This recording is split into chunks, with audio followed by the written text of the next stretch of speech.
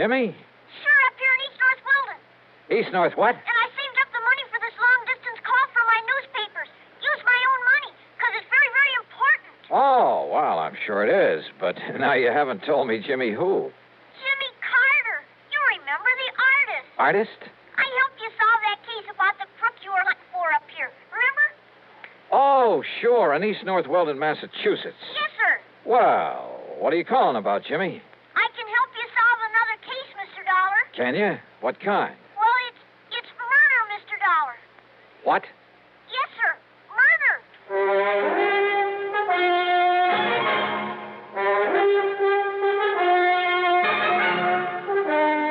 Bob Bailey in the exciting adventures of the man with the action-packed expense account. America's fabulous freelance insurance investigator. Yours truly, Johnny Dollar.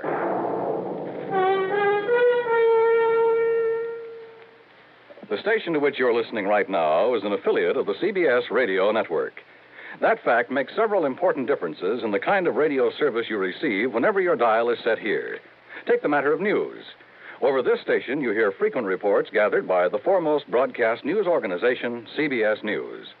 Reports supplemented by the perspective commentary of such distinguished newsmen as Edward R. Murrow, Lowell Thomas, and Eric Severide.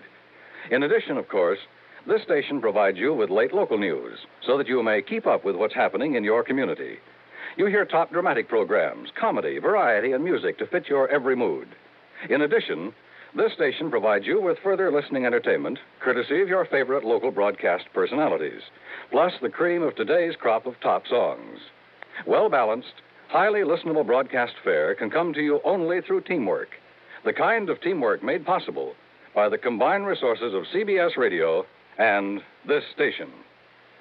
And now, Act One of yours truly, Johnny Dollar.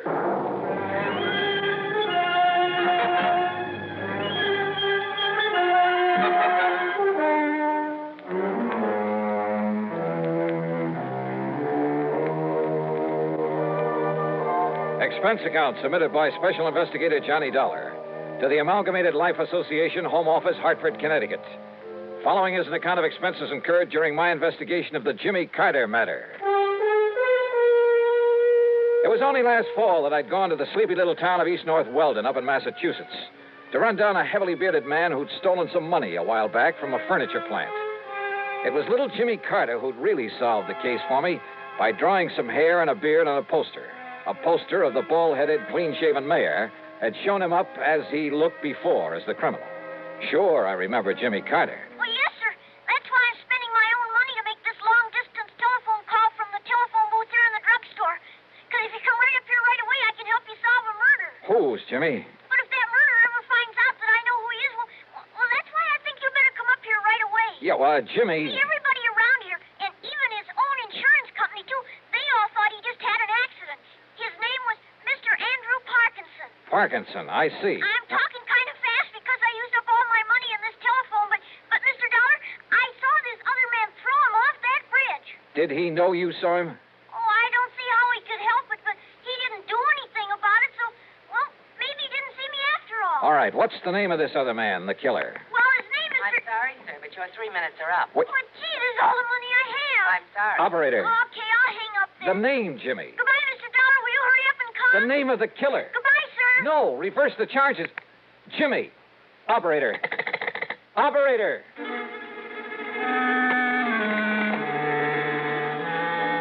Expense account item 1, 10 cents. Phone call to the Auto Club for some route information.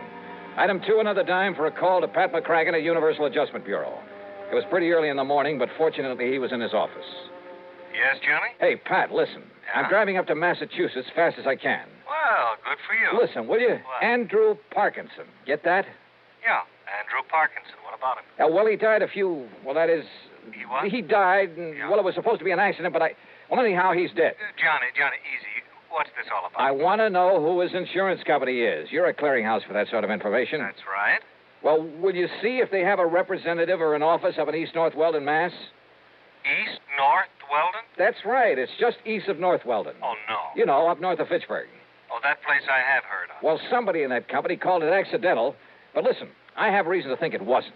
What? So if I can contact whoever it is up there, and listen, Pat, there may be a kid's life at stake. Johnny, this is about as confusing as anything. Yeah, I know. I'm sorry. Just get me the name of the company that insured the life of Andrew Parkinson. Well, whatever you say. Good. But it may take a couple of hours. Okay, just get it for me. I'll call you when I get up there.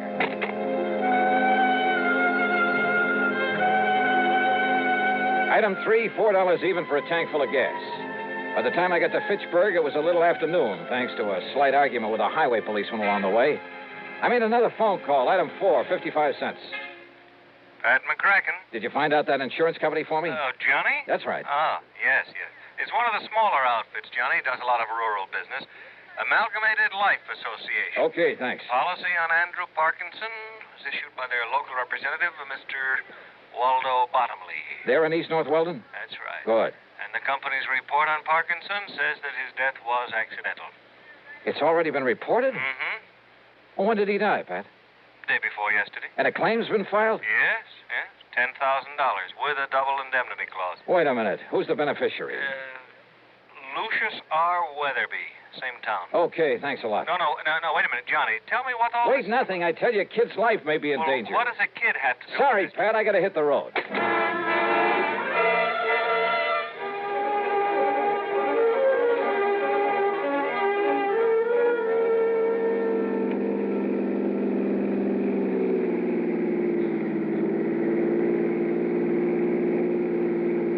It was after 2 p.m. when I finally pulled up in front of the combination drugstore and mercantile at the one business corner in the village of East North Weldon. One of the local citizenry, looking slightly under the weather, sat on the rickety porch of the store, hacking away at a stick of wood with an old pocket knife. Howdy. Hiya. You happen to have a little drink about you, sir? No, but listen, where's the little boy who usually sells newspapers around here? Eh? His name is Jimmy Carter. Yeah, that's right, sir. Jimmy Carter. Well, have you seen him? Do you know where he is? Seen him this morning. But he's not around here now. Nope. Do you know where I can find him? Nope. Do you know where he lives, where his home is? Yeah. Well, where? Up the street. Oh, sure. What street? Spruce. North Spruce. And the number? 18. Okay, thanks. Listen, my name is Johnny Dollar. If you see him, please tell him I'm looking for him. Johnny Dollar, eh? Yeah. You got the price of a drink on you? Some other time. Just be sure and tell him. Yeah.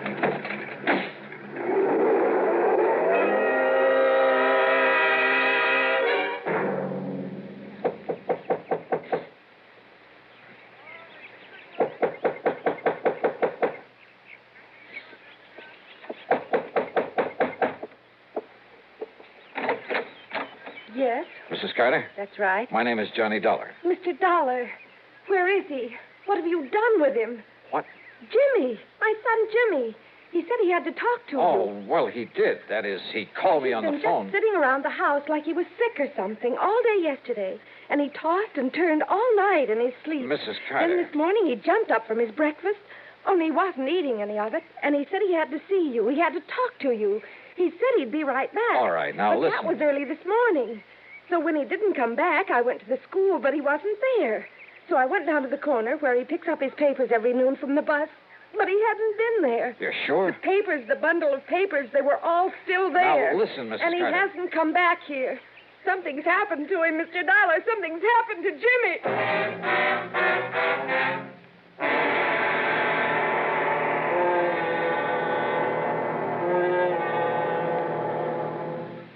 Act 2 of yours truly, Johnny Dollar, in a moment.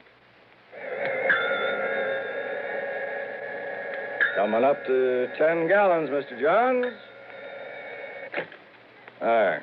To check your oil filter and air filter might pay you $1,000. How's that? Well, haven't you heard about Fram's big silver treasure hunt? Oh, yes. Heard something about it over my car radio this morning. What's it all about? Well, a regular filter check is so important that Fram Corporation is paying $60,000 to get car owners to check their filters now. $60,000 in cash? Yeah, this is Fram's silver anniversary. Last year, 10,000 secretly numbered Fram filters were distributed all over the United States and installed in cars during regular servicing. You may have one in your car and not even know it. A Fram filter cartridge worth 1,000 silver dollars. And if you do, I get $1,000 too. Well, what are we waiting for? Let's check those filters now. Hurry, folks. You could win up to $1,000 in cash. Join the big Fram treasure hunt. Check your car filters now. And now, Act Two of yours truly, Johnny Dollar and the Jimmy Carter Matter.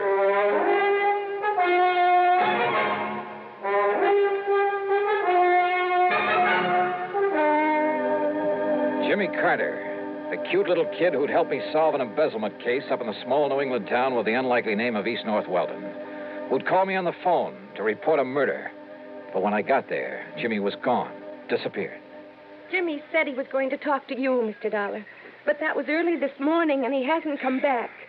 What did you do with him, Mr. Dollar? Where is he? Well, I haven't seen him, Mrs. Carter. But he said Well, that he he, was he telephoned to me down in Hartford, asked me to come up here and see him because he asked me to come up and see him. He idolized you, Mr. Dollar, ever since you were up here last fall. And when he said he had to talk to you, I thought you were already in town again. But I wonder what he was so anxious to see you about. Oh, well... And he's been acting very strangely the last day or two. Ever since poor old Mr. Parkinson fell off the bridge and was killed the other night. How well did he know this man, Parkinson? Oh, as well as he knew everybody in town, Mr. You don't think his disappearance this way could have anything to do with Mr. Parkinson being killed? Oh, well, how? How could it? I'm sure I don't know. Doesn't everybody say Mr. Parkinson's death was an accident? Yes. Yes, they do. Still. Oh, now stop worrying, Mrs. Carter. Jimmy will show up. If he doesn't, I'll find him for you. Oh, dear. Sure. Jimmy's okay. He'd better be. Jimmy had said he was calling me from a booth at the drugstore. As I drove back to it, I noticed the name of the proprietor on the sign over the fly-specked window. Waldo Bottomley, the man who Pat had said was local representative for the insurance company. There you are, Mrs. Atterbury. You just tell him to take one of these every 2 hours. By tomorrow, he'll be all right again. Yes, sir? Mr. Bottomley?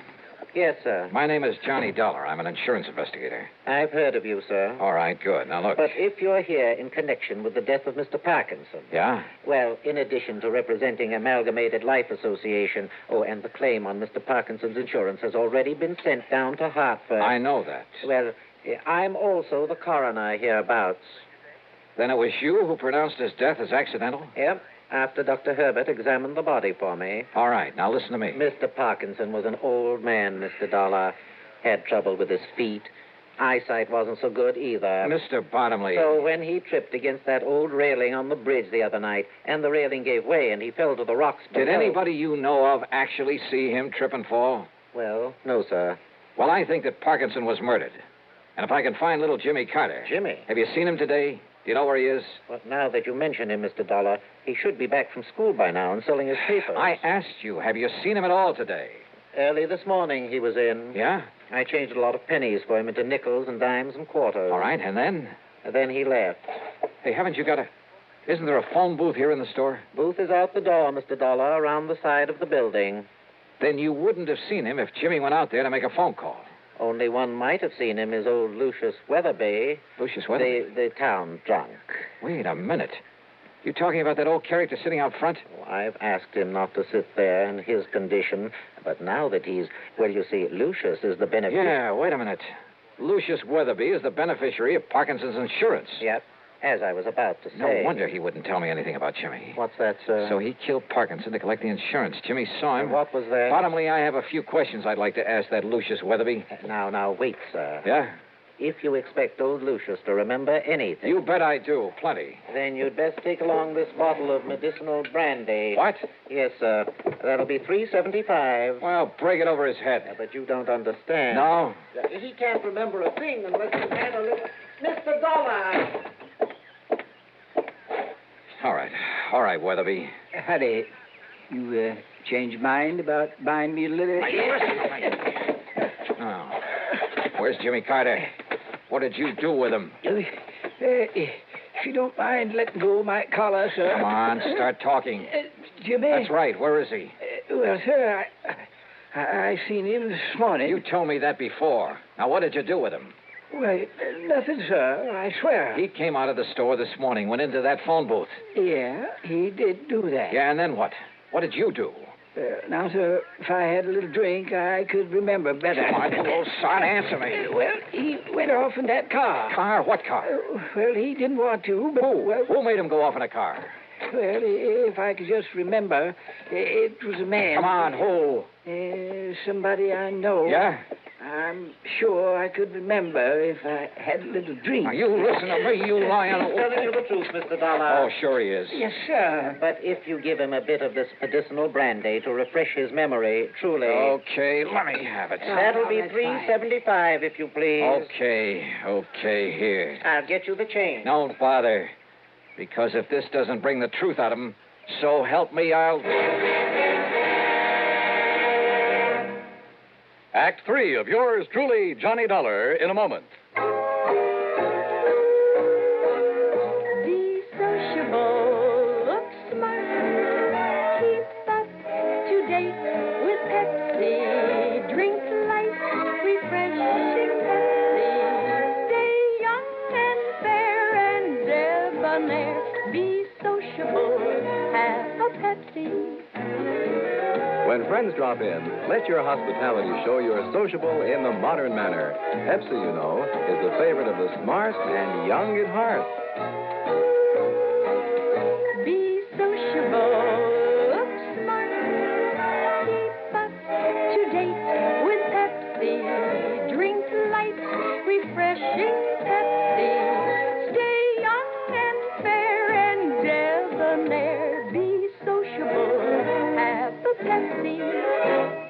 Have you tried a Pepsi lately?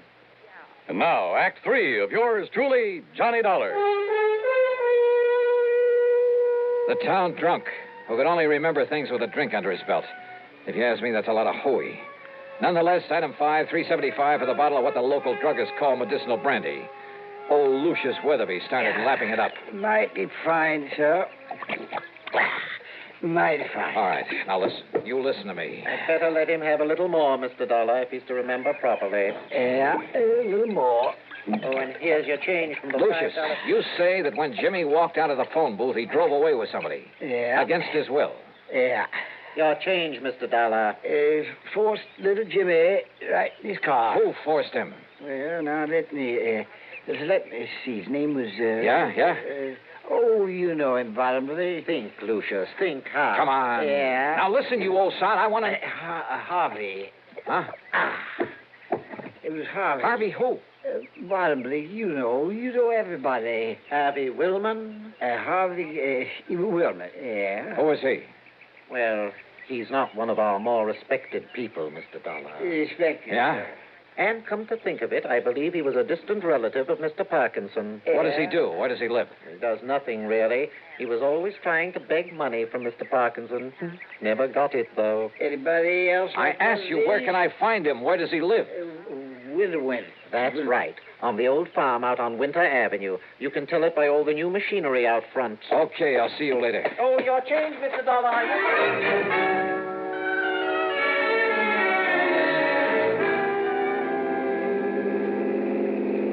On the way out to Harvey Woolman's farm, I suddenly realized that for once in my life, I'd forgotten to bring along a gun. Judging by all the equipment out front, Woolman must have gone through the Alice Chalmers catalog and taken one of everything.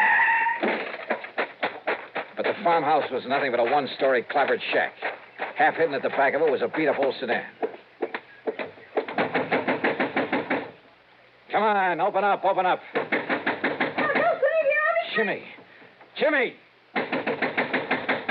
All right, Willman, open up this door. I'll break it down. Willman! Okay, brother, you asked for it.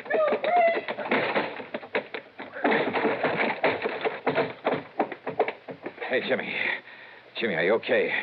Where's Harvey? Behind you. Back at the door. Don't move, Dollar. I was afraid the kid got that phone call through to you. Too bad for you, he did. All right, look, Willman. No, don't, Mr. Dollar. He'll shoot you. I know he will. He was going to kill me. He still is. The kid's right, Dollar. Up against the wall. Face the wall. Put your hands up high against it. Go ahead. I'm not carrying a gun, woman, if that's what you're worried about. Now, that's something I'm going to find out for myself. Yeah? Yeah. Could be a mistake. I got the gun! Ah, jiu-jitsu, huh? Not this one. Oh, well. Mr. Dollar. Oh. Mr. Dollar. Oh, hey. Come on now, Jimmy. Hey, Jimmy, it's okay now. Everything's okay. He was going to kill me. He was going to kill you. Oh, look, you and I kind of stopped him in his tracks, didn't we? Hey, you know something, Jimmy? Now you're a real hero. Because this time you trapped a killer for me. Gee.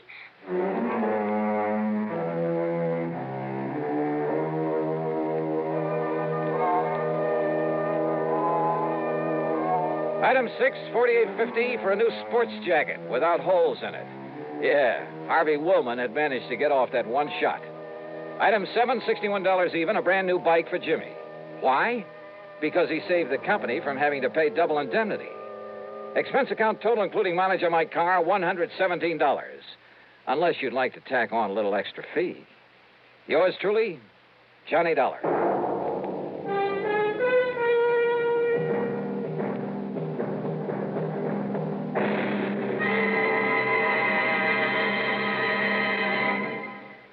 Our star will return in just a moment. If your 1957 income was more than $5,000, last year, when you filed your federal income tax report, you had to use Form 1040, the long form. Those who earned $5,000 or less were permitted to use the short form, Form 1040A, if they chose. This year, the Internal Revenue Service is offering taxpayers a new Form 1040A, a simplified form with only 15 lines to fill out. The most important difference about this new form is that those whose 1958 incomes were $10,000 or less, and if you take only standard deductions, you're now permitted to file your return on the new short form 1040A. If you earned over $10,000 during 1958 or intend to itemize your deductions or other income variations, the long form 1040 must be used. The Revenue Service again reminds you to be sure to attach all W-2 withholding tax certificates pertaining to your earnings to the form you intend to file. Send your return to the District Director of Internal Revenue at the appropriate district office. Now, here is our star to tell you about next week's story. Next week, San Francisco, a wonderful town. Yeah, for a murder. Join us, won't you? Yours truly, Johnny Dollar.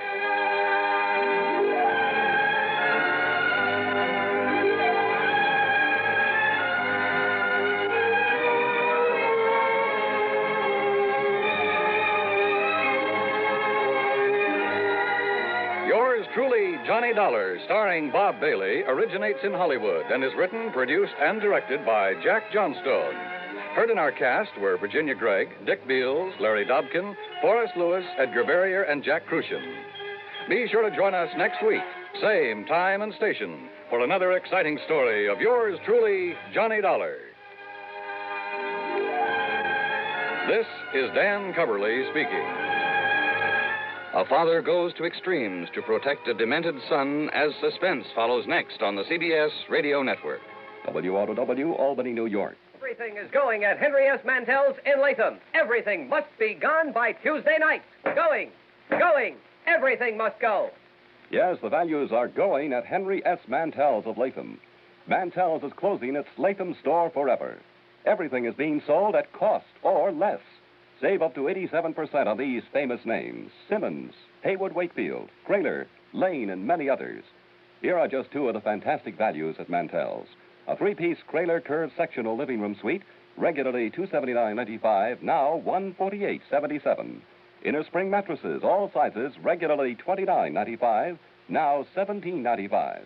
Come out to Mantel's and make an offer. No reasonable offer refused. Remember, Mantel's of Latham closes its doors forever at 10 p.m. Tuesday, March 31st. Convenient terms and free delivery within a 100-mile radius at Mantel's of Latham, south of the Latham Shopping Center, open until 10 p.m. 5:30. From Hollywood, it's time now for Johnny Dollar. Earl Poorman, Johnny. In Sarasota? That's right. Florida? Where else? Well, hi, Earl. How are things in the land of infernal sunshine? What do you mean, infernal? Well, it's getting pretty hot down there these days, isn't it? Makes good fishing weather, Johnny. Yeah, but without a case to work on, what possible excuse would I have? Maybe I have one for you. Oh? Yeah. And maybe it's murder. Earl, I'll be down on the next plane.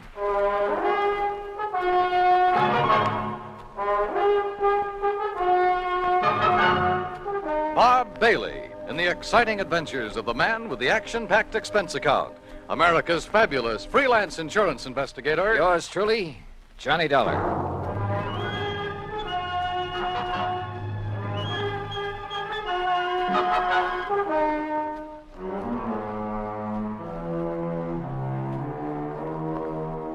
Expense account submitted by Special Investigator Johnny Dollar to Tri-State Life and Casualty Company Branch Office, Sarasota, Florida. Following is an account of expenses incurred during my investigation of the Parley Barron matter.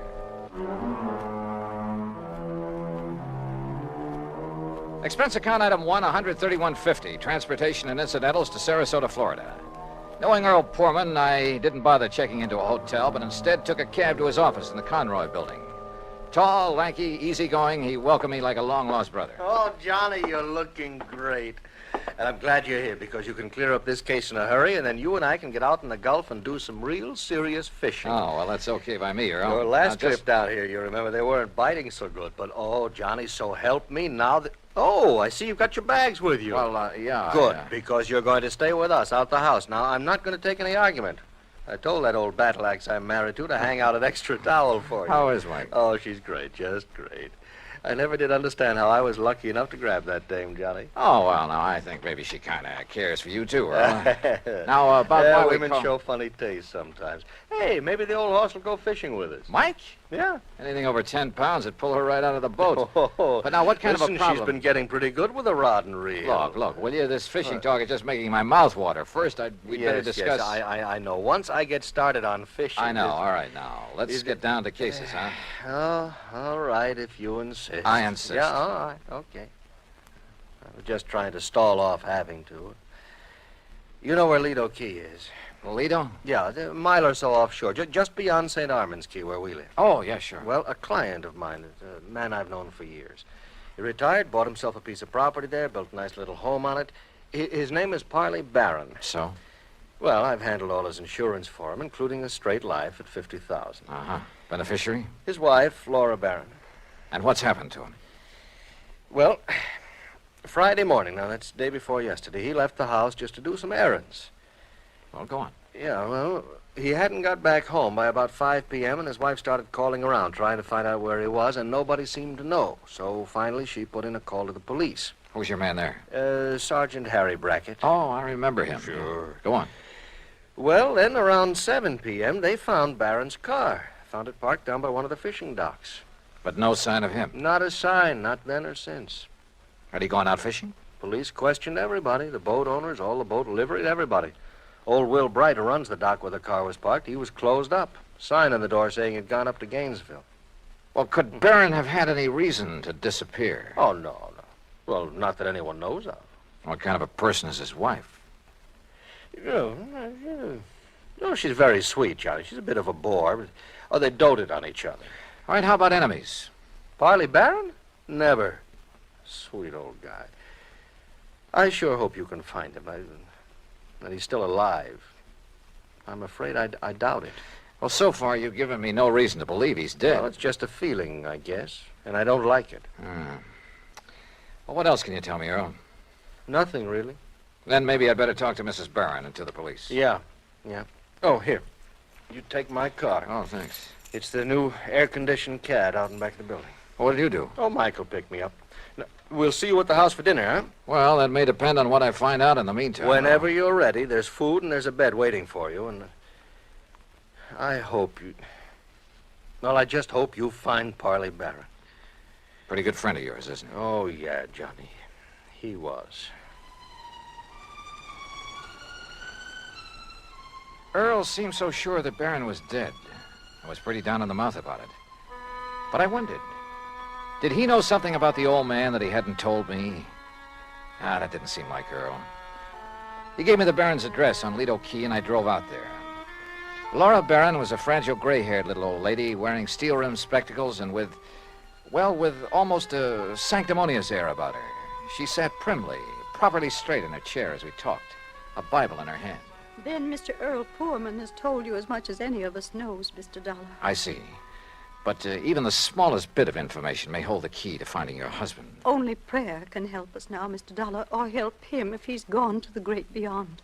Well, tell me, how is he dressed on Friday morning when you last saw him? As you see him in the picture there on the table in old gray pants and a rather tattered sport shirt and that old straw hat. That shirt is blue? Yes. He was so happy the day that picture was taken. He just finished making an addition to our dock with his own 2 hands. He was so proud. Now... Yes, I'm sorry. He'd hoped to get his own little boat, too, for fishing. He loved to fish so. Yes, well, tell me, please, do you know of anyone who might have wanted to harm your husband? Oh, dear, no, Mr. Dollar. And you'd had no argument or disagreement with him before he left here that morning, huh? We had no disagreement even about little things in 41 years of blessed marriage. Not even about his work. I see. What did he do before he retired, Mrs. Barron? I had hoped you wouldn't ask that because I've always felt that the good Lord wouldn't approve. Of his work? I'm a very religious woman, Mr. Dollar, and as I say, in 41 years we never questioned one another's thoughts or actions. But... What was your husband's work? I won't say that it was sinful, because he wasn't a sinful man. Parley was a good man, and many times he made it plain that his work helped to save lives, too. And I accepted it because he felt he was doing right. Yeah, well, you still haven't told me, Mrs. Barron. Always deep in my heart. Mr. Dollar. Yes? Have you thought that perhaps it may have been the intercession of divine providence that has taken Parley from us? No. But you must consider it, mustn't you? Because the workings of the power that guides our destinies, our birth and our death... Mrs. Barron... They are sometimes too mysterious for us mortals fully to comprehend, much less question. Well... And so, if my beloved Parley has been taken from us for some divine purpose or for something he might have done unknowing that was not in accord with the supreme will... Mrs. Barron, I'm sorry, but I would like to know what your husband's work was. I know, and perhaps it was my humble mission on earth, the cross I had to bear to guide him away from it, to... chemicals. He was a chemist, Mr. Dollar. Explosives. Explosives? Yes, heaven please forgive me for not having led him into some other field. Where did he work? Tampa, Dufresne Chemical Corporation. Dufresne. Oh, yes, I've heard of it. Explosive things to kill in defiance of the Almighty's purpose, that we love one another. Yeah, but now how long ago was this? He retired in 1951. And since then? Here in Sarasota. Uh-huh. And to keep himself occupied? Oh, this lovely home of ours and his fishing. Though he never caught anything. Oh, I see. Never caught anything, Mr. Dollar. Do you suppose that was some retribution for the work he had done so long, for some error in his living or thinking? Well, well, who knows, of course. Yes, who knows? But we should consider it, shouldn't we? Where did he do his fishing? He never told me, but he left here almost every day to try his skill. And always he came home empty-handed. Yeah. Well, thanks, Mrs. Barron. I'm sorry to have had to ask you so many questions. It's all right, Mr. Dollar. My faith will sustain me through this ordeal. I'm sure it will. Thanks again. Here, you must take some of these pamphlets with them. Oh, read them. Any aid to piety of the mind is good for all of us. Yes, well, thanks. The inspired word may help us all. Oh, sure. Thanks. Thanks very much.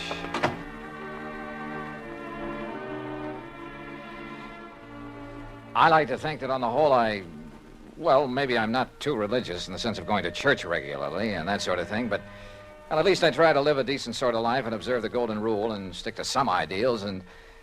But in an atmosphere like that, well, I couldn't help wondering if her husband didn't have good reason for wanting to get away for a while. In any event, I'd got nowhere on the case, so I phoned Sergeant Harry Brackett. That's item 2, 10 cents.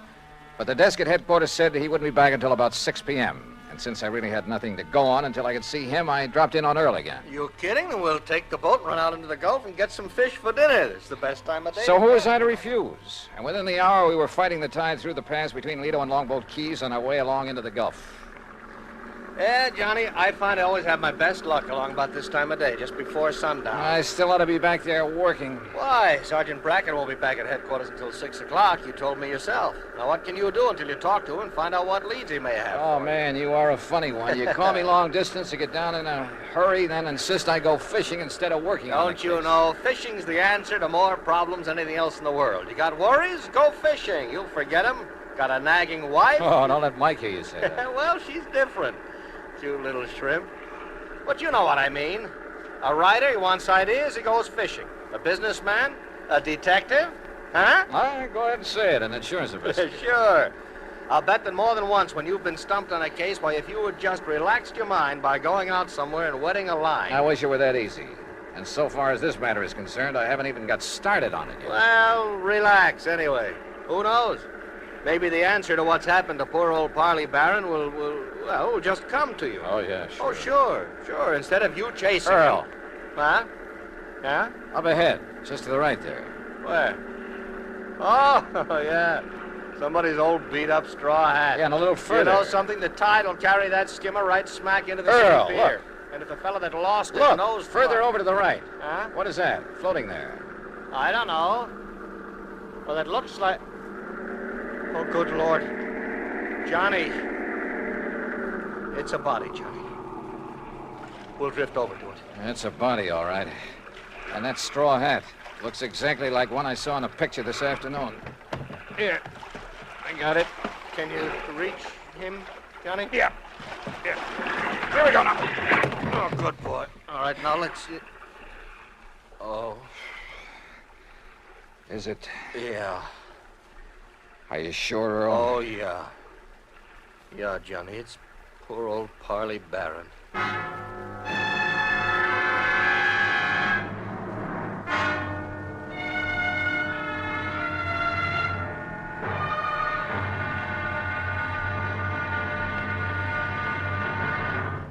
Act two of yours truly, Johnny Dollar, in a moment. Everyone loves kids, and every kid loves candy. American servicemen have heard the tearful cries for candy in most parts of the world, in Europe and the Far East during World War II and after. And there's never seemed to be enough candy to go around. Well, more than a dozen years ago, during the Berlin airlift, an Air Force lieutenant from the United States discovered he had no candy to offer some German children. However, he promised to drop them some candy the next day as he came in for a landing. Improvising a parachute out of his handkerchief, Lieutenant Gale Halverson dropped the candy bars the next day as he had promised. Now, this idea caught on among other Air Force men in the airlift, and that's how Operation Little Vittles began. The idea spread far and wide, and soon military personnel, civilians, business firms began to aid the Goodwill program by supplying candy and handkerchiefs. Time after time, as the sleek cargo planes of the United States Air Force swooped low over the landing field, a shower of little bundles of sweets dotted the sky as their tiny parachutes carried them safely to the ground. And the hungry German children gathered up these bundles of mercy, which the communists try to keep from them. The men of the United States Air Force did a great job satisfying a lot of appetites, but they did more. By a wonderful sense of understanding, they nourished the cause of freedom, the right of all men and children everywhere. And now, Act two of yours truly, Johnny Dollar, and the Parley Barron matter.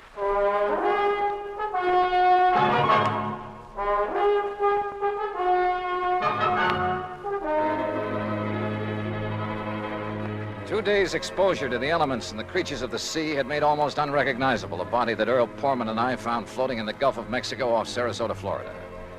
But Earl was certain it was the remains of old Parley Barron, who had disappeared 2 days before. The men on duty at police headquarters confirmed the identification and placed the body in the morgue to await the autopsy surgeon. On a hunch, I asked Earl to drive me over to Will Bright's boat dock, where Barron's car had been left parked. He It's like I just finished telling the police over the telephone. I wasn't here when poor old Barron come for his boat on Friday. Oh, what a shame, such a nice old man. Where were you, Mr. Bright? I was up to Gainesville picking up some fishing tackle from a wholesaler. Well, then Mr. Barron must have got a boat from someone else that morning. Oh, no, sir. No? No? Poor man, no, sir. Why not, Mr. Bright? Oh, he never took out a boat from anybody else but me. His own boat. At least it was the one I kept set aside for him. And that's what kind of puzzled me, Mr. Dollar, is it? That's right. Well, you see, when I come back here Saturday night, his boat was right here at the dock. But it weren't tied up in its usual spot where I always tie it up. Somebody had moved it. Must have. And it weren't my helper, Pete. You know, Johnny, that means he may have taken it out, but whoever did him in returned it. Oh, possibly. Mr. Bright, which one is his boat? Oh, right here. I'll show you. I always give him the same one. Never let nobody else use it. That's why he kept his fishing tackle just laying in it, always ready to use. Here. Yeah, I see. I've heard he wasn't a very good fisherman. No, he never brought in a thing. Of course, maybe he was so soft-hearted he put back everything he caught. Or maybe his daily excursions were just to get away from his wife, Mr. Bright. Now, don't you say nothing against her, mister. Maybe she is a little touched on religion. Sure, she tries a different kind every couple of months. But she's a fine woman, just like he was a fine man. And everybody knows it. Yeah. The whole town is mourning him. Excuse me. What are you looking for, Johnny? Earl, I just noticed something about this tackle lying in the boat. Mm-hmm. Well? Come on. Thanks a lot, Mr. Bright. Like me to tell you what I think might have happened? Yeah, maybe later, thanks. Well, what did you find there, Johnny? Earl, did Parley Barron ever go fishing with you? You were good friends. No, he always wanted to go out alone. Yeah, but not to fish. Huh? That tackle box hasn't been moved in months. The paint is still dark under it. What? And that reel, I could hardly turn it. Well, then what? I don't know what. But Barron was using that boat every day for something besides fishing. Any ideas? You know him pretty well, have you? No. Let's get over to headquarters. Earl felt he ought to go back to his office where his wife Mike had promised to pick him up, so I borrowed his car again and went over to headquarters alone. Sergeant Harry Brackett, who was assigned to the case, had returned. He was on the phone when I walked in on him. He gets back to town, Mrs. Dana, so please have him call me immediately, will you? Yes, ma'am. Thank you. Yes, sir, what Johnny. Yeah, hi, Harry. Yeah, Johnny, I'm sure glad you're here. I got a real mixed-up case on my hands. The Parley Barron matter, huh? Well, you know about it? That's why I came to Sarasota. Earl Foreman called me. Have you found out anything? Nothing much, have you? Well, only what's here, the autopsy report. What's in it, Harry? Doc Snowden says that Parley Barron was dead before he was put into the water out there in the Gulf. Oh? No water in the lungs, you see what I mean? It probably means murder. Have you told anybody this? No, not yet. Why not? Well, I don't know. Maybe because I just can't figure anybody in the world would want to kill Parley Barron. Did you talk with Will Bright down at the boat dock? Just before you came in. You know, it sounds like somebody went with Barron in his skiff that morning, killed him, dumped him over the side, and then brought the boat back alone, doesn't it? Yeah, except for one thing.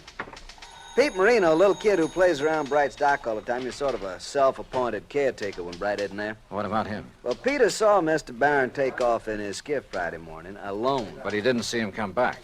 Pete went home for lunch. When he got back to the dock, the skiff was in. Uh-huh. Then whoever did it met him out on the water somewhere. Maybe several people, so that one of them could return the skiff. Be taking an awful chance, wouldn't it? How do you mean? Yeah, Doc's in a pretty isolated spot, all right, but the killer showing up in Barron's skiff without the old man along, that's too much of a chance. How else could it be returned? Tied. Tied? Little Pete says that when he got back to the dock, the skiff was there, all right, but not in its usual place. So Will Bright mentioned. Also, it wasn't tied up. It was just sitting there. Oh, then you meant untied. No, I meant T-I-D-E. When the tide's rising, it floats everything from the pass between Lido and Longboat Keys right up to Will's dock. You think the boat just floated back by itself? You got a better idea? Harry. Yeah? Are you sure it was Barron's body we picked up out there? After all, the fish and whatnot disfigured it pretty badly. Johnny, I've known him for years, and didn't Earl Pullman recognize him immediately? Yeah. In the clothes he was wearing, his own straw hat? Well, have you checked on his dental work, things like that? I'm waiting now for Dr. Dana. He was his dentist to get back to. You know, that's a funny thing. What? I called Dana the minute that body was brought in. After all, teeth are about as solid identification as you can get. Oh, I thought you were sure anyway. Well, I wanted to be doubly sure. Anyhow, when Dana didn't get here right away, I called him again. I got his wife on the phone, and according to her, he suddenly left for Tampa. Urgent call or something. Where in Tampa? She didn't know. At least you wouldn't say, but it seems kind of fishy to me. Well, it may just be that one of his patients... Daner. That's right. The man who got so much publicity about atomic radiation studies, effects on the teeth, and so on. That's the one. What's the matter, Johnny? Well, when you're stumped on a case, says Earl Pullman, go fishing. We did. We found a body. What are you getting at? Me, when I'm stumped, I play my hunches, no matter how crazy they may seem. And the hunch I have right now, man, is the craziest. I'll see you later. I learned a long time ago in this business, when you got a hunch on the line, you play it for all it's worth.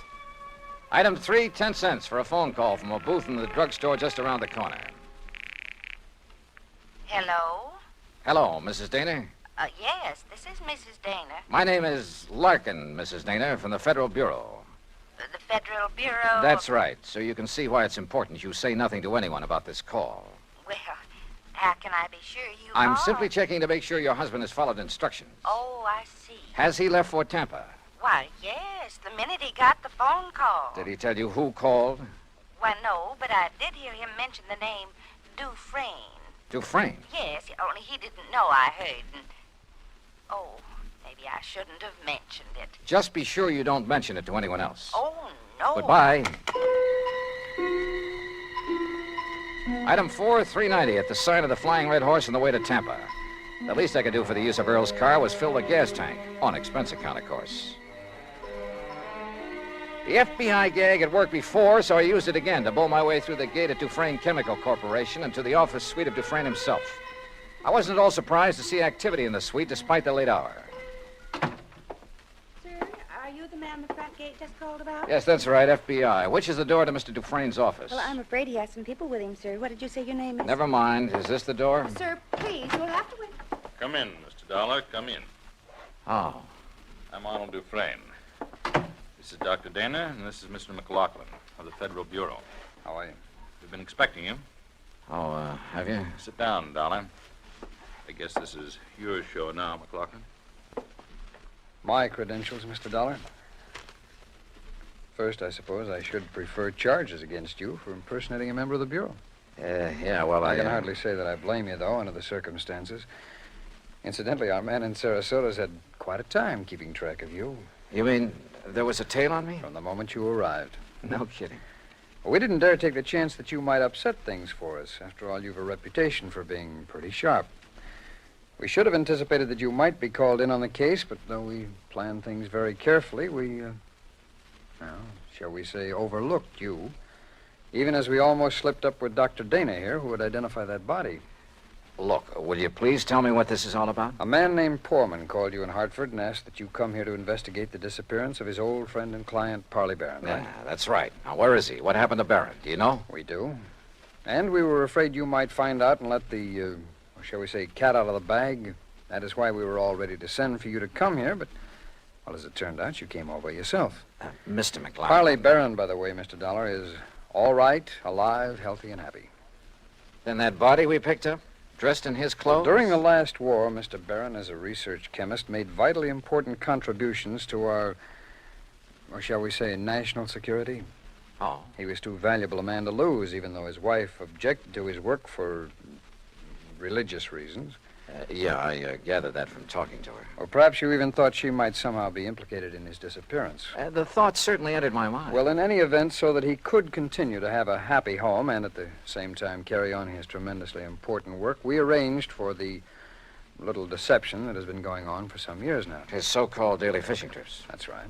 But each morning in a small hidden cove, I needn't tell you where, he was picked up and brought here to Tampa to carry on his work. Well, I'll be darned. No one was the wiser. Even our, shall we say, competitor nations in atomic and missile research, who were bound to keep tabs on such a man, they knew only that he was working for the Dufresne Chemical Corporation. They did know that, huh? Well, we must suppose so. International espionage is pretty well organized these days. Ah. But now this disappearance, Mr. Were changes in plans for nuclear developments had made it mandatory that he spend some time in, elsewhere. Where? Well, shall we say, somewhere in New Mexico, something like that. So to openly send him there would have indicated to our competitors what these new developments could be. That had to be avoided at any cost. Therefore, the plan for his disappearance was carefully worked out and carried out. Then whose body was it we picked up? Well, some poor, unidentified old derelict who was on his way to Potter's Field. I see. Well, believe me, if the Bureau functions this thoroughly in everything it does... Oh, we try. Well, what about Mrs. Barron? Oh, she'll bear up. We, of course, made sure of that in the beginning. And then when her dear husband does return... When will that be? When his work is finished. And, of course, that'll be too late for our friends across the sea to catch up with us, and we've worked out a completely plausible story to cover his absence. Oh, I'm sure you have. Now, Dr. Dana here will return to Sarasota in the morning. He will confirm identification of the body that was fished from the sea with only sufficient reservation to protect his professional reputation when Parley Barron reappears. All right. Now, when an insurance claim is filed on Barron... Well, I'm sure Mrs. Barron won't file for some time, unless urged to by your friend Poorman. No, I can prevent that without telling him anything. That's fine. What's more, with the penchant that some companies have for... shall we say, slow action on claims? Well, don't let them hear you say that. Well, Barron will be back before you need to worry about it. Now, is that okay with you, Mr. Dollar? Shall we say, okay. And once more, I tip my hat to the FBI.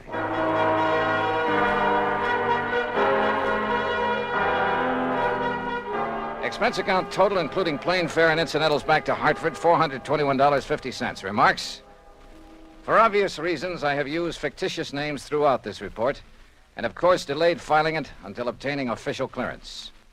Yours truly, Johnny Dollar.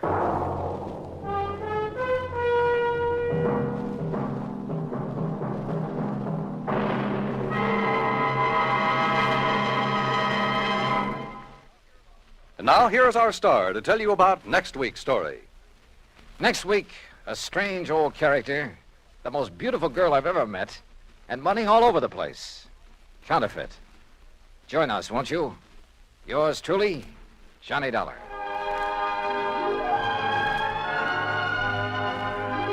Yours truly, Johnny Dollar, starring Bob Bailey, originates in Hollywood. It is produced and directed by Jack Johnstone, who also wrote tonight's story. Heard in our cast were Virginia Gregg, Jeanette Nolan, Will Wright, Barney Phillips, Lawrence Dobkin, Stacey Harris, and Harry Bartell. Musical supervision is by Amerigo Marino. Be sure to join us next week, same time and station, for another exciting story of yours truly, Johnny Dollar. This is Dan Cubberly speaking.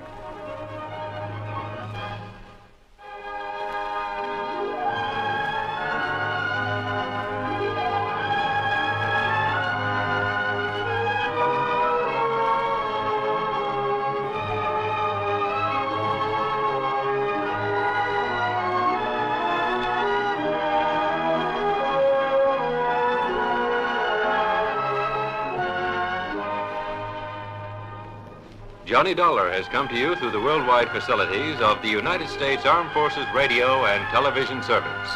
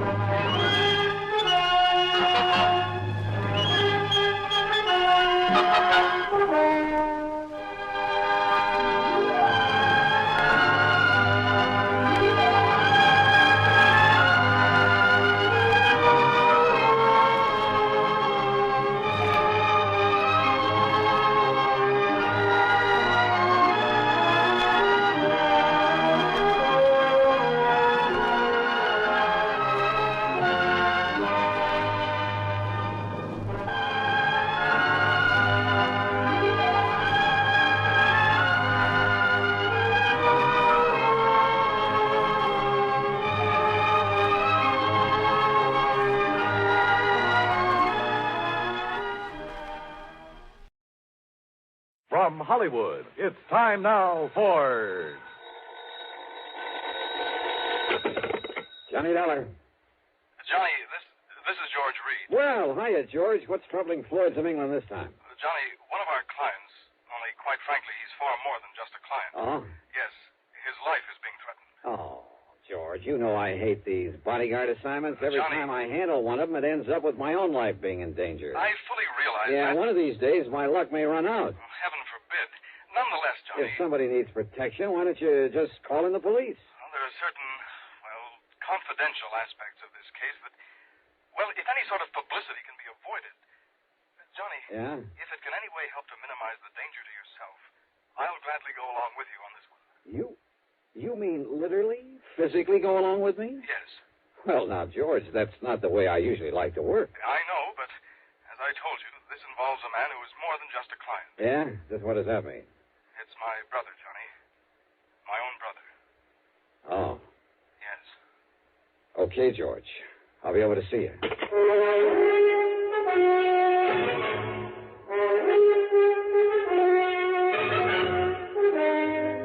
Bob Bailey in the exciting adventures of the man with the action-packed expense account. America's fabulous freelance insurance investigator. Yours truly, Johnny Dollar.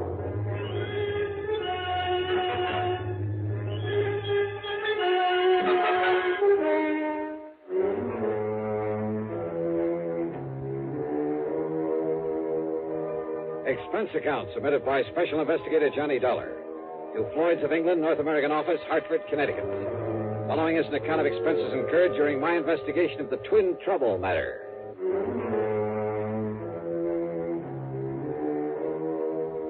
Expense account item 1, $1.20 for a taxi over to George Reed's office at Floyd's of England in downtown Hartford.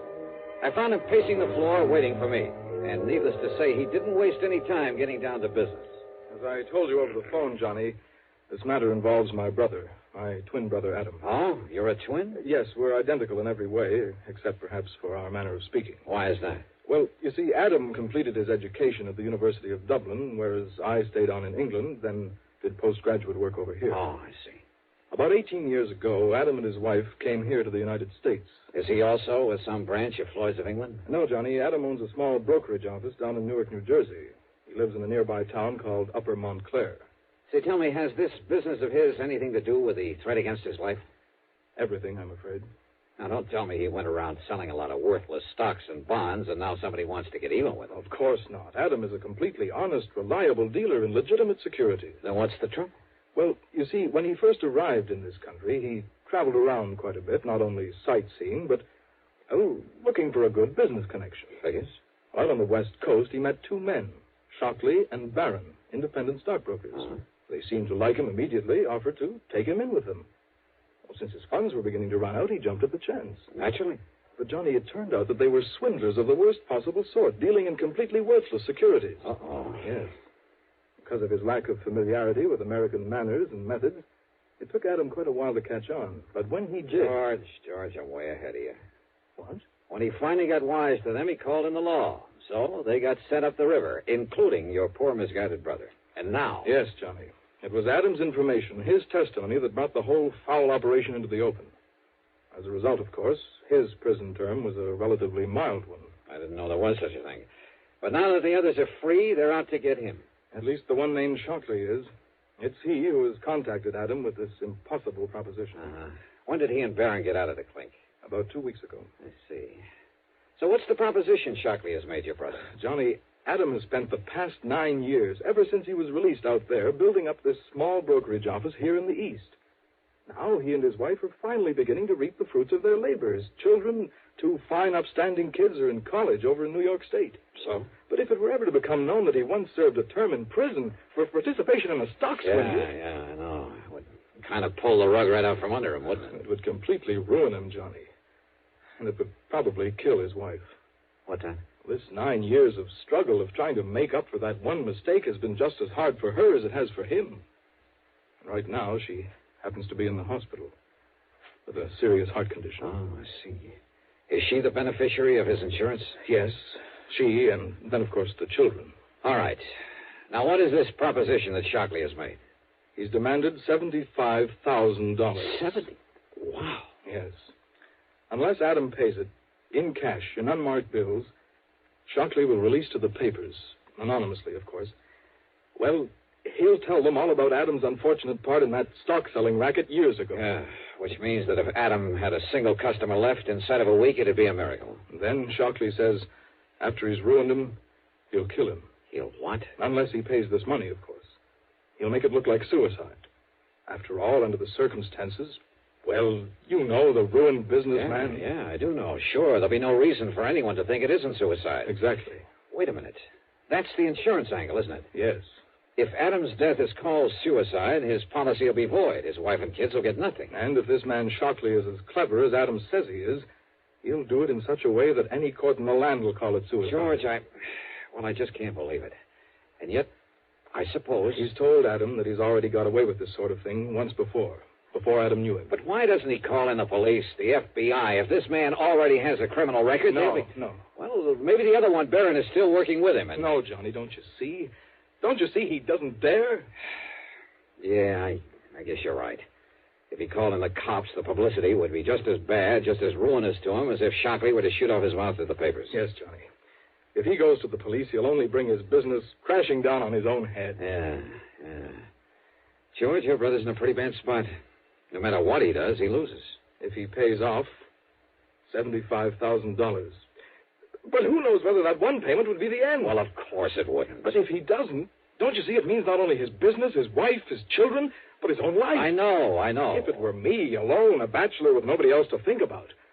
But with Adam, Johnny, he couldn't do it. He might as well cut his own throat. So we'll have to do something about it. What, Johnny? What can we do? George, I wish I knew.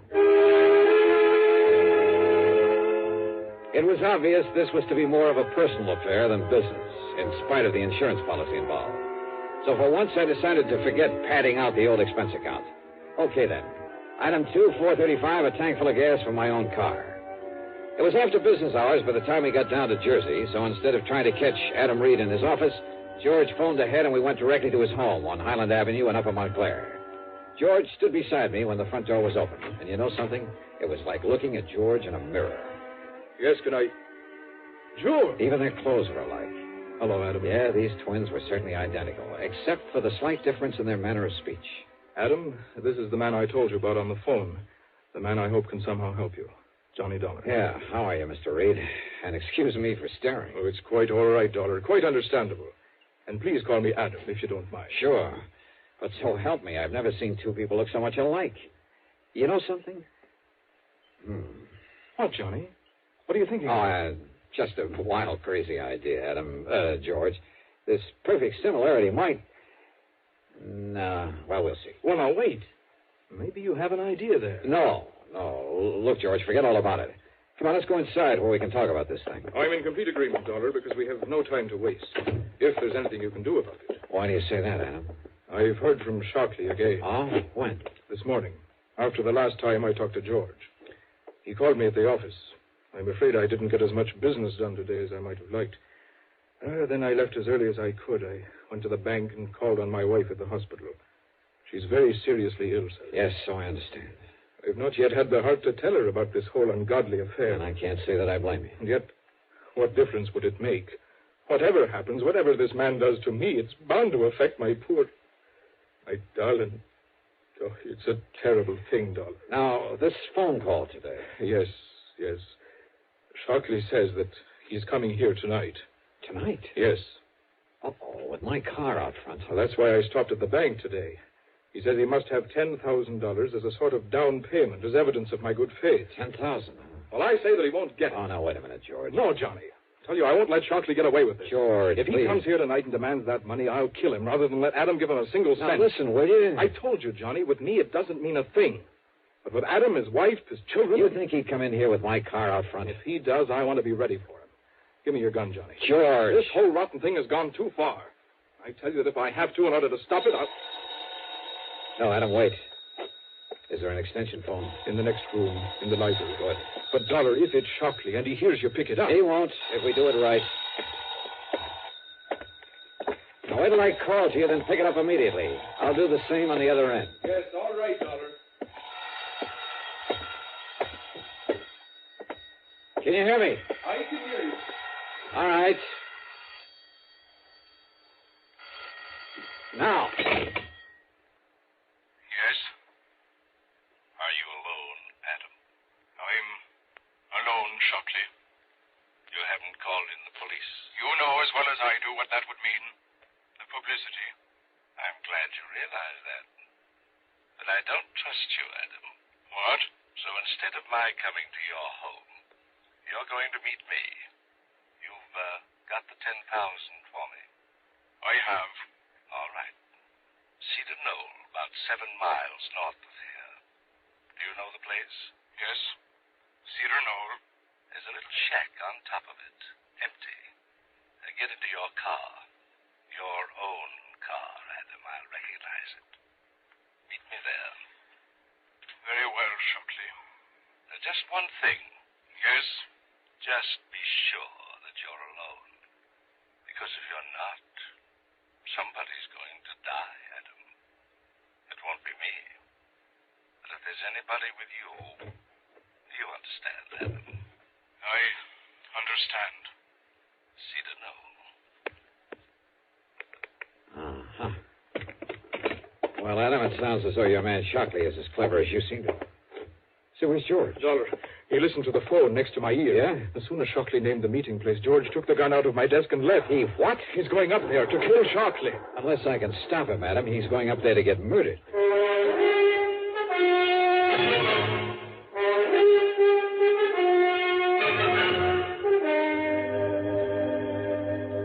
Where is it, Adam? The Cedar Knoll, where Shockley will be. Here, Dollar. I can show you on a map. Here. It's 15 or 16 miles from here. Huh? Shockley said it was only about 7. Then he must have been somewhere along the way when he called. That means he'll get there long before George can. Yes. Look now. Here it is on the map. Yeah, I see. Straight up 23 and west of Pumpton Plains. Yes. All right. Now, George took your car. What kind is it? That little coupe I saw out in the street? That's it. Oh, fine. There are 10 million of them on the highway, all alike. What's the license number? Well, come on. I don't know. I don't remember it. Then, Adam, all I can do is try to get there before George does. Before he gets himself killed.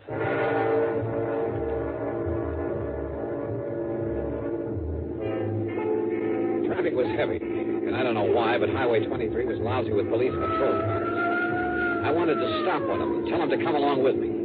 But this was one case where I couldn't. So instead, I drove within the speed limit, except for a cutoff above Mountain View where I could open her up for a few miles before getting back on the highway.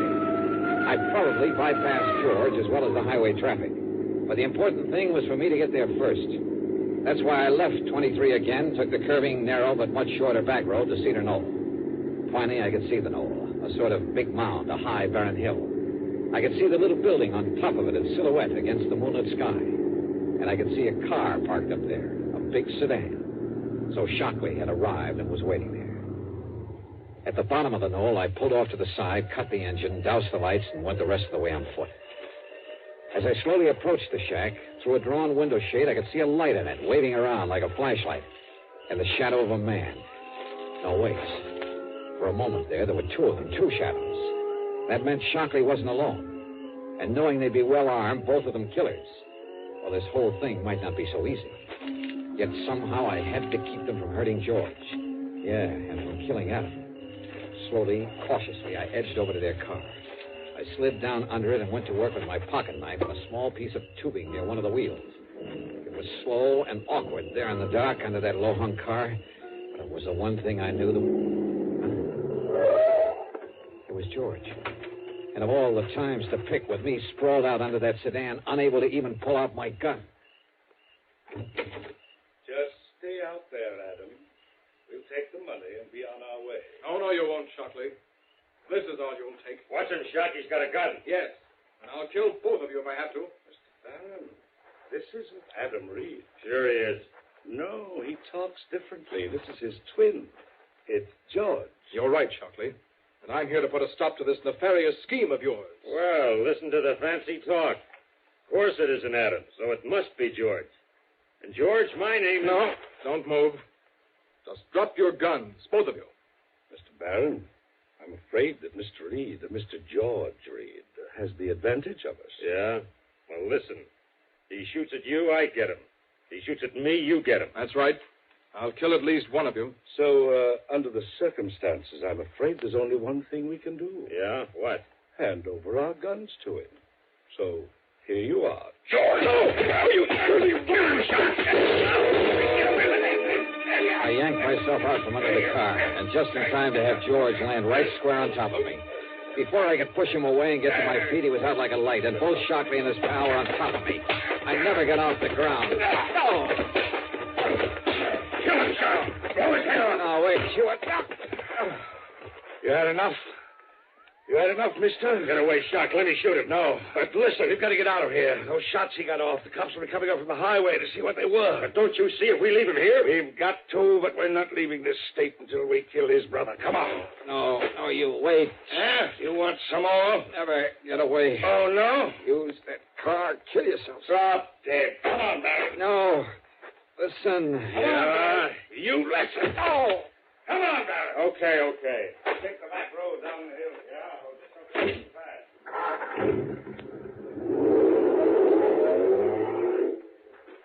Oh. Are you okay, George? Yes, Johnny, I guess so. But they got away. They'll go down. They'll kill Adam. They're not going anywhere, George. What? I cut the brake fluid line. They have no brakes. By the time they get rolling down that hill...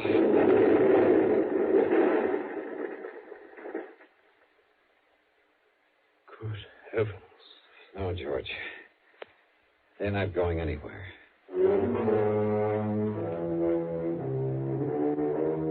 By the time the highway police got to the scene of the crash there on the back road, and of course that car exploded and burned, they had forgotten all about the gunshots, if they'd heard them at all.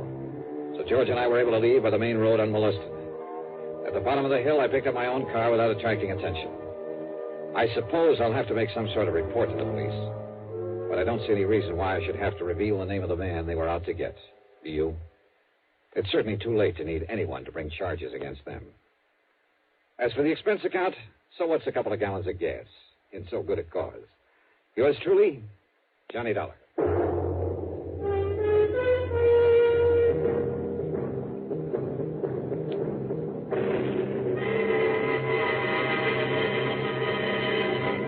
Now, here's our star to tell you about next week's story. Before I do, I just want to say thanks to all you good people who write in to tell me how much you like the show. It may seem like a little thing to you, but it means a great deal to all of us. Believe me, I'll answer your letters just as fast as I can get around to them. But you'll just have to be patient if it takes a little time. Now, as for next week, well, I suggest you read The Cask of Amontillado by Edgar Allan Poe. Then join us, won't you? Yours truly, Johnny Dollar.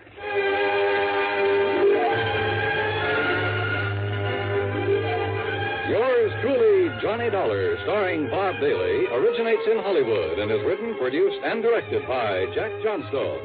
Heard in our cast were G. Stanley Jones, Alan Reed, and Frank Driscoll. Be sure to join us next week, same time and station, for another exciting story of yours truly, Johnny Dollar. This is Dan Coverly speaking. Frank Lovejoy stars in a hair-raising psychological thriller, A Friend of Daddy's, as suspense follows next on the CBS Radio. Johnny Dollar. This is Mr. Ernest L. Whiteman, Providential Assurance Company. Providential Assurance? That's right. You've heard of us, of course. No, sir, I can't say that I have. But what's on your mind, Mr. Whiteman? Embezzlement. Don't try it. What? Why would you get yourself into a lot of trouble? I beg your pardon. I'm sorry. I was just trying to make it funny. Oh, yes. Well, now, if you care to look into this for us... Sure, why not? Then I suggest you come here to my office and I shall give you the details. I take it there's a fee here in addition to my expenses? If you recover the money, something over $200,000, you can practically name your own fee. Great. That is up to, say, $5,000. On a $200,000 loss? That's right. Oh, well, then maybe I'd better figure on padding out my expense account. Now, just a minute. Oh, stop worrying, Mr. Whiteman. But if you have any intention of Just keep your shirt on. I'll be over to see you.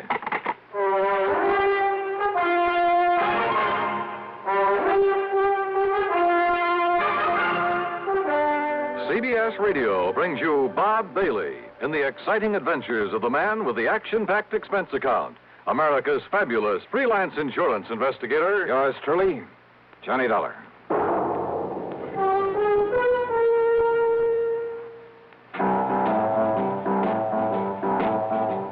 Talk about best-selling records. Here's a familiar tune about America's best-selling filter cigarette, Winston.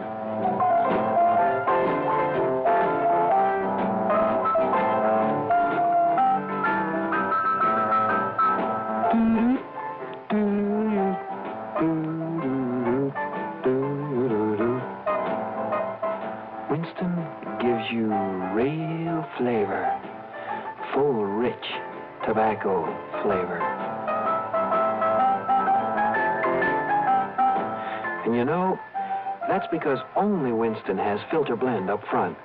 Choice, flavorful tobaccos, specially selected and specially processed for filter smoking. No wonder Winston tastes good, like a cigarette should. Smoke Winston. And now, Act One of yours truly, Johnny Dollar.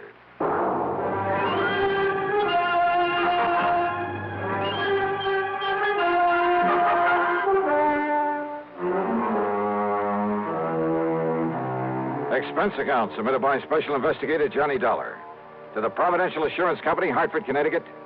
Now, at this point, I don't know if it's the Home Office or not. Anyhow, following is an account of expenses incurred during my investigation of the Hand of Providential matter.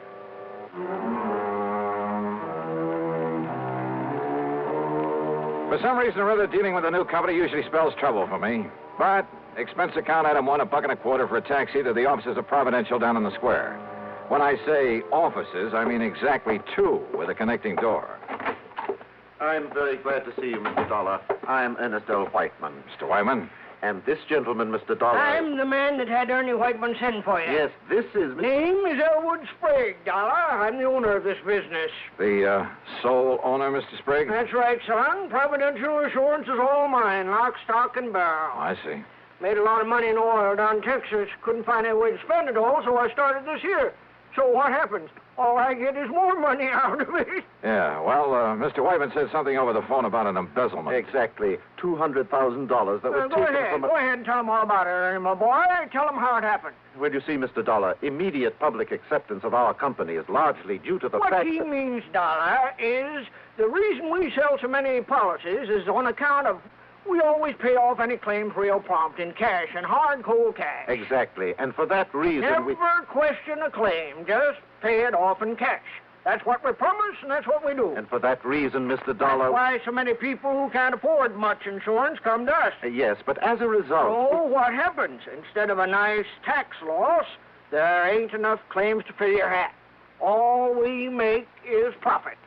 You mean you've hoped to lose money in this business? Tax loss, Mr. Dollar. You ever have to pay the taxes on profits from a couple of hundred producing oil wells? Hardly. But now, Mr. Whiteman, about this embezzlement. As I started to say, paying off in cash as we do... That's right. Means keeping a lot of cash on hand. Oh?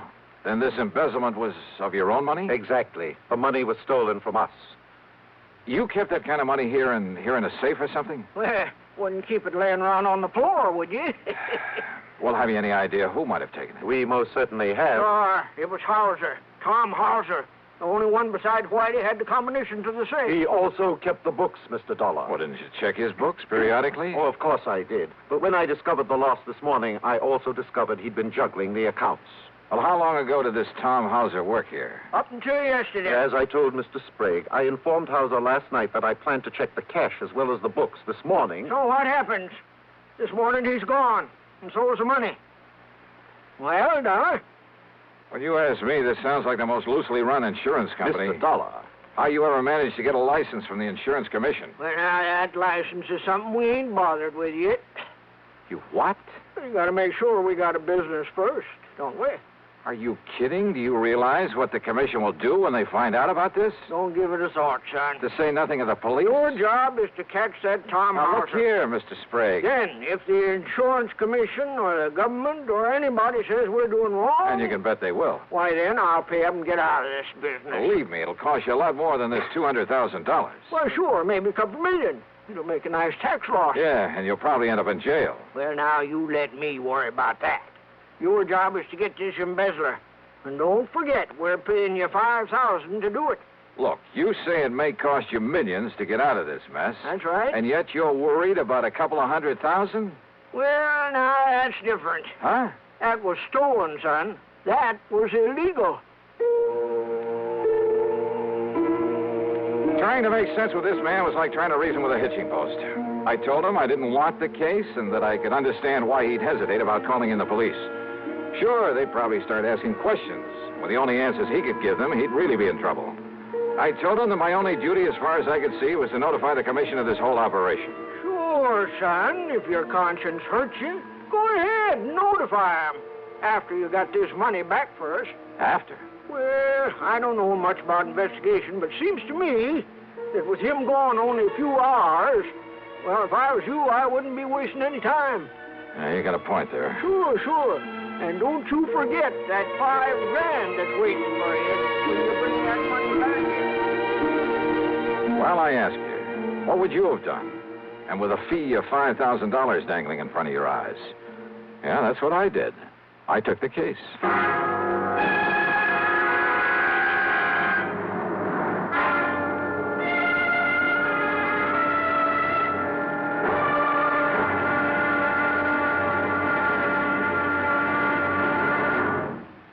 Act two of yours truly, Johnny Dollar, in a moment. Higginbotham here. We will now commence our lesson in stereophonic reproduction.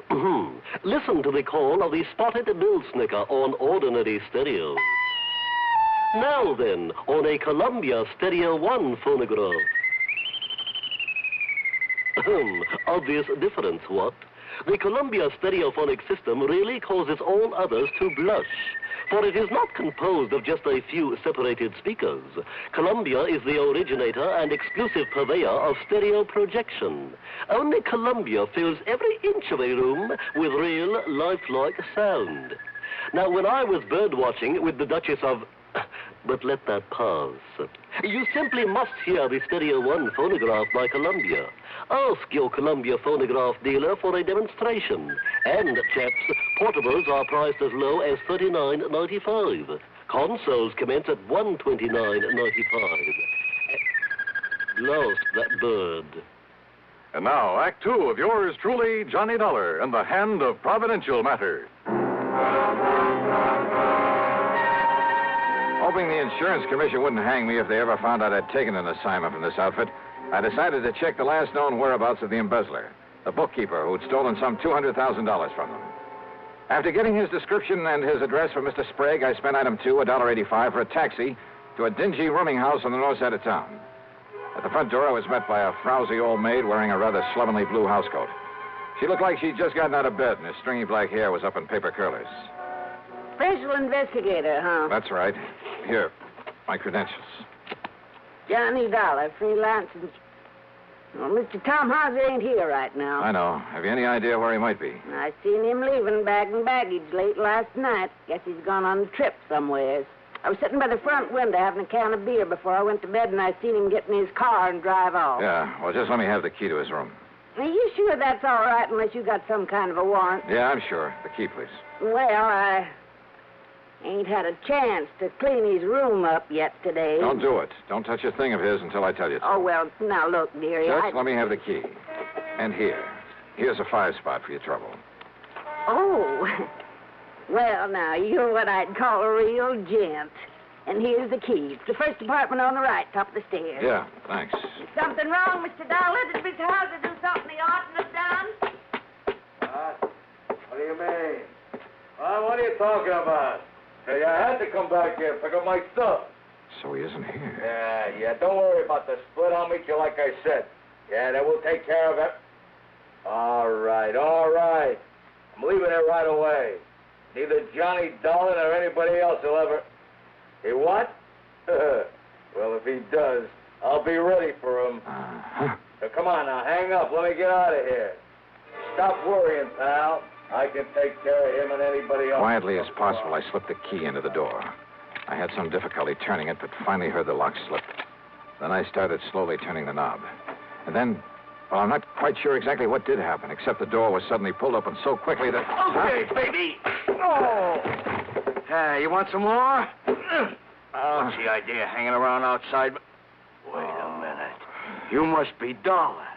Yeah, Johnny Dollar. Then, baby, I'm gonna make sure you never get up again. Never! Never!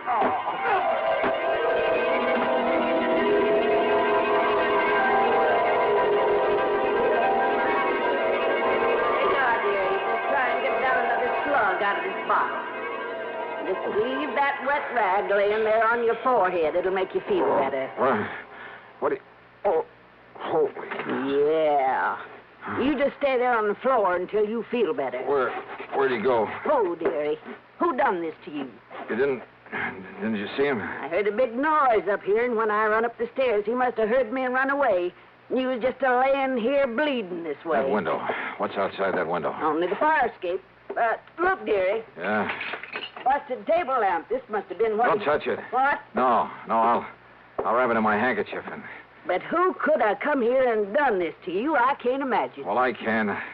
Tom Hauser. Item 3, $1.20 for a cab to police headquarters. Anybody but Sergeant Ed Wilson would have asked a lot of questions that I didn't feel like answering. Ed simply took the lamp, told one of the boys in the lab to check, and if he found any prints on it, to classify them, then send a teletype to Washington. Item 4, $1 even for a cab to my apartment. After a long, cool shower, I felt somewhat better. I just got back into my clothes when the phone rang.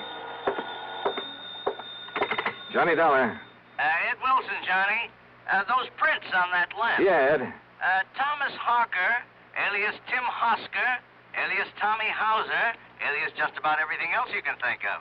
Johnny, that boy is one of the 10 most wanted. No kidding. And for everything from safe-cracking to murder. You got any kind of a lead on him? Only that rooming house where he slugged me. Then he may be 100 miles away by now. I wouldn't bank on it. So, Ed. Yeah? You'd better put out that good old dragnet. Oh, don't worry, Johnny. But listen, just remember one thing about him. Like what? If that boy thinks you recognize I didn't him, even get a look at him. maybe he doesn't know that. And if he finds out he didn't kill you, Johnny, Well? he'll be back to finish the job.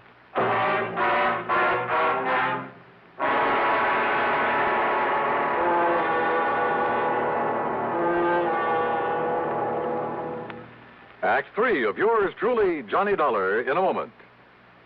Here's Hollywood star Mona Freeman. Who feels like acting with a miserable cold? I relieve cold distress the fast way with 4-way cold tablets. Yes, tests of all the leading cold tablets proved 4-way fastest acting. Amazing 4-way starts in minutes to relieve muscular pains and headache, reduce fever, calm upset stomach, also overcomes irregularity. When a cold strikes, do what I do. Take 4-way cold tablets. It's the fast way to relieve nasty cold distress and feel better quickly. 4-way, only 29 cents. Now, here's a word about another fine product of Grove Laboratories. Does dandruff dull your hair, leave scalp itchy? Get Fitch Dandruff Remover Shampoo and get rid of unsightly dandruff in 3 minutes. 3 minutes with Fitch regularly is guaranteed to keep embarrassing dandruff away forever.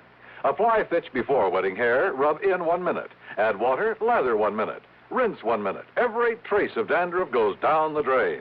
3 minutes with Fitch, unsightly dandruff's gone. Fitch can also leave your hair up to 35% brighter. Fitch Dandruff Remover Shampoo. And now, Act 3 of yours truly, Johnny Dollar.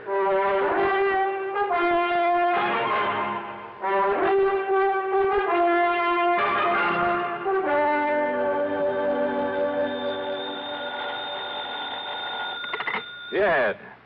Ed, this is Pat McCracken, Johnny, at Universal Adjustment Bureau. Oh, sorry, Pat. I thought it was Ed Wilson again. Sergeant Wilson at police headquarters? Yeah, and listen, I'm in kind of a hurry. Oh, then I won't hold you. I was just hoping you'd have time to look into what appears to be a phony insurance company for us. What? Keep talking. But if you're already working on a No, case... just go on with what you were saying, Pat. Well, we got a complaint about some new company here in town that we'd never heard of. Seems they're stalling on the payment of a small claim. Yeah, sure. In spite of their pledge to pay off promptly and without question. Yeah. Also to pay off in cold cash. Yes, that's right. Providential Assurance Company. Well, what do you know about them? Johnny? Oh, I'm working on a case for them.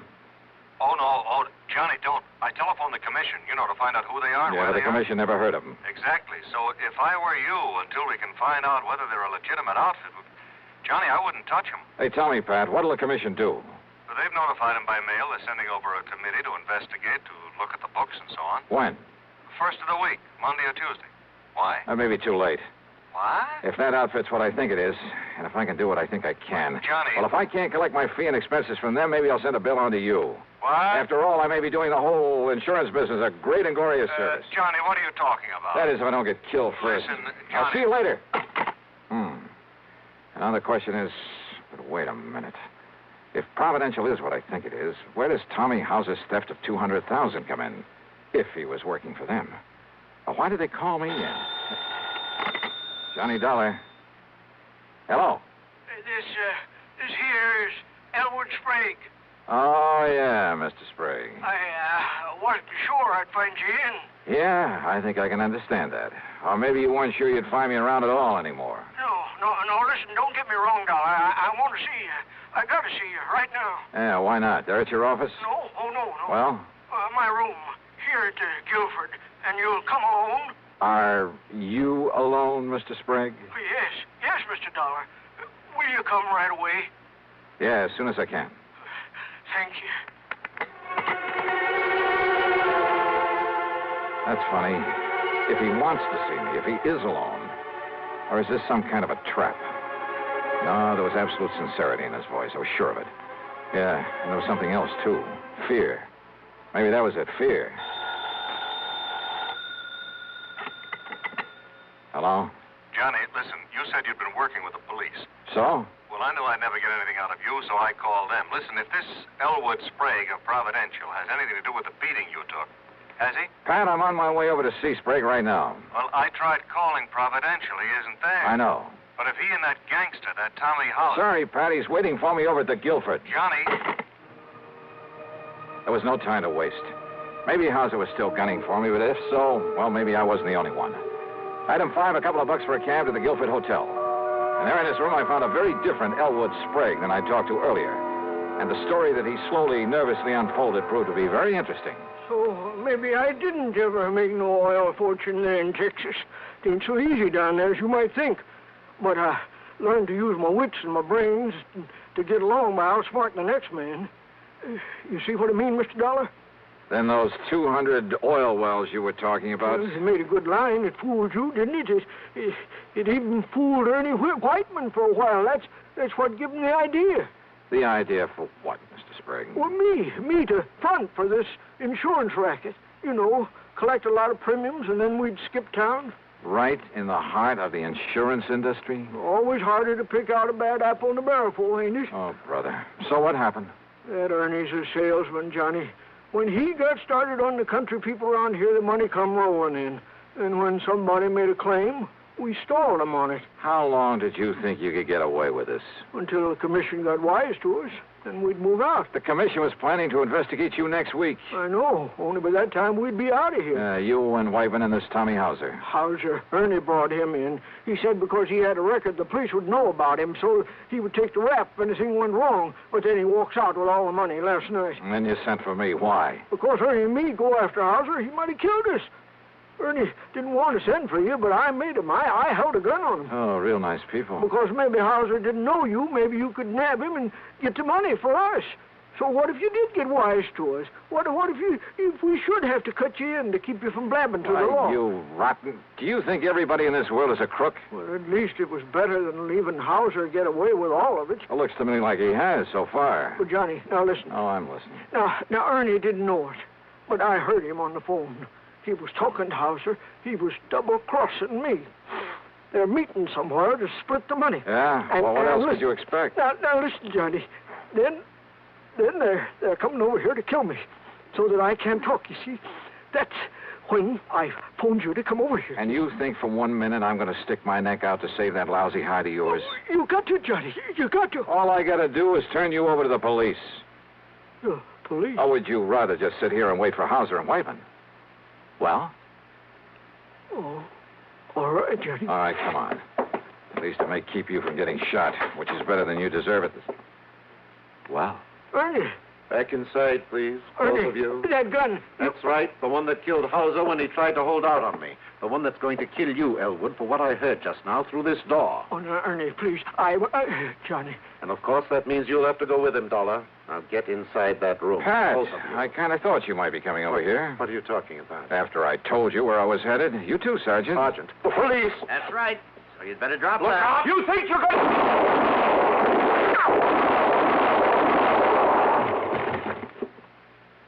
Well, Johnny? Well, thanks, Ed. You too, Pat. Oh, and Ed. Yeah, Johnny. Maybe you'd better put a pair of cuffs on Mr. Sprague here. You know, to keep him out of any more trouble. Oh, I'll go along peaceful.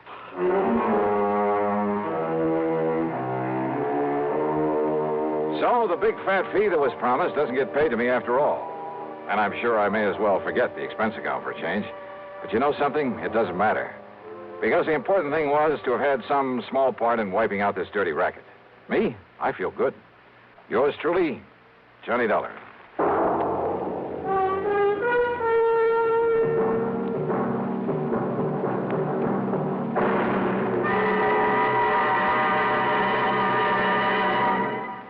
Our star will return in just a moment. Constipation is something people don't talk about much, but it can be a problem for anyone, even doctors. And when constipation occurs, it's interesting to see just what doctors consider important about a laxative they might use or recommend. Well, a majority of the doctors we heard from had this to say. A laxative should be effective, gentle, as close to natural acting as possible, and a medicine that can be used with complete confidence.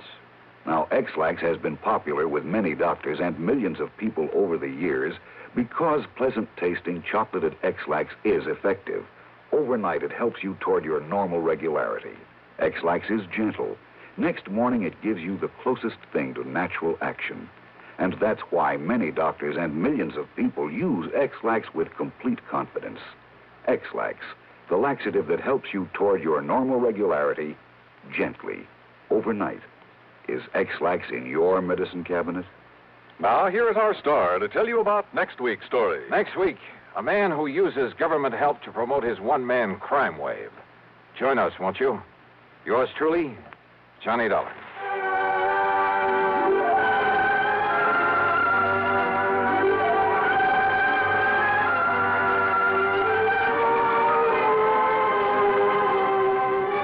Truly, Johnny Dollar, starring Bob Bailey, originates in Hollywood and is written, produced, and directed by Jack Johnstone.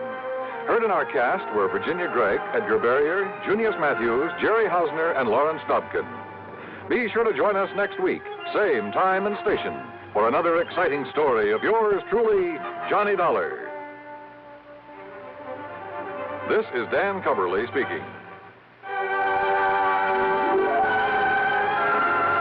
Next, the nerve-tingling progress of a man hurled into space from Suspense on the CBS Radio Network.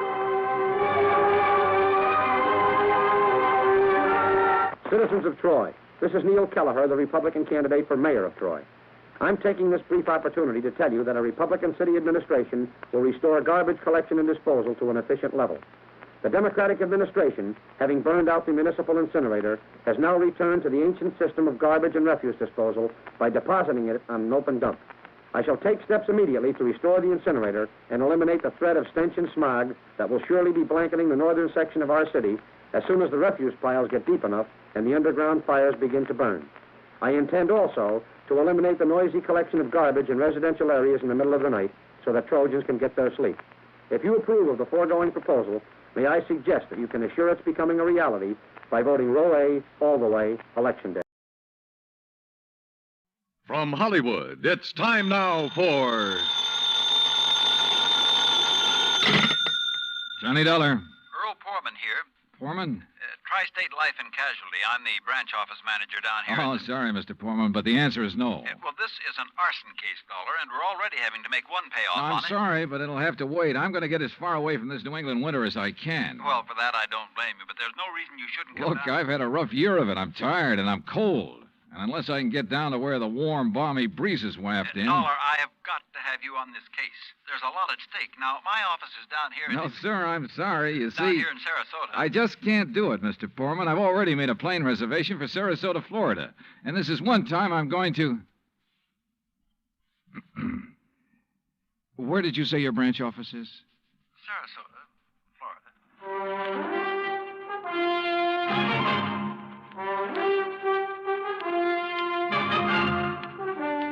Bob Bailey in the exciting adventures of the man with the action-packed expense account, America's fabulous freelance insurance investigator. Yours truly, Johnny Dollar.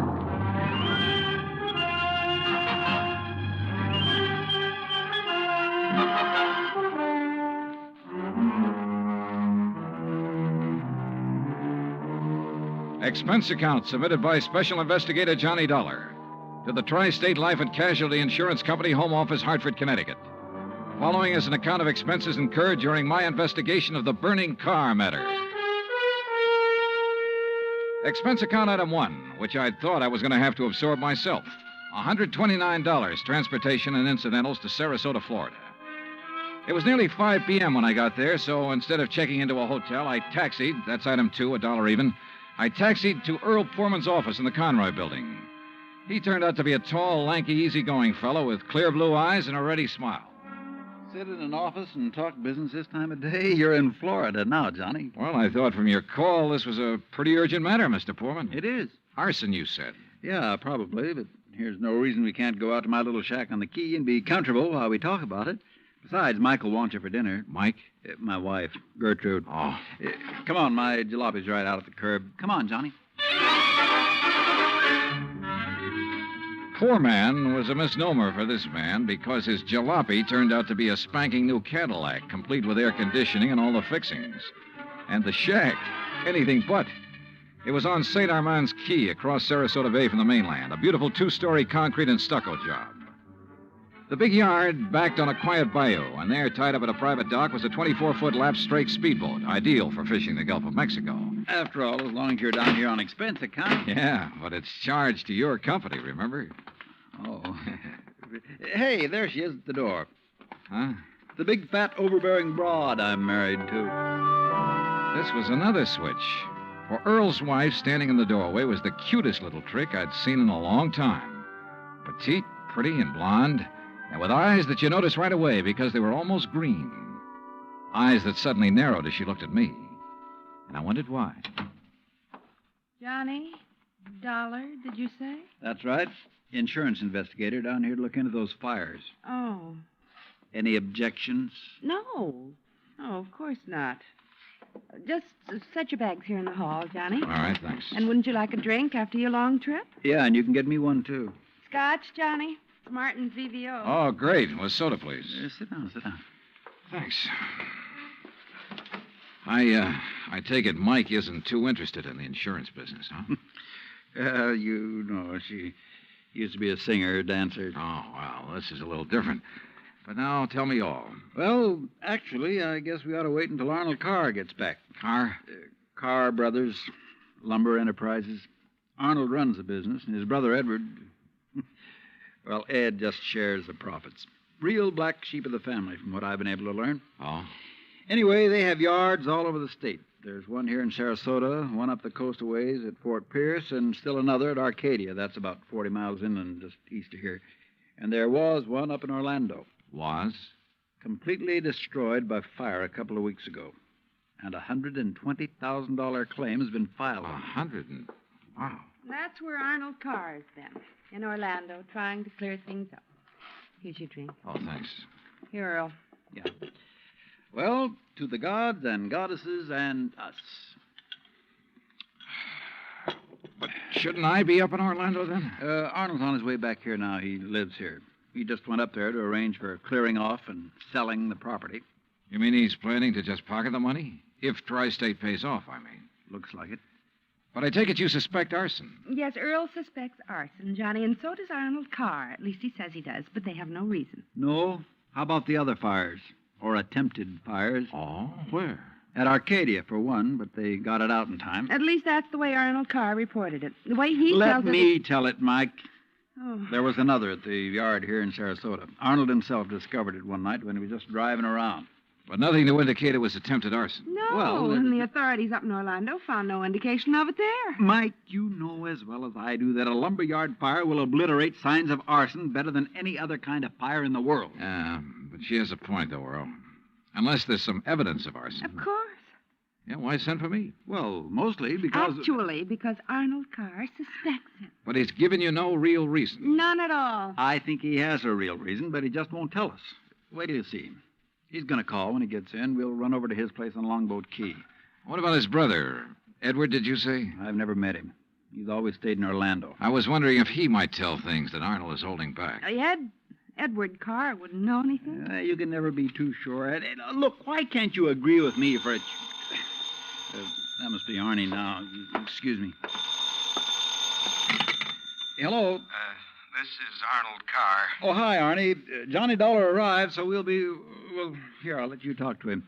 Here, Johnny. No. Okay. No, Earl, listen. What? I told you before it was arson. It was arson again tonight. Tonight? What's that?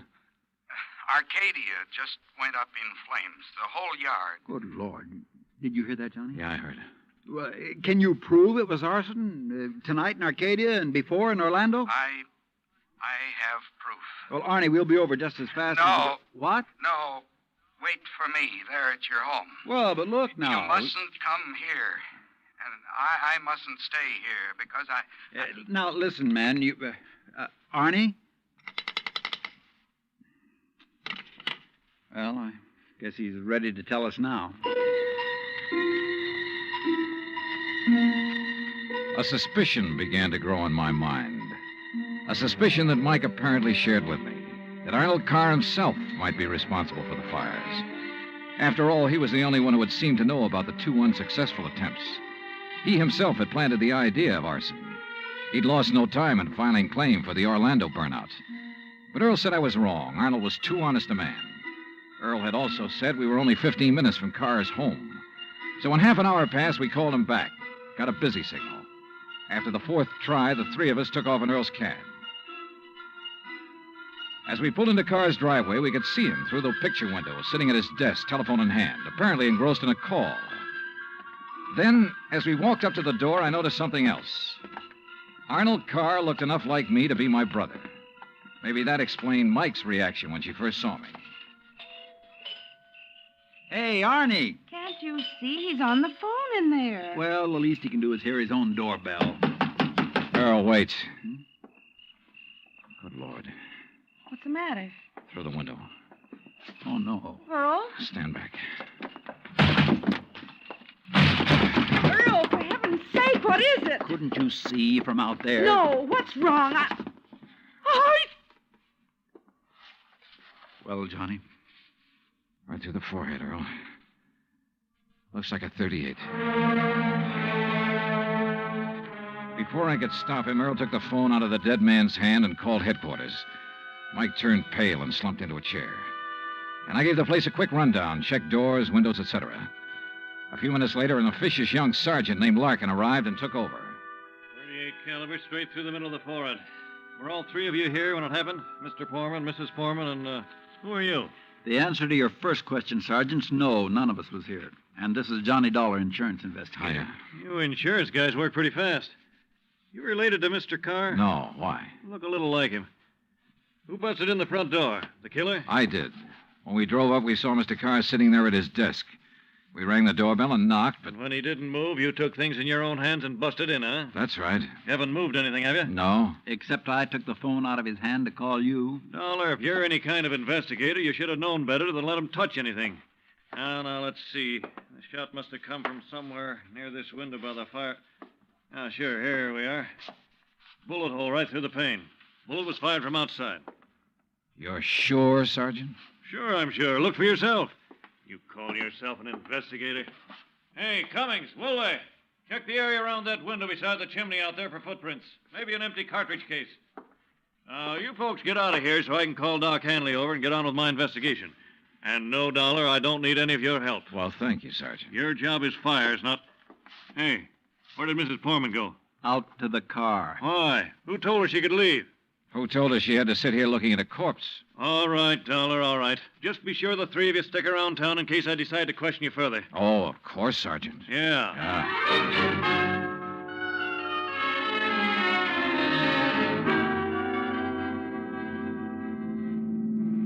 Not shot by somebody standing outside? What do you mean, Johnny? Oh, I spotted that bullet hole in the window, too. So? I also noticed there were no particles of glass on the inside sill. But there were some on the outside. Yeah. The shot that made that hole was fired from inside that room to make it look as though it had come from outside.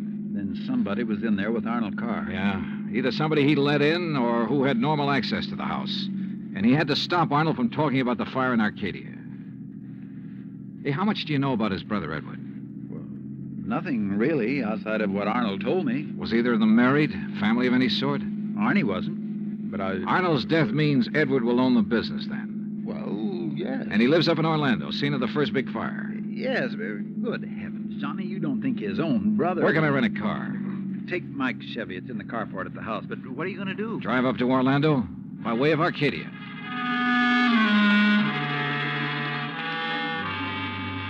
When I got to Arcadia, only a few people were standing around the remains of the fire. One hose company was still working on it, and a couple of police were poking about in the embers. Walking toward it, I almost stumbled over a little old man sitting alone in the darkness beside a palm tree, hunched over, his head in his hands, sobbing. He didn't even look up when I stopped beside him. It's like losing part of my own life, it is. You lost someone in the fire, sir? No, son. Only part of my life. I helped build up that yard. Me and Mr. Arnie. Arnold Carr. All along, he's been worried about it. And last week, when him and me smelled smoke and come over here and put out the barrel of trash that was smoldering, he knew. Knew what? That somebody was trying to burn him out? That's why he stopped by tonight on his way home. That's why we drove over here, him and me. And I brought my gun just in case. Yeah. Well, we got here too late. It was already blazing. And when he seen the automobile pulling away... What auto? Yes, Frank, he said to me. I knowed he was the one trying to burn me out, he said. Who, old-timer? Who do you mean? He didn't say. Then he called the fire department. That car that pulled away, what was it? Just a auto, big white Buick. But he tied it in with whoever set the fire. All he said was, I knowed he was the one. Do you know who it was he meant? Well, he told me even if I did know, I should never tell. Even the police. Well, who do you think it was? Break my word to Mr. Arnie? Never, son. All right, look, old man, I'm sorry to have to tell you this. Mr. Arnie's dead. What? But he can't be. He was... You. Huh? Maybe you thought in the darkness I would know you. But I do know you. Oh, now, just a minute, old-timer. If Mr. Arnie's dead, it's because you killed him. What? Just like you set the fires. No, I'm not who you think I am. And I'll kill you. That's what I'll do. Put down that gun. I'll kill you.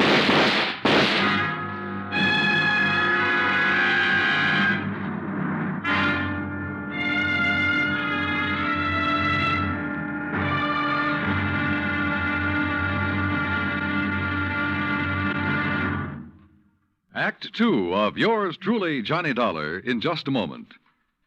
Back in the old days, the very old days, that is, a girl named Cassandra had a corner on the oracle market. But nowadays, you can do some foretelling yourself. On Jukebox Jury, for example, you can help decide which of Tin Pan Alley's new recordings are destined for the hit brackets and which ones are likely to spiral all the way down to oblivion. Remember, Jukebox Jury is yours to hear on most of these same stations every Sunday. Now, Act Two of yours truly, Johnny Dollar, and the burning car matter.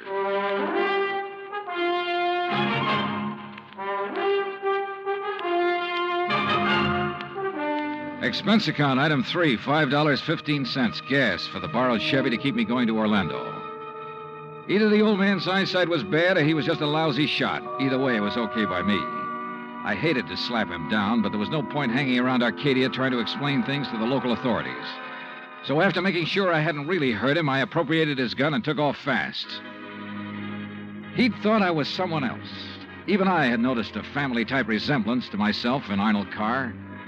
Sergeant Larkin had asked me if I was related to him. And now the old man at the fire had apparently thought I was the one who... Oh, well, I'm afraid I made the rest of the trip to Orlando in somewhat less than legal time. And at police headquarters, I barged into the office of Lieutenant Cal Hudson without bothering to be announced. Early in the morning? Sit down while I finish up a report, Mr. Carr. Thanks. I was trying to reach you, but we got no answer to the phone at your house. Well, that's very interesting, Lieutenant. I'm afraid I have the painful duty of notifying you that your brother Arnold down in Sarasota last night... Why did you say very interesting, Mr. Carr? Or had you already learned... I'll be doggone. Yeah. You're not the first one. Who are you? Johnny Dollar, insurance investigator. I can't believe it. Dollar, you look enough like Edward Carr to be his twin. You even sound a lot like it. I take it you haven't located Edward yet. Well, no. Lieutenant, I think Edward Carr is the firebug we're after. And the killer. Wait a minute. Briefly as possible, I told him of Arnold Carr's phone call to Earl Poorman, his emotional upset just before he was killed. I told him Arnold had been murdered by someone inside the house, someone close to him, and that everything indicated that someone could very well be Edward Carr. That's still all just theory, Dollar, without any proof. Well, I will admit that Edward is a pretty worthless playboy living off the profits of the lumberyard. In any event, the lieutenant promised to put out an APB on Edward Carr. That was at breakfast for the two of us, item 4, $3.25. Before I left him, he gave me Ed Carr's address, 1726 Allen Place. As I expected, there was no answer to the doorbell at 1726, so I tried visiting up the street. It quickly became clear that Ed Carr wasn't very popular in this otherwise quiet, well-ordered neighborhood. Those big, noisy parties at all hours of the night, cars parked up and down the street, blocking respectable people's driveways. Yes, ma'am. You know, well, once in a while you expect a person to have callers and such. Me, I have the ladies' bridge club every third Wednesday, for instance. Well, that's nice. But these are all ladies, not like some of the trash that man and his friends have, dancing and drinking and carrying on at all hours. yes, you mentioned cars, Mrs. You Harper. know, people like Mrs. Hereford Robbins. She's awfully nice. And Janet Osterworthy. Now, she's a widow. Well- And, you know, she could have her pick of anybody she liked. But does she ever look at another man? No, sir. And then there's Mrs. Harper, Yes. you mentioned cars. Do you know what kind Mr. Carr drove? Why, yes. It was a big white one. And the make? Well, no. My husband, when he was alive, always drove a Maxwell, and I guess that's the only kind I ever got to know by name. But Mr. Carr's is white. Only I guess that isn't much help to you, is it? All the white cars here in Florida, I mean. Look. Now, even that blonde hussy who's around him all the time drives a white car. Oh, I really shouldn't use a word like that, though, should I? But it fits. Wait a minute. What blonde, Mrs. Harper? Mr. Dollar, I don't pay any attention to people like that. Why, you'd think she owned that house of his, the way she keeps popping in and out all hours as if she belonged there. Mrs. Harper. And drives all the way up from Sarasota, too. Do you know who she is? I do not. I refuse to pay any attention to people like... And the way she dresses, too, like a newly rich chorus girl with all her fancy clothes and furs and things. How do you know she comes from Sarasota? By the license on her car, of course. Every city has its own number. You know that very well. And hers is 12WW something. And you don't know her name? Of course not. Flaunting all those expensive furs as though she bought and paid for them herself. And if there's anything I hate to see, it's a little shrimp loaded down with furs. Now, a tall person I like see. me... And Well, her thanks. Eyes, if there's anyone I don't trust, it's a person with green eyes. Well, Thank you, Mrs. Harper. Her description of Carr's girlfriend stopped me in my tracks. That description could fit Mike Poorman to the letter. Petite, blonde, green eyes, and she came from Sarasota. And then I remembered Mike's reaction when she first saw me. Her dismissal of Edward as a possible suspect. There was obvious friction between Earl and Mike, too. I figured it was just normal in a couple who'd been married for a while. But now... Item 5, $1.30 phone call from the nearest booth I could find to Earl Poorman at his office in Sarasota. No, she isn't, Johnny. Why? Well, do you know where Mike is? When I woke up this morning, I could hear her talking to her girlfriend, Betty, on the phone downstairs. Betty? Betty lives here in Sarasota. They used to be on the stage together, sister act, you know. Yeah, well, Well, then when I went down for breakfast, she was gone. Took my car, too. I had to come here to the office in a taxi. Yeah, well, okay, Earl. Thanks a lot. Hey, now, wait a minute. How are you doing? You found out anything I ought to know about this arson and murder business? No, Earl, nothing that you need to worry about. Liar. I sat down at a corner drugstore. That's item 5, 80 cents, over a sandwich and a Coke to try to think things out. But I'm afraid I didn't like anything that I thought. Finally, I drove over to Allen Place again. I parked a couple of blocks away and walked to 1726. I rang the front doorbell, knocked a couple of times. Then I slipped around to the back door, finagled a lock on it with a little celluloid pocket calendar, finally got it open. I left it open for the sake of a quick exit if such became necessary. But I guess that was a mistake. For a couple of minutes later, as I rounded the corner from the den into the living room, I felt the barrel of a gun poked into my back. Out of town, huh, Ed? Now, wait a minute. Don't move, Eddie boy. Trying to stall off pay me the $5,000 by saying you're going to be out of town, huh? Okay, so you think I'm Edward Carr? You kidding?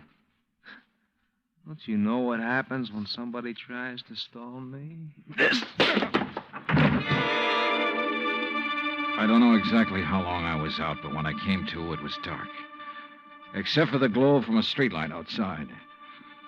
And what roused me was the sound of footsteps, feminine steps, cautiously entering the back door.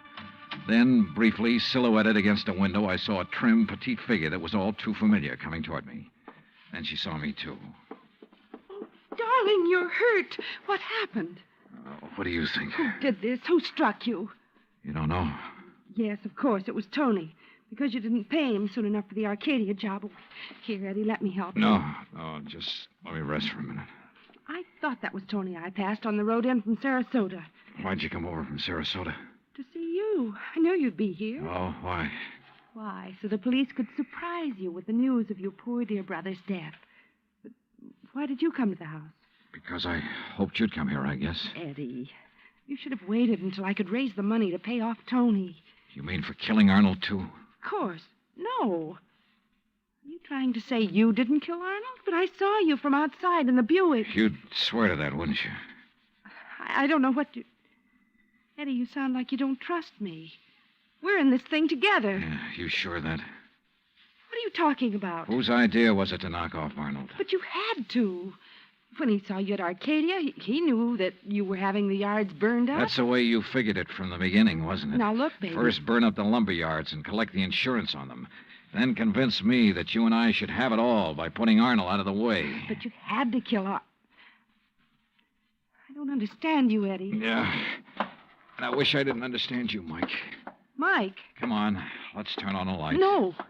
No, somebody sees us. Eddie, you... Who are you? Are you kidding, Mike? Wait a minute. Who are you? You're that insurance investigator, Johnny Dollar, that Mike told me. Let me out of here. Oh, no, you don't. You're staying right here. Mike Poorman's sister, aren't you? Well? Oh, sister. So we once did a sister act before she married that Poorman guy. Now, let me go. Not by a long shot. You may as well, Dollar. What? Eddie. Don't move, Dollar. Get his gun, Betty. Get it. Yeah, sure. Here, Ed. Good. Ed Carr, huh? That's right. And you know we do look alike, you and me. Yeah, sure. Enough for Betty here to have told me all I need to know. Don't believe him, Eddie. He's lying. I heard, No, baby. Eddie, I thought it was you. Don't you see? Sure. Why'd you come up here anyway? Because Mike told me that Dollar was coming up here. You been shooting off your mouth to her, too? She knew about us. She thought you might have something to do with the fire. She was my friend. She was trying to get me out of this whole mess, and I wish I'd listened to her. Well, it's too late now, baby. Eddie, what are you going to do? Now I gotta get rid of both of No! them. And figure some way to shut up Tony's mouth. Ed, please! You know you'd never get away with it, Carr. Oh, no, I'll call him. That's what I'll do. Yeah, Betty, and he'll come here to get his money. Then I'll call the police, see? Tell him to come right away. Tell him I found out about you having Tony start the fire. What? That's right, that you had him burn up the yard so there'd be even more money for you to bleed from me, like all the dough you got from me already. You're crazy, Ed. I'll tell the police to meet me here. And when they come in, it'll just be in time to see me kill Tony in self-defense. After getting here too late to save you, I'll tell them. You're out of your mind. They'll check that gun of yours so fast. And that'll prove it. Because the only shot out of my gun will be the one that gets Tony. This gun of yours is the one that's going to knock you two off. And they'll think it's Tony's. Oh, Eddie, please, you're drunk. Are you crazy? Crazy to save my own life, to keep you and Tony and Dollar from putting a noose around my neck? If you think that harebrained scheme of yours will ever work, you're off your rocker. It's got to work, because it's my only chance, so it's going to work now.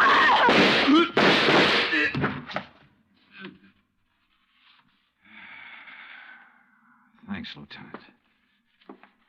I'm afraid I was too late to save her, Johnny. Mm-hmm. Yeah.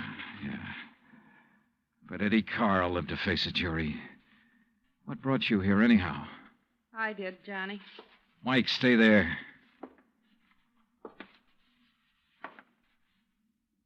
Stay right here, Mike. I know. I don't want to see it. She was my friend. Where's Earl? I came alone. When I talked to Betty this morning, I knew your suspicions about Ed were right because, you see, I knew Betty and Ed were going together. Earl didn't know. Yeah. Maybe you better call him.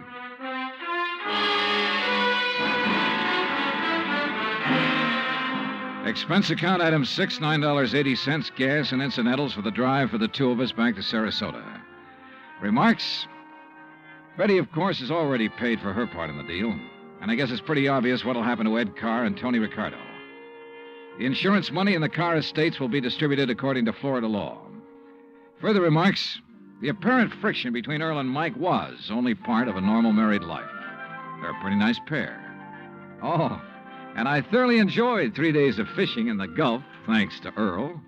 Expense account total, including all the incidentals I could think of, $385.26. Yours truly, Johnny Dollar.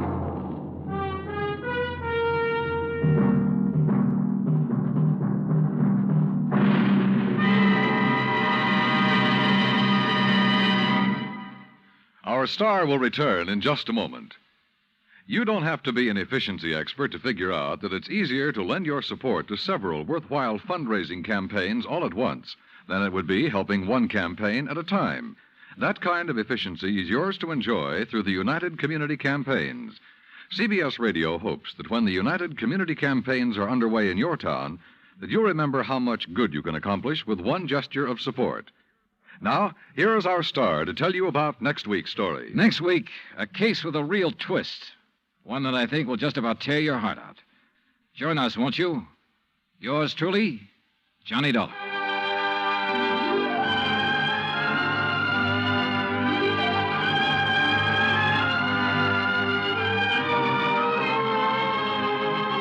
Yours truly, Johnny Dollar, starring Bob Bailey, originates in Hollywood. It is produced and directed by Jack Johnstone, who also wrote tonight's story. Heard in our cast were Virginia Gregg, Harley Bear, Victor Perrin, Bob Bruce, Harry Bartell, Vivi Janis, Tony Barrett, and Junius Matthews. Musical supervision is by Amerigo Marino.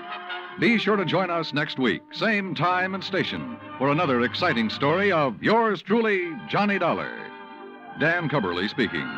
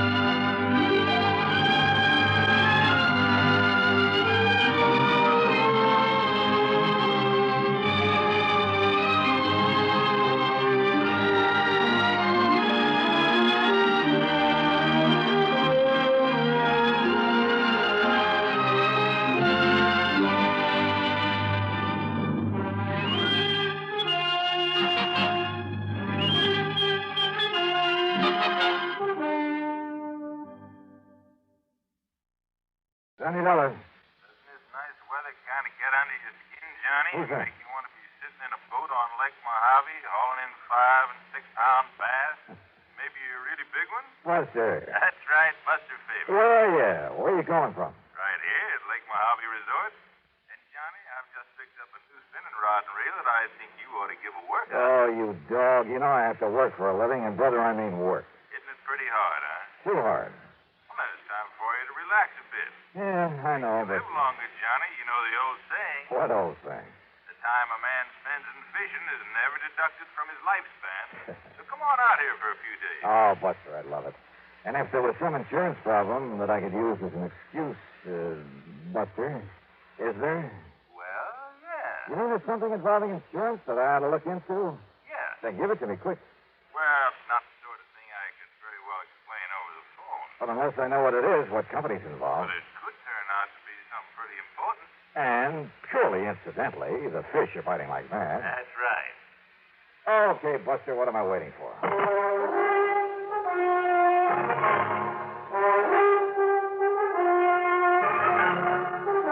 Bob Bailey in the exciting adventures of the man with the action-packed expense account. America's fabulous freelance insurance investigator. Yours truly, Johnny Dollar.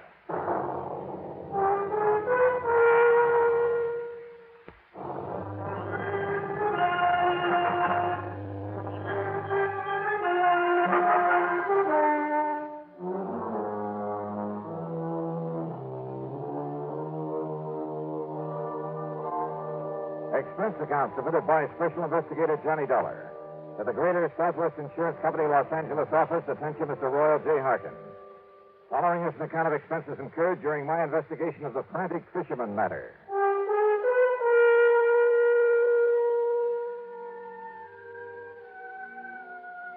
Roy, why kid about it? When I started this trip, I had no way of knowing that your company was involved. Knowing Buster Favor, I honestly figured that his mention of an insurance angle was just to give me a good excuse. But when you've read the facts in this report, I'm sure you'll agree that Greater Southwest should pay the old expense account without question. Yeah, and probably a nice extra fee to boot. All right. Item 1, $154.50 night flight from Hartford to New York to Las Vegas, Nevada. Item 2, $50 deposit on a rental car. I headed south and east to Lake Mojave Resort.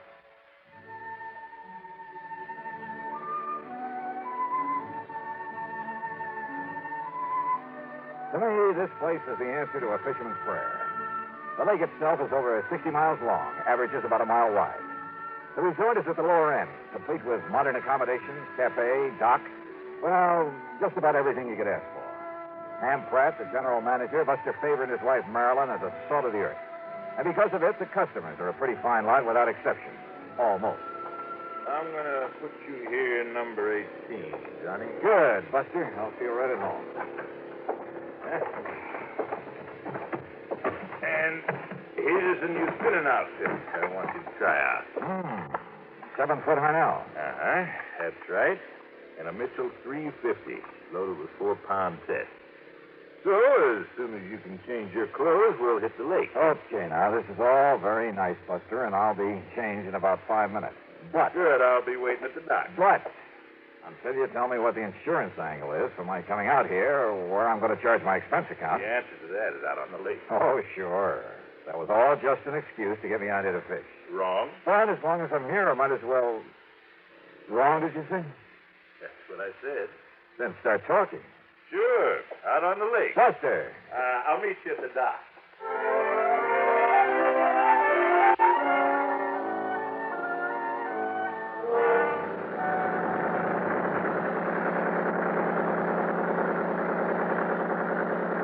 The big 35 on Buster's boat moved us up the lake at an easy 30 knots. The day was clear, the weather warm. I could hardly wait to break out the tackle and get started. But Buster carefully passed up half a dozen holes where I knew there were fish. Instead, we kept going 5 or 6 miles up beyond the power line crossing. And then finally we nosed into a long, narrow, L-shaped cove. It extended back from the main body of the lake a couple of 100 yards, with flat, rocky walls on either side. At the end, it angled off to the left for perhaps 100 feet. I knew there was a very deep hole there, but as we idled in toward it, I noticed another boat back there. And the man in it seemed to be using a mighty strange fishing technique. He had a long, heavy saltwater rod in his hand, and from the bend in the tip of it... Now, how about that? Somebody feed us into this spot. We'll swing around and... Oh, fine.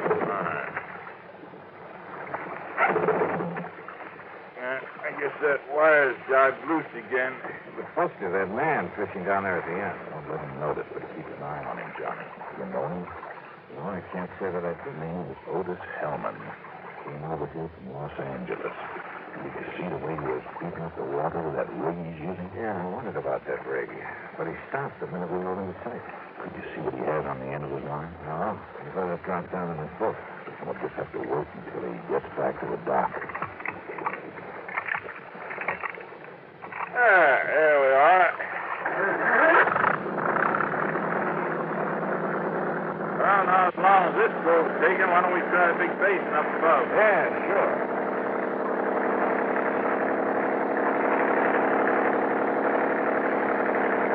Now, what did you mean, Buster, about that man in the boat? Where'd you get a close look at that rig he's using? Wait a minute. Otis Hellman, did you say? That's right. In all the papers last week. Got out of prison over in California. Yeah, sure. Yeah. Fishing, huh? At the end of that same code, day after day. But if you ask me, that man isn't after fish.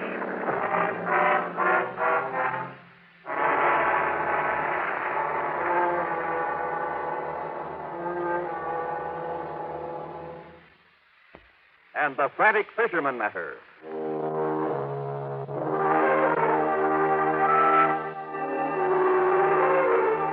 Buster Faber and I went up to Sculpture Rock there on Lake Mojave. We caught fish, plenty of them. Nice big lunker bass. We also kept an eye open for the man who'd been so frantically working the little cove on the way up, using heavy saltwater tackle in a rather peculiar way.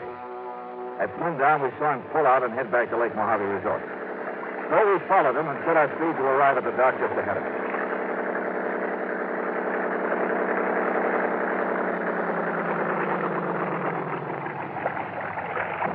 Well, here we are, Johnny. Back home same day. Yeah. Size up, Jim. Take care of these fish for us. Sure thing, Buster. Hi, Mr. Dollar. How'd you make out? Oh, pretty good, Jim. Here you are. Hey, you men did all right. Evening, Mr. Hellman. How'd you do today? Nothing, Mr. Faber. Not a thing. Oh? Where were you fishing? All over the lake.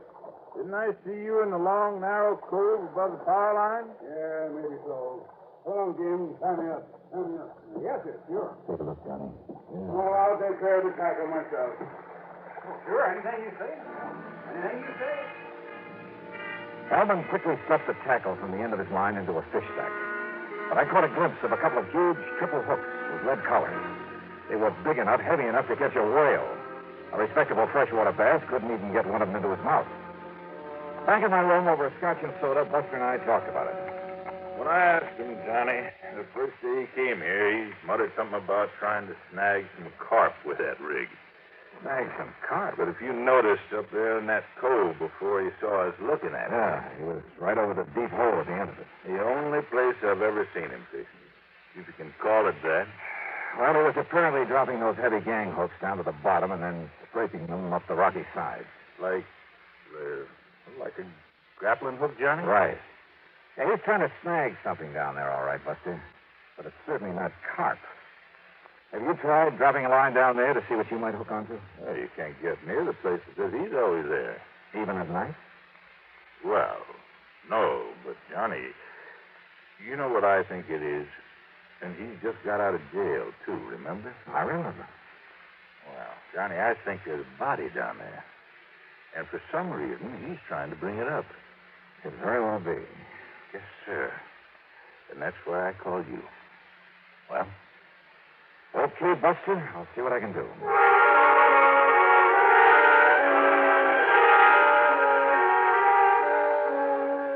Buster had said that Hellman came here from Los Angeles. Well, there was a man in L.A. who was a veritable fount of information. Royal J. Harkins at Greater Southwest Insurance. It was evening now, so I put in a call to his home. I paid him through 85 cents, and he had plenty for me. Of course I know who Otis Hellman is, Johnny. When he and that partner of his walked out of McKinney Mining Supply with $60,000, and in cash, mind you, we had to make good on it. Is that why Hellman was sent to prison, Roy? Yeah.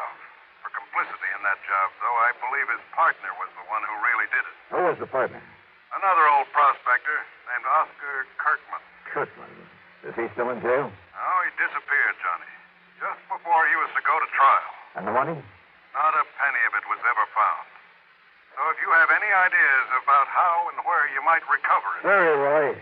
But if you're interested in Kirkman's body, I might be able to find that for you. What?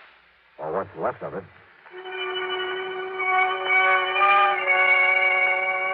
And yet, how could I be sure? I mean that it was a body that Hellman was trying to locate up there in that deep little cove.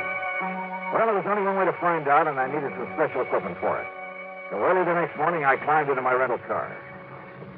Bryce Shelby Sporting Goods up in Las Vegas, Johnny. That's the closest place you know, huh? I'm afraid so. Okay, then, here I go.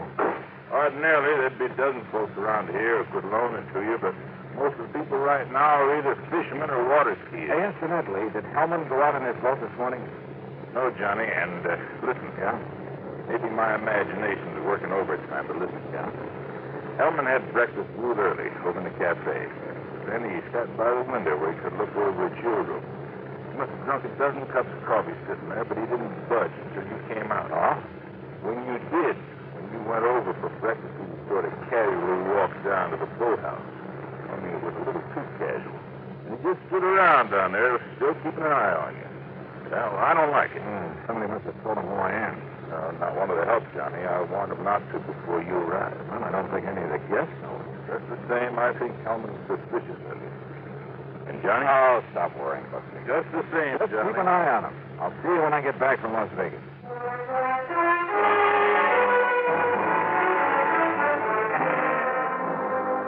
It was nearly 100 miles to Vegas, and I made it in 2 hours flat.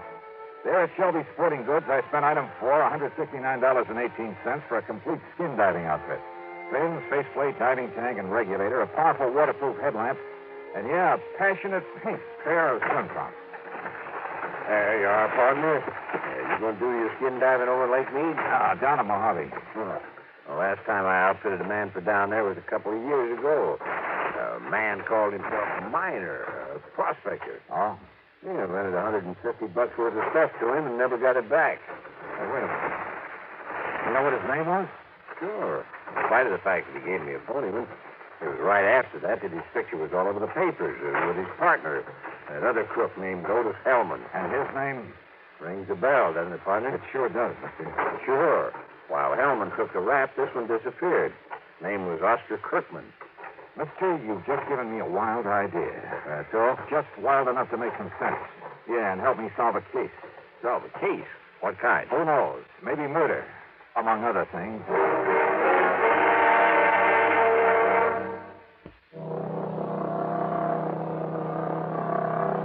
On the drive down to Lake Mojave Resort, I stopped in Boulder City at the office of the National Park Commission. There I got hold of a topographical map of the whole area before Lake Mojave was filled up by David Sands. Then, back in my room at the resort, I went over it very carefully. I only got a minute, Johnny, before I drive over to Bullhead City. But I saw you come rearing in a minute ago, and what do you got there? Hey, come here. Huh? Look, Buster. Take a look here on this map. Yeah? Before the new dam filled up the lake a few years ago. Uh-huh. Over here. There. Now, look here. Oh. Why, yeah, that's where that long cove is now, where Otis Hellman's been working with that phony rig of his. Uh-huh. And in the deep hole at the end of that cove... Kirkman Folly. That is right. Kirkman had a mine there before the lake was filled, when it was all just desert land by the side of the Colorado River. And right there is where Hellman is grappling for something. Right. Kirkman disappeared, Johnny. Yes. But what really happened is that Otis Hellman killed him and stuffed him down there in that underwater mine. Maybe. But why he wants to bring him up again, whatever is left of him. Buster, I want to use your boat. Well, sure. And if Hellman hasn't gone out fishing, has he? Oh, he's still hanging around down at the dock. All right, good. Somehow you've got to keep him from following me. Well, Hellman's seen you and me together so much, but I can have Jim fill up the fuel tank on Hellman's boat and meantime take out one of his spark plugs, something like that. Good. He'll have plenty of chances because Hellman will be watching me when I take off. What are you going to do? A little skin diving up at the end of that cove. And don't be surprised at what I may bring up.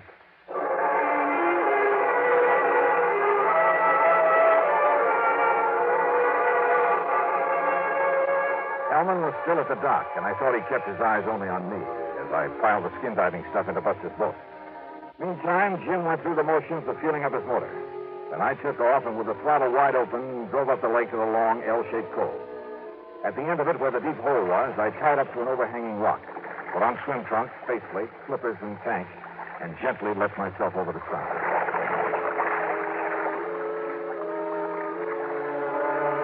I've done a lot of skin diving here and there, but this was something new.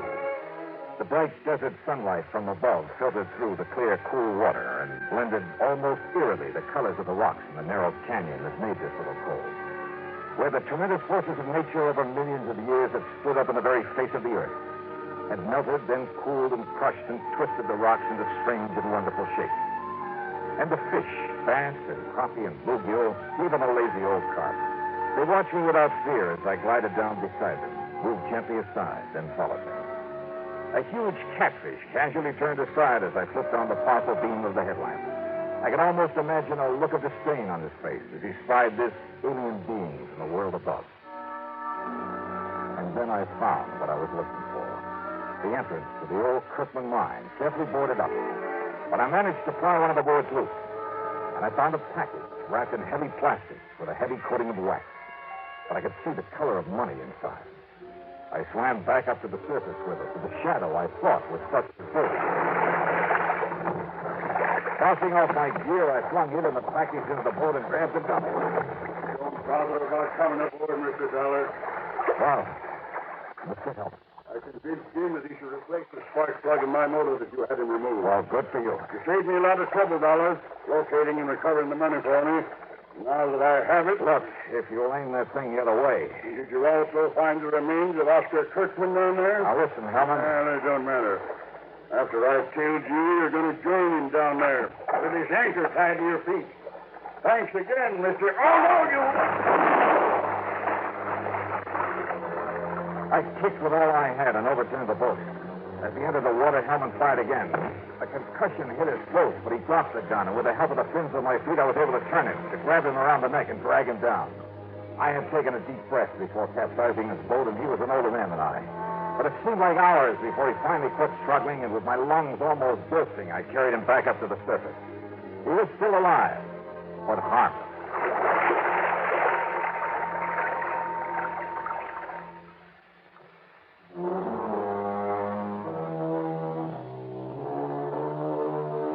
Buster, bless his heart, had been worried when he saw Hellman follow me up the lake. So he had borrowed a boat and was waiting for us there at the end of the cove. Otis Hellman? Well, that's up to the court. The money, of course, all $60,000 of it will go back to the company. So expense account total, including all the incidentals I could think of and a couple of days of good fishing, $650.85. Yours truly, Johnny Dollar.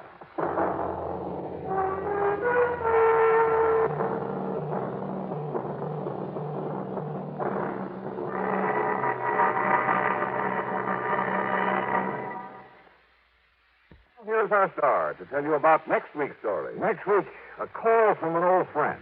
Yeah, to meet with death in the desert. Join us, won't you? Yours truly, Johnny Dollar.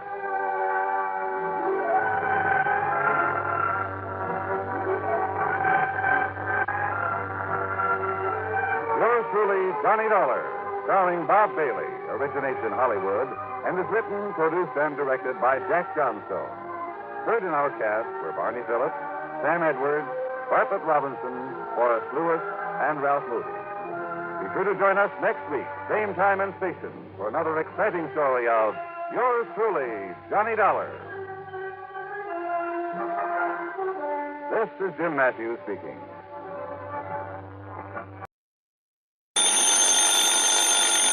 Johnny Dollar. Ed Barringer, Continental Insurance and Trust. Well, nice to hear from you, Ed. It's been a long time since Johnny, you called me. listen. Yeah? I've already telephoned the airport, made a reservation. Well, good for you. Have a happy trip. No, Johnny. No, that reservation's for you. It's on the next flight down to New York. For me? What for? So hop into your car and get on out to the airport just as fast as you can. You've only got a few minutes to make that flight. Whoa, hold on. Wait a minute. I'll meet you there at Bradley Field, give you the address of the man in New York and all the details. Yeah, what man? His name is Lucian R. Look, Johnny, there isn't time. Get on out there to the airport. Yeah, you look. Unless I know why you want me to get down and see this Lucian, whatever his name is. Well? Sure, I'll tell you why. Well? Johnny, it's to prevent a murder. Oh?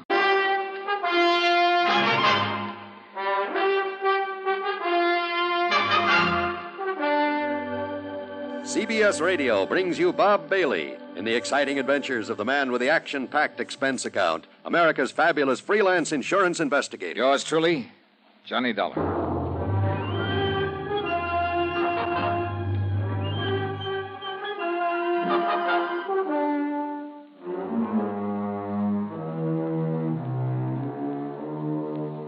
Expense account submitted by Special Investigator Johnny Dollar to the Continental Insurance and Trust Company, Home Office, Hartford, Connecticut. Following is an account of expenses incurred during my investigation of the back-to-the-back matter.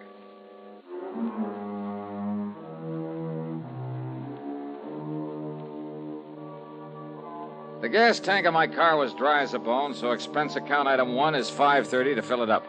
Then I tore on out to Bradley Field, and sure enough, Ed Behringer was waiting for me. Over here, Johnny. Oh, yeah. Is this plane over here? Hi, Ed. How are you? Here now. Here's your ticket. Okay. And here's Mr. Fletcher's address down in New York. Fletcher? Lucian R. Fletcher, head of the Fletcher Advertising Agency. Oh, wants to buy some commercial time on my radio show? No. Well, he better talk to the folks at CBS. No, Johnny, listen. Oh, yeah, that's right. You mentioned that nasty word, murder. He phoned me just before I called you. That agency of his is a small one, but prosperous. Up until a couple of years ago, when he took on a partner, it was practically a one-man operation. So? His partner's name is William Spade, Bill Spade. And what Fletcher called about was to tell me that Spade is out to murder him. Why? To get his hands on the advertising agency. What else? So jump onto that plane. No, wait, Ed. If Fletcher knows this, if he's sure of it... He's sure of it, all right. So, Johnny? Well, look, then why doesn't he call in the police? Have this guy, Spade, locked up? Spade is out of town on some business down in Philadelphia. But he's due back sometime today. There in New York. Now, Ed, look, Johnny, old man Fletcher isn't the kind to go off half-cocked to come up with a false alarm. So go on down there, find out exactly what's up, do whatever's necessary to nail down his partner, and... Well, go on, Johnny. Your plane's about ready for takeoff. Okay. As long as you're paying the freight. But now listen. Johnny, you haven't any time. Oh, I'll make it all right. Relax. Listen, as soon as we take off, you telephone Lieutenant Randy Singer. Sure. New York Police Anything Department, 18th Precinct, Homicide Division. Yeah, okay. Tell him what you just told me, and then I'm on my way. Sure. Now get aboard before you're too late. Sure. Item 2 on the expense account is, well, no, the ticket for the flight was already paid for, and of course I'd hate to be accused of padding the old expense account, or should I say getting caught. So, item 2 is a dime for a phone call as soon as I landed there in New York, and not to Mr. Fletcher's address at 614 East 52nd Street. 18th Precinct. Conroy. Yeah, Conroy, this is Johnny Dollar. Let me talk to Lieutenant Singer. Oh, hiya, Dollar. How's the private eye business these days? Special investigator to you, copper. Don't like being called a private eye, huh? What's your guess? And listen, us cops don't like being called cops anymore. Yeah, so I've heard. But haven't you heard, Conroy, that a rose by any other name?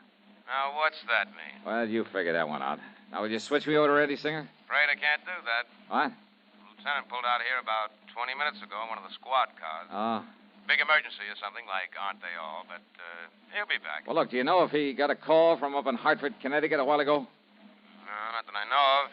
But I knew he came on duty about half an hour ago. Okay. But I know he made a lot of frantic phone calls before he took off, if that means anything. Well, does it? Also, he took the medico along with him. Well, listen, Conroy, when he comes in, tell him I'll be over at 614 East 52nd Street. 614? At the apartment of a Mr. Lucian R. Fletcher. Now, Dollar, you... Tell him if he can make it, I want to see him over there. 614 East 52nd. Yeah, that's right. Now, listen. Gotta go now. Item 3 is 640 for a taxi into 614. For some silly reason or other, the doorman at that snooty address hesitated about steering me up to Mr. Fletcher's apartment. That is, until I flashed my credentials at him and mumbled the magic word, emergency. Then I took the elevator up to the 9th floor.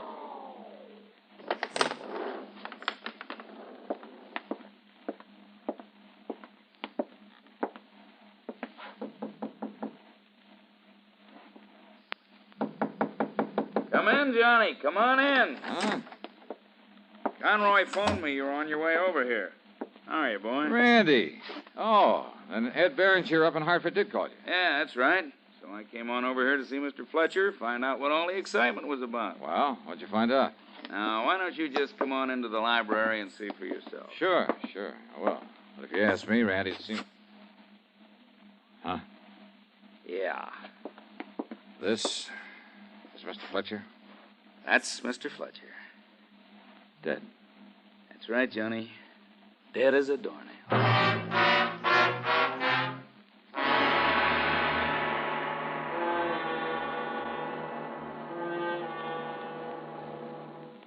Who'd you vote for in the last general election? You may not realize it, but you voted for someone you probably never heard of and whose name may not have appeared on your ballot. And who was this stranger? He was the elector appointed by your state to decide who was to be our president.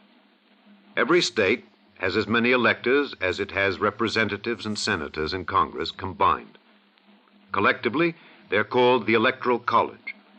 And it's the members of the Electoral College alone who can vote for the President of the United States. Your vote was cast for the group of electors that pledged itself to vote for either the Democratic or Republican nominee. But you did not vote directly for either candidate. A roundabout way of doing things? Yes. But you must remember that when the Constitution was written, there was no television, no radio, and few newspapers. The majority of voters had never traveled more than a few miles from their own homes. In these circumstances, it was impossible for a voter in Maine to know about the great public figures of New York or Pennsylvania, Virginia, or South Carolina. There were not even any political parties to guide him. And so the voter in Maine didn't try to do the impossible.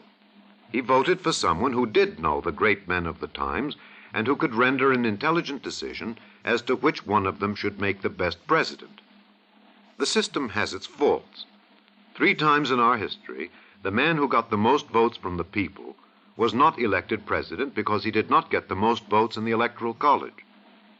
Yet no one today seriously proposes to abolish the Electoral College, because by and large, the people believe that in spite of its drawbacks, the present system of electing our president ensures that your country and mine shall be our country, under God. And now, Act 2 of yours truly, Johnny Dollar.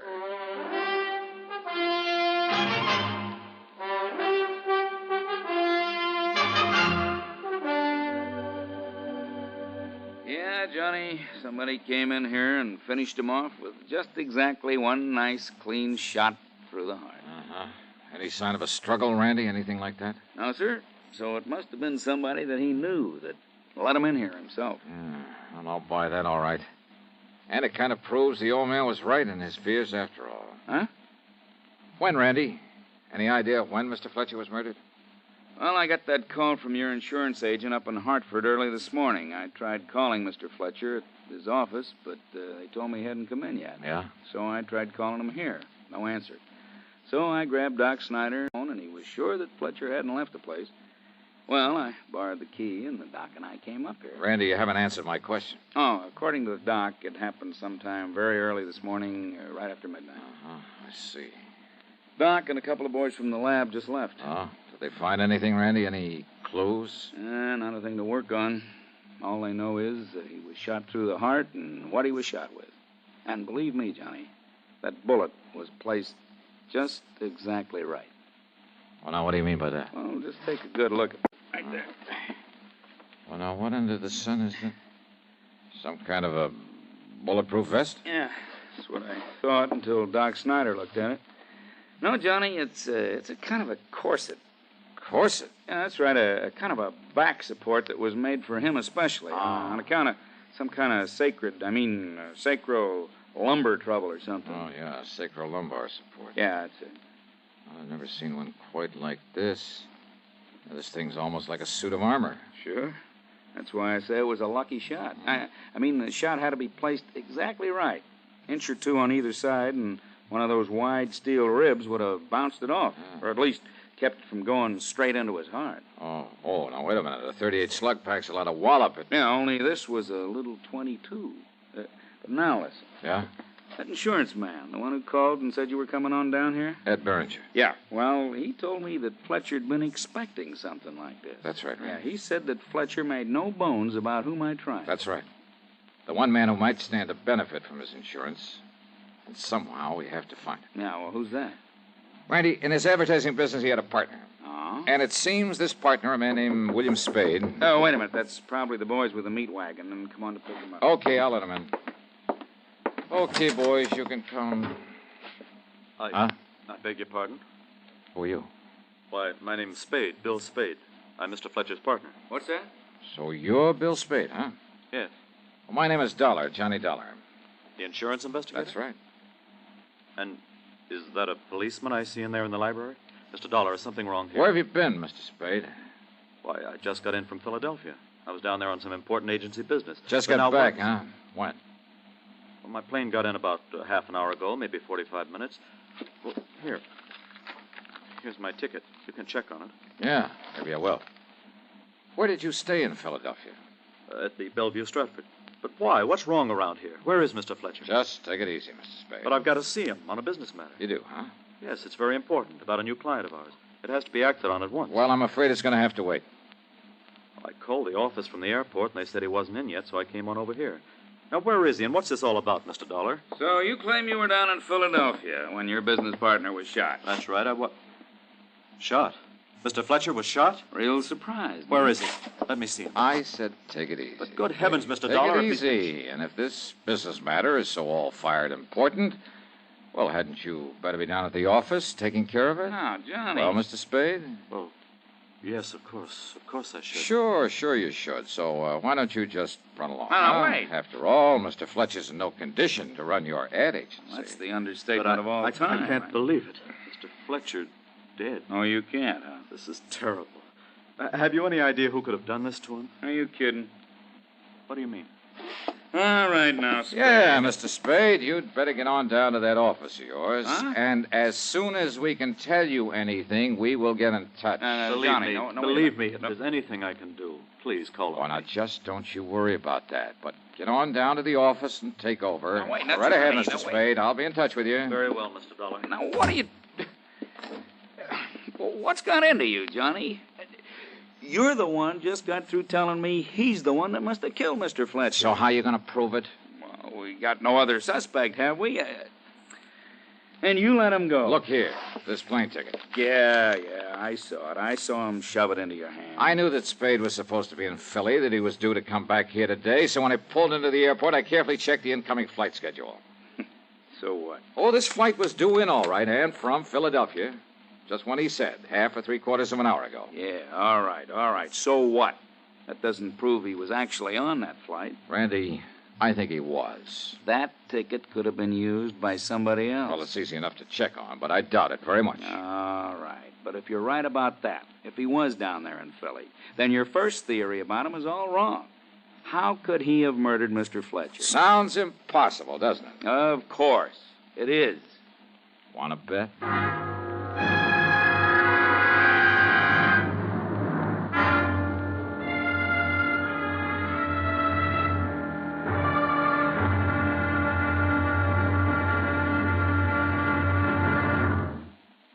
He looks just like his father.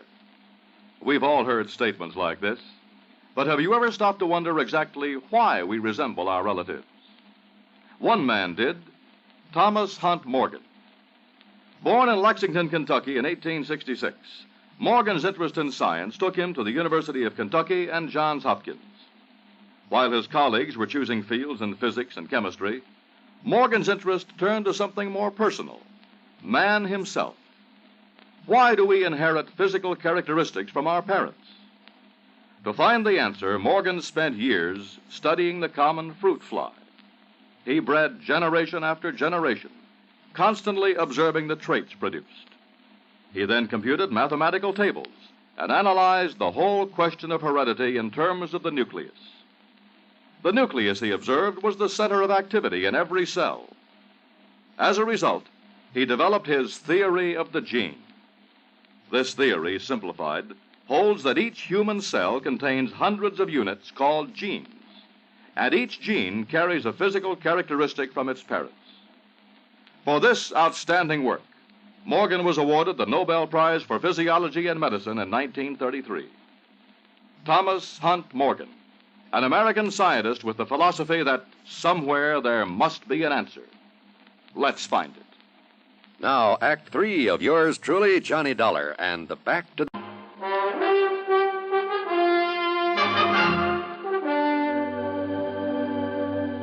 Expense account item 4, 10 cents for a call to the Fletcher Advertising Agency. No, sir. Mr. Spade isn't in yet. All right, then, miss. He telephoned that he would stop off and see Mr. Fletcher before coming in, at Mr. Fletcher's apartment. And he called you from the airport, didn't he? Yes, sir. And probably left the door of the phone booth open so you could hear the background noise of the planes and so on? What? Sure. So you know he actually was calling from the airport.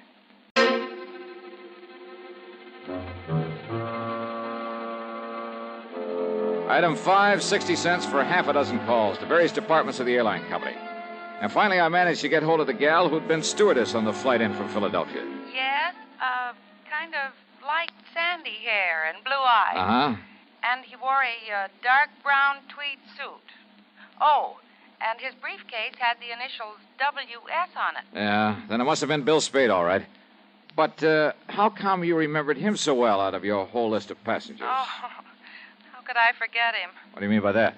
Oh, Mr. Dollar, from takeoff to landing, that whole flight was perfect. But Mr. William Spade insisted he was airsick, or on the verge of it. Oh? He must have pushed the call button a dozen times. Mary and I were busier with him than with all the other passengers put together. Oh, I see. Mary swore he was perfectly all right.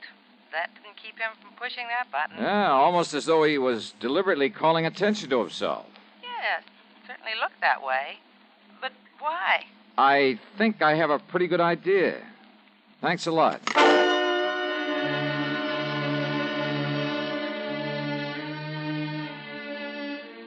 Spade told me he'd stayed over in Philadelphia at the Bellevue Stratford. Item 6 is $1.30 for a call down there. Oh, that's right, sir. Mr. Spade got his key from me and went up to his room at about, 10 o'clock last night. You mean he said he was going to his room? That's right. Then he checked out about 8 o'clock this morning. I see. If it means anything, he mentioned the importance of catching a plane to New York.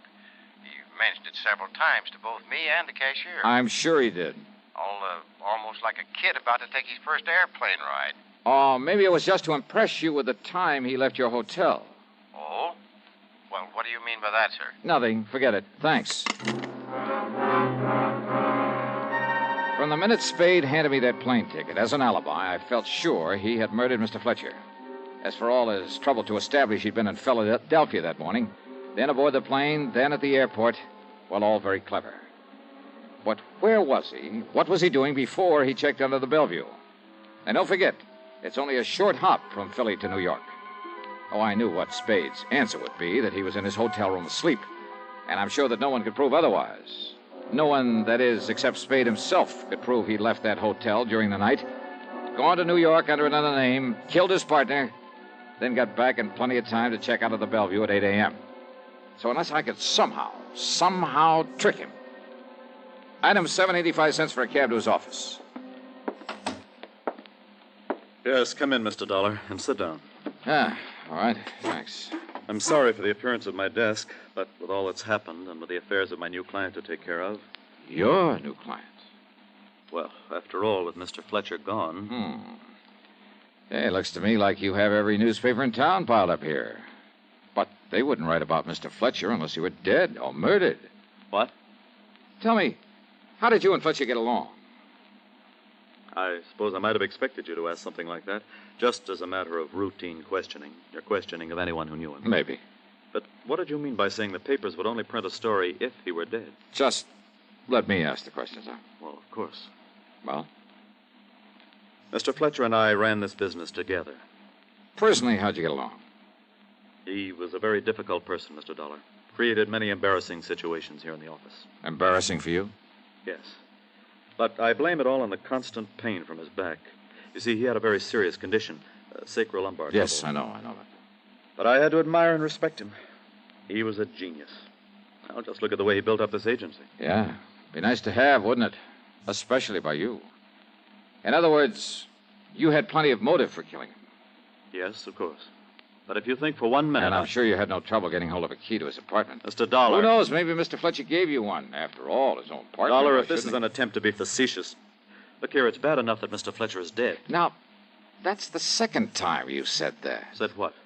That Fletcher is dead. Well, of course I... What? Did I say that he was? Or the lieutenant there at the apartment? You said he was shot. He must be dead. You mentioned his back trouble. Look here now. I myself saw that corset he was wearing, those wide, heavy stays made of steel. Oh, you mean... Why, it would bounce off it like hail off a roof. Now, a big gun, a .38. But you forgot all about that regular suit of armor he had around him. But he fell. I saw him fall. Sure you did. And I thought the bullet... But if I didn't kill him, I was sure I had. I'd aimed for his heart, and when he fell... When he... Oh. Yeah. Oh, no. Fletcher is dead. And now that you've told me who did it... Dollar, Please, listen. You, mind if I use your phone?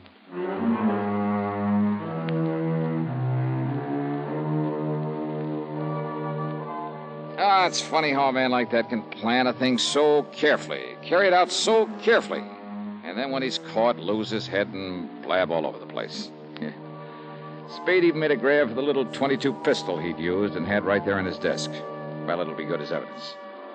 Expense account total, including a good meal on the fare back to dear old Hartford? $25.80. Yours truly, Johnny Dollar.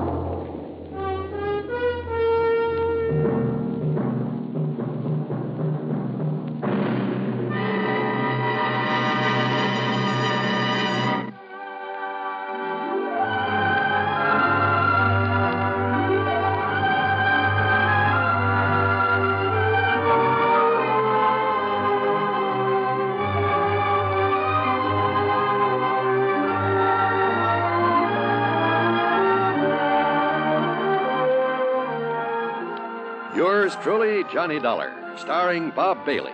Originates in Hollywood and is written, produced, and directed by Jack Johnstone. Heard in our cast were Virginia Gregg, Gene Tatum, Frank Gerstle, James McCallion, Herb Vigran, Jack Edwards, and Forrest Lewis. Be sure to join us next week, same time and station, for another exciting story of yours truly, Johnny Dollar.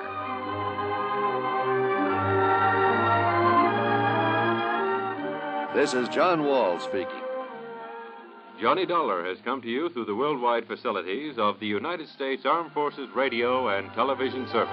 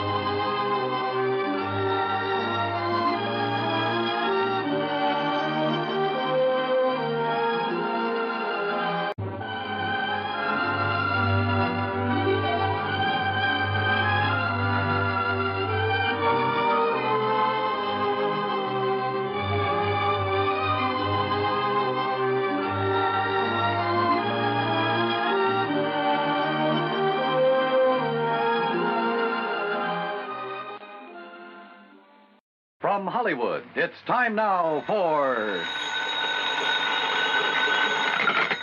Johnny Dollar. Ralph Single, Johnny.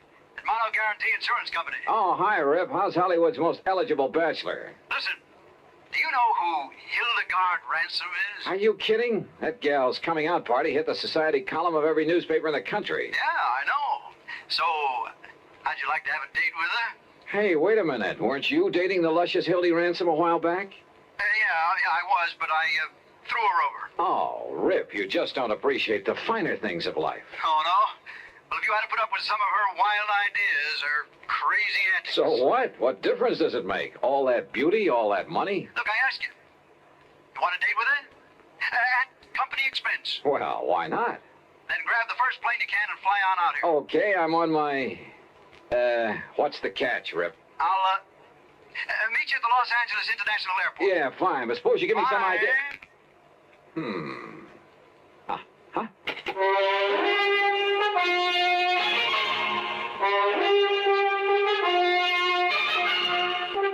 Bob Bailey in the exciting adventures of the man with the action-packed expense account, America's fabulous freelance insurance investigator. Yours truly, Johnny Dollar.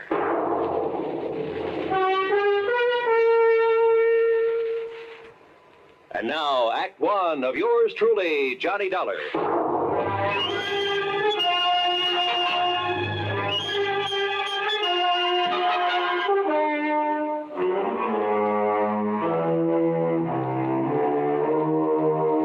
Expense account submitted by Special Investigator Johnny Dollar. to the Mono Guarantee Insurance Company, Los Angeles office. Following is an account of expenses incurred during my investigation of the delectable damsel matter.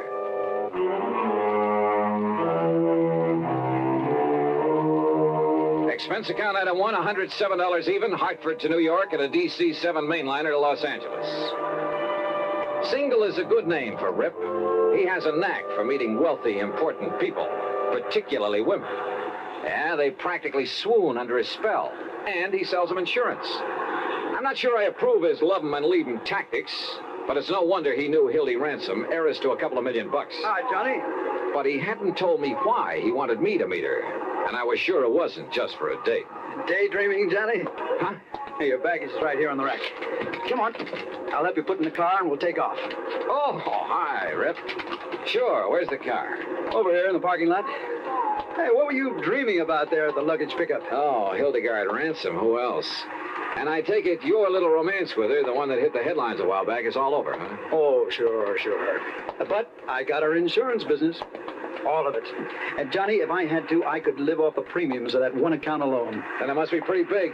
Because if I remember the way you live, fancy clothes, fancy apartment. Well, you can't take it with you, boy. Besides, it's all good for my business. Here we are.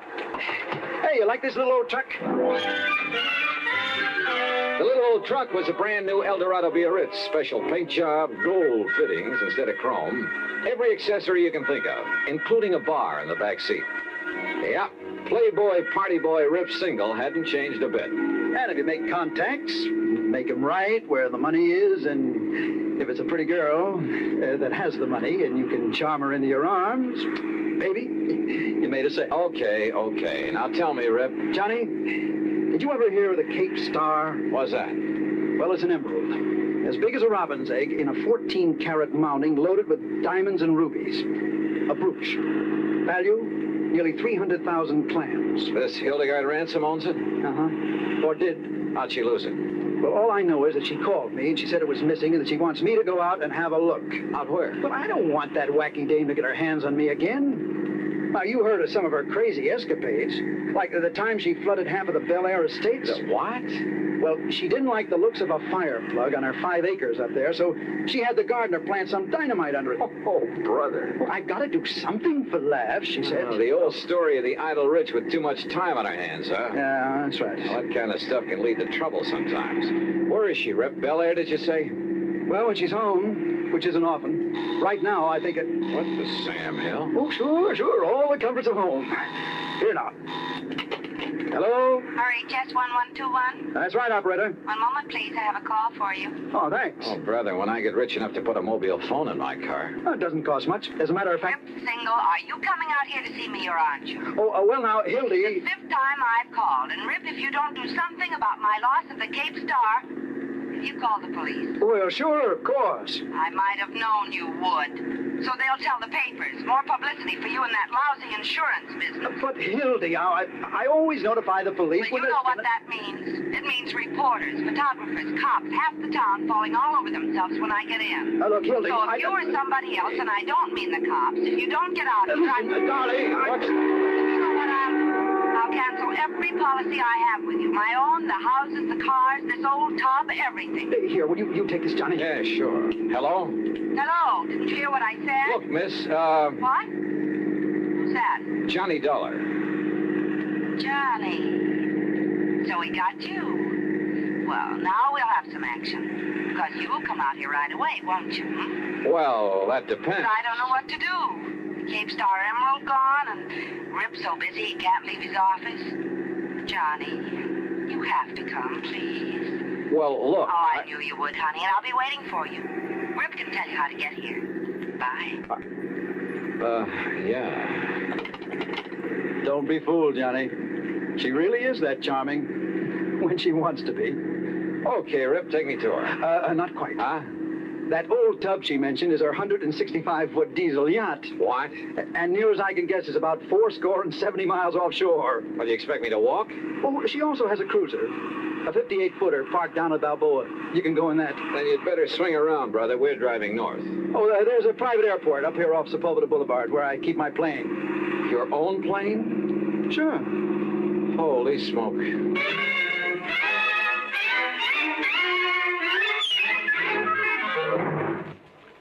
Act two of yours truly, Johnny Dollar, in a moment.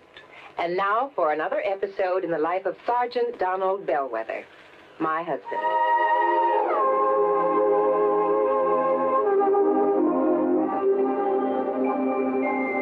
Reba? Reba, where are you? In the kitchen, dear. I'm coming. Donald, what are you doing home so early? Are you sick? No, I'm not sick. I came home early to get some work done, but you're going to have to help me. Help you with what? Well, you got me into this. You're going to have to help me get out. Donald, you're not making sense. What did I get you into? Well, it all started this morning. I walked into the lieutenant's office, and I started bragging about how well my wife delivered her speech on safety at the PTA meeting. Aw, that was sweet of you. Yeah, sweet, but the lieutenant was quite impressed. In fact, he was so impressed he assigned me to give a talk on safety tomorrow at the enlisted men's meeting. Well, good for you, Sergeant. You can do it. Well, gee, I don't know, Reba. What'll I say? Well, just say that, wait a minute. Here's some notes on traffic accidents. Just read these aloud. Oh, come on. Come on, just try them for size. Well, okay. Men, what if a disaster wiped out every man, woman, and child in Springfield, Illinois? We'd be shocked, wouldn't we? So would the entire world. Yet, a total of 95,000 accidental deaths occurred 2 years ago in the United States. That's about 10,000 more than the population of Springfield, the capital of Illinois. Attaboy, you're doing fine. Now, go on. And don't think the men in uniform are exempt from accidents. In one branch of the service alone, 600 were killed and 5,000 injured in a 12-month period. On many, many days during the Korean conflict, more servicemen lost their lives on the highway than on the battlefield. Hey, wait a minute, Reba. These aren't notes. This is a full speech, all typed and ready. That's right, dear. I wrote it for you this morning. Well, how did you know? Well, your lieutenant and his wife were at the PTA meeting, dear. Put up job. I see it all now. I only hope I can do this fine speech justice. Oh, you will, darling. Well, I'll try. Oh, that's my Donald. That's my doll.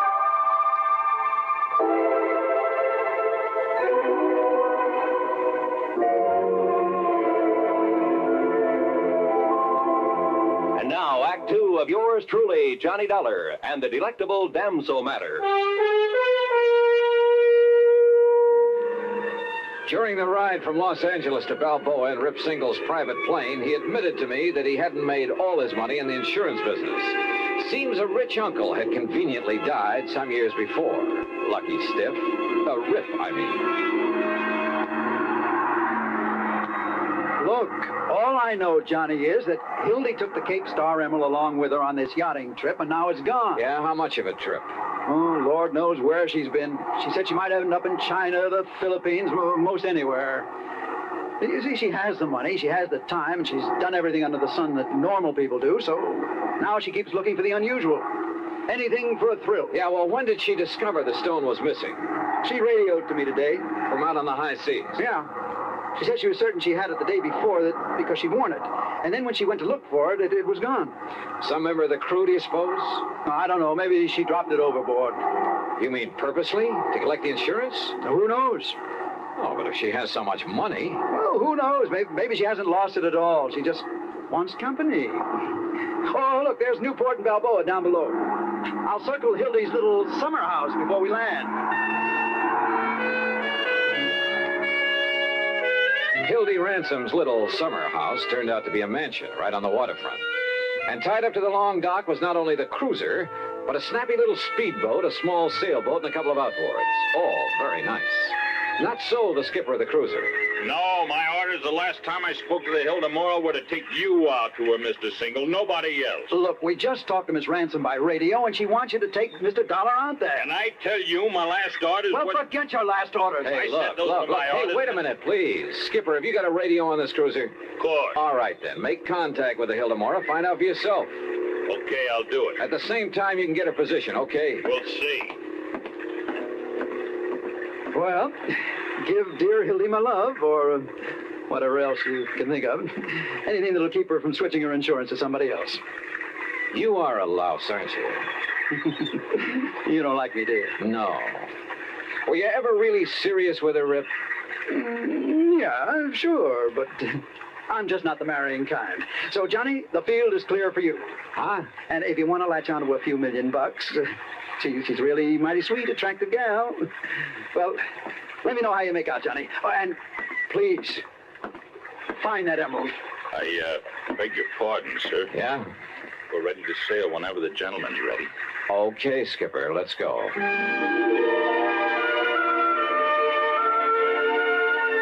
The cruiser turned out to be a dilly, luxury from stem to stern. And the trip out to the Hildemora took much longer than I'd expected. In spite of the powerful engines that sent us through the water at over 18 knots, it was well after dawn the next morning when we hove to alongside the Hildemora. And that 165-foot diesel yacht made the cruiser look like a broken-down rowboat.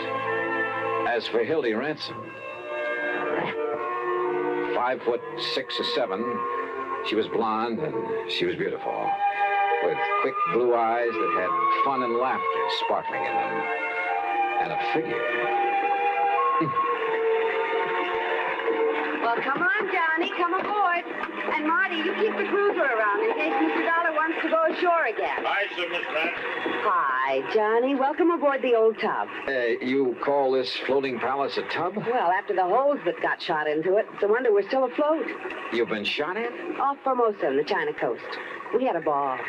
For a while, I thought some of the red aircraft were going to strafe us one night. Holy. But it got too dark for them, and the captain, the old fuddy-duddy, turned off all our running lights, and we headed out to sea again. What under the sun were you doing off the China coast, Miss Ransom? No, it's Hildy. Oh, just finding out what goes on in the world. You know what I really wanted to do? What? Pay a visit to Joe and Lai. The Red General? Why not? But they wouldn't let us ashore long enough without a lot of fuss and bother, so... Now, let's go into my quarters and talk about the Cape Star. Yeah, okay. I could kill that Rip Single for not coming out here, but I'm so glad you could. You're even better looking than I'd heard. Huh? Are you as much of a wolf as Rip says you are? Oh, well, now, wait a minute. Okay. I'll find out for myself. It might be fun finding out. Johnny? For a minute, I began to wonder. Maybe Rip wasn't the only one in this affair who turned on the charm to further his own ends. Hildy Ransom, let's face it, was a wealthy ne'er-do-well who'd do anything for a thrill. Couple her with a character like Rip Single. Yeah, I wondered. But then, walking along the deck with her, I saw something that suddenly changed my mind. One of the crew who ducked into a doorway when he spotted me. Who, I wasn't sure. But I had a sudden mental image of his eyes, somewhere in the past, looking at me over the sights of a gun. Act 3 of yours truly, Johnny Dollar, in a moment. Do you know who said, "That man is free who is protected from injury"? Those words came from Daniel Webster, one of the most eloquent orators in American history. Webster knew that a man could not be free unless he lived in a country which recognized his right to freedom and created laws to protect that freedom. A slave state may say that its citizens are free, but as long as a single citizen can be harmed by the whim of a country's rulers, true freedom does not exist. A man is free only if his rights to freedom are protected. Remember the words of Daniel Webster. They are part of your American heritage. The free man must be protected from injury. And now, Act 3 of yours truly, Johnny Dollar, and the delectable damsel matter.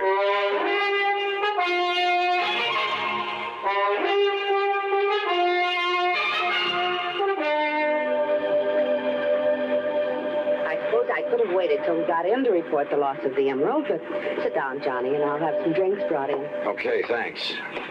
Now listen. Because of where we've been on this trip, we'll have to go through customs, and there'll be the police and the reporters and so on. And whoever took the Cape Star might have a chance to... Oh, what's the matter?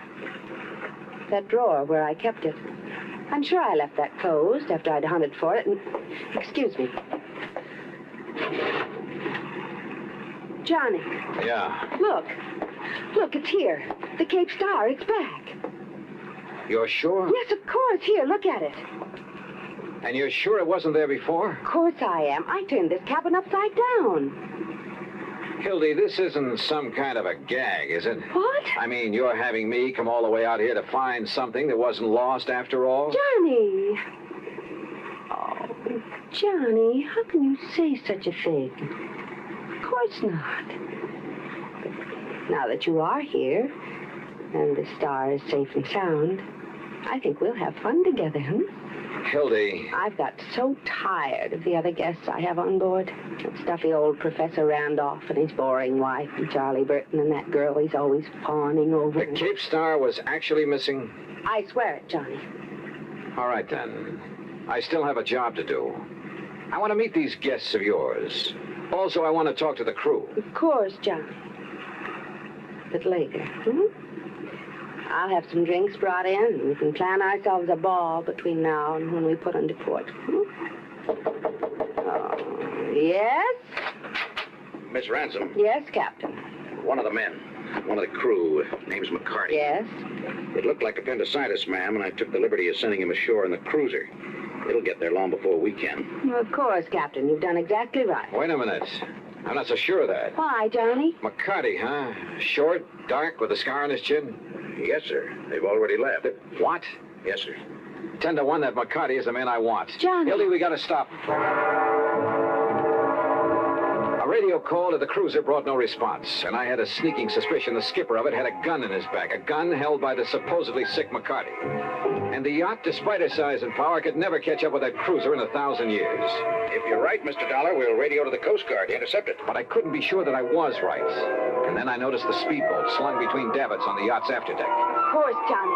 And I'll go after them with you. Oh, no, you won't. Just for kicks, huh? Please. No.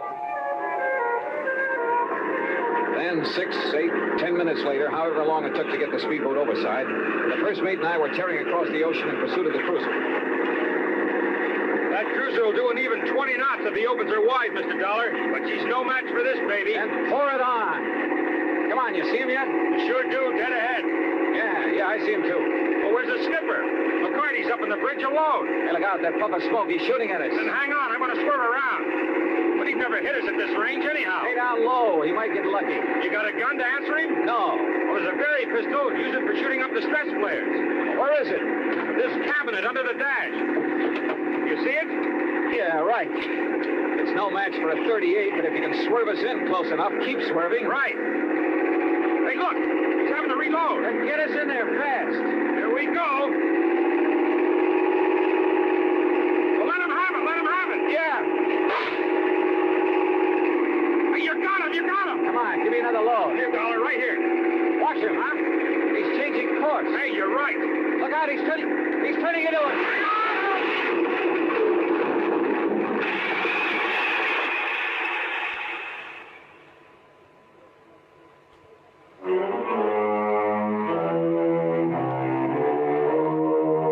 I kind of pieced things together after the yacht, the Hildemora, picked us up. By sheer luck, my shot with a flare gun had struck McCarty full on. He was badly burned. And after the smash-up, the mate had pulled me out of the drink. By then, the yacht caught up with us. And do you know what he was doing, Johnny? That man who called himself McCarty? Hi, Hildy. Smuggling. Narcotics that he picked up in China. Yeah. He knew we'd never get through customs when we came to port, so he stole the Cape Star. Just long enough to make sure the cruiser would come out to us. He knew I'd sent for somebody. Oh, yeah, I get it. Then he played sick to go back on the cruiser. That way he'd avoid customs and the police. Yes, honey. Well, where is he now? Below, locked up. And after the way you hit him with that flare, well, now he is sick. Darn it. Darn it. We didn't have to get him into a doctor. Gee, Johnny, you and I could cruise around and... Well, it will be 2 or 3 days before we get to port.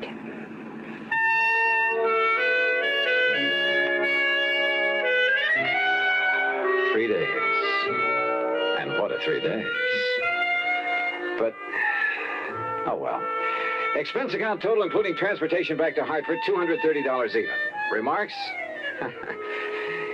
It's funny, isn't it? You never know what you're going to get into when you take on even the most routine kind of case. Yours truly, Johnny Dollar.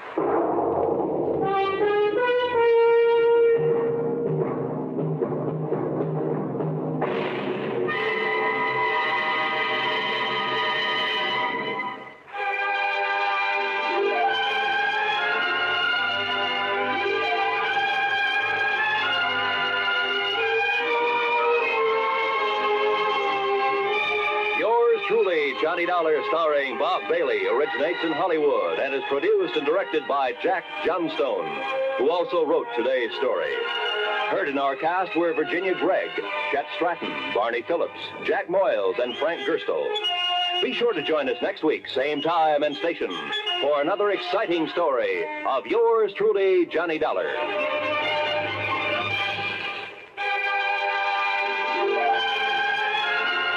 This is Roy Rowan speaking.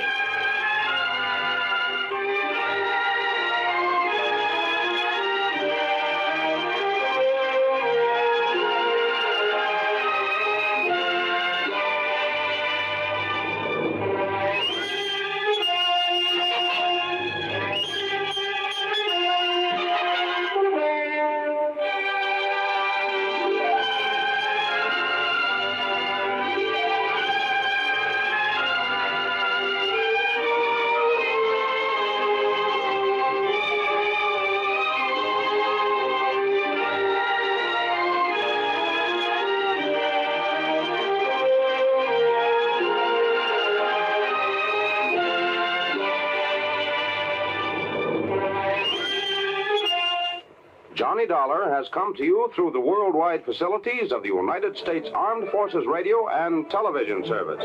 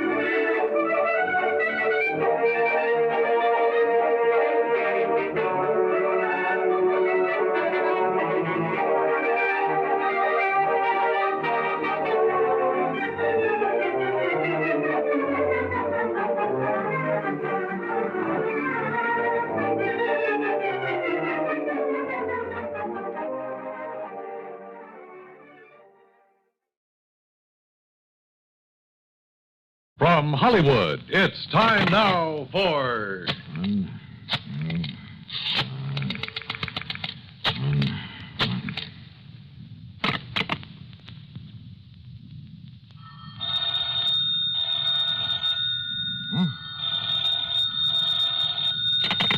Johnny Dollar. Betty Lewis.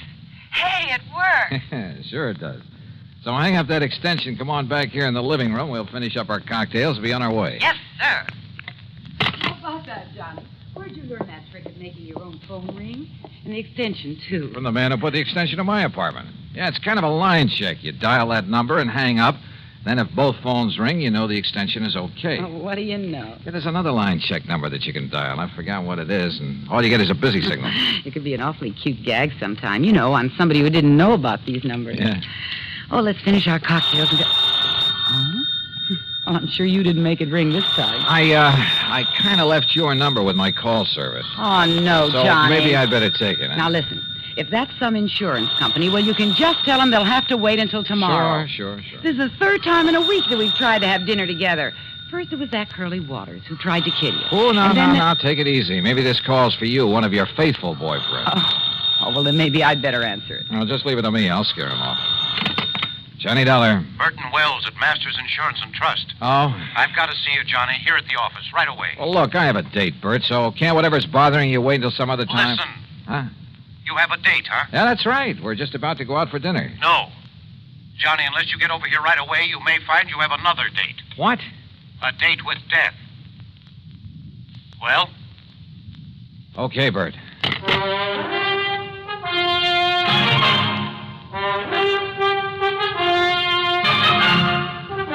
Bob Bailey in the exciting adventures of the man with the action-packed expense account, America's fabulous freelance insurance investigator. Yours truly, Johnny Dollar.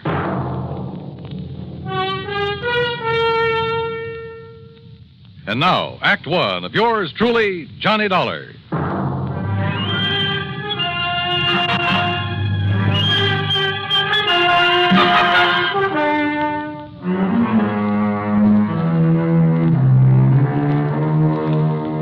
expense account submitted by Special Investigator Johnny Dollar to the Masters Insurance and Trust Company, Home Office, Hartford, Connecticut. Following is an account of expenses incurred during my investigation of the date with death matter.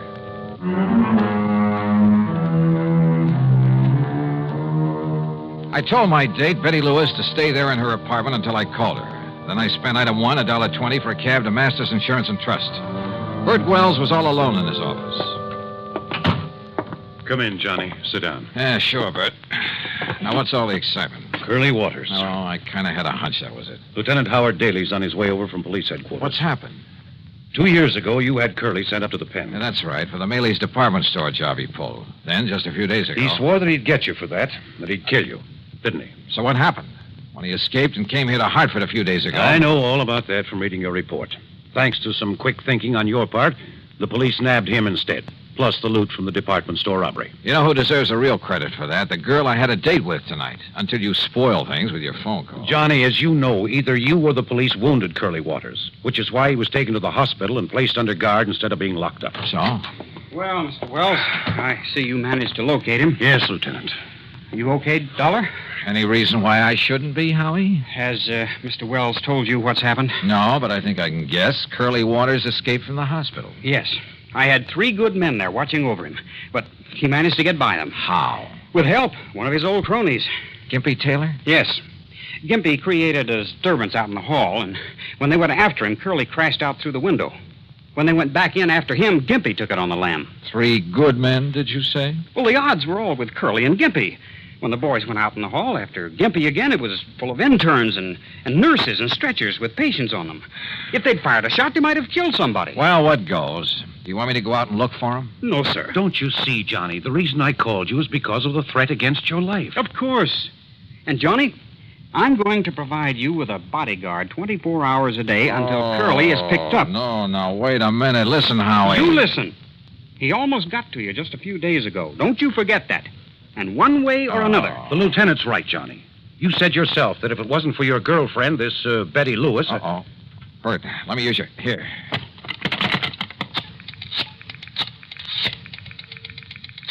You said one way or another, Howie. That's right. And, yeah, maybe through your girl. Is that who you're calling? Yes. Are you sure she's at home, Johnny? That's where I just left her. I told her to stay there, not to move until she heard from me. Johnny. Oh, if Curly Waters ever... Come on, Betty. Pick it up.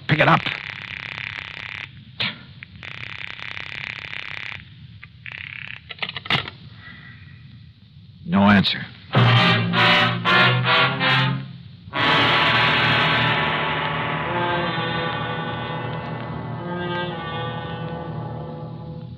Act 2 of yours truly, Johnny Dollar, in a moment.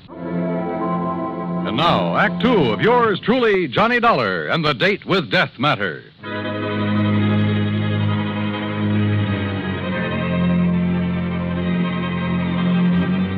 Curly Waters, killer, on the loose again. I left Betty in her apartment. I told her to stay there. But when I tried to call her on the phone, no answer. Lieutenant Howard Daly and I took the elevator down to the street to his prowl car.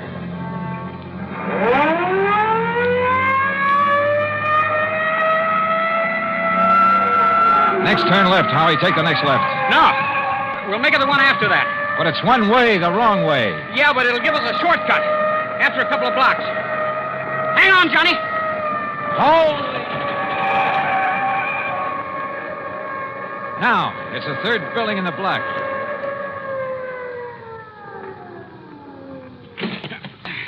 Lead the way, Johnny. Where's the elevator? Come on, forget it. The stairs are quicker. Johnny, if Curly has got to her... Don't say it.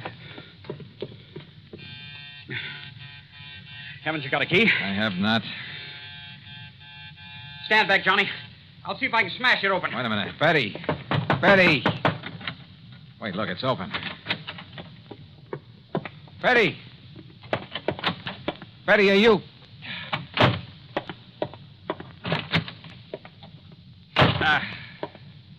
I'm afraid she's gone, Johnny. Just gone.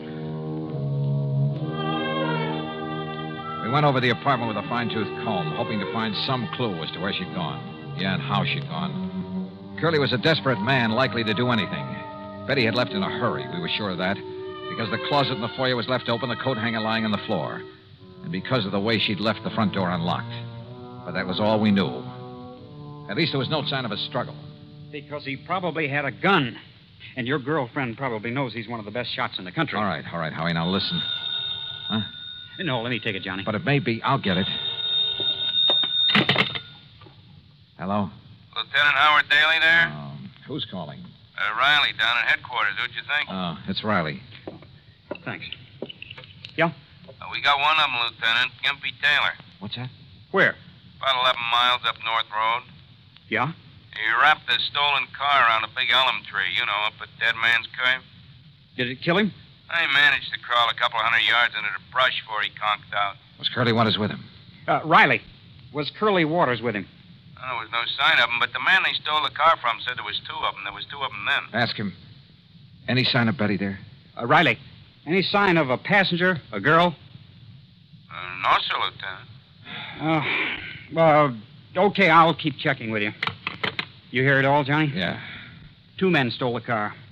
So the other one must have been Curly. Yeah, but whether they were both on the rack and Curly was able to get away.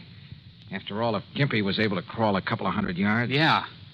Curly may be a couple of 100 miles away by now. Or maybe not. Howie, I don't think he left town with Gimpy. Helped him steal the car, yeah, to make it look as though he was leaving. Why do you say that, Johnny? Because of Betty. Because I think he's holding Betty to get me to him. Then maybe you'll agree to a 24-hour-a-day bodyguard after all, huh? No, absolutely not. Johnny, You think that Curly's a jerk? I Well, know. he isn't. He's smart. He's smart enough to smell a cop a mile away. Just the no, same, Howie, no. There's only one thing to do, only one way to flush him out. Johnny. Betty, what happened? Where have you been? What happened to you? Well, I got a phone call. Yeah? From the hospital. At least they said it was the hospital. Yeah? They said you were down there. That you'd been shot by Curly Waters. See, I told you he's clever, Howie. Oh, Betty, thank heaven he isn't out to get you. Oh, this is Lieutenant Daly from headquarters. Hi, Lieutenant. Hello. What were you going to say, Johnny? I say he's clever. This means that Curly's still in town, still gunning for me. He called Betty to get her away from this apartment, knowing that I'd come here. Johnny. Yeah. And he might have been here waiting for me if you hadn't come, too. But he's smart enough to want to catch me alone. So, Howie, it means there's only one bait in the world that'll bring him out in the open. What's that, Johnny? Me. Alone. Johnny. All right. Betty, you're staying here. Howie, you're going back to headquarters. Me, I'm going to my apartment. I'm going to sit there and wait for him. Oh, Johnny, no. Okay. Sure, Johnny, you go right ahead. But I'll have enough men hidden away surrounding that place of yours. No, then you'll never get him. Then he'll have to skip out. Maybe skip the country. I'd like to see him try it. Howie, he's an actor, a good one. If that costume of a priest he was going to use before, he can... Well, in that, he could have walked right by you or me or anybody else and never have been recognized. And with a phony passport, which he already has, he'll skip the country, all right. But when he comes back, I won't know. I won't be ready for him. Right now, I am. Oh, but please, Johnny. Yeah, listen. No, Howie. But you'd be a sitting duck for him. Sorry. It's the only way. Act 3 of yours truly, Johnny Dollar, in a moment. Now, Act 3 of yours truly, Johnny Dollar. Johnny Dollar. Pigeon. Maybe soon to be a dead one. But the only way to bring Curly Waters out in the open was for me to wait for him. Wait for him to come and try to kill me. So after making Betty promise to stay in her apartment and Lieutenant Daly to go back to headquarters, I went over to my own apartment. And I waited. Believe me, I felt anything but brave. But I'd rather take my chances on having it out with him now than spend the rest of my life knowing he was still alive, somewhere, still gunning for me. That sooner or later he'd catch me off guard. 11 p.m., 12, 12:30. Huh? My impulse was to raise my gun and pull off a couple of shots right through that door. Yeah? Who was it? It's Howie. Open up. Oh, Howie, what the devil are you doing here? Just checking up, Johnny. Checking up. You got a bunch of your boys scattered around out there? No. Those bodyguards you were talking about? No, Johnny, but listen, will you? Sitting here alone, waiting for him, you're taking too much of a chance. Can't you get it through that thick skull of yours? I tell you, it's the only way to make him show himself. And I tell you, it's the surest way in the world to get murdered.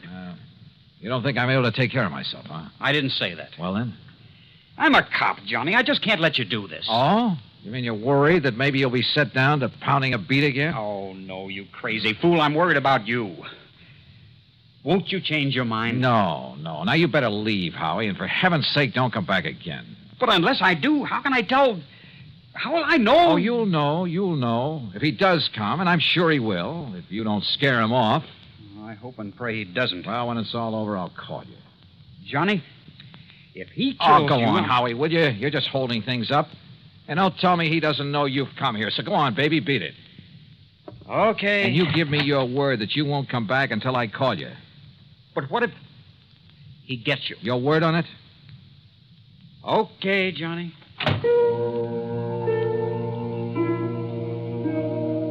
I went back into my little kitchen and brewed a pot of coffee, a big one. Fatigue was a possibility I hadn't thought of until right now. Maybe Curly Waters had. Yeah, he probably thought of a lot of things, a lot of tricks. Because at least one thing was sure, after what happened a few days ago, he knew that somehow he'd have to get me off guard. I hoped and prayed that Howie would keep his word, would keep his men away from the whole area. That he himself would stay away, not even call until this whole thing had come to a head. Then I heard it. It was at the back door of my apartment, the kitchen door that led to a fire escape. Fortunately, I'd turned the light off in the kitchen. I could sneak in without being seen. Johnny. Oh. Johnny. Betty, get in here quick. Oh, why did you come here? Oh, Johnny, I've been crazy with worry. Didn't the lieutenant have brains enough to put some men around your place to keep an eye on you? I threw an old tin can out the window, and when they went to investigate, I sneaked out the back way through the alley. Betty, you're insane to have come here. Don't you see? If Curly comes and there's a lot of shooting... You think I could just sit there knowing what might happen here any minute? Knowing that if Curly got lucky or something... honey, I don't know what to tell you. And I can't send you back without a police guide. And if the police come around, it'll only keep Curly away. I've just been sitting here hoping that Howie will have sense enough not to come back again. Again? Oh, yeah, he got worried about me, too. And... Wait a minute. Johnny, it's Curly. Oh, Johnny. Yeah, maybe it is. All right. Go on into the bedroom here. Go on, Betty. Johnny. Now, stay there. No matter what happens, stay there. You understand? Stay there. Oh, please, dear. Yeah, who is it? It's Howie. Open up. Oh. I told you, Howie, you idiot. You would... Just don't try to raise that gun, Dollar. Curly. Drop it. Drop it, Dollar. Now, over there. Sit in that chair. Yeah, I guessed right. You sent the cops away so I'd come after you, but I had to be sure. That's why I've been sitting in an empty apartment across the hall all afternoon, all night, to make sure. That's how I knew what the lieutenant's voice sounded like. Real clever boy, Curly. All right. I'm not going to waste any time. That dumb lieutenant might try coming back again. I'd have to kill him, too. So, Dollar, I'm not even giving you time to pray. You're pretty sure there aren't any cops planted around here, aren't you? I'm not only sure, but Gimpy Taylor's wife has spotted where she can see him if they try to come around. Yeah? Just what do you think she could do about it? One shot into the alley across the street, and they'd forget all about you. Dumb cops. All right, tell me, Curly. Forget it. Goodbye, Dollar. No, don't answer. Not a word, Dollar. Not a word. Curly. Just hang it up slowly. Curly, listen. What? Who is that? Or should I? Curly, listen to me. Hand me that phone. And don't move. Move? With that gun on me here. Curly? Yeah? Who is it? Myrtle, Gimpy's wife. Myrtle? Now listen, Dollar isn't alone. He what? In the bedroom, waiting for you. Listen, is the door to that bedroom open? No, it isn't. What goes, Curly? Quiet. Now listen to me. If the door of that bedroom starts to open, don't wait. Start shooting. Hey, Dollar, hold this phone. Keep the line open. And don't move out of that chair. Mind telling me why? Quiet.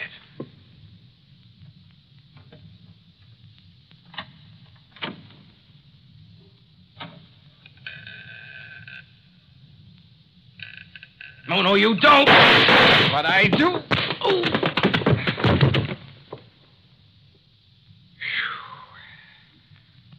Okay, Betty. And thank heaven you remember the number to dial and make those phones ring. And how about the way I disguised my voice for him? Do you realize what a chance you were taking if he hadn't turned to fire when you kicked open that door? If I'd missed him when I threw that phone at him? It worked. That's all that counts. And look, one of his bullets nicked you right here on the arm. Nicked me? Oh, blood. Oh, hold me, Johnny. Oh, sure. Sure.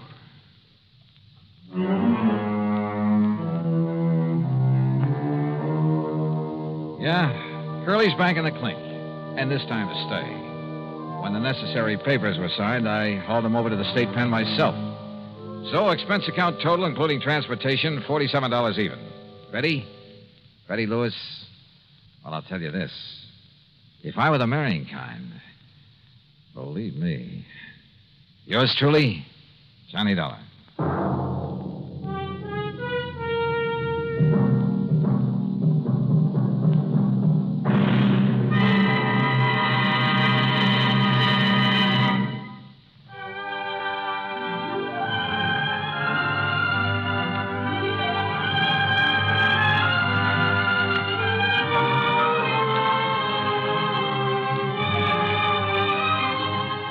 Yours truly, Johnny Dollar, starring Bob Bailey, originates in Hollywood and is written, produced, and directed by Jack Johnstone. Heard in our cast were Lucille Meredith, James McCallion, Russ Thorson, Sam Edwards, and Herb Vigran. Be sure to join us next week, same time and station, for another exciting story of yours truly, Johnny Dollar. This is Dan Cubberly speaking.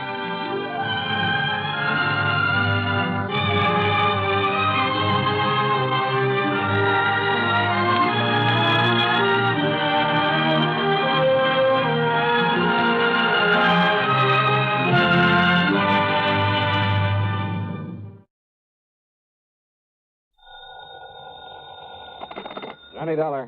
Earl Poorman, Johnny, down here in Sarasota. Earl, so how's the insurance business down in Florida these days, to say nothing of the fishing? Well, why don't you come down here and find out for yourself? But now listen. I'm listening. You remember how my home is situated out here on St. Armand's Key? Well, sure, I ought to. I've been there often enough. It's near the end of a long bayou that comes in from Sarasota Bay. Yeah, and the bayou is lined with expensive homes, private docks, and it's full of mullets, sea trout, sheepshead, flounder.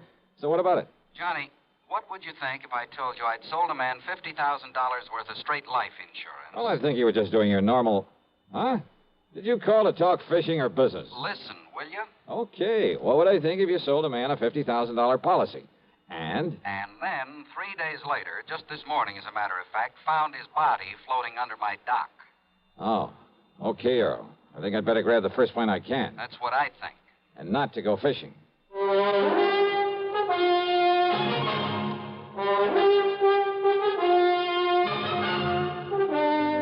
CBS Radio brings you Bob Bailey in the exciting adventures of the man with the action-packed expense account, America's fabulous freelance insurance investigator. Yours truly, Johnny Dollar.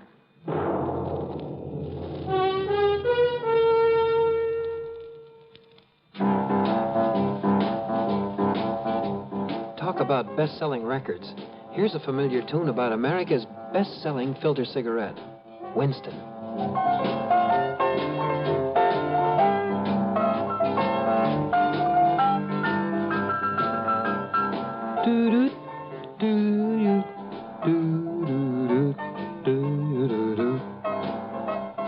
Winston gives you real flavor, full, rich tobacco flavor. And you know, that's because only Winston has filter blend up front. Choice, flavorful tobaccos, specially selected and specially processed for filter smoking. No wonder Winston tastes good, like a cigarette should. Smoke Winston. And now, Act One of yours truly, Johnny Dollar.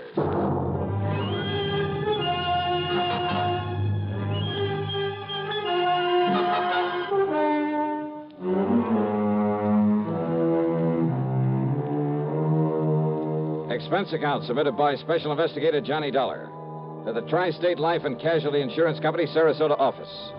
Following is an account of expenses incurred during my investigation of the Bayou Body matter. Expense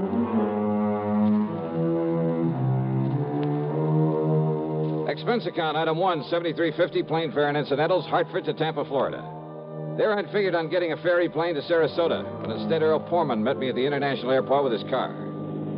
Oh, Johnny, I'm glad you got down here so quickly. You realize I only phoned you about 5 hours ago? Yeah, Earl, I just finished my breakfast. Matter of fact, I called you before I even contacted the police. Then you probably aren't sure whether it was natural death or suicide or what, huh? We'll find out what the police have found out when we get to Sarasota. You ask me, though, I think the old man simply went out on his dock this morning, had a heart attack, keeled over, and by the time he floated down to my place, he was dead. Who was he? Well, his name, Johnny, is Ralph P. Carter. He lived in the fourth home up the bayou from mine. That new place that was just being built the last time I was down here? That's the one. He was a man of 64. Used to live in New York, where he had a business of some kind. But he had some heart trouble, so he quit and came down here to live and take it easy. Pretty well to do? Considering the house he put up, the way he and his wife lived, I'd say he was loaded. Matter of fact, I happen to know he was. Fancy car, private dock, Has nice a speedboat. wife, you say? Yes. Uh-huh. How old is she, Earl? About 50. You know what I was thinking, of course. What? Oh, if he'd been married to some much younger gal and having money and some insurance, but you know. Huh? You were thinking his wife had knocked him over to collect on this policy I sold him? Such things have happened, Earl. Well, it didn't this time for several reasons. One. He already owned a couple of other policies issued by some company up north, big ones, totaling over $200,000. Two, both he and his wife have so much in blue chip stock, so much in the bank that, well, that $200,000 won't mean a thing to her. Funny, then, that he should buy $50,000 more from you. Third, Carter's wife never knew about this policy I sold him. Oh? No. Nor is she named as beneficiary of it. Who is? Hold your hat, Johnny. This is right out of the pulp magazines. What do you mean? The beneficiary happens to be a former stripper. Stripper? You mean for burlesque? That's exactly what I mean. Her name is Mitzi Taylor. She lives up in New York. I see. You know the connection, Earl? Well, from what he told me when he bought the policy, well, I guess he'd known her pretty well in the old days, before he and his present wife got married. They were only married about 3 years ago, incidentally. Incidentally, huh? Well, what's that mean? Earl, I got a kind of funny idea cooking in the back of my head. About his wife, I mean. About his wife? Yeah, let's get on down to Sarasota and find out what the police have learned.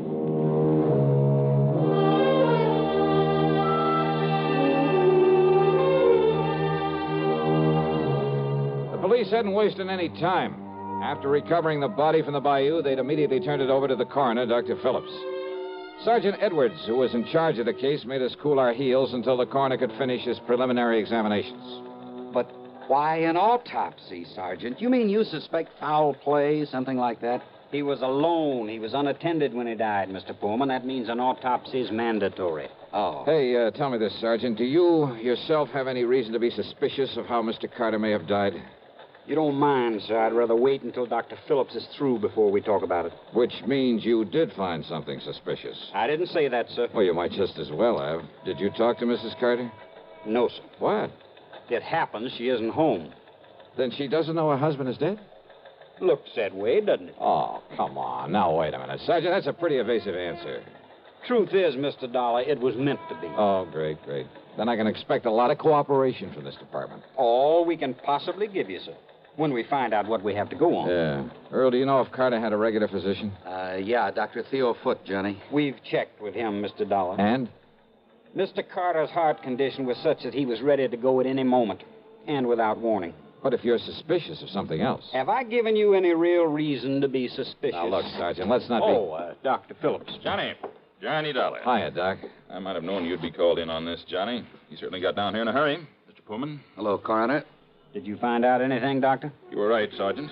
I've got a lot more work to do, of course, before making out my report on this case, but there's no question about it. Mr. Carter died neither from a heart attack nor from drowning. Oh? What did kill him, Doc? He was struck so hard at the base of the skull that death must have been instantaneous. Murder, Johnny. And without question, the murder weapon was the wrought iron poker that you found there in his home. No reason for suspicion, Sergeant? Thanks, Doctor. I'll get out an APB on Mrs. Carter right away. I think you'd better. And, Mr. Dollar, I'm afraid you'll just have to wait around until we pick her up. You, want to bet on that?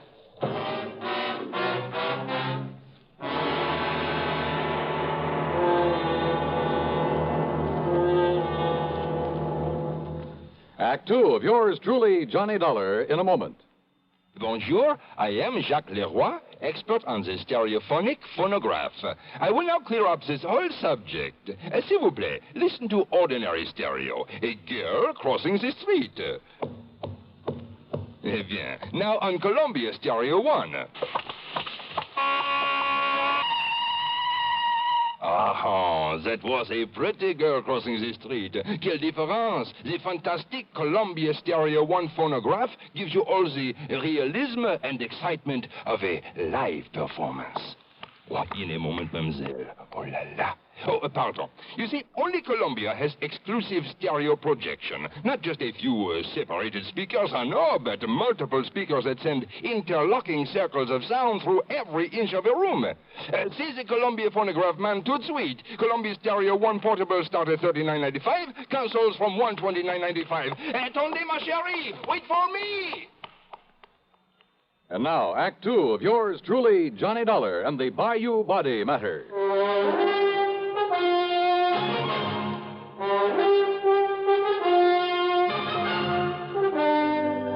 The machinery is in operation, Mr. Dollar, and as soon as we get any word as to the whereabouts of Mrs. Carter, we'll let you know. Yeah, thanks a lot.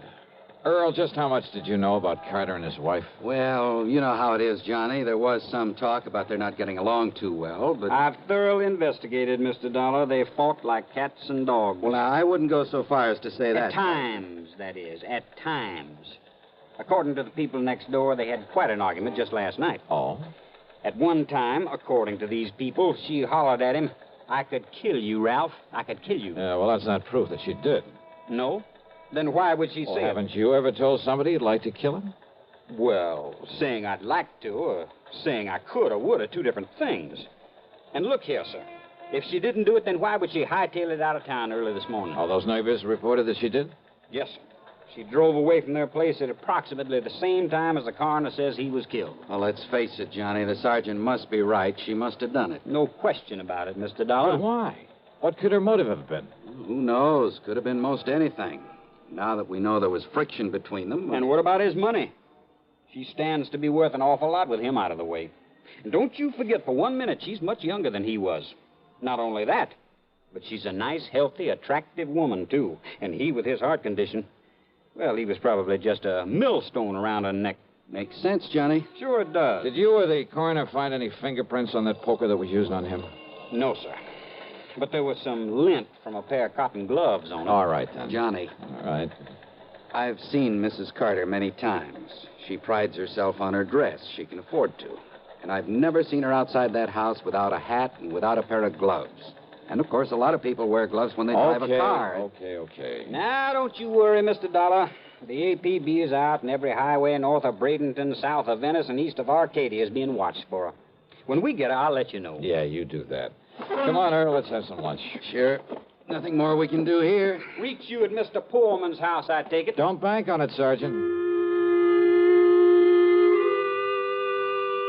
So Earl drove me to his home on St. Armand's Key, and by then I was beginning to wish I'd made the trip to Florida solely for purposes of fishing the blue waters of the Gulf with him. But then, after saying hello to his charming wife and having a drink and a good lunch with them, I walked over to the Carter place, 100 yards or so up the bayou. Much to my surprise, there was no policeman there to keep an eye on things in case Mrs. Carter should return. I was even more surprised to find the side door standing wide open. So, needless to say, I walked in and looked around. One of the first things that caught my eye in a den off the living room was a desk. It was locked, but I managed to pry it open without too much difficulty. And there, among other things, kind of half hidden away in a folder, I found some canceled checks, a whole series of them, written twice a year for a period of over 3 years. They were made out to Mitzi Taylor, the ex-Burley Queen. Pretty sizable checks, too, all for the same amount of money. No wonder he'd kept this desk locked. But during one period of time, well, 3 checks that should have been there were missing. It gave me an idea. Out in the living room was another desk, a tambour, obviously Mrs. Carter's. Hidden away in the bottom of one of the drawers of that desk were the 3 missing checks. Huh? I beg your pardon. Mrs. Carter? That's right. Who are you? Johnny Dollar, special investigator for one of your husband's insurance companies. Special investigator? Yeah, here. My credentials. I see. And has my husband sent for you? Your husband? Of course. Where is he? You mind telling me where you've been since early this morning, Mrs. Carter? I don't know why not.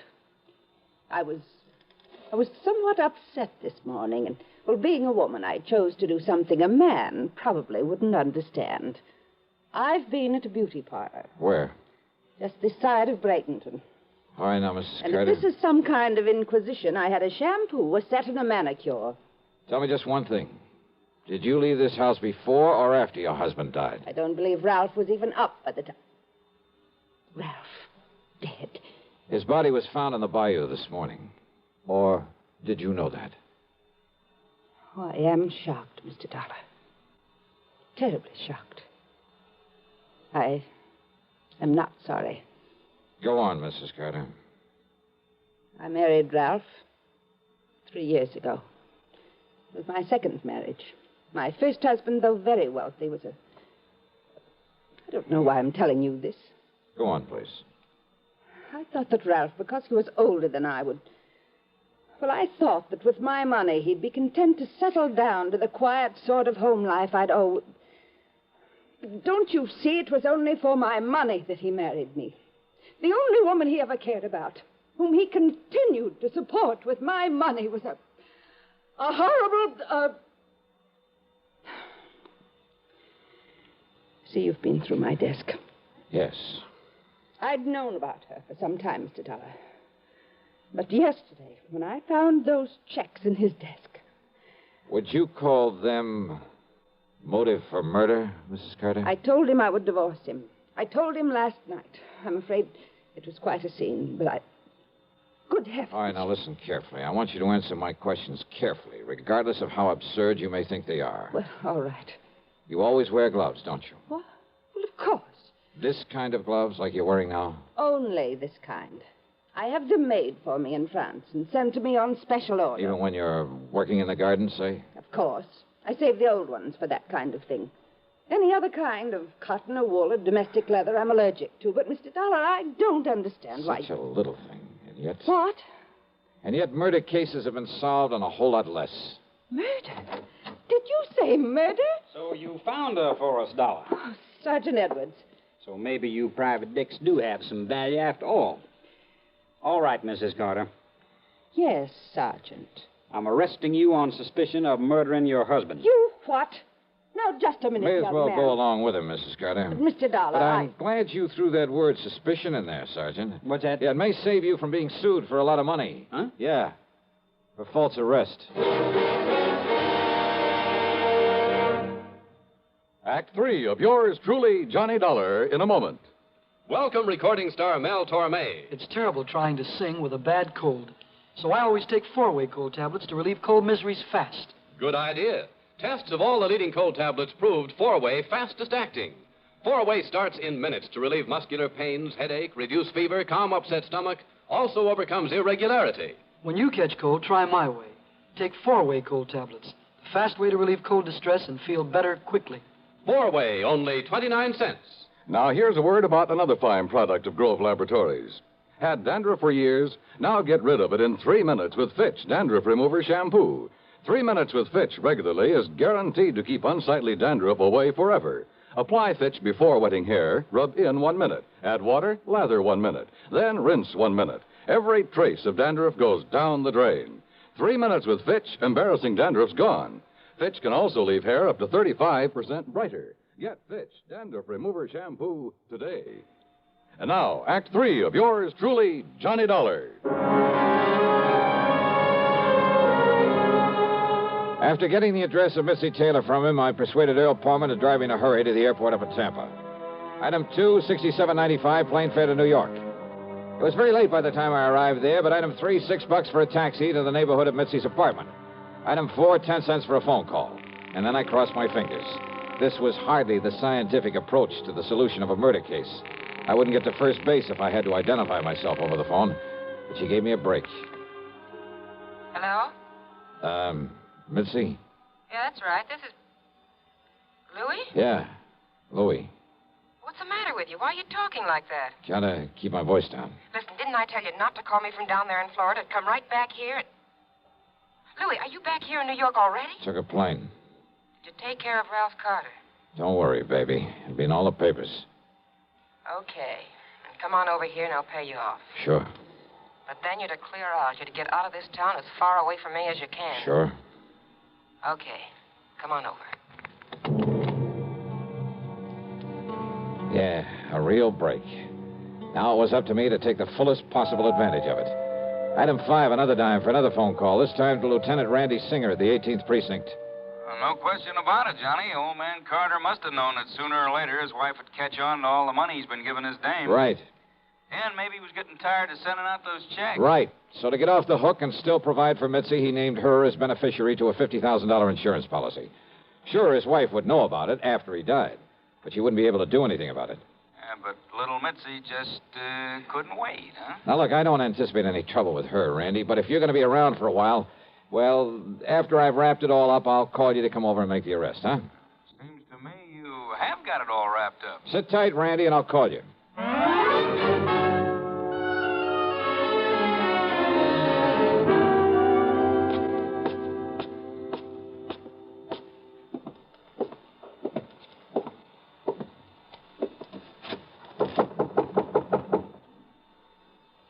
Yeah, who is it?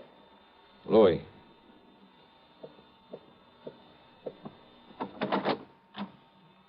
Louis, huh? Do you mind if I come in, Mitzi? Now, who are you? Johnny Dollar, special investigator. Yeah? For who? The company that issued that $50,000 policy you are not going to collect on. You know something, Johnny? That's where you're wrong. Oh, you think so? Did you see Ralph Carter's body floating around in that bayou down there in Florida? I'm afraid I didn't. Well, you should have, Johnny. Because then you'd know what you're going to look like floating down the dirty East River. Sorry, Mitzi, but, hey, wait a minute. How did you know Carter's body was thrown into the bayou? You took too long getting over here, Johnny, after that phony phone call. Come on in, Louis. Take care of him. What? One move for a gun and I blow your head off, mister. Go ahead, Mitzi. Take his gun away. Okay, I've got it. Now keep it on him while I take him apart so we can feed the fish out in that river. No, wait a minute. Huh? We'd like to close the door to the corridor so that... What? That's right, Mitzi. Don't bother. Cops! The cops! Drop it, Louis!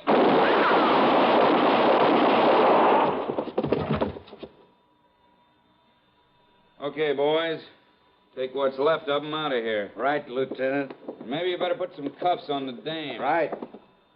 Come on, baby. Hiya, Johnny. Fancy meeting you here. Very funny. And, hey, what happened? I thought you were going to call me back. Oh, stop hamming it up, will you, Randy? But, thanks. Think nothing of it.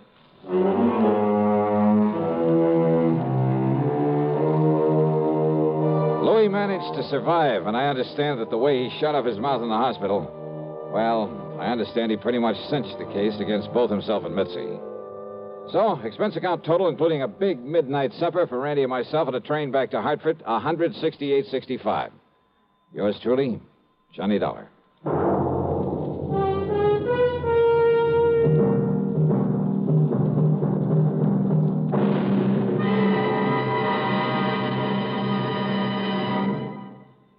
Our star will return in just a moment. This is the cold season. What do medical authorities say about the common cold? Doctors tell us there is no known drug which will cure a cold. There are effective medications for treating complications, accompanying or following a cold. If you've been taking sensible precautions and still have one cold after another, it's best to see your doctor. And here's more good advice. When you have a cold and need a laxative, that's the time to rely on gentle X-Lax. Pleasant-tasting, chocolated X-Lax helps you toward your normal regularity gently overnight. X-Lax gets along with any cold remedies you may be taking, and X-Lax works where nature wants, in the lower tract, not the stomach. Taken at bedtime, X-Lax won't disturb sleep, gives you the closest thing to natural action the next morning. You're well on your way toward your normal regularity, without upset or discomfort. So when you have a cold and need a laxative, take X-Lax, the laxative you can use with complete confidence. X-Lax helps you toward your normal regularity gently overnight. X-Lax. Now, here's our star to tell you about next week's story. Well, next week I take another trip to Florida. And I still don't get a chance to go fishing. Instead, a lesson in how not to commit a murder. Join us, won't you? Yours truly, Johnny Dollar.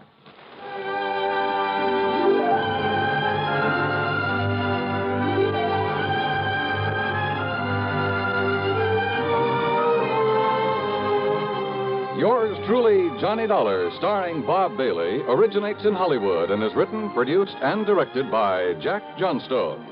Heard in our cast were Virginia Gregg, Lillian Bayef, Vic Perrin, Sam Edwards, Barney Phillips, Herb Vigran, and Frank Gerstle. Be sure to join us next week, same time and station, for another exciting story of yours truly, Johnny Dollar. This is Dan Coverly speaking.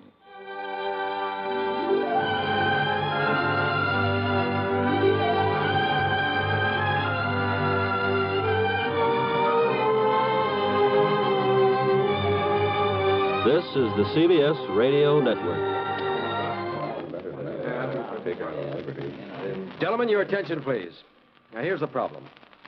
Your pilot is flying a 400,000-pound, 650-mile-per-hour B-52D Stratofortress.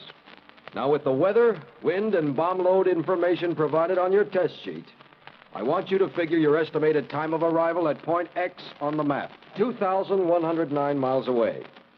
Quite a knotty problem, isn't it? But not for the fledgling navigators in U.S. Air Force aviation cadet training. You see, these men have a firm background in astronavigation, electronics, engineering, and allied fields. They are eminently prepared to cope with the most intricate navigational situations. College men between 19 and 26 and a half. Find out today if you can qualify as an Air Force navigator. If so, you're in for a prestige position with a brilliant future. See your local Air Force recruiter today for complete details. WROW, Radio 59.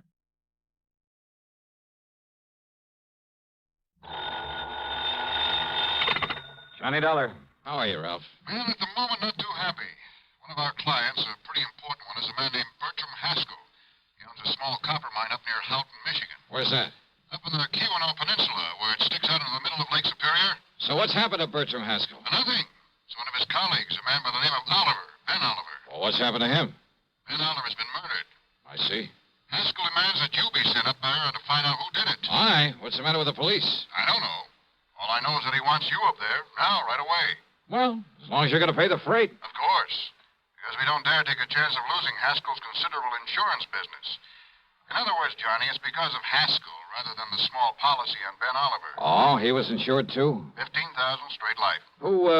Who's the beneficiary? His wife, but that's beside the point. Is it? The point is to satisfy Bertram Haskell, and thereby keep his account. Okay, Ralph, I'll see what I can do for you. Johnny. Yeah? That's pretty rough country up there. So? The same thing may apply to some of the people you'll run into. Especially the killer, huh? Yeah, so be careful, Johnny. Sure.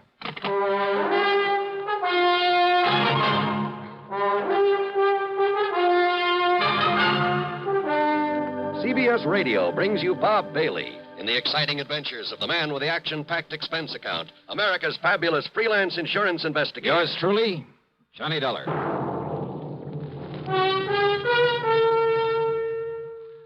Munch, munch, munch, munch of Fritos, corn chips.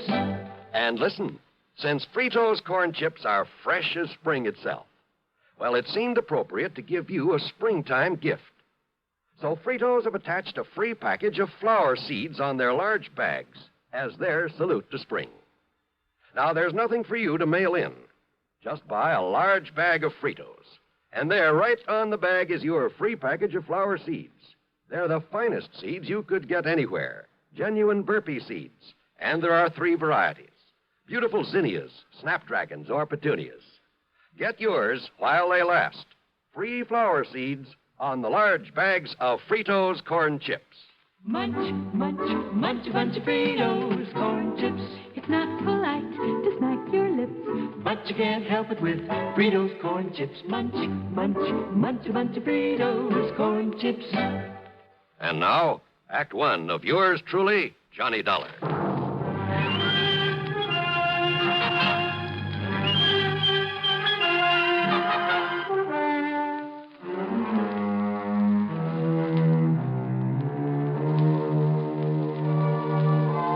expense account submitted by Special Investigator Johnny Dollar to the Continental Insurance Company, Chicago office.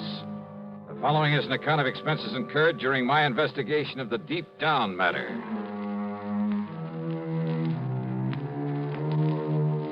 Expense account item 16185 for a plane to Chicago, then a flight to Houghton, Michigan, far up on the Keweenaw Peninsula.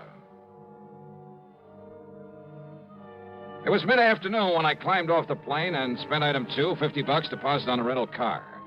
I got a highway map and directions to the Haskell mine, then headed north on Route 41. Along the way, I passed all sorts and sizes of workings, including the famous Quincy mine. It's supposed to have the largest hoist in the world. At the little town of Phoenix, I turned south and east on the side road that obviously was used for a lot of heavy trucking, and I finally arrived at the camp. I guess you'd call it that, surrounding the Haskell mine. There were 7 or 8 weather-beaten frame houses, a large barracks-like building, one fairly nice-looking brick home, a service building, tool shed, and garages. Bang in the middle of everything was a big hole in the ground.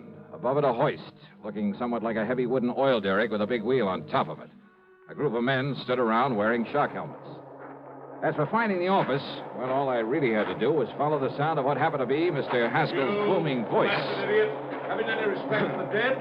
You try moving Mrs. Oliver out of that house of hers, and I'll break your neck. But don't you understand about it? Don't you realize that Ben Oliver had more to do with the success of this mine than anybody else, than even I had? Well, sure, I know. Oh, get on over there and apologize to her.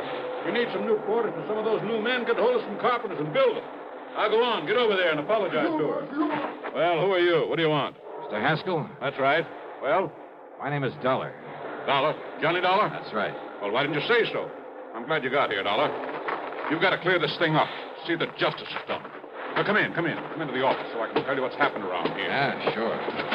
Believe me, I won't sleep. I won't rest until whoever... well, sit down. Thanks. Dollar, Ben Oliver and I have been working over this country together for years. Ben's brains and my money. Ben picked the spot for this mine. So I understand. Dollar, I've made and I'm still making a fortune out of it. In spite of the fact that it's a small operation. And Ben Oliver? Yeah, Ben. I tried for years to make him my partner so that he could fully share in this thing. But he wouldn't have it. Pure scientist, Ben was. No real interest in money. So the best I could do was promise him a fat royalty for the rest of his life. But I never dreamed his life would come to an end so soon. What happened, Mr. Haskell? He was murdered. Down in the 3rd sub-level of the mine, in a stope we discontinued working for a while because of some exploration he was doing in it. And you've no idea who or why, Mr. Haskell? If I or the police could find any possible reason for Ben's being killed, we might be able to pin it on one of them, the man who did it. You say... But as it is, we haven't even reason to lock up those men who could have done it. You say the man. Well, under the circumstances, it had to be one of the miners. One of the 6 who were on their way down the shaft in one of the ore cars. And yet... Well? I said under the circumstances.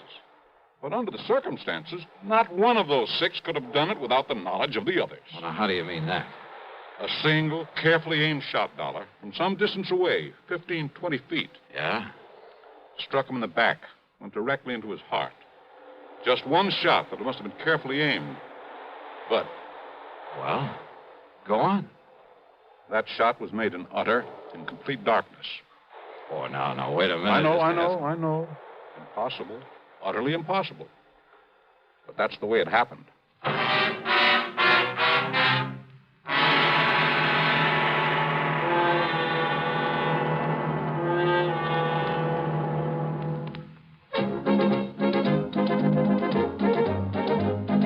Winston tastes good like a cigarette should.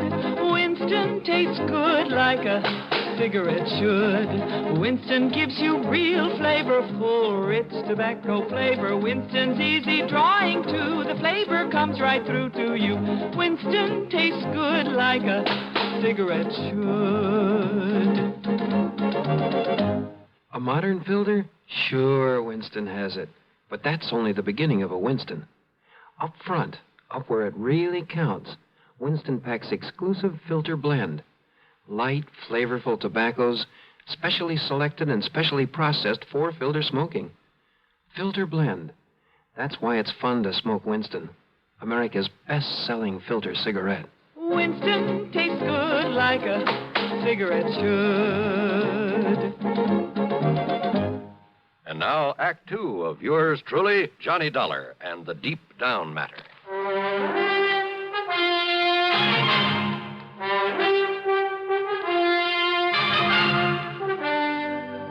Look here, Dollar, on the wall, a diagram of the mine. You, better explain that in one-syllable words, Mr. Haskell. I'm afraid I don't know very much about a copper mine. Well, here's the main shaft where it goes down into the ground at a slight angle. It goes down along one side for the most part, one side of the main ore body. That's under that big hoist I saw outside. That's right, yes. The hoist, by means of a continuously running cable, works the ore cars up and down. Like buckets on a conveyor belt. Only they're detachable from the cable in order to fill them at the various levels, then bring them up and dump them at the surface. Now, just exactly where was Ben Oliver killed? 321 feet below the surface, on the third sub-level, in what you might call a big room or cave down there.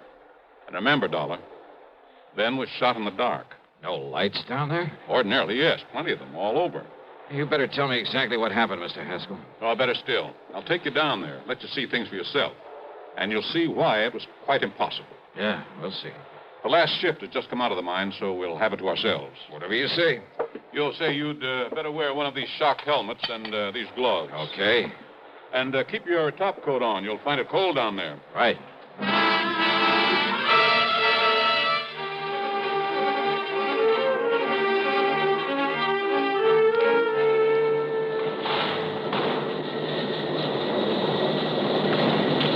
Riding that ore car down into the bowels of the earth was something I won't very soon forget. It jerked and shook and shuddered its way down the narrow tracks. The noise was deafening, and there was something eerie, something frightening about it as we plunged on downward.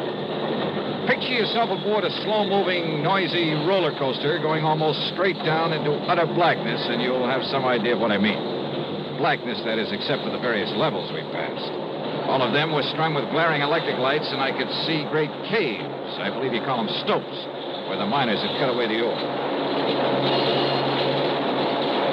Here we are, Dollar, the third sub-level.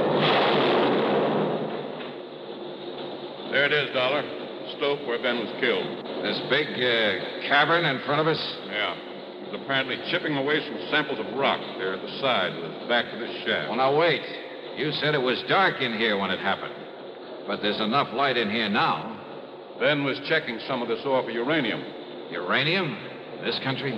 We've kept it a secret. That is the possibility of it. I see. Well, go on. Well, he sent a message up to me asking me to get his scintillator, a Geiger counter, and so on. I picked them up at his home and brought them down here with the men, the 6 men I mentioned. And? As we reached this level, as I was about to disengage the car from the cable, the lights here suddenly went out. I stopped the car in its noisy fashion, and then, after a minute or so, one of the men struck a match. Dollar, do you see this light switch? We found somebody pulled it. One of the men aboard the ore car. It had to be. Anyhow, I turned it on. We had light again. And there at the side, 15 or 20 feet away from us, lay the body of Ben Oliver. Did you hear the shot? Above the noise of stopping the car? What's more, Did anyone see the muzzle flash? No. You see, the weapon was a powerful air gun, a pistol of foreign make. We later found it at the bottom of the shaft. Fingerprints? No. The men were all wearing heavy leather gloves. Well, did any of them actually see Oliver here before the lights were cut off? I saw him. And it all happened in the few seconds between the time the lights went out, you stopped the ore car, and put them on again. In total darkness, one of those men was able to fire accurately, the shot that killed him. No sign of a flashlight, anything like that? No. Then I see what you mean about it being impossible. Nevertheless, it was done. And by one of the men aboard the car. And that's why I sent for you, Dollar, in the hope that you somehow can bring the killer to justice. Well? Well, from here, Mr. Haskell, it looks like you've handed me a pretty large order. Act 3 of yours truly, Johnny Dollar, in just a moment. Welcome, recording star Mel Torme. It's terrible trying to sing with a bad cold. So I always take 4-way cold tablets to relieve cold miseries fast. Good idea. Tests of all the leading cold tablets proved 4-way fastest acting. 4-way starts in minutes to relieve muscular pains, headache, reduce fever, calm upset stomach, also overcomes irregularity. When you catch cold, try my way.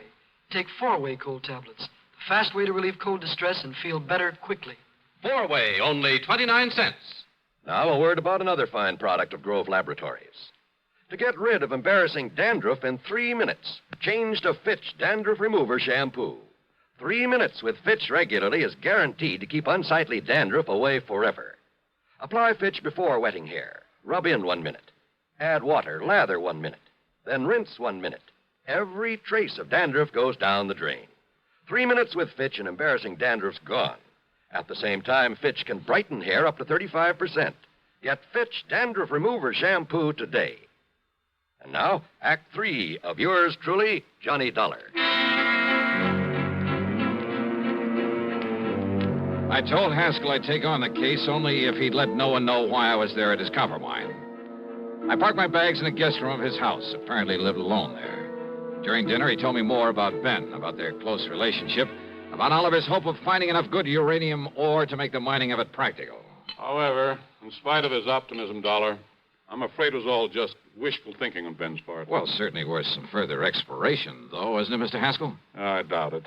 But we'll see. The important thing now is to find his killer. Do you feel the police were thorough enough in their investigation, in their questioning of the men aboard that ore car? Those men all swore they loved Ben. There's nobody can prove otherwise. Even I can't prove otherwise, even to myself. You say the air gun was a foreign make? Yes, that any one of them could have got hold of. There's a big foreign population in this area. So I understand. But unless the police can find out where it came from, to which of those 6 men it was sold, it's impossible, I'm afraid. And how to explain that shot in the dark that so unerringly found its mark? Yeah, I've been doing a lot of thinking about that. And maybe I've come up with a couple of ideas. Oh? Well, good. I hope so. Where are the 6 men? I told you. Beyond a general suspicion, simply because they were there, the police have had no reason to hold them. You'll find them in the bunkhouse, all of them. Then maybe I'd better have a talk with them. Oh, by all means, do. And if you're able to break one of them down... Let's, wait and see.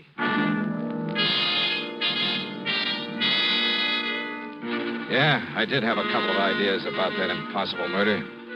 I questioned the men without telling them my real status in the case. But more important, I talked to Ben Oliver's wife. A quiet, gentle little woman. All in all, I felt she was taking the whole thing very well. Yes. Bertram Haskell was always very good to Ben in his rather domineering way. But why do you ask? Well, it's good to know what kind of a man I'll be working for if I take the job.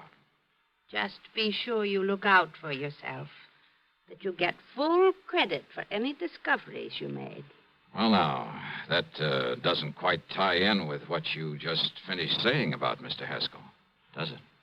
Ben was so unselfish, self-effacing, so easy to take advantage of. Oh, no, I shouldn't talk that way. You sound as though you don't quite trust Mr. Haskell. Please, I didn't mean that at all.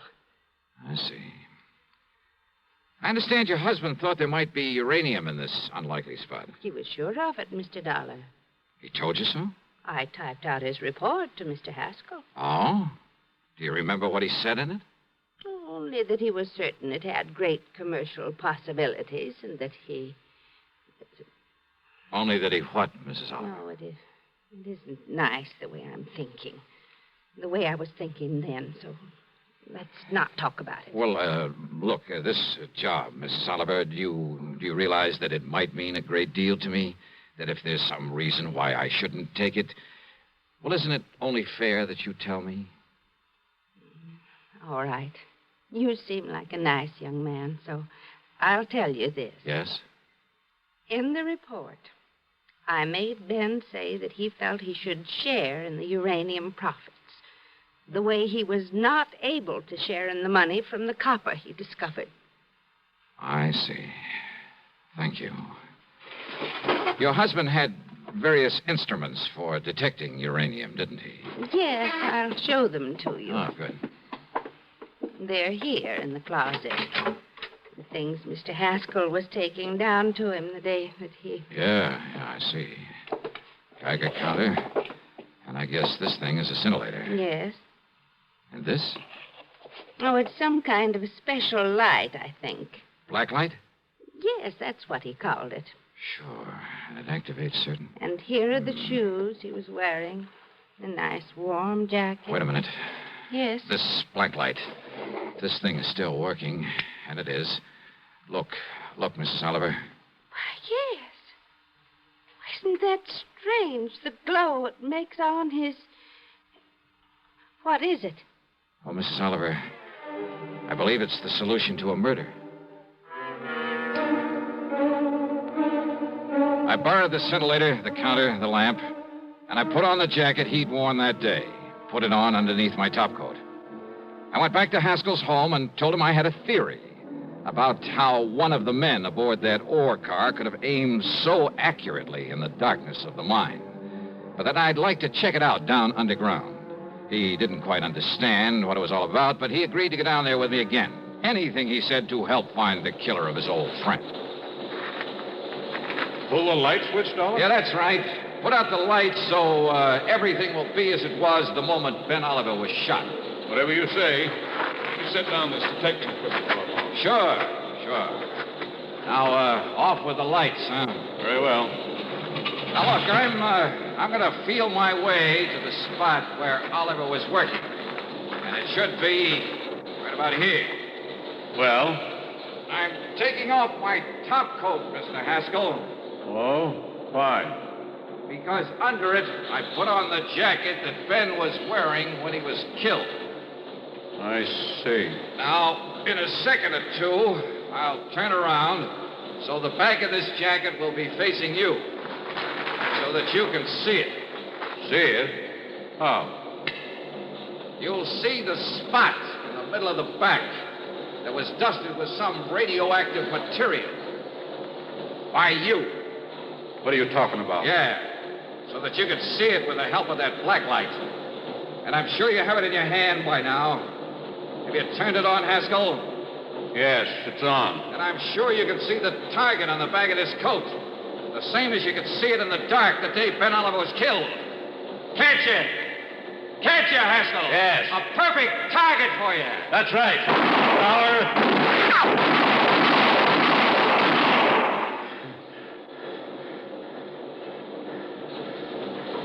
All through. What? No. Surely you don't think I stayed in that coat over there. Dollar, listen. Maybe there was uranium down here, huh? You knew there was. And you knew the only way you could keep all of the profits from it was by getting rid of Ben Oliver. All right, but listen, Dollar. Oh, listen. drop dead. And maybe you will, Haskell, if you try anything funny on the way back up to the surface. No. You see, this gun of mine is still loaded.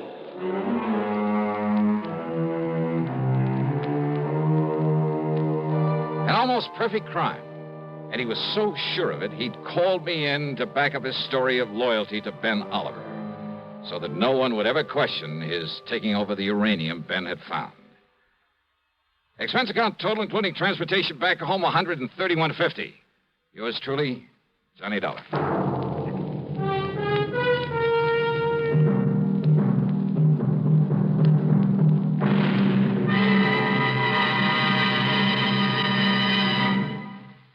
Our star will return in just a moment. Constipation can be a problem for anyone, even doctors. And when constipation occurs, it's interesting to see just what doctors consider important about a laxative they might use or recommend. Well, a majority of the doctors we heard from had this to say.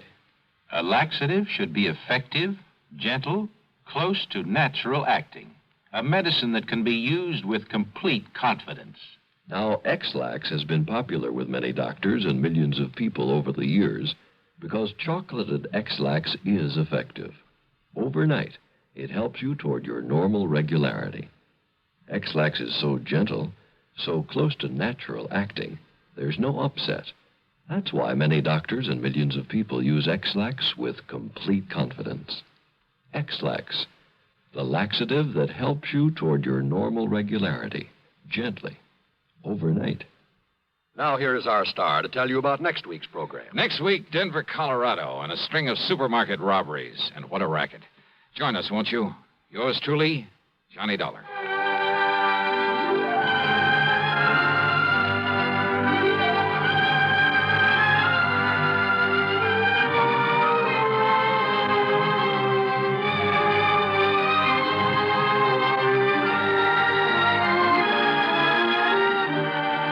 truly, Johnny Dollar, starring Bob Bailey, originates in Hollywood and is written, produced, and directed by Jack Johnstone. Heard in our cast were Virginia Gregg, John Stevenson, and Will Wright. Be sure to join us next week, same time and station, for another exciting story of yours truly, Johnny Dollar.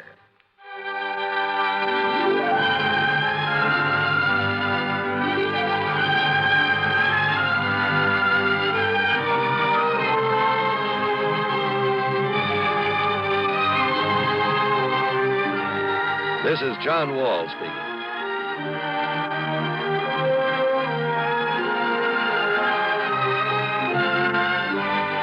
Coming next, another tale calculated to keep you in suspense on the CBS Radio Network. Let's take a walk around the block. A wonderful idea. An old-fashioned walk, arm in arm with your sweetie. But first, you buy the right car to pick up your best gal. You drive her in style to the right spot for your stroll. Art Neat of Armory Garage says, drive right to Armory Garage. Armory, the home of tested used cars and 101-time payment plans, has the lowest prices ever right now. They're Armory's special low winter prices, and Art Neat tells you why. Frankly, we'd like to sell you a tested used car right now, before the big spring rush. Pick from the largest stock in Armory's history. Drive it now. Enjoy it now, with no down payment to pay. You don't start paying till May and take up to 36 months. Well, no wonder everybody says if you can't deal with Armory, you just can't deal. Don't make a date for your old-fashioned walk till you make a date with Armory Garage for a tested used car. Central and Colvin Avenue, Albany. WROW, Albany, New York. From Hollywood, it's time now for... Johnny Dollar. Perry Jameson, the Paramount Insurance Adjuster, Johnny. Hi, Perry. It's been a long time. I'd begun to think you're neglecting me. Oh, how you talk. Matter of fact, I've just been waiting for a nasty enough case to come along for you. Yeah, you do have a habit of handing me the dirty ones. What is it this time? 4 states, out in Denver. Oh, yeah, I've heard of them. Well, they're a small outfit. By contract, all their claims are routed through us. Damage appraisals, payment dispersals, and so on. So what's happened? Well, we've had to pay a lot of claims for them recently. Too many. What's more, they've all been big ones and on fairly young policies. Well, Perry, you know as well as I do that things will average out in the long run. Unless something's wrong. 60,000 on one policy, 35,000 on another, 70,000, and a cool 150,000 on one just last week. Shoot. And the beneficiary in each case has been the same man. Then no wonder you... Just leave the door open, Perry. I'll be right over.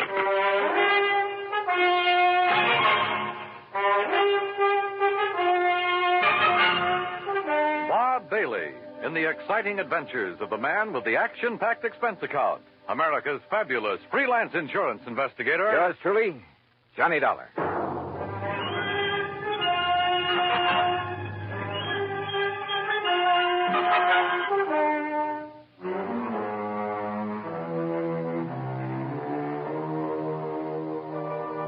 Expense account submitted by Special Investigator Johnny Dollar. The Paramount Insurance Adjuster's Home Office, Hartford, Connecticut. Following is an account of expenses incurred during my investigation of the Denver dispersal matter.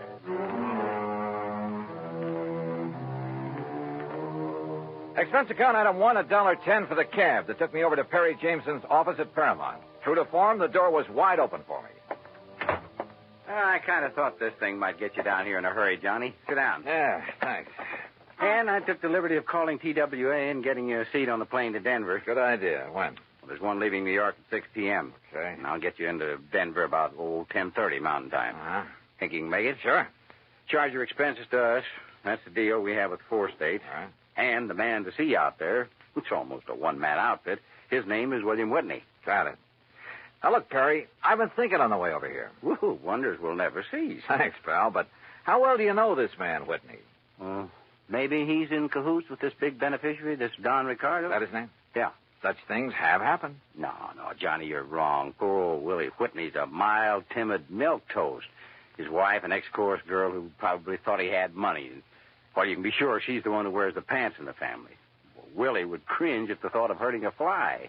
Well, it was an idea. I don't blame you, but no, forget it.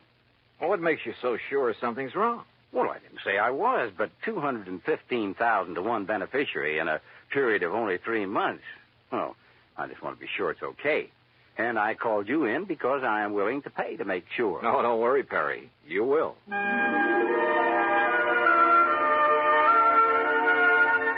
Expense account item 2, $141 even, plane fare and incidentals, Hartford to New York to Denver. Originally Indian country, the mile-high city is now a maze of oil refineries, steel companies, grain mills, chemical and manufacturing plants. A huge downtown shopping area and beautiful tree-studded residential sections. No wonder it's one of the big insurance centers. Item 3, $2 even for a cab into town where I park myself at the world-famous Brown Palace Hotel. Item 4, 10 cents phone call to an old newspaper pal from back east who is now working on the Denver Post. Pete Packard. Johnny Dollar, Pete Packard. Okay, what's the story? Johnny Dollar. Well, hey, how are you, Keith? Great. You gonna be here long? We gotta get together. Where you staying? The Brown Palace. Now, look, you want I should dig up a couple of dates? We'll go out on the town. Remember the last time we tied one on together? Ooh, are you kidding? I had such a headache the next morning, it hasn't left me yet. Well, hey, look, listen. Keith, I get away from the desk at 2 a.m. No, you look. Huh? I'm out here on a job, insurance investigation. Did you ever hear of a man named Don Ricardo? You know Don Ricardo? No. What do you know about him?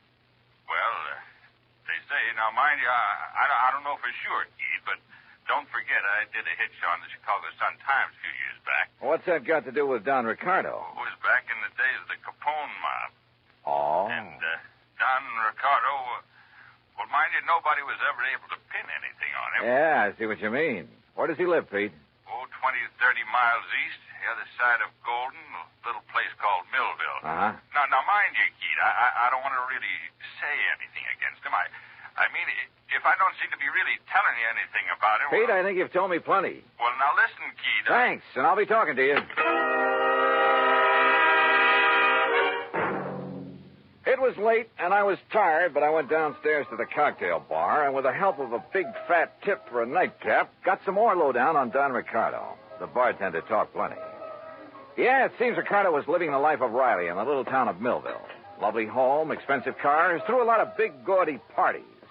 And always for people from out of town, mostly Chicago or Miami Beach. Yeah, the bartender talked plenty. Until he spotted a lean, well-dressed, rather too well-dressed man sitting alone at one of the tables watching him. A man who'd somehow forgotten to take off the light gray hat that shaded his features and slightly narrowed eyes. The bartender clammed up. I paid for my drink, that's item 5, and was conscious of being watched closely as I casually sauntered out and took the elevator up to my room. First thing in the morning, I looked up the address of 4 State. Instead of the striking new mile-high center as I'd expected, it was a dingy old office building on South Broadway. William Whitney looked a little old and dingy himself. Johnny Dollar, the special investigation? That's right, Mr. Whitney. Oh, well, sit down, won't you? All right, thanks. Just here on a visit? I'm here because the insurance adjusters are concerned about some recent claims they've had to pay on policies issued by you. We've been very unfortunate lately, Mr. Dollar. Yeah. $215,000, unfortunate. On only 4 policies. Yes, and all paid to the same beneficiary by some odd coincidence. You sure it was coincidence? Who were the policyholders?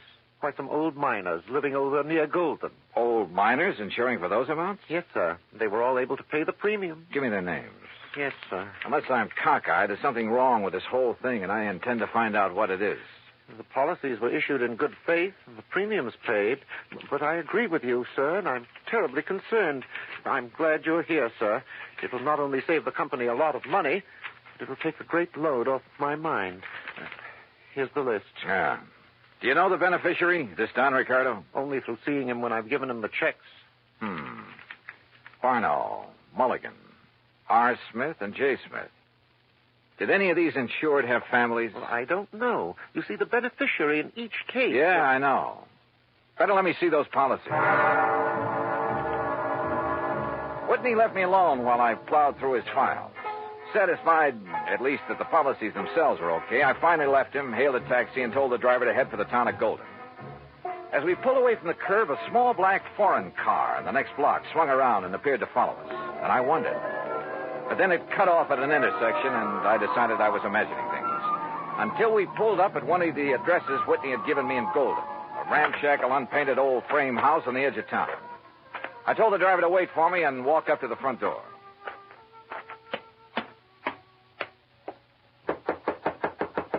It looks to me like that house is empty, mister. You sure you give me the right address? Yeah, this is the address, all right. But I guess that... Huh? Hey, that door open by itself? I don't know. Hello? Hello? Anybody? No!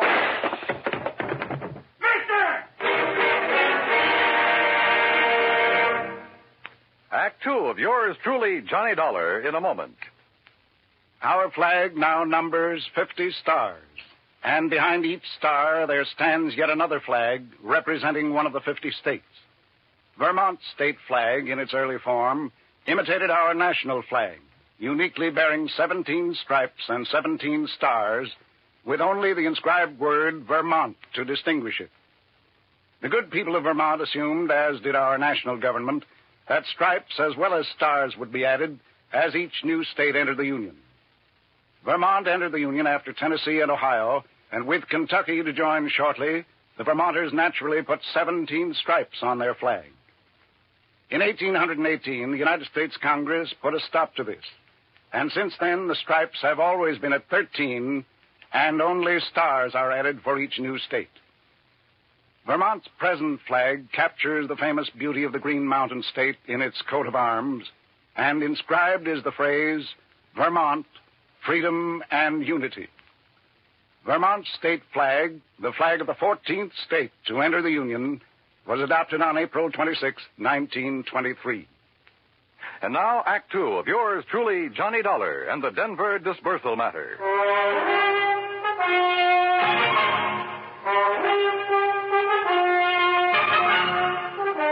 The old house at the edge of Golden, Colorado looked empty, but I knocked anyway. You sure you give me the right address, mister? Yeah, driver, this is the address, all right. But I guess that... Huh? Hey, that door open by itself? I don't know. Hello? Hello? Anybody? Oh! Mister! Go back. Get away from this open door. But you're hurt. Your neck. You're bleeding to death. Stay down. Barely nicked me. I'm all right. Holy cow. I thought you was a goner. Here, let me help you. You'll need help if you don't stay out of his line of fire. Well, who was it? You see anybody? Hey, listen. Yeah, that's a car pulling away from the back. Get a look at it. Well? I can't tell. That dusty side road back there. Looks like a little one, though. Foreign car? Too far away now. I can't tell. But it's black. All right, come on. We're getting back into your cab. Yeah, I'll get you to a doctor. No, I'm okay. You know where Millville is? Sure, a few miles east. It's an old mining... Come on. You know where Don Ricardo lives? For sure. You want to go there? Does he own a small black foreign car? Yeah, real expensive job. I've seen him in town. But, mister, Come on, because I'll lay odds he's the one who fired those shots. You mind if I drop you off a few blocks away from his place?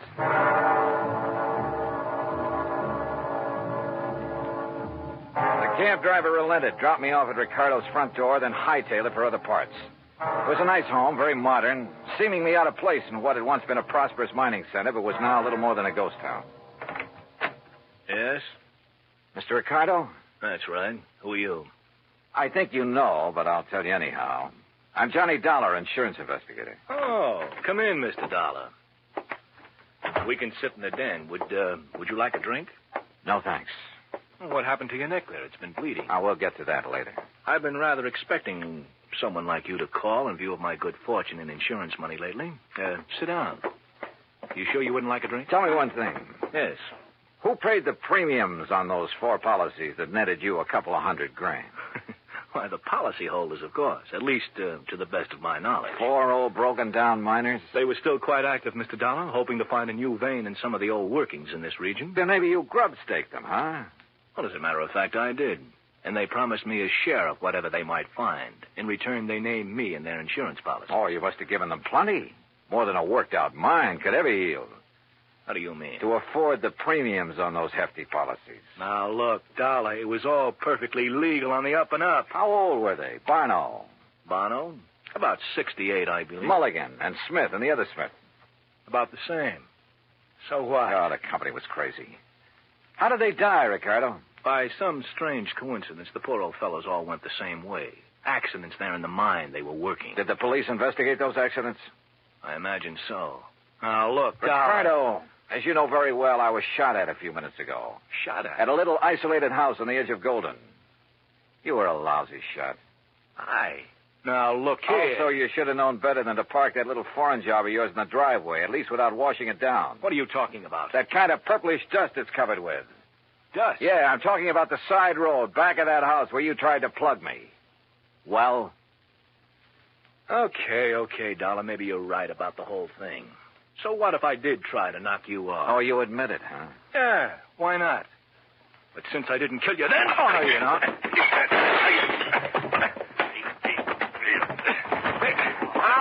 All right. Put him up. Face the wall, Ricardo. Hands off of me. Come on, get your hands Officer, off. I've never seen a prettier uniform in my life. What is this? We've been waiting a long time to nail you, Ricardo. Get him out of here, boys. All right, take it easy. Pete! So help me, Keith, I knew if anybody would bring Ricardo out in the open, you would. You mean to say that... Yeah, I figured I'd better bring these state police out here. Oh, Pete, you're a doll. Now let you and me go out and tear the town apart, huh? Later. After I finish this job.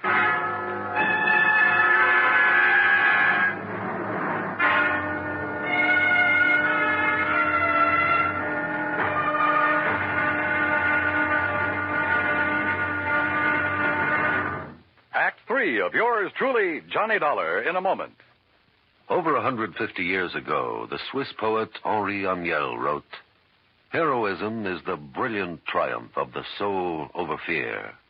Heroism is the dazzling and glorious concentration of courage."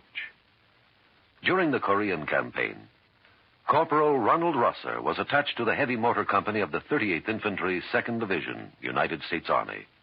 Rosser, a veteran of World War II, rejoined the Army and shipped to Korea when he heard that his brother had fallen in the winter assault of the Chinese Communists. One day, Rosser's company moved into enemy territory. At the time, the corporal was a forward observer and carried a radio. Suddenly, in the midst of an enemy attack, Rosser handed his radio to a buddy, slipped the safety off his carbine, and filled his shirt with hand grenades. He charged at the enemy through fierce mortar and artillery fire, shooting from the hip. Straddling a bunker, he riddled its occupants. Still advancing, he accounted for 2 more of the enemy, shooting one through the head and clubbing another to death. Continuing his one-man charge, he jumped into a trench full of enemy soldiers, opened fire, and forced his way relentlessly down the length of the trench, killing right and left with grenades and carbine fire. Out of ammunition, he returned to his company, where he replenished his supply. Then he charged the enemy again and again. Finally, he returned to his own area, and taking the radio back from his friend, he moved out with his company. Corporal Ronald Rosser was awarded the Medal of Honor for his action. Action which had shown the enemy that his personal code of conduct wouldn't let them push around either his kid brother or his country. And now, Act 3 of yours truly, Johnny Dollar, and the Denver dispersal matter. It took hours, even with Pete Packard's help, and he finally had to go back to his job at the Denver Post. But there in Don Ricardo's house, carefully hidden away under a drawer lining and a sideboard, I found what I was looking for, a handful of canceled checks. It was well after dark when I appropriated one of Ricardo's fancy cars and drove back to Denver, to a little house in the south end of town, not far from the office of 4 State Insurance Company. As I pulled to a stop, a big fancy truck nearly sideswiped me. Good. It covered the sound of my stopping there. As unobtrusively as possible, I walked up to the front door of the place. Even above the sound of passing traffic, I could hear voices, loud ones, coming from somewhere in the rear of the building. Cautiously, I edged my way around the side to where I could see the lighted window of a bedroom. All right, I heard you. Only why don't you tell me why? Stop asking questions. Get the things back. Make sure insurance only enough to put in the car. We're traveling light and fast. All right, Willie, all right already. Boy, you're bossier than Don ever was when you want to be. Forget Don Ricardo and collect your stuff. If it wasn't for me, you'd still be working in one of his nightclubs in Chicago. Lucky you never talked this way down to that insurance office of Oh, yours. stop that. I thought we was going to stay in Denver until you made a lot of dough at the insurance racket, huh? I left this happy domestic scene to walk slowly back to the front door. Yep. My original hunch at the office in Hartford had been right. What's that? Somebody at the front door. Well, why don't you go answer it? Huh? Willie? Oh, Mr. Dollar. That's right. Oh, my, I'm glad you're here, sir. Well, you look upset, Mr. Whitney. I am, sir. I am terribly upset. Handbags? They're in the hall? Yes. Going somewhere? It's that Don Ricardo. Oh? I thought you didn't really know him. I didn't. Oh, if only I'd done it before. I'd never have issued those policies naming him as beneficiary. Done what, Mr. Whitney? Investigated that Ricardo. But I did. After you left me this morning. He's a gangster. An ex-gangster, Mr. Dollar. No. Yes. I suddenly realized that in your investigation, you'd investigate him, and he'd think I'd had you investigate him. He'd think I was trying to make trouble for him. It frightened me terribly. And that's why you decided to leave town, huh? Yes, of course. Until this whole thing blows over. He's a dangerous man. He'd stop at nothing. He might even try to kill me. I must leave here immediately. Oh, I wouldn't be too sure of that. Where did you plan to go? Far away, anywhere where he couldn't find me. And where maybe I couldn't find you. Of course. What? Why did you say that? Well, I was just thinking. This morning when I was going through the files at your office, you left me alone for a while. Yes, I recall that I did. Why? To make a phone call, maybe? To Don Ricardo? What? Is that why he just happened to be waiting in his little foreign car a block or so up the street about the time I left your office in a cab? Oh, Mr. Dollar. Pretty good theory, isn't it? Especially when I have these little scraps of paper to back it up. What are those? Some of Don Ricardo's canceled checks. Made out to you. 20% of the take on those big, fat insurance payments. Where did you get those? Funny, too. They're all dated one day after you paid off on each of those big claims. Give me those? those? You don't. We're going to need these in... I'll kill you. Mr. Milktoast, huh? You dirty... I'll kill you. Okay, baby. All right. Okay, Willie, get up on your feet. Yes, sir. Anything you say, Mr. Dollar. But please, you must believe me. Oh, I'm cut an it. innocent That man. timid soul pose of yours may have sold insurance to a handful of suckers, Whitney. But it hasn't sold me a thing.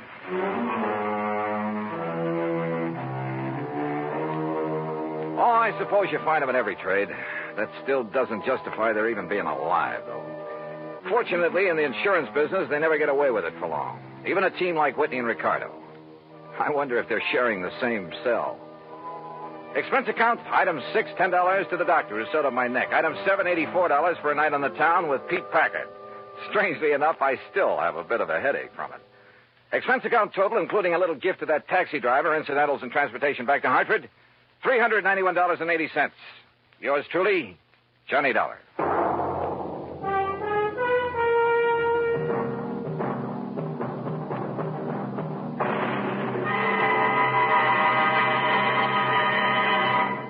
Our star will return in just a moment.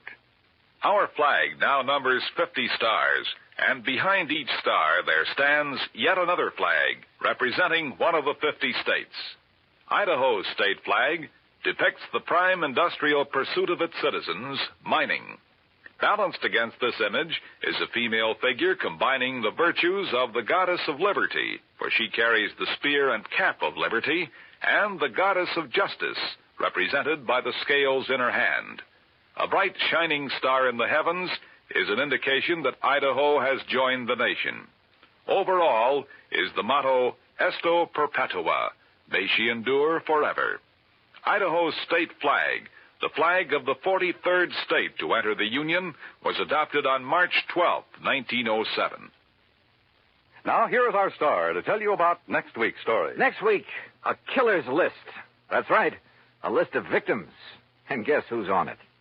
Join us, won't you? Yours truly, Johnny Dollar.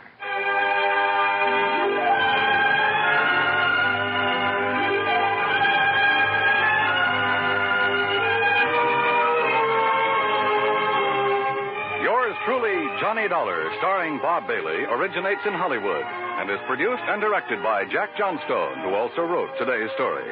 Heard in our cast were Virginia Gregg, Forrest Lewis, Barney Phillips, Edgar Beria, Frank Gerstle, and Peter Leeds. Be sure to join us next week, same time and station, for another exciting story of yours truly, Johnny Dollar. This is Dan Cubberly speaking.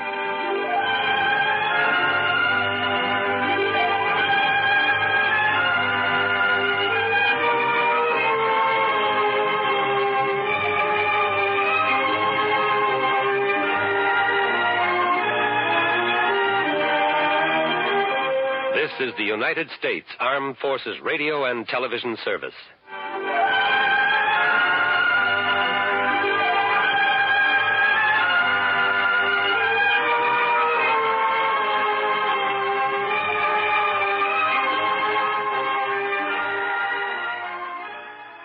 Johnny Dollar. Up and at him, Johnny. Huh? Who's that? Bert McGraw. Oh, hi, Bert. What's on your mind? Haley's Comet. What? Harry Haley, pitcher for the Spartans.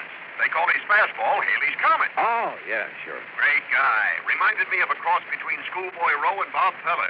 Sure too bad about him and the Spartans. Breaks my heart. Oh, why? Haley's disappeared, and right in the middle of spring training. Well, maybe he got tired of playing ball. You kidding? A man that pitches like he does and is making $60,000 a year doing it? Your company hold a policy on him? For $50,000, double indemnity. But that's incidental. The Spartans don't stand a chance this year without Haley. You're wrong, Bert. Huh? What about? That policy. $100,000's never incidental.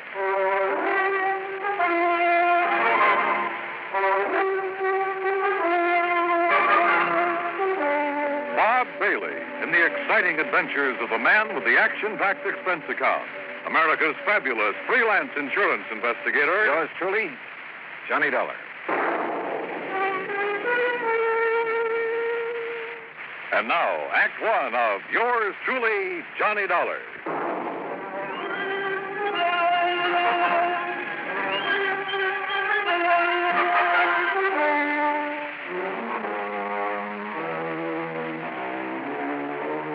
Expense account submitted by Special Investigator Johnny Dollar to the Providential Assurance Company, 393 Dewey Avenue, Hartford, Connecticut.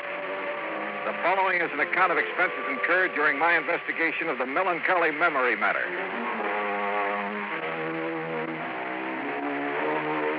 Expense account item 1, $1.20, taxi from my apartment to Bert McGraw's office.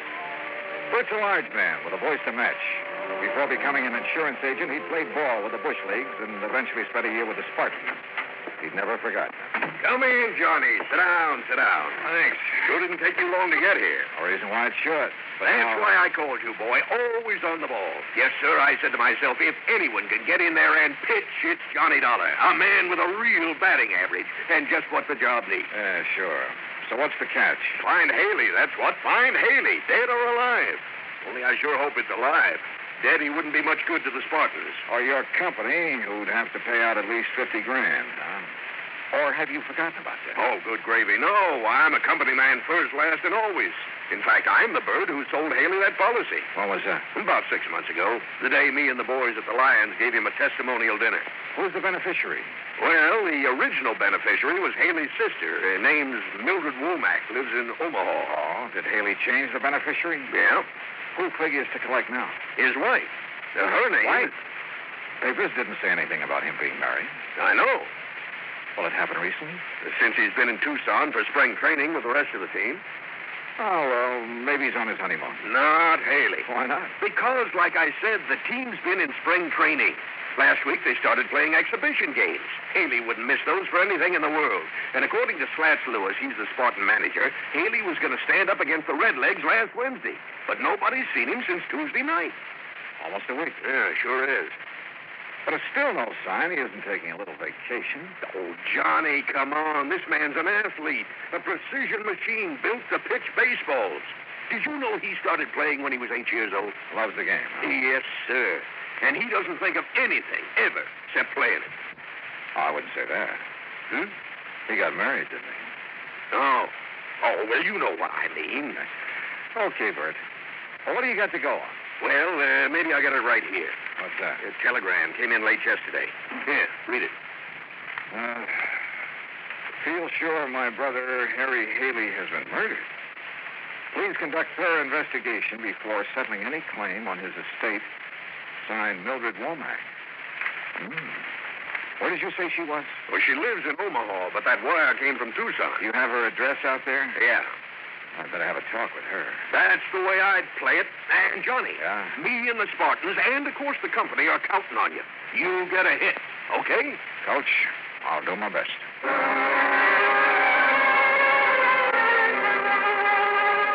Expense account item 2, 10 cents for an afternoon paper. It contained a follow-up story on Haley's disappearance with a quote from his sister Mildred. But again, there was no mention of Haley's wife. Item 3, $148 air travel to Tucson and cab fare to the Westerner Hotel. I called the Casa Grande Motel where Mildred Womack was staying, then rented a car and drove out to it. It was on the highway to Nogales, and she was waiting for me. A tall, thin woman, obviously Haley's older sister. I followed her in and sat down on a stiff chair between the bed and the dresser. You ever see Harry play, Mr. Dollar? No, ma'am. I'm afraid that's something I've missed. Oh. Well, this is his picture in case you want to know what he looks like. I've seen pictures of him in the papers and newsreels, Mrs. Womack. Handsome man, ain't he? And famous. Too famous. All that publicity about his new contract, that's what started the trouble. How do you mean? If he'd never reached the big leagues, he'd be alive today. Do you really believe he's dead? Of course I do. Did you read my telegram? Well, yes, ma'am. But do you have any proof of his death? Have all I need. Would you mind telling me what it is? The record of my brother's doings before I came to Arizona. Oh? I didn't get out here until the day before he disappeared. I came because Harry wasn't writing to me like he was supposed to, so I hired me a detective to find out what he was doing with his time. You hired a detective to follow your brother? There's no law against it. No. Especially when I suspected something was wrong. Yeah, I've had to watch out for Harry since our pa died 12 years ago. How old is your brother? 25. That's physically, but he's still a baby. Mrs. Womack, about this proof you have. I'll get to it. See, before Harry signed up with the Spartans, he never had nothing. And after last year, well, now they're paying him a heap of money. Naturally, a man like him, simple and all, why, he was just like a ripe melon waiting for some little chippy to come along and pick him off the vine, which is just what happened. Then you know he's married. Of course I know, but I wouldn't have known if it hadn't been for that detective, Mr. Oglethorpe. You know why he kept his marriage a secret? Sure. Same reason I've tried to keep it one. What's that? Well, now, would you have gone around broadcasting it if you'd woke up some morning and found yourself hitched to a person called Juanita Torres? I don't know. Never met the lady. She ain't no lady, Mr. Dollar. Torres, Mexican. So? Well, you know. Afraid I don't. Oh, no. Well, this Juanita, she works in a nightclub. Dancer, she calls herself. That's what Oglethorpe told you? That's right. The way I figure it, Harry must have been good and drunk to let her talk him into marrying her. Have you met her? Hope not. And don't plan soon, either. Well, don't you think that's being a little unfair, Mrs. Womack? I don't need to. I got all the information I needed from Mr. Oglethorpe's report. Little gold digger. But she's a horrible, cheap, painted dancing girl. You're sure of that? I am. As soon as she could, she had Harry change his life insurance, making her the beneficiary. And that was like putting a gun in her hand. And you think she had something to do with his disappearance? It's murder. It ain't no That's a very serious charge, Mrs. Womack. But she's serious. Mister, Harry didn't run off. Leave me. He had no reason to. There just wasn't no reason for him to leave without telling anybody. You're sure of that? You find the reason. I'll change my mind. When I finally got away from Mildred Womack, I headed cross town to the Oglethorpe Detective Agency. Mr. Oglethorpe wasn't in, so I left word for him to call me, then stopped by Tucson's police headquarters. Lieutenant Snyder was in his office eating his lunch out of a paper bag. Dollar, come in. Pull up a chair. Thanks, Lieutenant. You like hard-boiled eggs? Sometimes. Me too, sometimes, but not every day like my wife thinks I do. You want it? No, thanks. Me either. Sergeant tells me you hear about that Haley case. Yeah, that's right. Well, that's not much, but you're welcome to anything we have on it. Well, what do you think's happened to him, Lieutenant?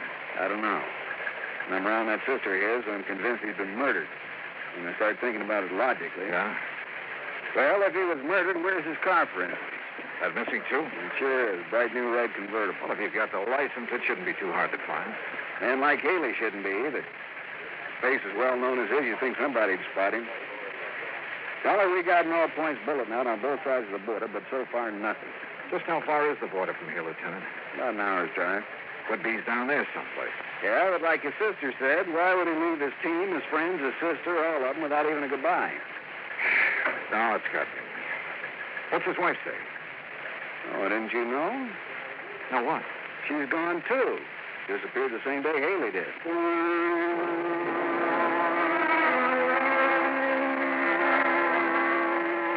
The Spartans were playing an exhibition game that afternoon, so after telling Lieutenant Snyder where I was staying and asking him to call me if anything broke, I drove out to the ballpark.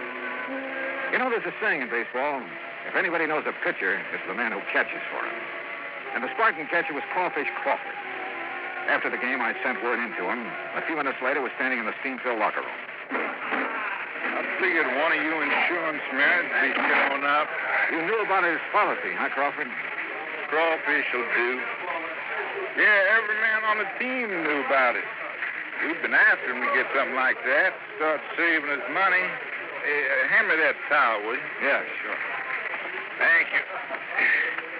Now, what was it you wanted for me to tell you? Anything you can about Haley's disappearance. Well, there ain't nothing much to tell. Well, did you see him at all the day he disappeared? Sure. He was my roommate. This was our second year together. A real nice boy. Picked up his clothes, showered every day, didn't snore. Are any of his clothes missing? No, nothing. He even left his razor and toothbrush behind him. What about his wife? Why? Oh, now don't tell me you didn't know he was married. Well? Wasn't much he didn't tell me. But when he'd tell me something he didn't want talked about, I always told him I wouldn't open my mouth to nobody. Don't figure on doing it now. But it's no secret. The afternoon papers are playing his marriage up big. Well, then I reckon it's all right. What sort of a girl was, or is she? I only saw her one time. Reckon she seemed nice enough, but you can never tell about a woman. Boy, I remember one time down in Beaumont, Texas, there was this gal, and she looked so sweet, but what she done to me, ooh-wee. Yeah, well, let's get back to Haley. How is he doing this year? Well, he was off, way off. But being in love like he was, well, that can hurt any man's control. Are you sure being in love was the only thing bothering him? I don't know what else could have been. But if I think of something, I'll let you know. Okay, Crawfish. I couldn't make up my mind about Crawfish. I didn't know if he'd held out on me or if he just didn't have any information that would help me find Haley. I drove back to my hotel, put the car in the parking lot, and then started across the lobby when somebody called to me. Hey, Dollar! Johnny Dollar! Oh, yeah? Oh, Lieutenant Snyder. Took a chance on your being here. I received a call from the Nogales police this afternoon. They find Haley? No. It looks like his sister's been right all along. How so? Mexican Highway Patrol found his car abandoned about 30 miles below Nogales. Well, that doesn't mean he's been killed. No, but there's something else that does. What? There was dried blood on the front seat.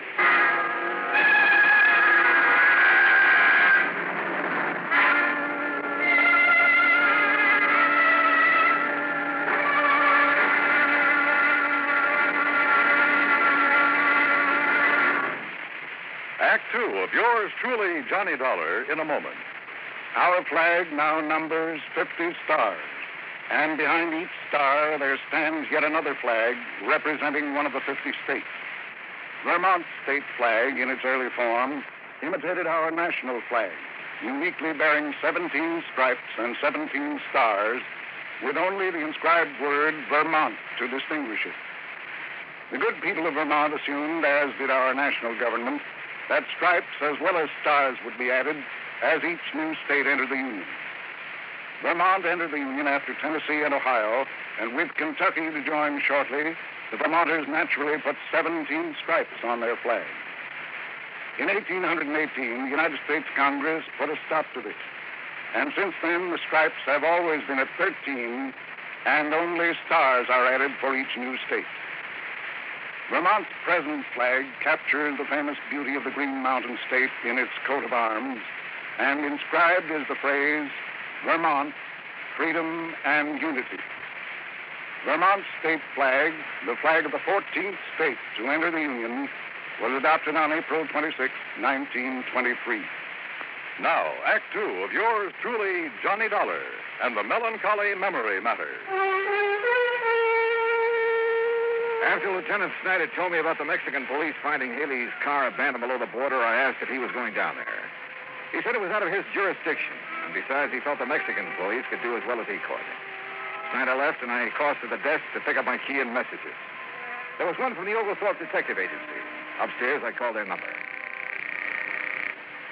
Oglethorpe speaking. Oh, Mr. Oglethorpe, this is Johnny Dollar. Oh, yes, Dollar. I'm sorry I missed you this morning. Well, it wasn't important. I just wanted to ask you a couple of questions. About Haley? About Mrs. Haley. Oh? What kind of question? Well, what kind of person is she? How do you mean? Do you think she married Haley for his money? I don't think nothing. I don't get paid for thinking. Just for reporting what I see. Well, what have you heard about her? You've been in the place where she worked, haven't you? Why, sure, but like with everybody, some folks liked her, some didn't. Look here, Dollar. You want me to do your job for you, fine, but you got to come up with some cash. I might, if you can answer this one. Try me. Where's she from? What's her hometown? Easy. Place called Magdalena. About 50 miles below the Mex border. Things were beginning to add up, but the total didn't look too good for Haley, or for his wife either. And as much as I hated believing it, it did look as if Haley's sister, Mildred Womack, was right when she said the Mexican girl her brother had married was responsible for his disappearance. I called down for a drink and was getting ready to take a shower when somebody pounded on the door. Yeah, come in. It's unlocked. Just put it on. Oh, crawfish. Yeah. Oh, come in. Sit down. No, I can't stay long. I'm going out to eat with the rest of the gang. Well? Well, I've been thinking, and I figure you might be able to make something out of this. Out of what? I'm breaking my promise to Harry by telling you. Go on. Well, he's been going to a doctor here. Oh? I ain't gonna tell you no more than that. Oh, come on now. At least give me the doctor's name. It's Wolf with an E. Wait a minute. Wolf with an E. What are you doing? Looking it up in the phone book. Well, you can't call tonight. It's after office hours. I'm just curious to see if there is such a doctor. What's the matter? Don't you trust me? Yeah. Yeah, I trust you, Crawfish. Is it here? Let's see. Yeah, Dr. George M. Wolf. Specializing. Yeah. Yeah, I see it. Thanks, Crawfish. You've given me the one thing I had to know. By the time I had the car checked over and filled with gas, it was about 8:30. The sign over the office of Casa Grande Motel served to light the whole court. Mrs. Womack's bungalow was dark, but I knocked on the door anyway. Yes? Who is it? Johnny Dollar. Mrs. Womack. I'm sorry if I woke you up this You didn't. I've been sitting and thinking about Harry. Lieutenant Snyder told me they found his car. With blood on his teeth. It's like I knew all along. Mrs. Womack, I wouldn't give up hope if I were you. I gave up hope when I heard he'd married that girl. And if I ever get my hands on her... Do you remember telling me this morning that if I could find a reason for Harry wanting to get away from everyone, to disappear, you'd change your mind about his wife? I remember. Well, I have that reason. What is it? I'll tell you late tomorrow afternoon. Tomorrow afternoon? Yes, ma'am. Provided you'll be ready to leave here with me at 8 in the morning. Leave for where? A little town south of the border. It's called Magdalena.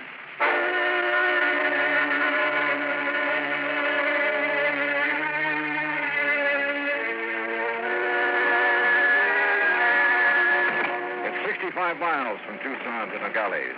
We made it in an hour. But from there on, the road became progressively worse. It was early afternoon when we reached the outskirts of Magdalena. Oh, really, Mr. Dollar, I wish you'd tell me what we're doing down here. I'll tell you when I'm sure, Mrs. Womack. You mean this may be a wild goose chase? It may be, but I don't think so. Oh, really? Oh. You'd think they'd have sense enough to keep their chickens at home. You don't care much for the Mexican people, do you, Mrs. Womack? No, I don't. Why not? You know? I sure do. It's because they're so poor and dirty. By our standards, I guess some of them are poor. But as for being dirty, have you ever seen American ditch diggers or farmers after a hard day's work? Well, what about their children? They're always filthy. Like those over there. Huh? Where? In that field. See them? Yeah. Yeah, I sure do. Mr. Dollar, what are you doing? Be right back. Mr. Dollar?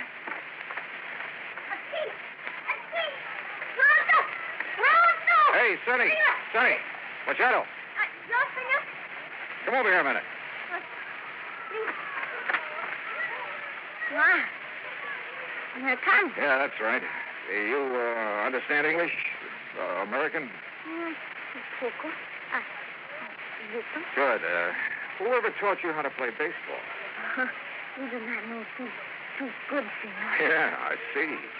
You have 5 bases out there. Yesterday, for the first time, she came and explained to us. I am sure there's 5 bases. No? No. Oh, it does not matter, senor. We are grateful for what she gives to us for the, how do I say it? Home run! The bat. The bat. And the guante. The glove. Well, who is this lady? What's her name? What is senor? What? Senorita Juanita Torres. Do you know where she lives? Oh, see. In the room of her father. You want me to show the way? Yes, son. That'd be fine.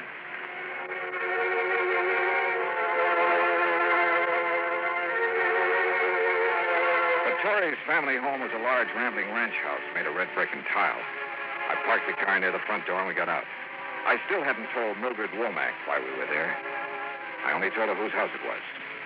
A servant escorted us into the living room, then left us alone. Really? Really, Mr. Dollar? Yeah? What is it now? Don't you understand how I feel? You think I can face these Torres people after that little daughter has got away with my property? Your brother hasn't been done away with, Mrs. Womack. Oh, you aren't really sure of that. I'm not sure of anything. Whose blood did they find on the front seat of his car? Why not ask him? Him? Your brother. He's standing there in the doorway right behind you. Harry? Hello, Mildred. Oh, Harry. Oh, I'm so glad. I'm so very glad. Are you? Oh, why, of course, I thought. All of the things I thought. I'll bet. Now, you hurry and get your things together, dear. We'll have Mr. Dollar drive us back to civilization. I'm not going back, Mildred. What? I hoped you'd never find me. But, Harry, why? Oh, I've been so worried about you. I wanted to get away from you for good, Mildred. What? I'll never forget the things you said to me about Juanita. Oh, Harry, after all... They made me sick, you hear? You know what she did, mister? She invited me over to dinner, not me and my wife, just me. Last Tuesday night. Yeah. And when I got there, and I should have known what she had in the back of her mind, she tried everything she could to get me to leave Juanita, including calling me names and telling me what a dirty, sneaking detective had found out about Juanita. It was all true. Even if it was true, who cares what she did before we were married or what I did? Harry, you shouldn't talk to me like this after all the things I've done for you. Oh, now, don't give me that routine, Mildred. I'm sick of it. Ever since I was a kid. But I did everything for you, even after you grew up. Sure. Even tagging along every year to spring training to see that I behaved like a nice little boy. Harry, well, ain't it the truth? I had to protect you, Harry. Don't you understand? You're all I have. You can get a husband. And have him leave me like Joe did. Joe left you because you were so busy making a fuss over me you never had time to even cook his meals. Oh, Harry. Oh, Harry, please. Your name's Dollar? That's right. Insurance investigator. We thought perhaps you... met up with an accident, huh? Yeah. What about that blood in your car? Hit a chicken on the way down here. We were a little tight by then. Thought the blood would make it look like we'd been killed. Nobody come looking for us. Why didn't you take your clothes? 2 reasons. When we left Tucson that night, we hadn't planned on disappearing. What's the other one? Mildred bought most of them for me. Harry, don't hurt me, please. I couldn't stand it if I thought you were... Out of here, Dollar. No, I won't leave. Go on back to Omaha, Mildred. Back to your roses and your cat. I never want to see you again.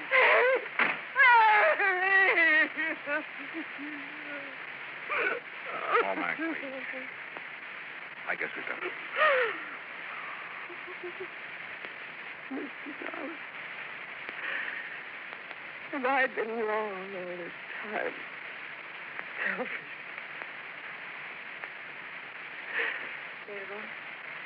Señor. What? Yes? Señora, I am Juanita Torres Haley. You... I know how you must feel about me, Señora, but please, I cannot help it if I love your brother. You really love him, even as you do. More. And you must not feel too bad, too angry for what he had said. He is not well. He's not well. I do not know all of it, but he has had very bad news from the doctor in Tucson. Oh, no. He's very upset. I'm sure he would forgive you when he's better. When there is better news. Thank you. Thank you for telling me this. Juanita! Come in, querido. Adios. My sister.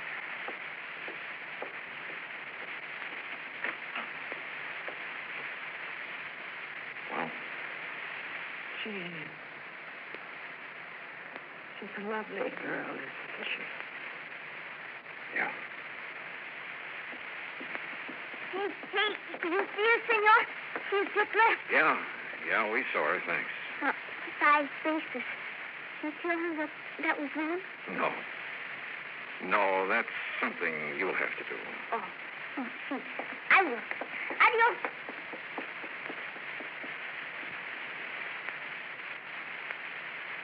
$2. Yeah. In Tucson last night. You said you knew the reason for Harry wanting to disappear. But you couldn't have known what he said just now. I learned he's been going to a doctor in Tucson. A specialist. Diseases of the eye. What? I called the doctor before we left Tucson this morning. He told me your brother is losing his sight. What? He's going blind.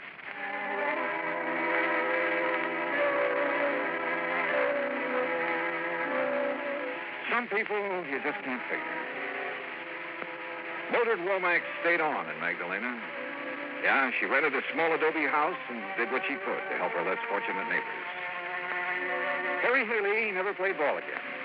But he retained enough of his sight to show the junior Magdalena Spartans the difference between 4 bases and 5. Expense account total, including car rental, hotel bill, incidentals, and transportation back to Hartford, $579.12. Yours truly, Johnny Dollar.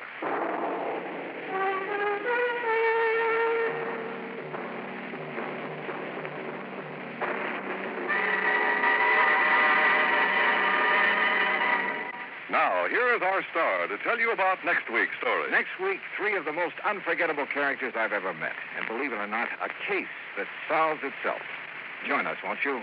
Yours truly, Johnny Dollar.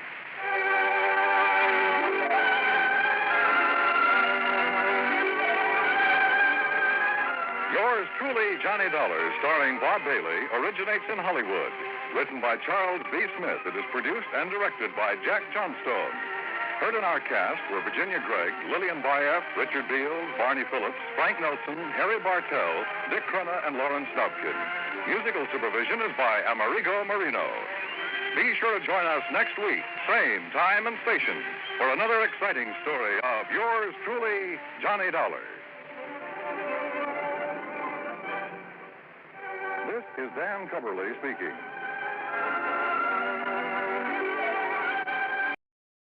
From Hollywood, it's time now for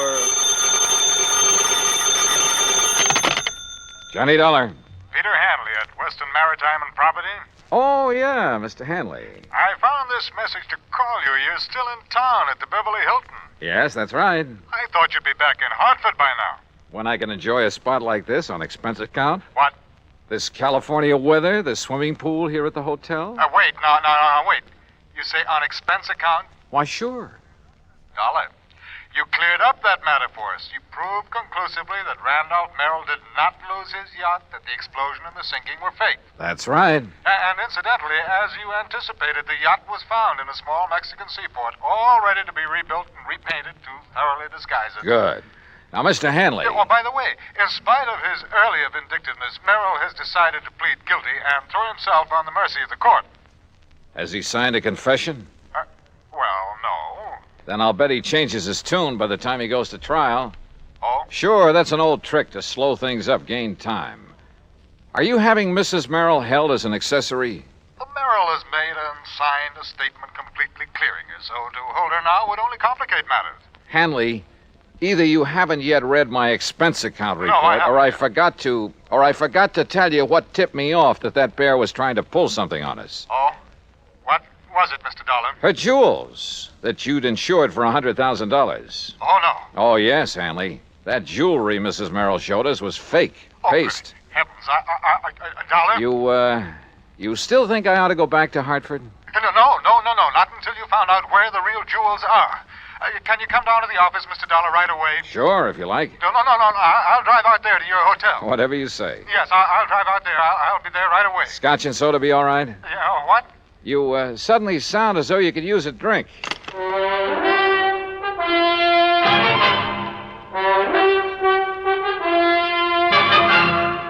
Bob Bailey in the exciting adventures of the man with the action-packed expense account, America's fabulous freelance insurance investigator. Yours truly, Johnny Dollar.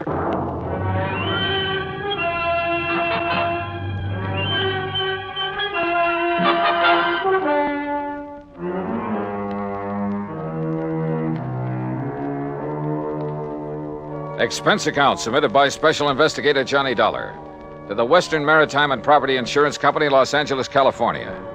Following is an account of expenses incurred during my investigation of the Wayward Diamonds matter.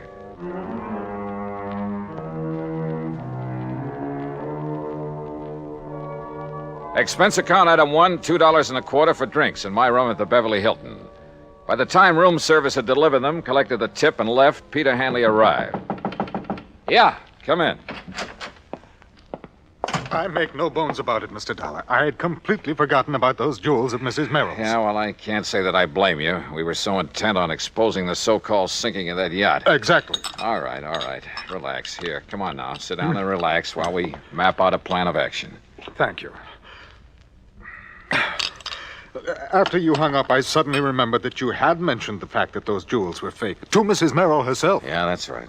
All right. Well, how did you know that they were fakes, Mr. Dollar?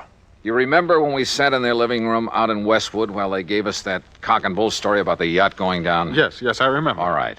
She handed me the jewels to look at. I kind of absent-mindedly dragged one of the so-called diamonds across the glass top of the coffee table and realized it didn't scratch it. Oh. Nor did any of the others, which proved they weren't diamonds at all, but some kind of imitations. Look, why kid about it, Hanley? Up to that point, they'd had me believing their story about losing that yacht. You weren't alone, Dollar. You weren't alone. But now I suppose we'd better call in the police about that jewelry. Why the police? Well, to see if they can find the originals. Oh, now, look. The Merrills are a clever pair. They proved that when they almost got away with a $150,000 claim against you for a boat that didn't sink after all. Very true, Dollar. Very true. So you can be pretty sure they didn't take the diamonds out of that jewelry and just hand them over to some fence around here. Yes, you're right. Later, I suppose she figured to lose the fakes, have them stolen, then claim the insurance. Yeah, probably. If we hadn't nabbed the old man for the yacht fraud. You say she hasn't been held? No, but I see now that she should have been, in spite of her husband's statement that she was completely innocent of any complicity in the whole scheme. Yeah, I think she should have. You know, it's going to take a lot of money to defend him. And with him in the clink, she's the logical one to raise it. With the diamonds. The real diamonds. Uh-huh, that's my guess. Very well, then I'll go over to police headquarters right away, charge her with fraud. You know, because of the diamonds themselves, and See that she is held until she tells us where we can recover them. Hadn't you better get evidence of fraud first? Well, the mere fact that she substituted paste for the real diamonds in that jewelry, Dollar. Well, a lot of people do that. Never wear the real stuff in public unless they have a lot of guards around. Well, even so... No, Hanley. You've got to prove that she's actually got rid of the real ones. Or tries to. You see, I don't think she's had a chance to yet. Why not? No, listen. I'm running up a nice fat item for you on my expense account. What kind of an item? Well, so far it only amounts to $100 and $150. What for? Fee to a private detective agency. Somebody to tailor 24 hours a day.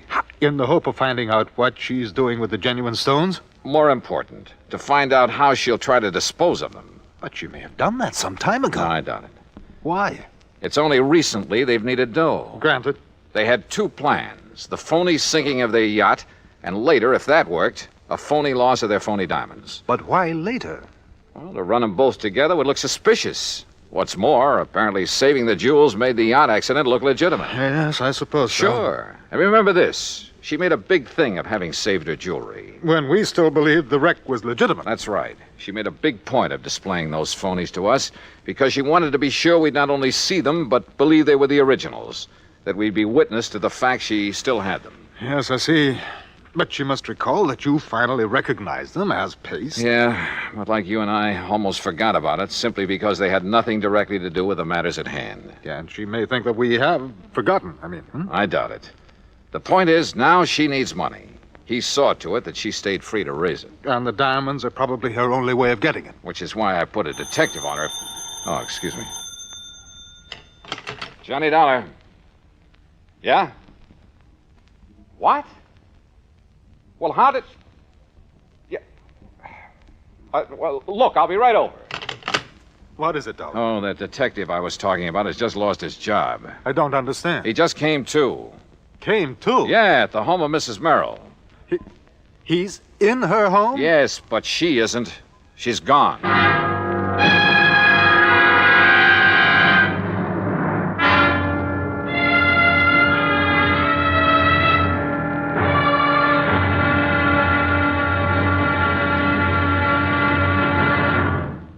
Act two of yours truly, Johnny Dollar, in a moment. Although most men by nature don't feel in a combat mood much of the time, there are some who just can't get enough of a good fight, particularly if there's a good, sound reason for it. In July 1900, when American fighting men were protecting the rights and liberty of their fellow countrymen during the Boxer Uprising, the battle was a furiously fought affair. Army Private Robert H. von Schlick, serving with Company C of the 9th United States Infantry Division, was in the thick of the fracas. Although he had been wounded previously while carrying a wounded comrade to a place of safety, he rejoined his command, which partly occupied an exposed position on a dike.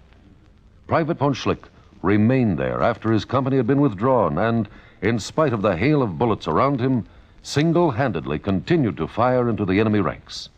Oblivious to the fact that he was a conspicuous target, he refused to leave the fight until he was literally shot off his position by the enemy. Private Robert von Schlick earned the Medal of Honor for valiant devotion to duty and added heroic background to the code of conduct of American fighting men. And now, Act two of yours truly, Johnny Dollar, and the Wayward Diamonds Matter.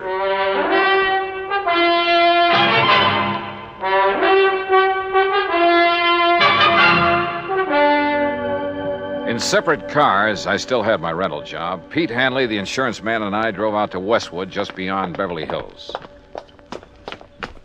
You're sure that detective was here at the Merrill home when he called you? Well, that's what he said. But if he was supposed to simply tail... Come on.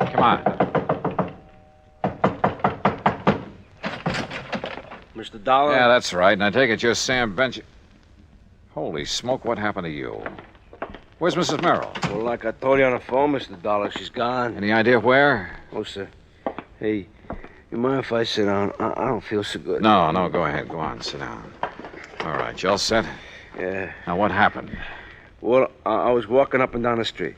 Huh? You know, real casual, so as not to arouse no suspicion. You've been walking up and down in front of this house all morning? Well, yeah, all morning. But like I say, real casual, so Where did you ever learn to be a detective? Some correspondence course? Oh, now look, Dolly, you shouldn't talk like that. I resent it. Okay, all right. Go ahead and resent it. But prowling up and down in front of the house... Well, my brother runs a very good detective Your agency. brother? Yeah, and if he didn't think I was a good operator, if he wouldn't... all right. What happened? Well, I see her come out the back door. You know, Miss Merrill? Wow. And I see her go out and she opens up the garage. And where were you? Well, by good luck, I just happened to be in front of the driveway about then. So, real casual, I lean over and I start tying up my shoelace, Yeah. you know, so she won't get suspicious of me, you see? Go on. Well, when she gets in the car and she gives me a look, but that's all. So I figures me being so casual and all, she's not wise to what I'm doing around here, you know? I bet she wasn't. But that's where you're wrong, Dollar, because somehow she must have figured it out, even with me being so casual. All right. What happened? Yeah. Well, Dollar, she comes barreling out of that garage so fast, I didn't have hardly And time she to maybe even... casually ran you down. So I was casual about it. By the time I pick myself up and I find out I got any busted bones, she's down the street and around the corner. What kind of a car was she driving? Gee, no. What was the license number? I don't know. You don't know? Well, then how it happened so fast? Hey, look, whoever assigned you to this job ought to I have told you, their... my brother. And don't you say anything about my How brother. did you get into this house? Well, my order said if she made any move, I was to phone you. I figured nearest phone was in here. How did you get in? Well, I looked around to see one of the back windows was open. You have so any authority to enter this house? A warrant, maybe? Well, no, but I have my orders to phone you just as soon as I could, and like I said, I figured the nearest phone... You want to see my orders? No, I don't. Well, look, see here? Now, you Here. look. You can take those back to your office and shove them in your darling brother's face. Oh, And now when you say things against my just brother. don't forget to tell him you're fired. Oh, now look, Dollar. Anybody can make one little mistake. You asked me, you made them all. Now, go on. Get out of that chair and get out of here. Oh, now listen, Oh, will and you... I suppose that car that's parked right across the street, I suppose that's yours. Well, sure. Oh, no. So as if she made a move, I could follow without wasting no time. Real casual, huh? Sure. So she wouldn't know you were following her. Of course. All right, go on. Get out. Oh, now look, you wasn't really serious about About what you being said fired? You bet I was. And you can tell your brother he and his agency are... Oh, go on. I'll settle with him later. Look, I'm not used to being treated like this. And when I told my Ouch. brother... Oh, brother. Well, Hanny, it looks like I called in the wrong detective agency. I'm sorry. I'm afraid so. And I suppose you and I have no more right to be in this house than that idiot had, so perhaps we'd better leave. Yeah, sure. But not until you get on the phone and call the Department of Motor Vehicles. Oh? Find out from them the year, make, and model of Mrs. Nancy Merrill's car. Oh, better still, I can call my office. Your office? Yes, we issued the insurance on that car. Well, good. Meantime, rather than just sit here and twiddle my thumbs, I'm going to have a look around. But, Dollar, if our simply being here is illegal... Will you stop worrying about it and get on that phone? In the bedroom, I found the jewel box, all right, but no sign of the jewels. However, in a desk, I did find a receipt. A receipted bill for some work done by a jeweler in Westwood Village. The amount of the bill? Yeah. It was more than enough to cover the substituting phonies for the diamonds in that jewelry. So when Hanley got the description of Nancy Merrill's car, I sent him over to West L.A. Police Headquarters to have my pals over there put out an APB on it. Then I hopped into my own car and headed for the jewelry store in Westwood. And you know something? If I'd had any idea of what was waiting for me there, believe me, I'd never have gone alone. Act 3 of yours truly, Johnny Dollar, in a moment. Our flag now numbers 50 stars, and behind each star there stands yet another flag representing one of the 50 states. Kentucky's state flag is dark blue, with the seal of the Commonwealth encircled by a wreath of goldenrod, the state flower. Within the seal, two friends embrace, their right hands clasped, their left resting on each other's shoulder, their feet on the verge of a precipice, which illustrates the motto beneath them: United we stand, divided we fall. Kentucky's state flag, the flag of the 15th state to enter the Union, was adopted on March 26, 1918. And now, Act 3 of yours truly, Johnny Dollar, and the Wayward Diamonds Matter.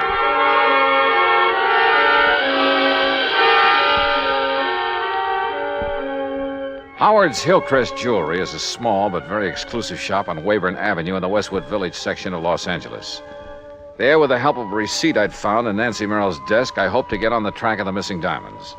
I entered the snooty little shop and asked for the owner. I'm sorry, my good man, but Mr. Howard is engaged with one of our important clients. Well, I'm here on rather important business. Well, if you care to leave your name and he wishes to see you, perhaps we shall call you.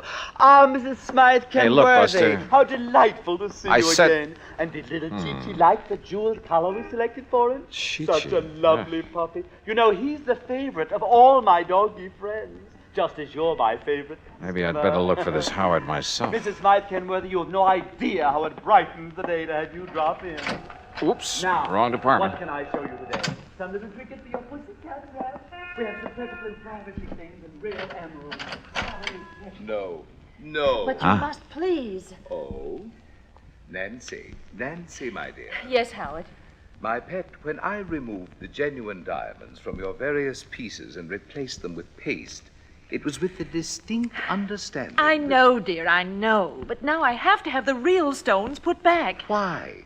As I understood, it was in order to have the fake gems stolen so that you could collect on the insurance. Oh, of course it was, of course. Not so loud, Nancy, please. Howard, our plan to claim that the yacht exploded failed. Randolph is in jail. He didn't involve you in that, I must say, rather foolish plot. Oh, no, but I have to go through the motions of getting him legal help. Excellent, my dear. I hope they keep him in jail. Howard. Randolph has stood in the way of our romance too long, my pet. Howard, please, listen. Because of the yacht, they sent an insurance investigator out here. Investigator? Yes, a Mr. Johnny Dollar. Dollar? Good heavens. You know him? I know about him. I don't like this. And he found that these jewels I have now are paste. Now, you've got to put the original stones back so that when he sees them again, he'll think he was mistaken. Impossible. I've already disposed of them through various connections. Why did you show him those fakes? Well, I thought... You thought wrong, you stupid wench. Oh, Howard. Don't you see? You may have opened the door to investigation of some of the other favors I've been doing you and other customers to beat your insurance companies. Oh, but I didn't think... Oh, of course you didn't. But if Dollar ever connects me with those imitations... Oh, dear. Oh, I know. And if they ever find out that the loss you faked here in the store that you collected so much on... Nancy, if they ever discover that that was faked, I'll go up for life, thanks to you. Oh, no. I could kill you for being such a fool. Oh, but darling, I didn't know. I didn't realize... You don't know anything. Howard, please. Oh, shut up. Shut up and let me think. Oh, if there's anything I can do... I said shut up! Howard. Will you be quiet? I got to think this thing out. I knew from the beginning that stupid trick with the yacht wouldn't work out. I told you so. But it fooled the police and the Coast Guard. How were we to know the insurance company would send that Johnny Dollar out here? Will you stop talking about him? We've got to figure our way out of this mess. Now, who else besides Dollar knows about the phony jewels I made up for you? No one, Howard. Except my husband, of course. Are you sure? But how could they know? Well, what if your husband talks? Oh, he doesn't dare. Don't you see? He's the one who sent me here to get the stones back. So the Dollar can't prove he saw the imitations. And I tell you, I can't get them back. They're probably scattered all over the country by now. But don't you see? Unless we can show them to him, the real ones, I mean, show them to this Johnny Dollar. No, it's impossible. So, that means only one thing, Nancy. Replacing the fakes with some other genuine stones? No, that would take months. No, Nancy, it means that I have to get rid of this man, Dollar. That gun! That's right. You'd kill him? Yes, Nancy, I'll kill him if I can find him. I'll save you the trouble of looking for me, Howard. What? Dollar! And is that the gun you plan to kill me with? Yes, that's right. And I think I'd better kill you right now. Oh, Howard, darling, please. Oh, put that thing down, Howard. You're not going to shoot with customers out front. My private vault is just outside this back door of my office, Dollar, and it's open. In there, the sound of a shot won't be heard out front. No kidding. No kidding. All right, walk. Out that little door. Walk. Well, you don't really leave me much choice, do you? I'll open it carefully. No tricks. Tricks? With a gun in my back? All right, open the door. Go ahead. Oh, it seems stuck. Maybe you'd better open it. I said no tricks. You open it. Oh, Howard, you don't know what you're doing. You bet I do. Go ahead, Dollar. You may be sorry for this, you know. Will you quit stalling and open it? Whatever you say. Mr. Howard! Mr. Howard! Oh, now what? Mr. Howard! Nancy, go out there. Tell them I'm not to be disturbed. I'll see them in a few minutes. Oh, please, dear. Go ahead, go on. Mr. Howard, these men are from the police. The police? Well, bless Peter Hanley. Oh, no, you... Yes, I do. Dollar, are you all right? Those shots... Johnny. Hiya, Pete. Huh? Oh, thank heavens. Thank heavens. Yeah. Looks like he's okay, Mr. Hanley. But, Dollar, what under the sun did you do to our friend Howard here? Well, we had a little argument, Sergeant. I'll tell you all about it, and then you can haul him off to the clink. Oh? Hey, listen, if you've got something on Howard, you'll be our friend for life. Sergeant, I've got plenty. Good, because, brother, we've been trying to catch up with him for years. Oh, incidentally, have you got a cell for Mrs. Merrill, too? You bet we have.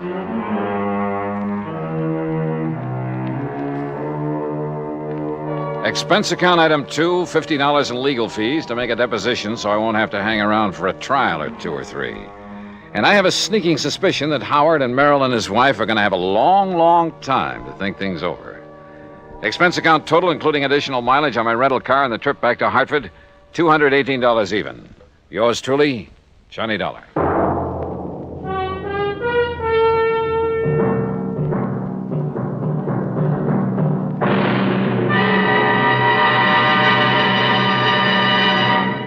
Our star will return in just a moment. There are some men who, after being practically pushed into the service, find their element and commit heroic deeds. Frank Luke was that sort of young man. Soon after the United States entered World War I, Luke was taunted by his patriotic family into joining up. He was commissioned a second lieutenant after completing his flight training with the Signal Corps Air Service, that small beginning of today's mighty Air Force. Lieutenant Luke found it difficult to accept the discipline so necessary in the military. When he got to France and was assigned to the English Spads, his attitude worried his commanding officer. But Luke's performance in the air didn't. In less than 2 months in aerial combat, he accounted for 7 enemy aircraft and earned himself the nickname of Balloon Buster for knocking down 11 or 12 of those menaces to the ground troops, the observation balloons. For his gallant action in the face of great danger and overwhelming odds, he was awarded 2 Distinguished Service Crosses and the Medal of Honor. Shortly before the end of the war, Lieutenant Frank Luke made his last heroic combat flight. After having just returned from a sizzling air battle, he refueled his Spad and took off on an extra duty mission. Pursued by 8 enemy planes, he shot down 3 balloons. He was wounded, and his plane was so badly damaged in the action that he had to make a forced landing in a German cemetery. Perhaps the irony of it struck him at the time. When called upon to surrender, he preferred to open fire with his automatic and fight to the death, though he was only 21 years of age. Lieutenant Frank Luke may have had trouble adjusting to the military life, but when he did, he was a gallant fighter and a credit to his country. Now, here's our star to tell you about next week's story. Next week, a quiet little fishing pier on the coast of California. Only they call it the Pier of Death. Join us, won't you? Yours truly, Johnny Dollar.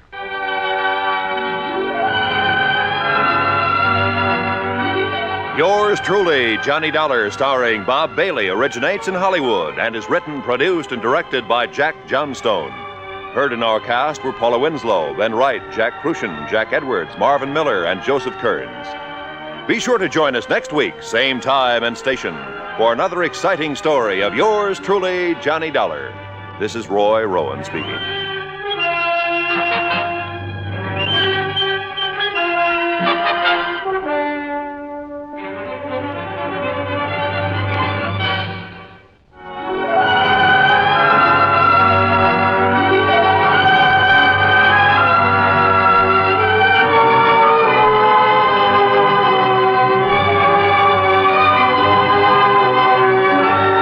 This is the United States Armed Forces Radio and Television Service.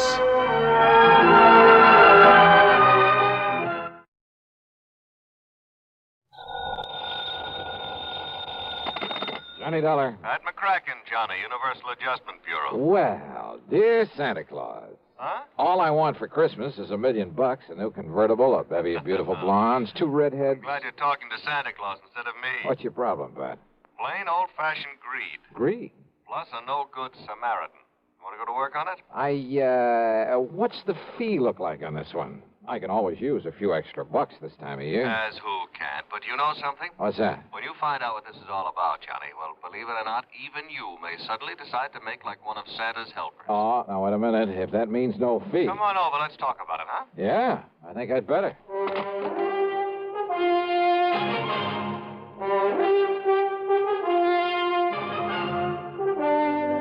CBS Radio brings you Bob Bailey in the exciting adventures of the man with the action-packed expense account, America's fabulous freelance insurance investigator. Yours truly, Johnny Dollar.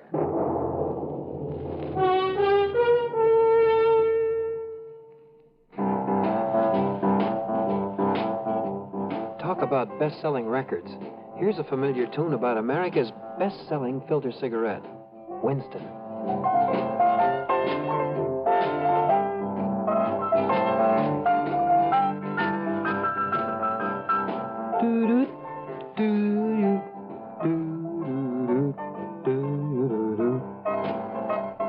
Winston gives you real flavor, full, rich tobacco flavor.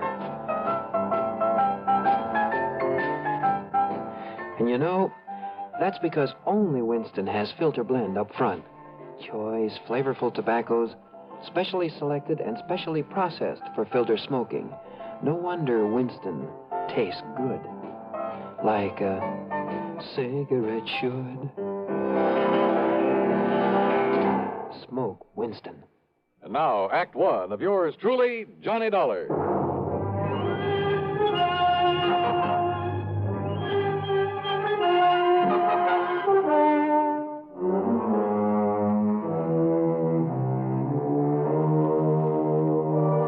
Expense account submitted by Special Investigator Johnny Dollar to the Universal Adjustment Bureau, Home Office, Hartford, Connecticut.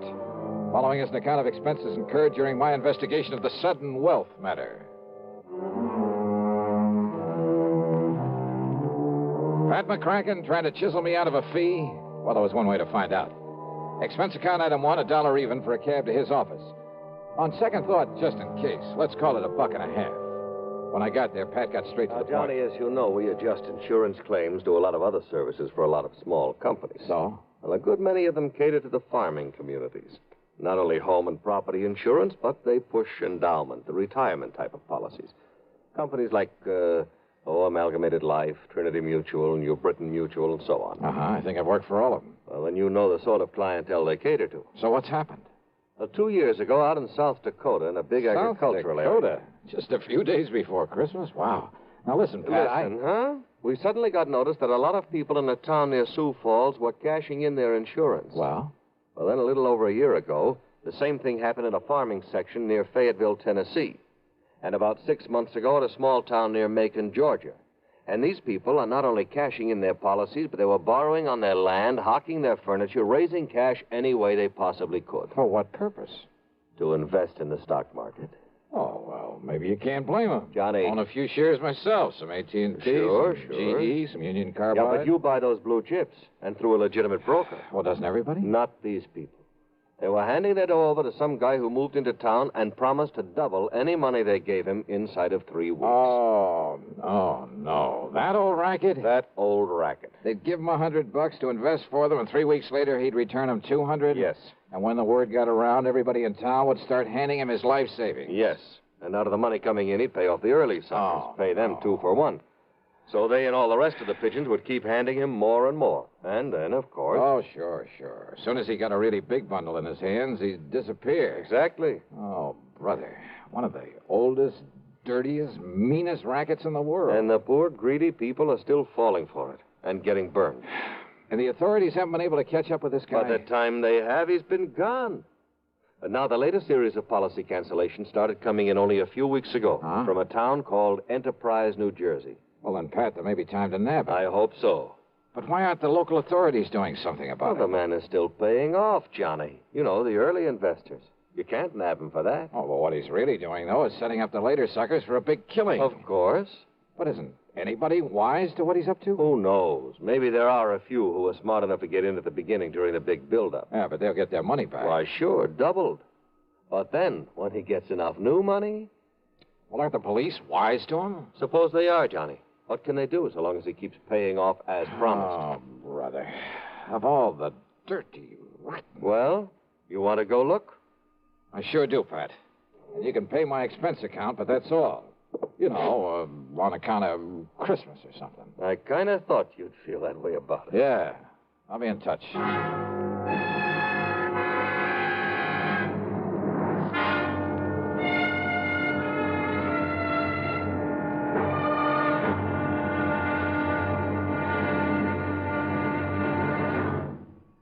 Take your teenagers, give them a Stereo One portable by Columbia, and there's a new sound of pleasure in your home and a brand new kind of fun. Only Columbia gives you a big 6-speaker stereo portable phonograph with all the rich tone and range of big console models, and it's only $139.95. Columbia has a wide selection of portable phonographs, and they're all flawlessly engineered by CBS Electronics. They all play any and all records, 45s, 78s, and the new LP and stereo records, and play them better with true big sound. You just can't buy a better portable than a Stereo One portable phonograph by Columbia. You can't find a better buy either. Portable prices start as low as $39.95. Christmas is the time to give your youngsters a gift they'll get fun and pleasure from all through the year. Time to give them a Stereo One portable phonograph by Columbia, #1 in the wonderful world of sound. And now, Act 2 of yours truly, Johnny Dollar and the Sudden Wealth Matter. Expense account item 2, $62.50. And it includes a plane to Philadelphia, and there in the city of brotherly love, a $50 deposit on a rental car. I drove south on 47 into the farm country, through Vineland, then Millville, and finally to the little town of Enterprise. It had a main street a few blocks long that looked a bit run down at the seams. There was a food, clothing, and a variety store, a drugstore, a movie, and a couple of gas stations. There was a railroad station for shipping out the farm produce, but the lot around it was overgrown with weeds. A block east of the station was well, it was an old, somewhat nondescript sort of building, but over the front door was a weathered wooden sign that told the world it was the city hall. Inside, at the end of a corridor, I found a door that bore the legend Police Headquarters. Police Headquarters? That's right, son. I'm the chief of police, Chief Walters. What'd you say your name is? Well, I didn't, but it's Johnny Dollar. Well, pull up a chair and sit, Mr. Dollar. Okay, thanks. Yeah. Now, what can I do for you? Chief Walters, I'm an insurance investigator. Huh? Oh, sure, Johnny. Sure, I know all about you. I hear all about them cases you investigate on the radio. Yeah, I catch it on WCAU in Philadelphia. Good. Well, now listen, I hope you didn't bother coming down here just on account of I took some cash out of my policy. You did? Well, tell you the truth, Johnny, a lot of people did. Oh, you know how it is. Something special comes along, you can use some extra cash. Oh, but now don't you give it a second thought. Oh, why do you say that? Well, a few more weeks from now, the folks in this town will be buying up more insurance than ever. They'll be buying more of everything. Uh-huh. You mind telling me why? Well, because we'll all have a lot more money, that's why. In spite of what Mr. Lowry says. Oh, who's Mr. Lowry? Oh, he runs that piddling paper. You know, the Gazette. What he says about what, Chief? Well, now, I'll tell you this, Johnny. He puts any of them things that he says about Mr. Morgan in his paper, the folks won't buy it anymore. Morgan? John D. Morgan. Yeah, he's the man that's putting this town on its feet again, now that the farmer's dropped off. John D. Morgan. One of his grandpappy's relatives on his mother's side was a Rockefeller, and another one was a Morgan. Big financiers, just like he is. Uh-huh. Yeah, see, he belongs to that New York Stock Exchange. He told you that? That he did, son. Well, then I have a sneaking suspicion he's the man I came down here to see. I would if I was you. Why, Johnny, when he come here, Jerry Chisholm gave him $20 to invest for him. 3 weeks, and he give Jerry back 40. Yeah, I've heard about this. And then the widow Pasquale gave him 25. So, 3 weeks later, he gave her 50 back. Yes, sir. So now she's going to dig up some more to invest. Well, just like everybody else in town, including me. Uh-huh. Has he told you why he's being so good to you folks? Yeah, sure has. And it's a mighty fine thing. Why? Well, because it was right here that one of his ancestors got his start. His name was Josiah Morgan. Josiah Morgan? Yes, sir. Back in 1800 something. I see. So he's come here to show his gratitude for the town that give his family a start. That's what. Oh, yeah. So, Johnny, you just invest everything you can with him, and you'll be glad you did. Where'll I find this John D. Morgan? Over at the Parker house. Well, Johnny, he made old man Parker turn the whole third floor into a suit for him and keep the hotel safe up there to keep our money in. Yeah, and you know what he spends for that suit of rooms? No. $100 every week. Whoa. Okay, Chief, thanks very much. Oh, of course, you being from out of town, though. Well, are you on pretty good terms with him? Oh, sure am. Well, I probably sent him more folks with their money than anybody. Oh, well, then maybe you can do me a favor, then. Well, sure, Johnny, sure. Anything you say. Well, look, Chief, call him up. Tell him you'll send me over. Tell him I'm, one of the hometown boys who made good in selling on the road, and that I've come back here for the holidays. Yes. All right. Now, I'm sure he'll let you in. Yeah, just like he tells us, Johnny, the more money he can get a hold of, the more he can make for all of us. Oh, sure. Only, well, why is it you don't want him to know what you really do? Well, personal reasons, and he might think I don't need the extra money. Okay, Johnny, anything you say. Yeah, good. Meantime, I'll call on Mr. Lowry at the Gazette. Yes, well, now, don't you believe him, Johnny. That suspicious old crackpot don't know what he's talking about. All he is trying to do is to make up a lot of scandal for that lousy paper of his. Yeah? Yes, sir. We'll see.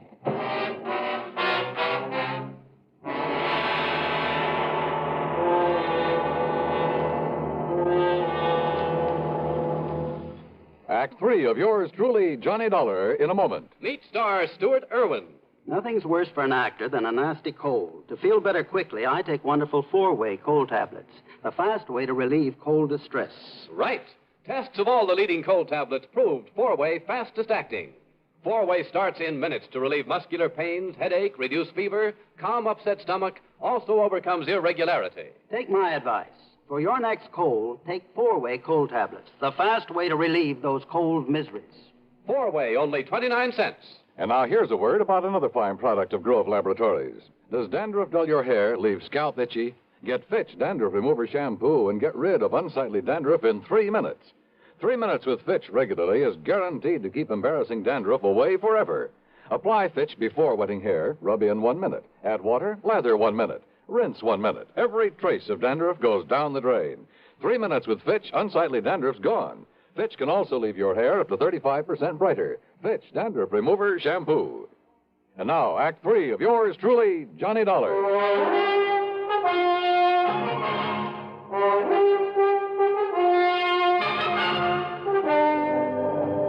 Believe me, I've tried to pound some sense into their heads, Mr. Dollar, but they won't listen to me. If I print something about that shyster in my paper, they won't buy it. It's unbelievable. All they do is keep handing over more of their hard-earned money to us. Oh, sure, but they're getting it back, aren't they, Mr. Lowry, plus a handsome profit? Sure they are, those who gave him money over 3 weeks ago. So what do they do then? They go out and beg and borrow some more and give that to him. You just can't raise it. So he keeps taking in more than he's paying out. 10 times as much, every day. But as soon as he's got hold of every cent these people can cough up for him, well, you know. Oh, yeah. Oh, if only I could get some action around here. Get him locked up in jail. Yeah, but how can you as long as he's paying out on the original investments? You have no case against him. I know. Why, he'd sue for false arrest and have you over a barrel. Of course. Oh, the suckers would rally to his side and you couldn't prove a thing on him. I know. You simply can't touch him, Mr. Lowry, until he makes a break for it. Yes, but who knows when he'll try it. If he's clever enough to do what he's doing, and with the stupid one-man police force in this town... Wait a minute. Yes? There's one way of knowing when he'll try to duck out of here. How? By giving him the necessary encouragement. The only encouragement you could give to a man like him would be in the form of money. That's right. Now, look, I got a plan, Mr. Lowry. It'll take your complete cooperation. Yeah. And it may take the use of some of your money. My money? It's a chance, but the one chance we have. Now, that's carrying things a little too far. Hey, look. Are you on my side or his? Well, you know the answer to that. Okay. Then our job right now is to convince him that we're on his side. What? Yeah, sure. The only thing that'll make this John D. Morgan pack up and leave is more money. Well, of course. When he gets all he can out of the people. So listen to me, please. I want you to do 2 things. Now, I hear the press running back there. Yes, I started the run of today's paper just before you came. Stop the press. What? Yeah, set up a new front page. An apology for your previous attitude toward him. You know, Apology? now that you've seen with your own eyes what a good Samaritan he really is, what he's done for these people, what he'll continue to do for them. Mr. Dollar, I And don't... look, call in every kid in town if you have to, but get that paper in circulation. Then you call on Morgan. Call on? Yeah, with every penny you can scrape up. Give it to him to invest for you. Hey, is the local bank still open? It will be in for a couple of hours, but now look here, Mr. Dollar. Then I'll try to get hold of some money myself to give to that crook. You? Well, Dollar, don't you see Do you think he'll hang around once he's got his hands on a real bundle? Hey, don't you understand, Mr. Lowry? Well? Why, yes, of course. Sure. It's the only way to make him try to leave town with it. Yes, it's a chance, though, Mr. Dollar. Have you got a better idea?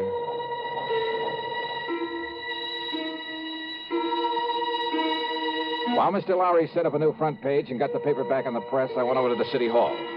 Under protest, Chief Walters went through the old town records. And when he found no record of any Jodiah Morgan, he kind of changed his mind about John D. Then I spent item 3, $1.50 for a call to the Securities and Exchange Commission in New York. They'd never even heard of our shyster friend. Chief Walters' protest then was because I wouldn't let him go straight to the hotel and slap the cuffs on John D. Morgan. And he is a crook. Lowry over at the Gazette was right. Well, sure, of course he was. But look, if you try to arrest Morgan now, you'll only make trouble for yourself. Until we get proof, we have... Bang that dirty crooked. What can I do, Johnny? Well, I got a plan going, Chief. I'll tell you about it on the way to the bank. Oh, what kind of a plan? Did you phone Morgan I'd be over to invest with him? Yes, sir. Good. And when I said your name, well, he made me repeat it for him. But I didn't tell him who you really are. I mean, what you do. Good. Now, you can help some more by taking everything you have out of the bank. Huh? Sure. To invest with John D. Morgan. What? Come on. I'll tell you what it's all about. At the bank, I laid the whole thing out to the president, a dignified old man by the name of Peterson. He, too, agreed to cooperate. Item 4, then 2.25 for a call to Pat McCracken back in Hartford. $10,000? Yeah, wire it to my account right here at this bank. Now, Pat, immediately. And you're going to hand it over to that crook? That's right. Well, Johnny, if something goes wrong, if he gets It's away... a chance we got to take, Pat. Well? Okay, Johnny, whatever you say. Attaboy. Now, Mr. Peterson. Mr. Dollar, my own wife has just gone to see Morgan with $5,000 for him. Oh? And if that doesn't, well, I guess flush him out is Yeah, the good. And yet, I wonder. Yes. Well, I just hope we aren't overdoing this thing now. Enough to make him smell a rat, I mean. No, of course not, Johnny. Ain't you seen the Afternoon Gazette? Precisely. With the paper now supporting instead of fighting him, more people than ever have gone there to give him money. Yeah, but if he does get suspicious, I think I'd better go over there and see him. Whatever you say. But until Pat wires me that $10,000... Oh, here, Mr. Dollar. Here's $1,000 in cash. Huh? From my own personal account. And if you need more... No, thanks. But this ought to be enough to convince him I'm sold on him. Hope I'm not too late. Not unless he were to find out who you really are. Come on, Chief, let's... Hey. Yes, Mr. Dollar?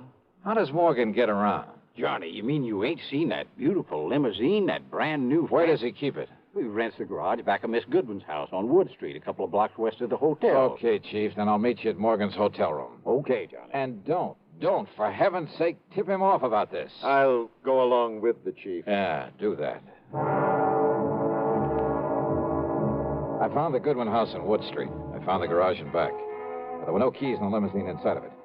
And rather than lose time breaking open the trunk, possibly to find nothing, well, I remembered an old trick I'd used once before. Then over to the hotel and up to the 3rd floor. But instead of John D. Morgan, I found half the population of Enterprise milling around in it. I had to force my way through to where Chief Walters and the banker, Mr. Peterson, were standing in front of an old-fashioned open safe. Too late, Mr. Dollar. We got here too late. What? Don't you see, Johnny? He skipped. He's already skipped out on us. Must have got wise to you. I had the chief order Mr. Parker to open the safe and look. Look at what everybody who came in here thought were bundles of money. Their money in it. Wads of paper with bills on the outside to make them look Dollar, listen to me. Yeah, Mr. Lowry. These people feel that you were responsible for this. Me? And after making me give my last penny to him a while ago, Dollar, I can't help wondering myself. Oh, now look, use your head. Listen to me, listen. All right, I'm listening. Well, doesn't anybody know where he went? He must have went out the window in the back room when he seen me and Mr. Peterson coming. The back window, huh? Okay.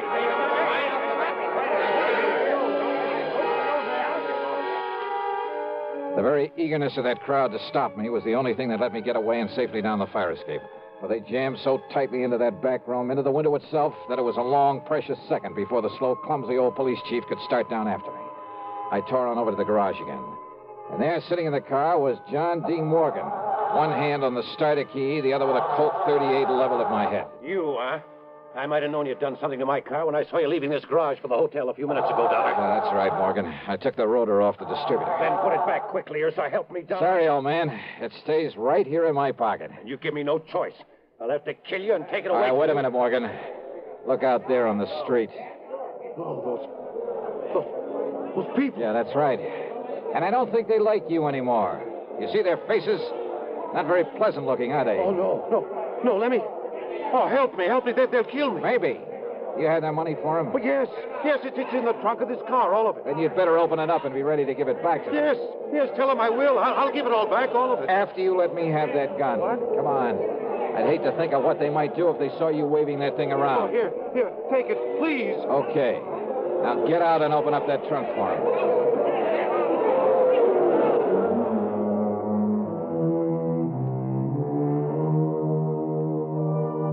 That mob, slowly, menacingly moving in on us, was something I won't forget for a long, long time. Matter of fact, it was Morgan tossing out the money, shrieking out a confession, promising to pay them all back that saved me from them. And now, of course, he'll be taken care of by the courts. Yeah, plenty. Expense account total less the $50 deposit on my rental car, $38.25. Yours truly, Johnny Dollar.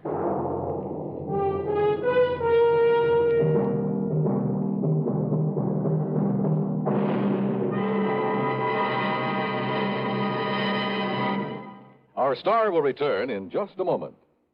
How's your Christmas shopping coming? Not leaving everything for the last minute, we hope.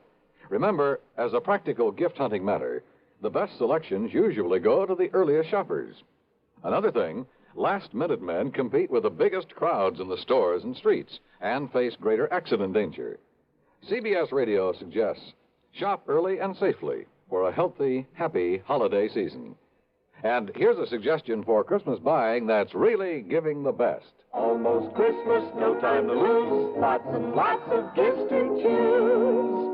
Give him, give her a gift set by Yardley. For her, an array of all new Yardley gifts, $1.50 to $13.50. A Yardley Red Roses Spray Mist and Soap Set, $3.50. All prices plus tax. Yardley. Give him, give her a gift set by Yardley. Now, here is our star to tell you about next week's story. Next week, the strangest disappearance I've ever been called on to investigate. Join us, won't you? Yours truly, Johnny Dollar. Yours truly, Johnny Dollar, starring Bob Bailey, originates in Hollywood and is written, produced, and directed by Jack Johnstone. Heard in our cast were Lawrence Dobkin, Forrest Lewis, Junius Matthews, Edgar Barrier, and Russell Thorson. Be sure to join us next week, same time and station, for another exciting story of yours truly, Johnny Dollar. This is Dan Cubberly speaking. Time once again for another tale of suspense as this popular weekly drama follows on the CBS Radio Network.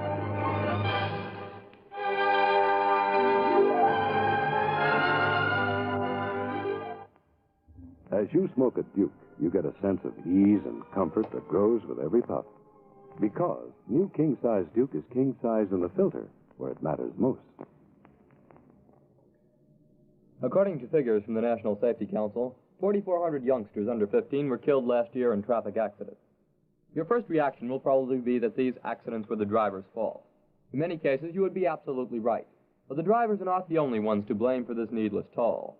Parents, too, have a great responsibility to see that their children don't get into situations that could result in tragedy. Parents have perhaps the greatest responsibility and the greatest loss when they don't live up to those responsibilities. Do you, as a parent, know precisely where your child is at this very moment? Is he fully aware of the dangers of playing near traffic? Is he of school age? And do you know the route he takes to school? Is it the safest route? When you walk with him, do you yourself use the same safety rules you hope he follows when you're not around? These are important questions. Ask yourself. Radio 59 WROW, first on the dial. Universal Adjustment Bureau. Hi, Pat. You've been neglecting me. Yeah, but think of all the trouble it saved me. Huh? Now, what's that supposed to mean? Well, I haven't had to bleed over one of those fancy expense accounts of yours for nearly a month. Oh, Pat, you've cut me to the quick. Oh, sure. But no, well, looks as though I'll have to stick my neck out again. So, what's the problem? Well, Johnny, it's a real funny one. So I'm laughing already?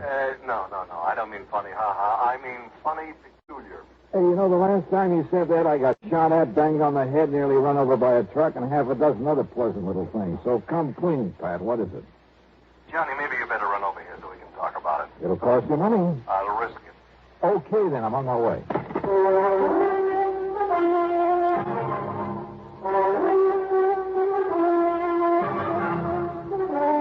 Bob Bailey in the exciting adventures of the man with the action-packed expense account. America's fabulous freelance insurance investigator. Yours truly, Johnny Dollar.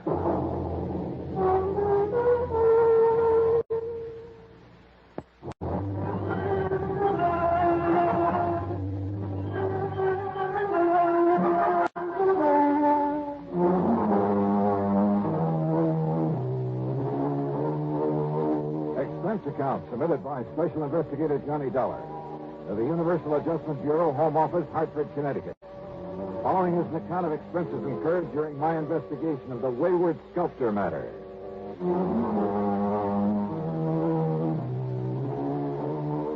Why kid about it? Pat McCracken has handed me some pretty wild cases from time to time, but they've always paid off. So expense account item one, $1.20 for a cab to his office at Universal Adjustment Bureau. Well, all right, sit down, Johnny. Make yourself comfortable. Yeah. Hiya, Pat. Cigarette? Oh, thanks. Here you are. Oh. Thank you. Well, Johnny, you know that one of our big problems is discouraging and prosecuting insurance fraud. Not only against us, but against the companies we serve. Well, I should hope so. Now, what I've called you about is something that's been going on for a long, long time. Okay. What kind of fraud is it this time? We never know. Huh? Look here. Yeah? A while back, International Life and Casualty received an envelope containing $520 in cash, and with it this note that reads, "Please put this in company treasury. It is money I took from your company on false pretenses. Now I can have a clear conscience." And it was signed Debtor. That's spelled D-E-T-T-E-R. Funny. Yeah, that's what I said to you over the phone. Here's another one. $800 enclosed. The sender identifying himself only as a sorry sinner. More conscience money, huh? Yeah, that's right. People who collected on fraudulent claims or felt they didn't deserve the money they collected. I see. And, Johnny, there have been dozens of them over the years. Most of them have been small amounts, under $1,000. Some of them only $5 or $10. In other words, not worth investigating to see what fraud they perpetrated and why. Yes, exactly. But now, look here. This list of payments anonymously received, all of them from the same person. $833.34 received on July 21st, 1956. Right. $833.34 on August 21st, 1956. Yeah. Same thing, September 21st. Same thing the 21st of every month since. And no letter with him? Only with the first one. Here. You read it to yourself. Lewis and Trust and Insurance Company, gentlemen. This is only a beginning against the amount paid out on me last month. Be assured I shall make full restitution if it takes 5 years. Well, good for him. Or her. I hope it keeps coming in. No, Johnny, I want to know who's sending this. Now, Yes. Not only the law, but company policy demands that we prosecute anyone perpetrating a fraud. If you can. All the other conscience money has been in single payments. No way to trace them whatsoever. Also, the amounts have been, well, negligible. Have all these come from the same post office? They've all come from New York City, but from as many different post offices as the number of payments that have been made. But now, Pat, if the man is paying up all he took... Oh, well, how do we know, Johnny? How do we know he'll come through his promise? Well... And we don't know who he is, so we can't know how much he owes us or for what. So all you want me to do is comb through 7 million people down in New York and somehow find the one man... Oh, now, I admit it's a challenge, Johnny. It sure is. But knowing you... You're right. There's only one thing to do. That's it. Give up. Oh, now listen. No, wait. Give me a pencil and a piece of paper. Oh, here you go. All right. He said even if it took him 5 years, that's 60 months. And at $833.34 a month, well, 60 is 3 times 3, 4, $50,000.40. If so? All right. He started in July of 56 on money paid out the month before, he said. Yeah. So, find me a policy where Eastern Trust and Insurance paid off $50,000 in June of 1956. Oh, and on what type of policy, might I ask? Life insurance? Oh, really, Mr. Detective? Why?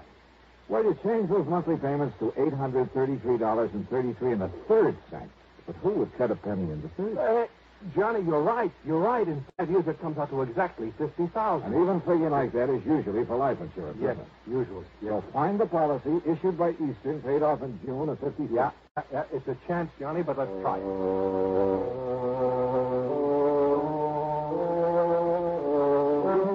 And then suddenly it all began to look too easy. In June 1956, the total number of $50,000 benefits paid came out to just exactly one. On the life of Henry Davidson Pollock, a once famous sculptor. Beneficiary, his wife, Sarah Norton Pollock. And it gave her address in New York City. So Pollock didn't really die at all, but she collected his insurance. Now, conscience-stricken, she is paying it back. That's what it looks like. But it's still fraud, so go to it, Johnny. Right. Expense account item 2, $8.25, train to New York in a cab to the apartment house at 614 East 49th Street. Failing to find Mrs. Pollock's name on the mailboxes, I got hold of the building superintendent. Mrs. Pollock? Sure. Mrs. Pollock lived here for years. Well, where is she now, do you know? You trying to be funny? What do you mean? I mean, she died last fall. Oh, great. Then it's too late. No, wait a minute.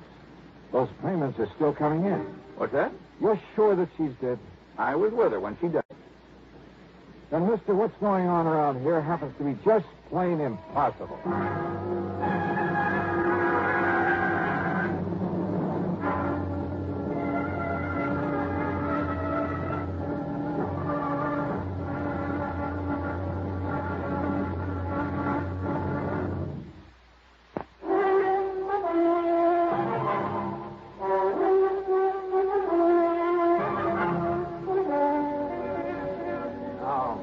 Wait a minute. Are we talking about the same person, the same Mrs. Pollock? Mrs. Henry Davidson Pollock. That's it. The widow of the sculptor.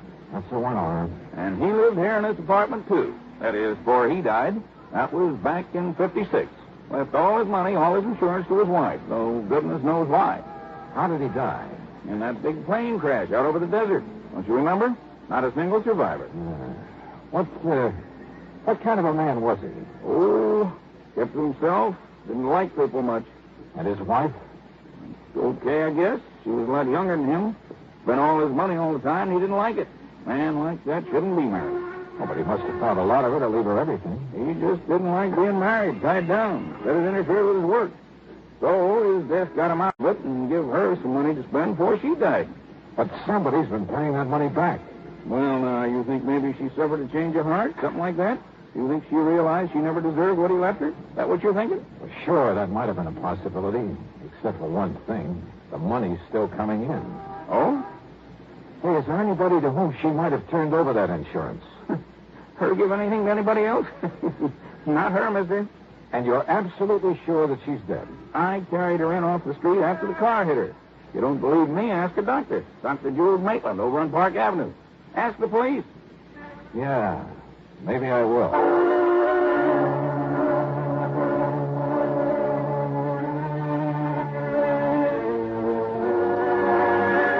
Item 3, 50 cents for a phone call to Pat McCracken back in Hartford. But, Johnny, if it was his wife who got that money and she wasn't the kind to pass it off to someone else, she'd have to be the one paying it back. But if she's dead... Died last fall, Pat. Well, then the whole thing is impossible. Payments have still been coming in. There'll probably be another one plunked down on my desk by the time you get back here. Now, I tell you, somehow that woman must still be alive. So find her. Oh, Pat. Find her, Johnny. But why? Suppose by some miracle she is still alive. Where's the fraud? Look, people don't just hand over $50,000 for nothing. Somebody's conscience is hurting. What other possible reason could there be for sending that money back to us this way? Well, now, wait just a minute. All right, look, Johnny, I'll be honest with you. Maybe there isn't any fraud, so far as the company's concerned. All right. But, Johnny? This whole crazy thing has me so curious now that, well, even if there isn't any insurance angle to it. Except for the money the company keeps getting Yeah, back. so okay. But, Johnny, I want to know what this is all about. And if necessary, I'll pay your expense account myself. Well, now, Pat, this is the golden opportunity I've been waiting for years. Don't go overboard, Johnny, huh? But find out for me, will you? Who knows? If I can. Item 4, 785 taxi fares. I talked to Dr. Maitland. No, there was no question about it. The woman who had died when a car struck her last fall was Mrs. Henry Davidson Pollock, wife of the sculptor. The doctor had known both of them very well. I checked with my old pal, Lieutenant Randy Singer at 18th Precinct Police Headquarters. He, too, was sure the woman had died. He'd been called in on the case.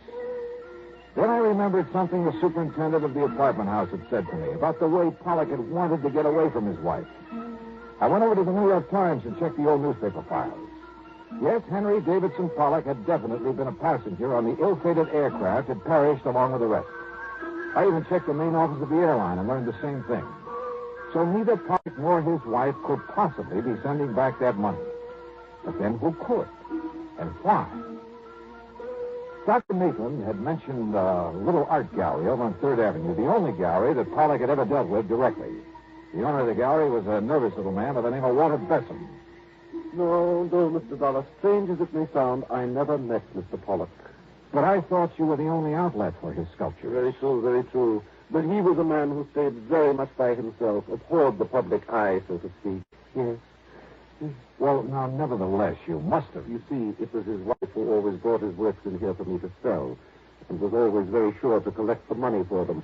Quite frankly, I doubt if Pollock himself ever saw much of the money that resulted from his artistry. Were his sculptures worth very much, Mr. Bessem? Mr. Dollar, I have yet to find anyone who has seen his work without wanting to possess some of it. It's beautiful, exciting. Oh? In addition to his superb technique, his originality of design, there was a subtle charm about everything he did that was, well, irresistible. Look here, the only one I have left. Fawn at play. Isn't it? Yeah, I see what you mean. Yeah. It's such a little thing, but what's the price of it? $15,000. But now, wait. Here, this one over here. It is not a Pollock, Mr. Dollar. What?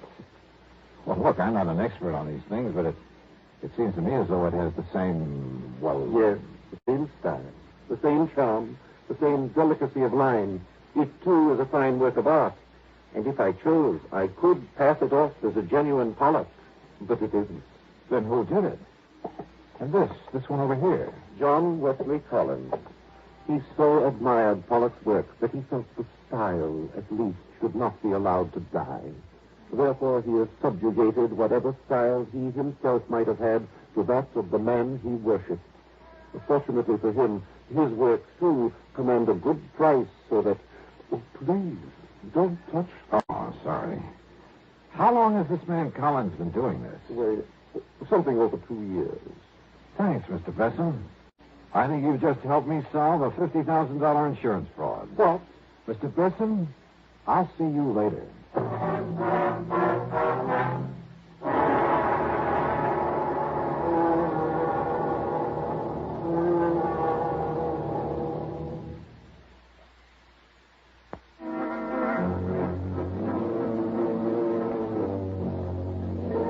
walked out the front door of the little art gallery on 3rd Avenue.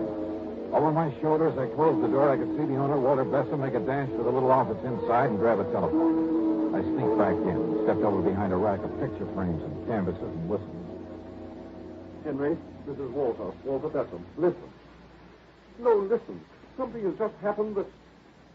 Well, there was a man here, Johnny Dollar, some kind of insurance investigator, so you... No, you mustn't. But if he comes back here... Very well, I'll unlock the back door for you. But are you sure you... Hello, Henry? Henry?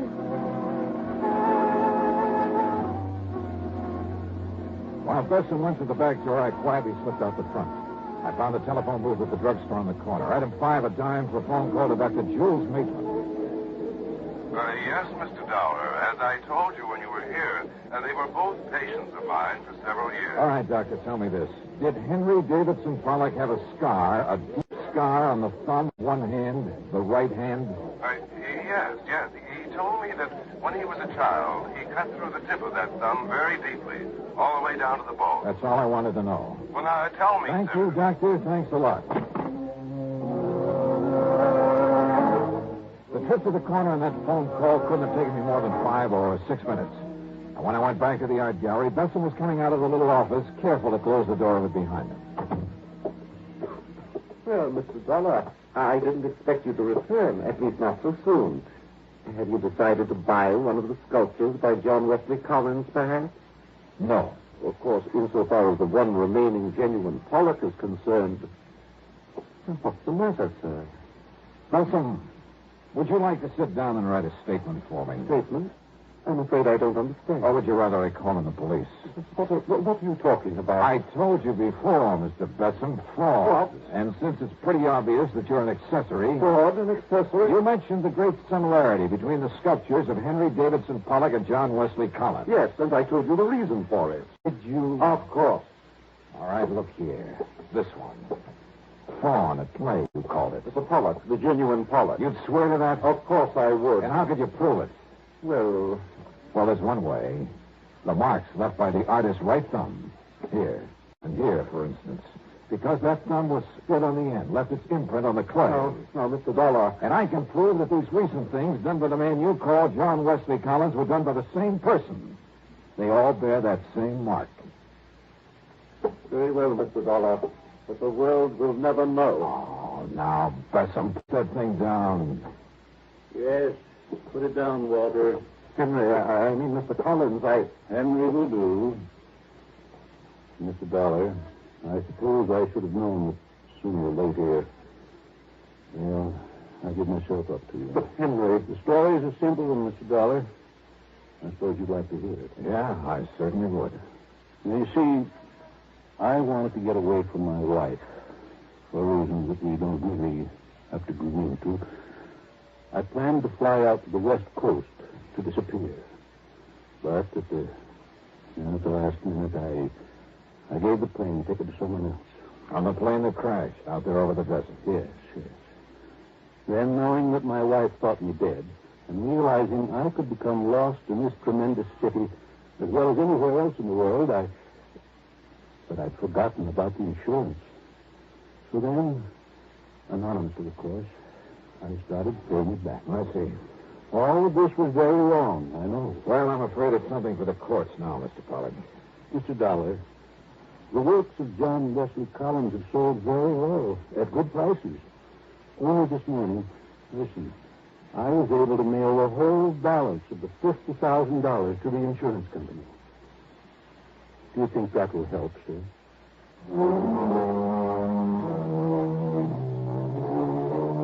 So, Pat, there you have it.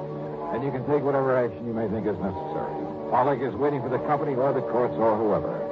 And Walter Besson is too scared to go anywhere. As for the expense account, I think the company can afford it.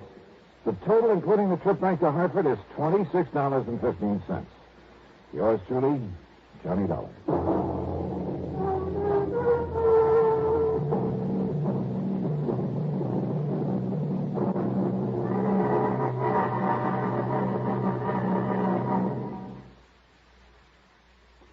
Now, here is our star to tell you about next week's story. Next week, one of my oldest and wildest friends in one of my rarest and wildest adventures. Join us, won't you? Yours truly, Johnny Dollar.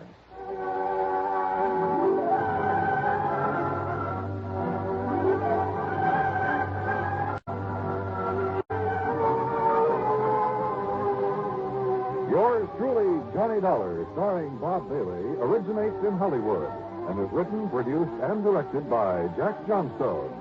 Heard in our cast were Herb Vigran, Edgar Barrier, Carlton G. Young, Will Wright, and Lawrence Dobkin. Be sure to join us next week, same time and station, for another exciting story of yours truly, Johnny Dollar. This is Dan Coverly speaking.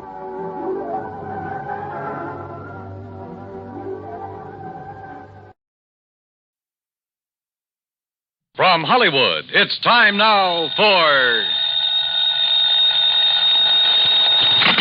Johnny Dollar. George Reed here, Johnny. Well, George, I'm really glad to talk to you. Oh?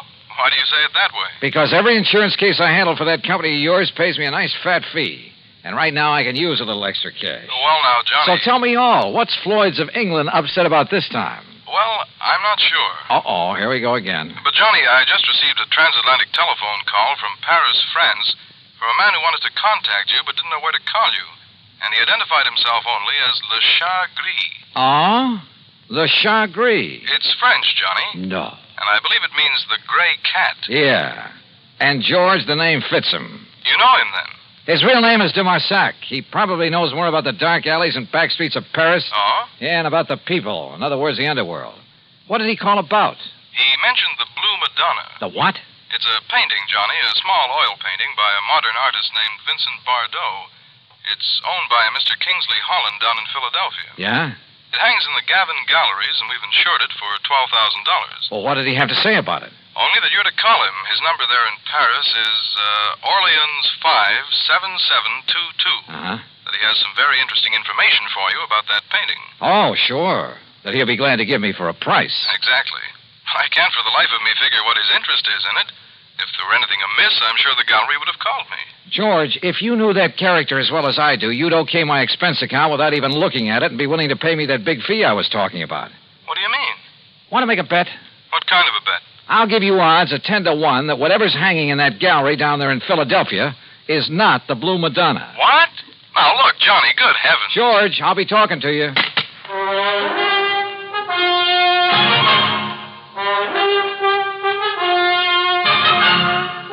Bob Bailey in the exciting adventures of the man with the action-packed expense account. America's fabulous freelance insurance investigator. Yours truly, Johnny Dollar.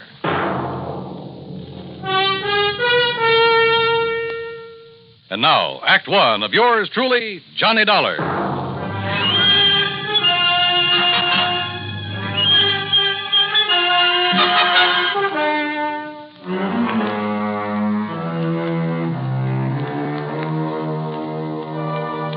Expense account submitted by Special Investigator Johnny Dollar to Floyd's of England, North American Office, Hartford, Connecticut. Following is an account of expenses incurred during my investigation of the Blue Madonna matter.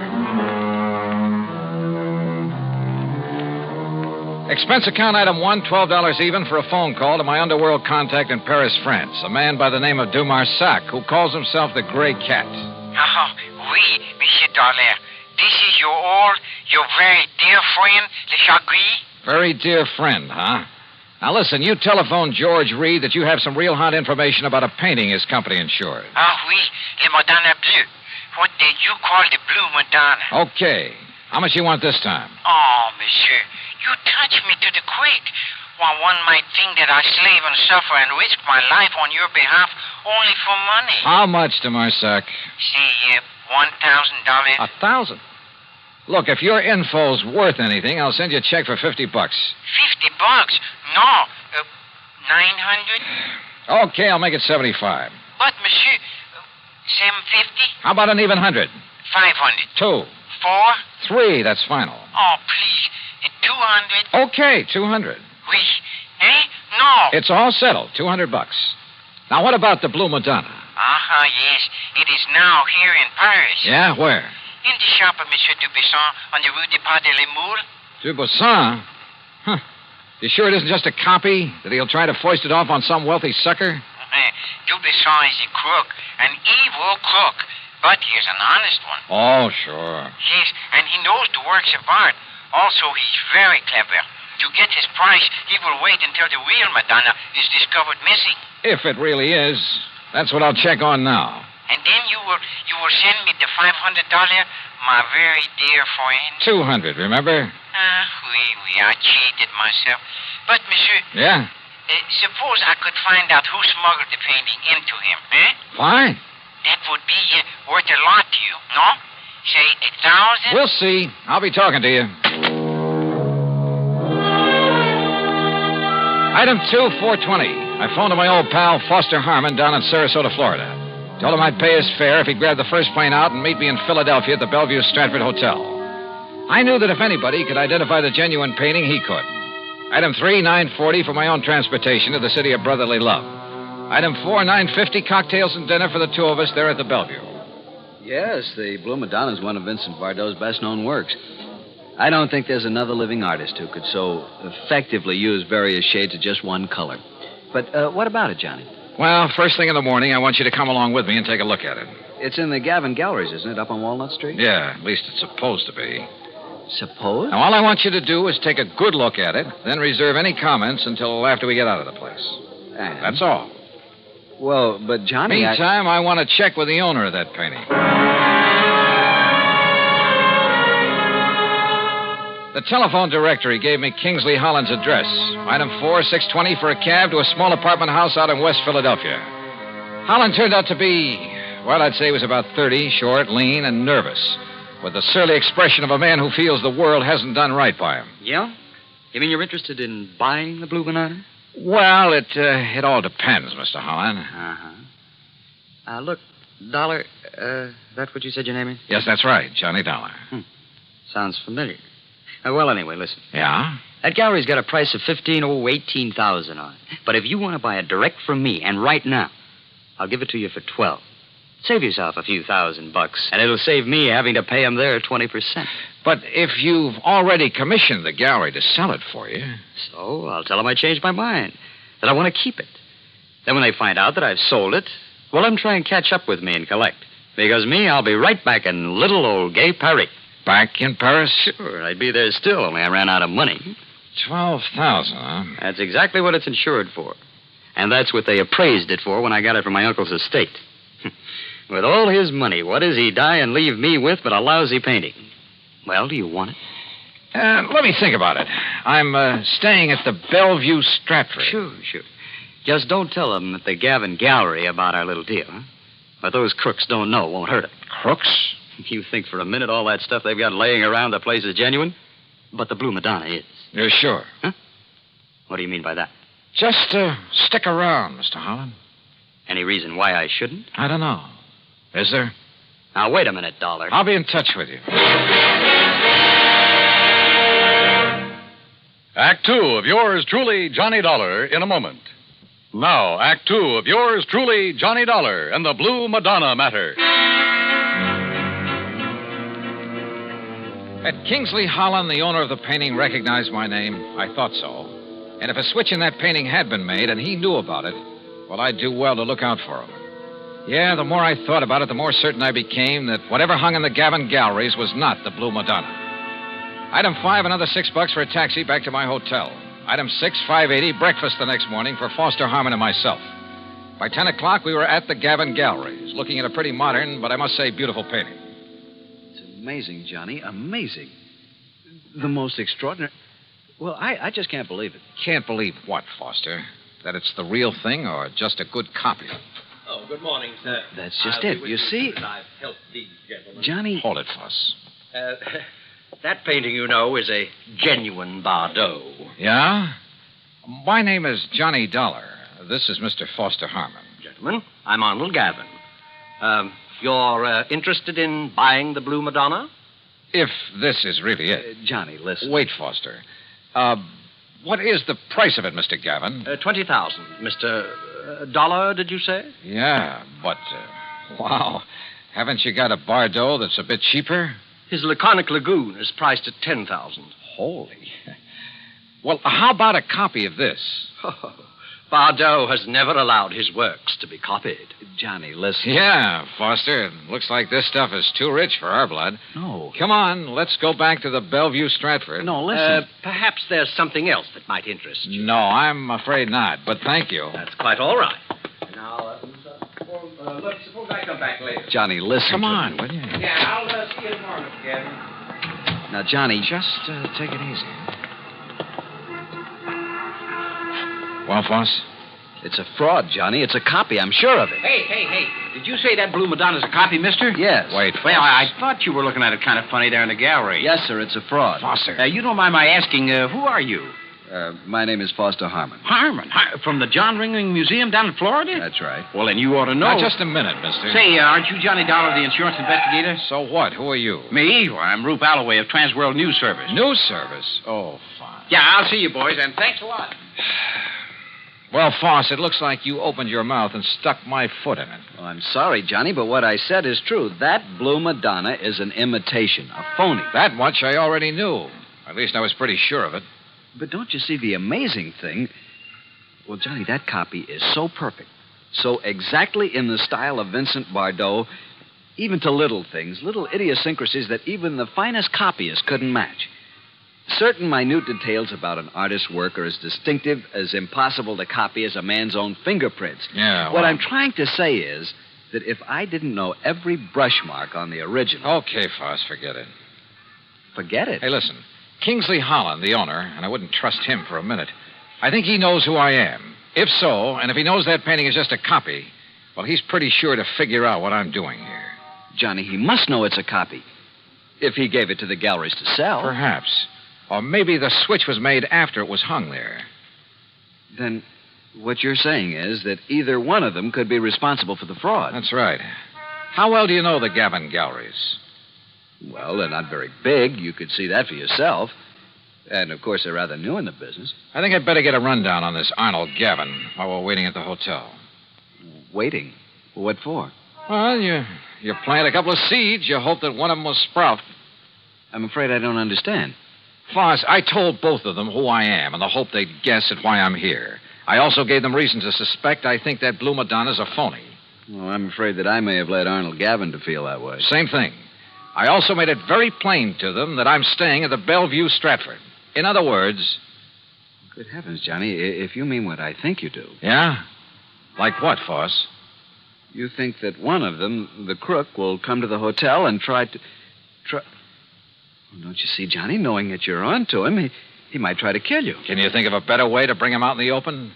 Johnny... Come on, let's get back to the hotel. And wait.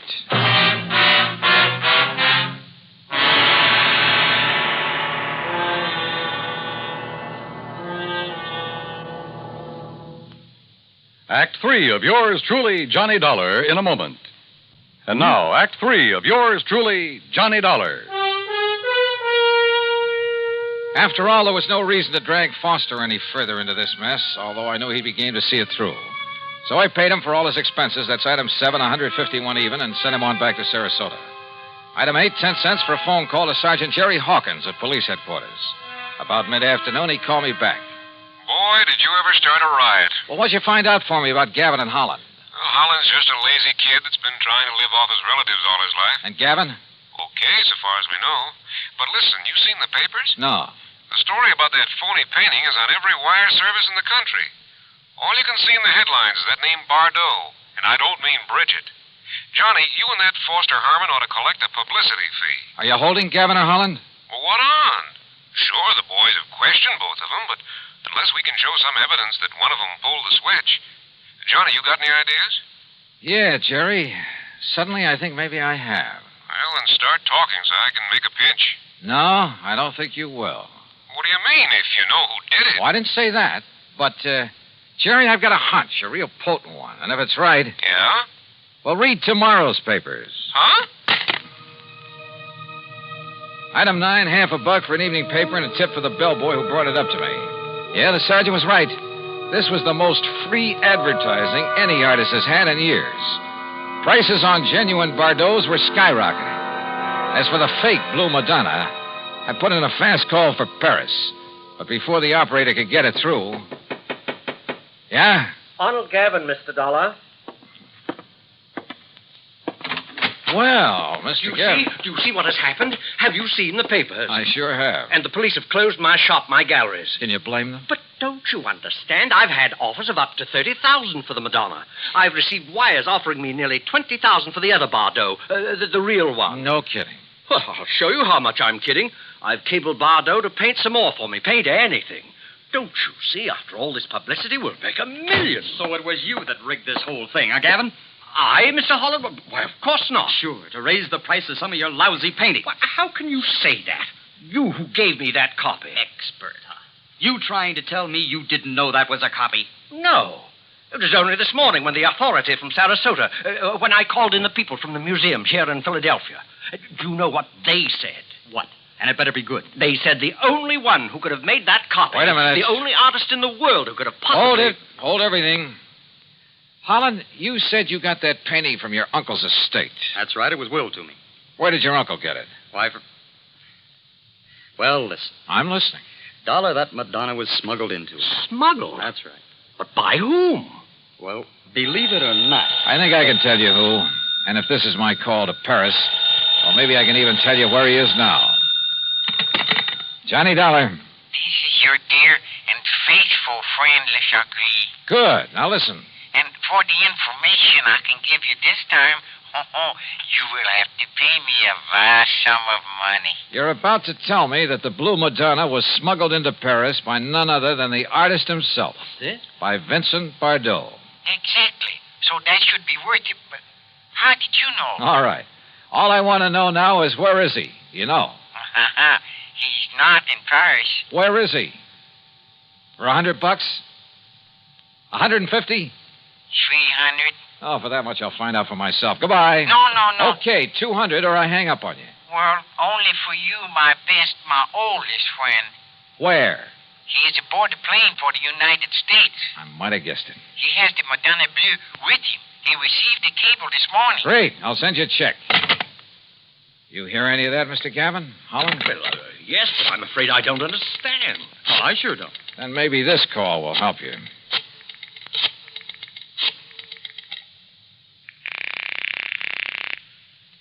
Headquarters? Sergeant Jerry Hawkins. Yes, sir. Sergeant Hawkins. You can have the boys in New York pick him up or wait for his plane to arrive here in Philadelphia. Johnny. If you're sure you really have any charges against him. What? Yeah, he's on his way in from Paris. The guy who painted the copy of the Blue Madonna.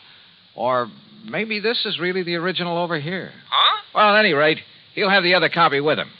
So do you want to tell the papers or shall I? Look, will you make sense? Oh, and his name is Bardot. Bardot? That's right, Vincent Bardot.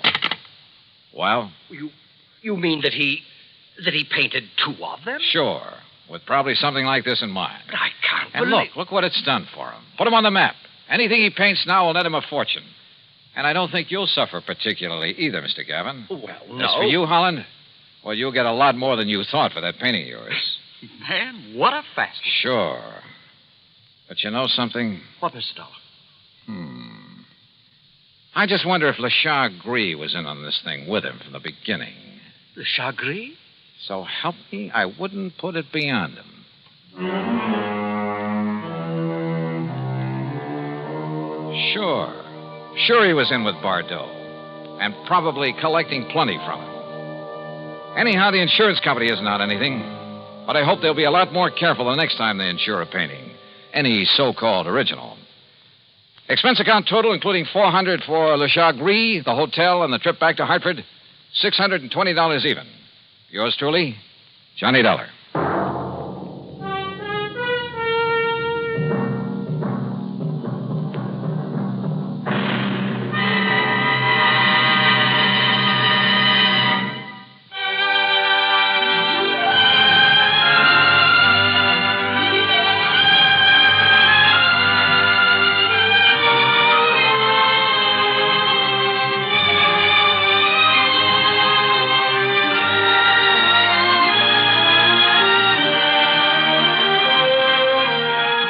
Yours truly, Johnny Dollar, starring Bob Bailey, originates in Hollywood and is written, produced, and directed by Jack Johnstone. Heard in our cast were G. Stanley Jones, Forrest Lewis, Harry Bartell, Joseph Kearns, Bert Holland, and Byron Kane. Be sure to join us next week, same time and station, for another exciting story of yours truly, Johnny Dollar.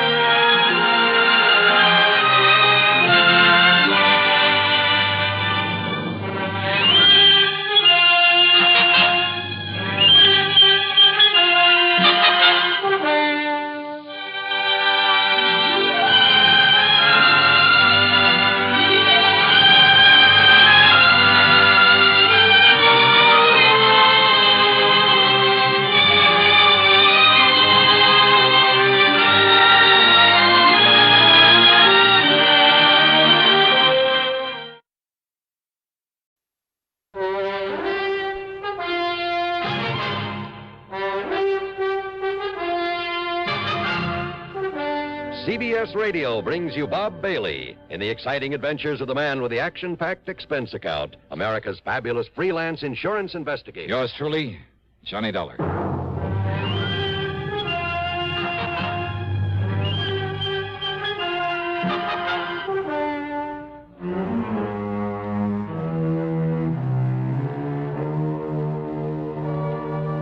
Expense account submitted by Special Investigator Johnny Dollar to the Mono Guarantee Insurance Company, Little Rock office. The following is an account of expenses incurred during my investigation of the double deal matter.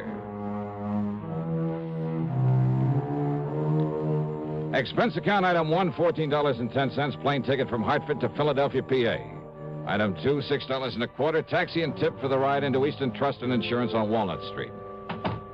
Hiya, Ted. Mighty glad you could make it, Johnny. How are you? So they made you the big wheel in this office, huh? Made me the goat is more like it. Sit down. Yeah, sure. Now, what's this about Mickey the Hood? Michael Jonathan O'Banion. Oh, it's a nice, respectable-sounding name, but, oh, brother, what a character. Bootlegger, among other things, wasn't he? Rum runner, gun runner, smuggler, jewel thief. Probably a killer, too, back there in the 20s. Only they could never pin it on him. Yeah, a real nice boy. Well, after he served his term, in order to fill out his parole, he worked for one of the drug companies here in town. Oh? And then about, 2 years ago, he opened a little importing company. Probably just a front. Importing? Yeah, drug imports, mostly from the Far East. And that's when Bruce Terwilliger sold him all his insurance. Terwilliger? Yeah, my predecessor in this job. Oh. That's when he sold Mickey all his insurance. Nearly $500,000 coverage on his business. I'm sure it's not worth 1/10 of that. And over $250,000 on his life. Sounds as though he's still in the rackets. Sure. And wants plenty of coverage in case he gets bumped off. And he should have been, long time ago. All right, who's his beneficiary? Oh, hold your hat, Johnny. Mary Toodles Baker. Toodles? Yeah. She's a cheap stripper, right out of the saloon circuit. So you want to take him off your books, huh? Well, he's a bad risk. He's constantly behind in his premium payments, and he... Well, I just don't want him as a client of this office. Well, I can't say I blame you. But this dear old saintly conservative company won't let me cancel his policies until I can get some legal proof. Prove he's still in the rackets, huh? Yeah. And, Johnny, that's your job. Oh, now, wait, Ted. Yeah? That's not for me. That's a police job. Yeah, but they haven't got a thing on him, Johnny. So far as they're concerned, he's behaving himself, staying out of trouble, and just running his drug business. Yeah, but you think differently.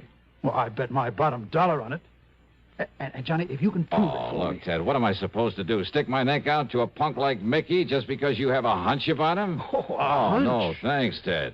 If a guy like that happens to be involved in fraud against the company, something like that, you call on me and I'm stuck with him.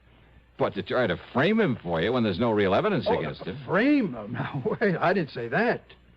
Just show him up for a wrong guy. Look, when he commits some offense against the company, okay. But until then... Johnny. No, sorry, Ted, but it's no go. No, you mess around a character like that without legitimate reason, I'd end up with a hide full of lead. No, so look, Johnny, thanks a lot. I want nothing to do with him. But, Johnny... Sorry, Ted. Okay. I suppose all I can do is wait until it's too late. And we have to pay him a lot of money on some fraudulent claim or on his rotten carcass. Afraid so. Oh, Johnny, if you'd only... Oh, excuse me. Ted Plainer. Well, that's all you wanted me for. Dollar? Hmm? Why, yeah. What did you... Look, talk a little slower, will you? Well, yeah, he's right here. What's that? Here, look, you talk to him. Here, Johnny, it's for you. For me? Oh, some crazy... He said he traced you here through your call service back in Hartford. Okay, let me have it. Asked me the guy's off his rocker. Johnny Dollar. Hello? Evan only knows what might happen. Hello? Well? John Dollar? Yeah, that's right. John, you must come to see me at once. Who's that? The most terrible thing has happened. Oh, yes. Yes, what? This is Harry Branson at Philadelphia Mutual Liability and Casualty. Oh, I might have known. What? Nothing. What seems to be the trouble, Harry? Disaster, John, disaster.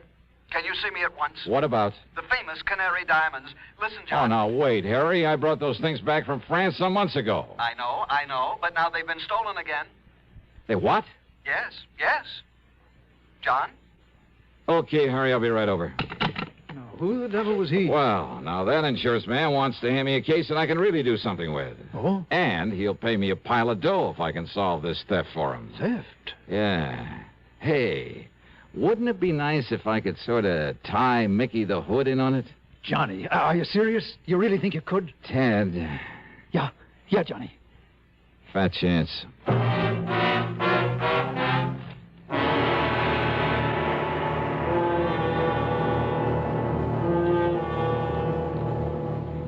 Act two of yours truly, Johnny Dollar, in a moment.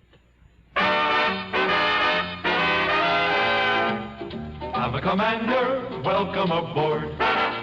Have a commander, welcome aboard.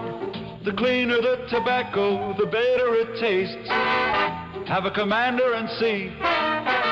The cleaner the tobacco, the better it tastes. And in Commander, the tobacco is vacuum cleaned. Have a commander, welcome aboard. Treat yourself to a pack of new king-size Philip Morris Commanders, made on a new machine, the Mark 8, that takes rich, full-flavored Philip Morris tobacco and gently vacuum cleans it. And the cleaner the tobacco, the better it tastes. Yes, the cleaner the tobacco, the better it tastes. Noticeably better. Have a commander, welcome aboard. And now, Act two of yours truly, Johnny Dollar, and the double deal matter.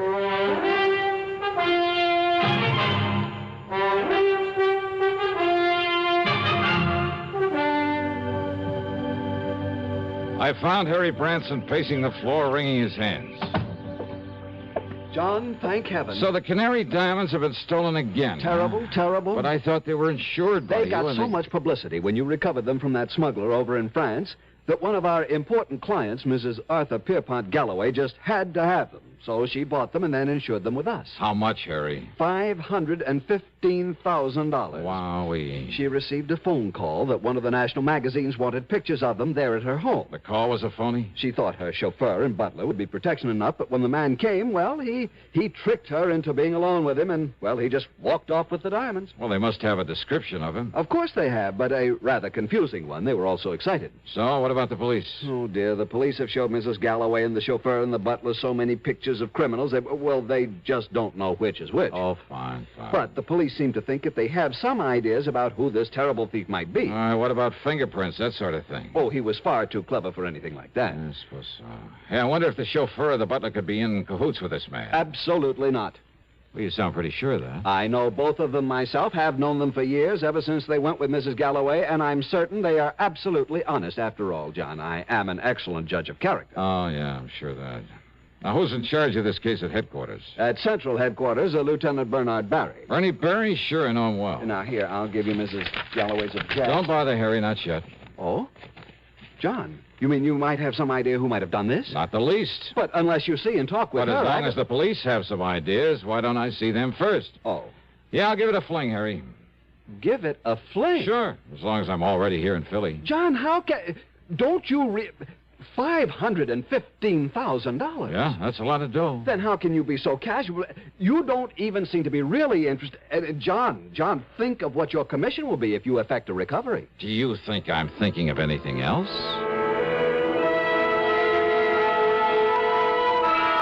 I walked on over to Central Police Headquarters and talked to Lieutenant Bernard Barry. You asked me, Dollar, that thief had concealed his identity pretty well. Oh, what do you mean, Bernie? Well, according to their descriptions, he must have been wearing enough makeup for a whole chorus line. But why Mrs. Galloway and her servants didn't realize that right in the beginning and throw him out, I'll never know. That's why they couldn't pick him out of the mug file, huh? Except for one thing the chauffeur noticed about him. What was that? He'd apparently tried to cover a scar on his face. Oh? From the outer edge of his left eye down his cheek. Wait a minute. Yeah? Maybe 5 feet 8 or 9. Very heavy. Say a couple of 100 pounds. Yeah, darling, I'm way ahead of you. And say about 51 or 2 years old. Well, with all that makeup, it was hard to tell. But black hair, bushy eyebrows, maybe? We'd powdered his hair to make it look gray. We found traces of the powder. But Mickey the Hood. Mickey O'Banion. So we've had a tail on him every minute since the robbery was reported. And? Nothing, darling. Nothing at all. And, of course, he had an airtight alibi. Oh, sure he would have. And, of course, so would any other crook smart enough to pull a job like that. Just the same, Bernie. But until we can trip him up, or, more important, find out how he'll try to dispose of those stones... I know how to get him out of the country. Hey, but wait, his drug importing business. Yeah, importing, Dollar, not exporting. But he must ship stuff around in this country. And any shipments he makes will be gone over with a fine-tooth comb. Unknown to him, of course. Yeah? What do you mean by that? Well, if he did take these stones, he'll know everything you're doing. Maybe. You're thinking, of course, about how they were gotten out of the country before, and those cases of canned goods you found in Paris. Yes. I'm also thinking how impossible it would be to dispose of them here in the U.S. Even broken down? Taken out of the settings? Oh, look, Bernie, the distinctive color of the canary diamonds, all of them perfectly matched. That color's so unique that, well, he'd have to get them abroad. But where and how? Dollar, all we can do is keep an eye on him. Of course, keep an eye open for anyone else who might have stolen them. Well, Bernie, I'll concentrate on him. Well, what'll you do? I mean, that we're not already doing. Well? Bernie, I haven't the least idea. Oh, sure. Maybe someone else had taken those stones. But I've played my hunches before, and somehow they've usually paid off. And sure, if Mickey did steal them, why, maybe he was smart enough to simply sit tight for a while until things cooled down. I looked up the address in a phone book, then spent item 3, $1 even for a cab to a small building on South 23rd Street marked O'Banion Drug Imports. It was a small kind of store building with a combination office and sales room in the front. Much to my surprise, there was only one person there. That's right, Michael J. O'Banion. Well, sir, my name is Russell. Peter Russell. Mr. Russell? Yes, sir, I own a small chain of drugstores in the South. And we get a lot of calls for anything unusual down there. Our customers seem to go for unusual, exotic-type drugs and medicines. Oh, so I understand. So when I saw your ad in the Yellow Pages, I thought I might take a look at your stock. Oh, fine. Everything we catalog is right here on these display shelves. All right, sir. Yeah, pick out whatever items you like. I'll be glad to ship them to you. Everything from dried seahorses and kelp, the Oriental people go over those things, to rare items like oil of rhodium, lovage, musk. Yes, sir. I see y'all import a lot of things from China, Japan. Well, I have contacts in Hong Kong and Kowloon that furnish me with many unusual items. Excuse me, Mr. O'Banion. Yes, I'll be with you in a moment, madam. Mrs. Peterson. Yes, that's right. Yeah, we met at the travel office, and you promised me some... Yes, of course, Mrs. Peterson. I have the bottle of nerve pills I promised you right here. Oh, I'm so glad. And how much do I owe you for them? Oh, not a thing. Not a cent. Well, glad to have been able to make them up for you. Well... Here you are. Aren't you nice? Such a big bottle, too. Oh, it's my pleasure, Mrs. Peterson. Well, have a nice trip. I hope I can swallow such big pills. Yeah, well, you just chew them like candy. Well, they don't taste bad. Just like sugar pills. Oh, well, how nice. And remember, keep them in this bottle with its special seal and take only one each day.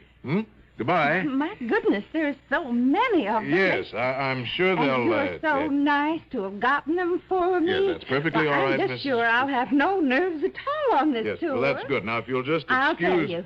I'll send you a postcard when we get to Hong Kong and let you know how they work. That's not necessary at all. And goodbye, Mrs. Peterson. Well, I certainly thank you. Well, it's my pleasure. Goodbye.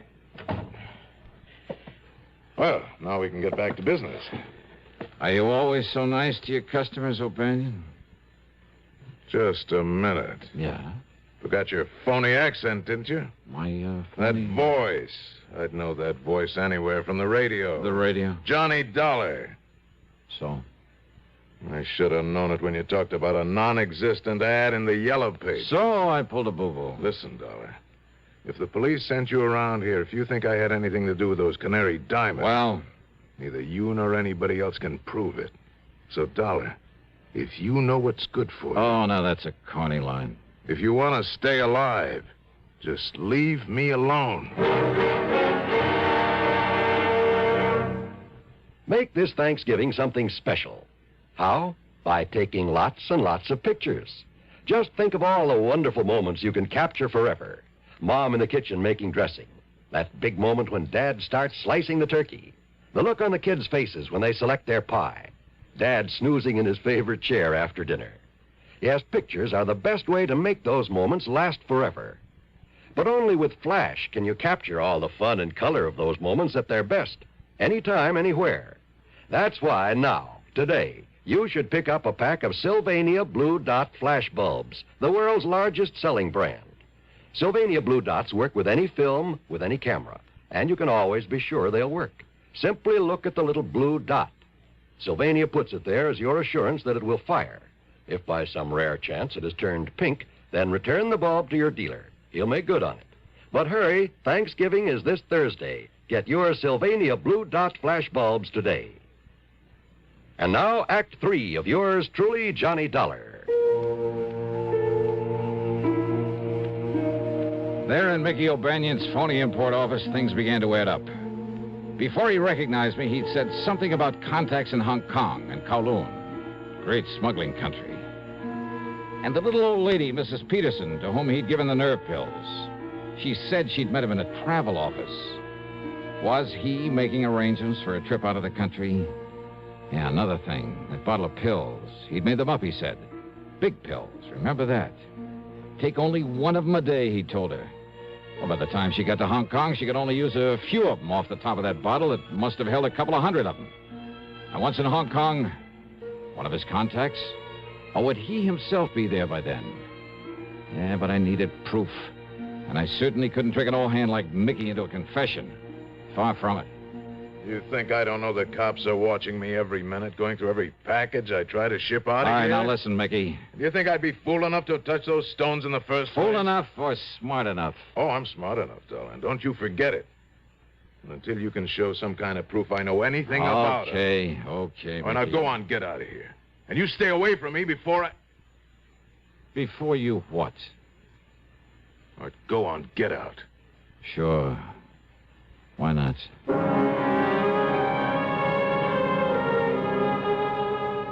If only I'd had sense enough to follow that Mrs. Peterson. While I was standing there talking to Mickey, she could be on her way to a plane, a train, or steamship. Item 4, $1.30 in a phone booth, calling every travel agency, airline, steamship, company, railroad I could find listed until I got the one who'd arranged her round-the-world tour. That was due to leave in a few hours. Better still, they told me she'd been staying at the Bellevue Stratford. Item 5 is $1.25 taxi fare to the Bellevue. Just a minute, bellboy. Well, Mrs. Just a minute. All packed now, bellboy, and you... Oh. Mrs. Peterson. Why, you're the young man I saw a little while ago. I want that bottle of pills you got from Mr. O'Banion. Now, look here. Where are they? I'm a very nervous woman. All right, my name is Dollar, special investigator. Investigator? That's right. That's like a detective. That's right. Now, please, those nerve pills. I haven't done anything wrong. You will if I don't stop you. What? No, you're a robber.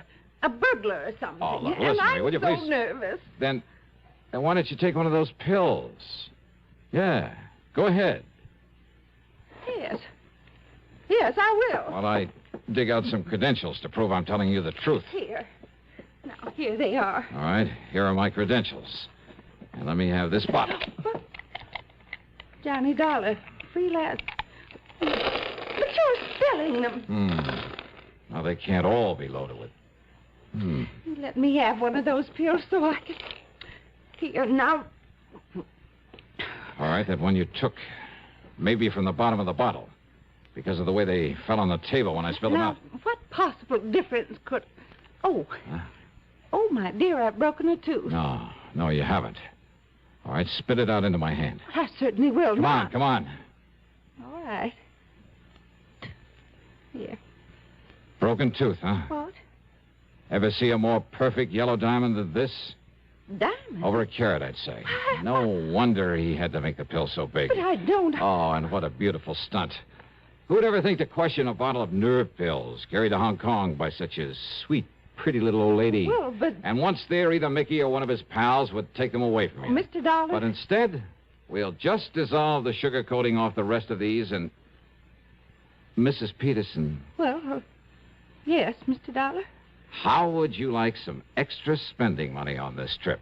Say, a couple of $1,000? Couple of $1,000? And all you have to do is come along with me and tell the police where you got this bottle of pills. But I'm afraid I still... Well? Well, of course.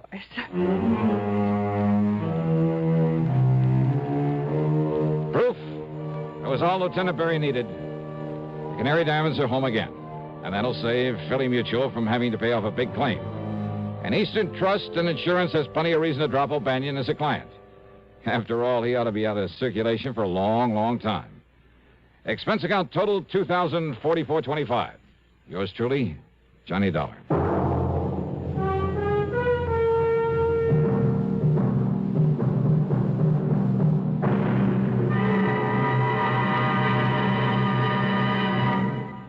Our star will return in just a moment. Constipation is something people don't talk about much, but it can be a problem for anyone, even doctors. And when constipation occurs, it's interesting to see just what doctors consider important about a laxative they might use or recommend. Well, a majority of the doctors we heard from had this to say. A laxative should be effective, gentle, close to natural acting. A medicine that can be used with complete confidence. Now, X-Lax has been popular with many doctors and millions of people over the years because pleasant-tasting chocolated X-Lax is effective. Overnight, it helps you toward your normal regularity. X-Lax is so gentle, so close to natural acting, there's no upset. That's why many doctors and millions of people use X-Lax with complete confidence. X-Lax, the laxative that helps you toward your normal regularity gently, overnight. Now, here's our star to tell you about next week's story. Next week, one of the roughest, toughest, and most unusual investigations I ever get involved in. Join us, won't you? Yours truly, Johnny Dollar.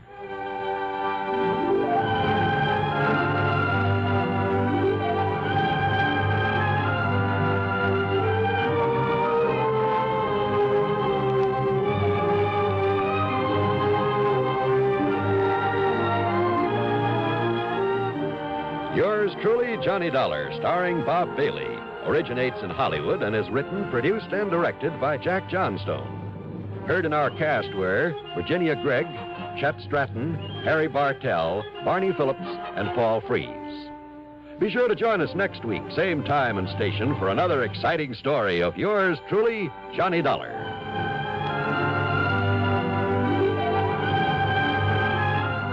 This is John Wall speaking.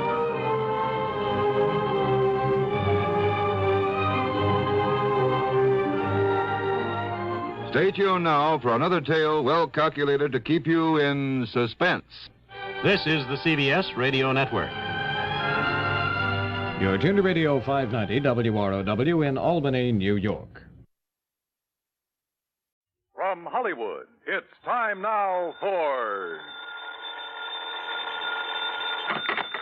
Johnny Dollar. Johnny, this is Vincent Price. I'm calling from Hollywood. Oh, sure. My name's Shirley Temple. Now, who is it and what? Really, Vincent Price? Do I sound like Mickey Rooney? Well, no. But now, tell me, Mr. Price. Now, look, the name is Vincent. Okay, Vincent. What can I do for you? Johnny, I have a little problem in connection with one of my paintings insured for $100,000. $100,000? You call that a little problem? This painting has suddenly disappeared. Oh, I see. What's the insurance company? State Mutual.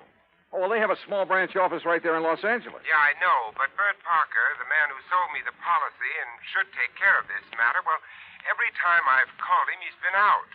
And I learned just this morning that nobody knows where he is. Okay, Vincent, I'll grab the first plane.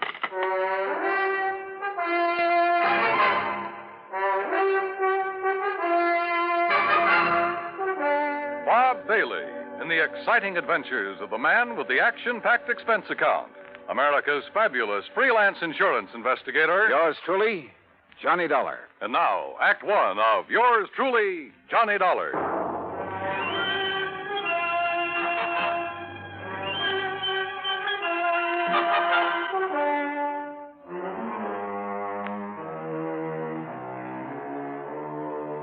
Expense account submitted by Special Investigator Johnny Dollar to the State Mutual Insurance Company, Home Office, Hartford, Connecticut.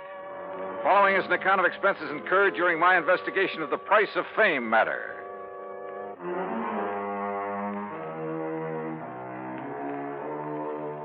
Expense account item 1, $178.50, plane fare and incidentals, Hartford to Los Angeles. By the time the big silver Constellation made its landing at the international airport, it finally dawned on me that I hadn't arranged with Vincent Price about where and how and what time I'd meet him. But as I picked up my luggage, I discovered a hungry-looking crowd of autograph hounds milling about the tall, gracious man I was looking for. Oh, sure. I'm glad to. Look, but just one at a time, will you please? I can't very well. All right, there you are. Now I have to meet a friend. Gee, just one more, please. Huh, Mr. Price? All right, if you insist. Here. Best wishes from T. Willie Rocking Horse. Huh? How are you, Johnny? Oh, great, but I didn't expect... Johnny who? You mean to say you folks don't recognize Johnny Dollar? Oh, no, wait a minute. Attaboy, Johnny. Give 'em all. I'll wait for you in my car. It's right over here at the curb. Yeah, but look, will you? Hey. Right here, Mr. No, Price. no, I'm nobody. Please. By the time I got away from that mob, I felt as though I'd been run through a ringer. But we finally took off in Vincent's car and drove to his beautiful home up in one of the canyons west of Beverly Hills. Nestled among the trees with spacious lawns and well-kept gardens, it's furnished in the most excellent taste. I'm no expert, but to say that I was impressed by the extraordinary works of art in that home would be the understatement of the week. Engravings, prints, fine sculptures, but most of all, paintings. And even to my unpracticed eye, all of them were, well, magnificent. Here's a little thing I picked up in London, Johnny. It's called The Old Man in Red by Goya. Wow. Yeah, I thought original oils by him were found only in the big museum. Well, I've been pretty lucky in getting hold of some of these. Yeah, you've known what you were doing, too. You like this one? It's called Fright. It was painted by Kenneth McManus. Beautiful. Beautiful. Like all the rest of them. Thanks. How about this one here at the end? Night Wind by, I'm sorry, Vincent, I can't make out that name. You don't have this one lighted like the rest. No, that's to maintain its somber mood, Johnny. Oh. And that's what made it possible for the substitution of this copy to go undetected. That's a copy? Yeah, and that's my problem. The $100,000 Night Wind by Jean-Baptiste has been stolen. This was left in its place. Oh, I see. It's not a bad copy, probably worth a couple of $100, but it's hardly a genuine Baptiste. Well, when did you discover this substitution, Vincent? When I returned from a lecture tour early last week. Oh, that's right. You've been traveling all over the country lecturing on art, Well, let's call it talking about art, huh? Tell me, have you notified the police about this? I suppose I should have. Well, I felt that was Bert Parker's job. And you haven't been able to reach him over at Fourth State Mutual? As I told you on the phone, he hasn't been in his office for some time. Vincent, have you any theories about who might have done this? Yes, I'm afraid I have. Why do you say it that way? Very few people knew I'd gotten hold of this Baptiste, only some close friends and a couple of art experts. So? And the place was not broken into during the time I was away. Of that, I'm sure. Well, go on. The family and servants kept very close track of anyone who entered the house while I was gone. You have a list? Yes, I do have a list. Here. Good. Alfred R. Hawkinson. That's an electrician who came to do some wiring. He wouldn't know a Rembrandt from a Mickey Mouse. Ann M. Schumann. A music teacher. Loves music, hates paintings. What about delivery boys, people like that? They never get beyond the back door. Go on, read on. That next one is Ben, the gardener. You can forget about him. And Bert L.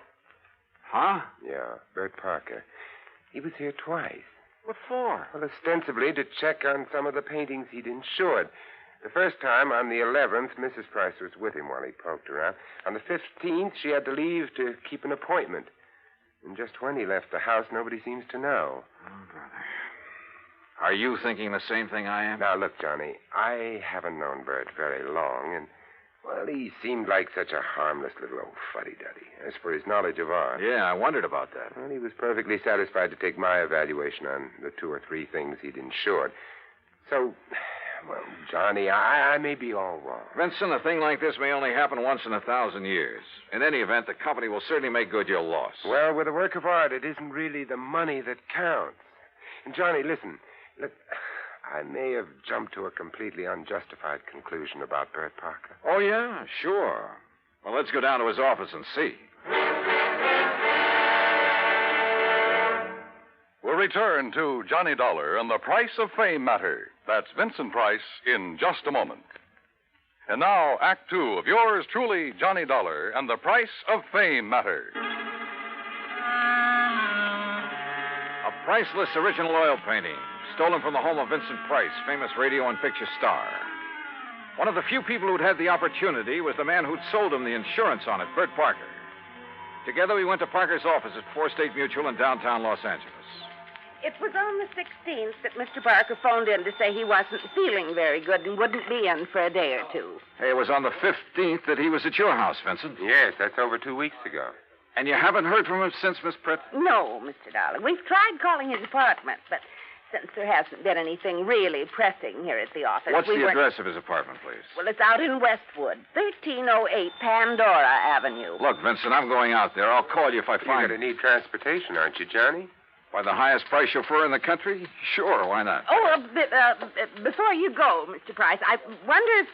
if I could have your autograph. Well, why didn't you get Johnny Dollars, Miss Pritt? He loves to give them. Oh, yes. Oh, no. No, you don't, Vincent. Let's go. It took a little persuading, but the landlord at Bert's apartment finally let us into his 4-room suite. It was empty, except for a few old clothes, and it was obvious that he'd packed and left in a hurry. I rummaged around in the closets, tables, bureau, for a clue as to where he might have gone, and came up with nothing. You give up, Johnny?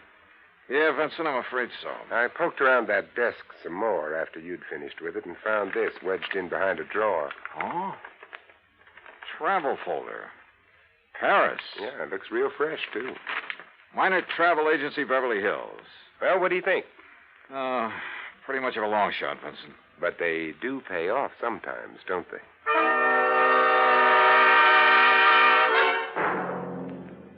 Planned a trip for myself, yes, sir. First class all the way. What was the departure date, Mr. Miner? 16th, first class, straight to Paris. Oh, brother. Paris is a pretty big place. Did you make any arrangements for him for after he got there? Only for when he arrived. Reservations at the Louvois.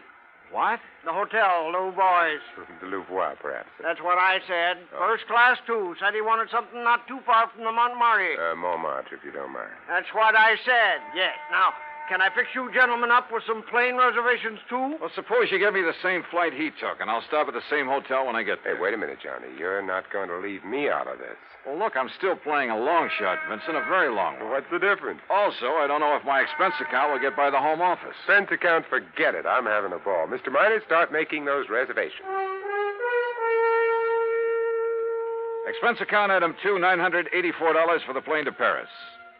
Well, it turned out to be the most interesting flight I've ever made because of the company of Vincent Price. An amazing conversationalist. He could talk about anything, including art. And he has a tremendous sense of humor.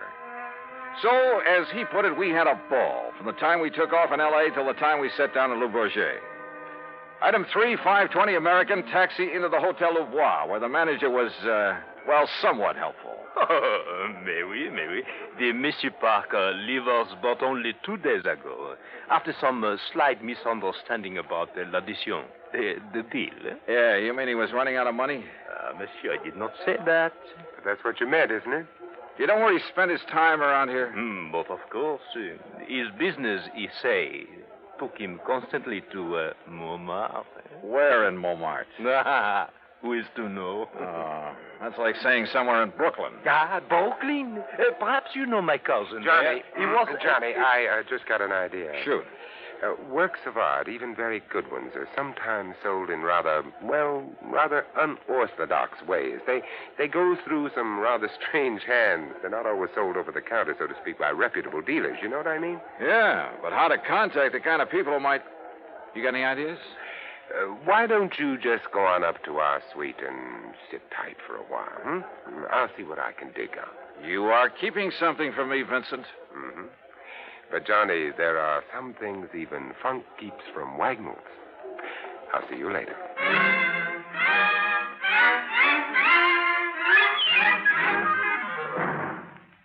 Act 3 of yours truly, Johnny Dollar, in a moment.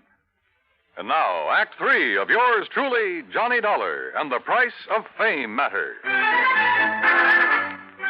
All of gay, romantic Paris just outside the door, and time on my hands. So what did I do? Took Vincent Price's advice, went back to my room at the Hotel Louvois, and waited. 2, 3, 4 hours. Finally, shortly after 8 p.m., Vincent came in bearing a couple of packages. Sorry to have made you wait, Johnny, but I think I'm on the trail of something. Looks to me like you've been on a shopping spree. Props, Johnny, for you. Have you found out where Bert Parker is? No, but I think you will. Here, try this on. Huh? What's this all about? A 10-gallon hat? Yeah, I had to guess at your size. Where in Paris did you find this? Try it on. Oh, what do you... Holy... What am I supposed to be, a refugee from Texas? Exactly. You made it in oil wells. Your name is Matthew. Huh? You're over here to see the sights, all the wild nightlife you've heard about, the Folie Bergère, Rue Blondel, Place Pigalle. Here, try on this shirt. Oh, brother. Look, I don't know what this is all about, but hadn't we better get something to eat? Try it on. If you don't take me to one of the world-famous restaurants in this town... Maybe tomorrow. Huh? Yeah, that's good. That shirt's going to be all right. What do you mean tomorrow? Here, now, stick this genuine simulated imitation diamond-type stick pin in the front. Wait a minute, I'll do it for you. Yeah, what the Sam... There you are, and with this big hunk of glass on your finger. There, now, look at you. Oh, you look. I'm hungry. Well, maybe you'll even get food where you're going. Now, where do you think I'm going in this rig? To a little joint on the Rue Blondel called the Bal Macabre. Now, what am I supposed to do there, if I go there? Sit around. Look prosperous. And see what happens. Oh, Vincent. Remember, you made it in oil. Millions. Yeah, but Vincent... Also, you're interested in art, and your name is Matthew. Look, will you... On your way, Johnny. The taxi that's waiting for you out front knows exactly where to take you. The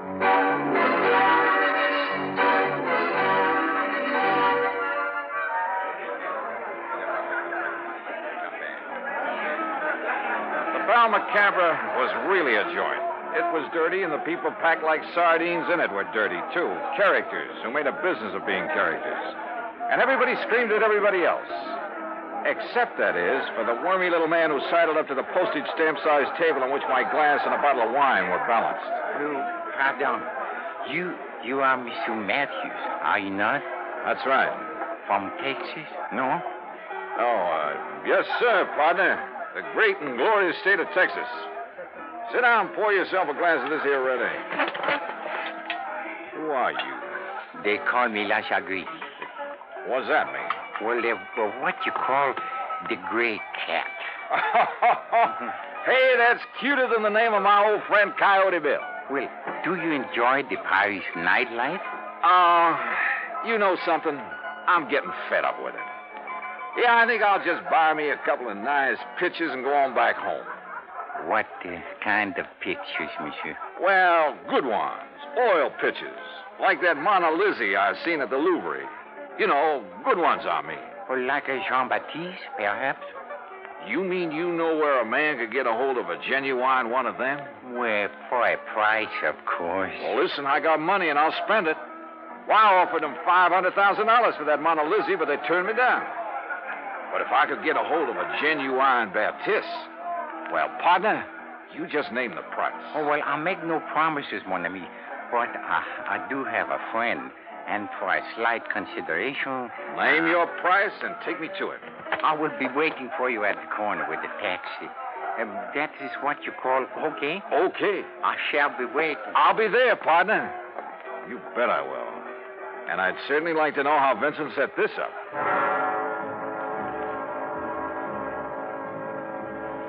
The taxi dropped us off at one of the most disreputable-looking apartments in the whole of Paris. My friend, who called himself the Gray Cat, looked carefully around before entering the front door. Then we climbed 4 flights of a dark, musty stairway. No, remember, my friend, you are not to pay the price he asks at first. If you like, I will make the arrangements for you. Now, that would be right friendly of you, partner. But how will you come out on this? Well, all I ask, monsieur, is 10% of what you pay. And maybe a little extra from him for bringing me up here? Oh, monsieur. Oh, now, don't give me that, partner. I've been around. I'm wise to how you fellas operate. But if I can get a hold of a real, genuine Baptiste... You will see.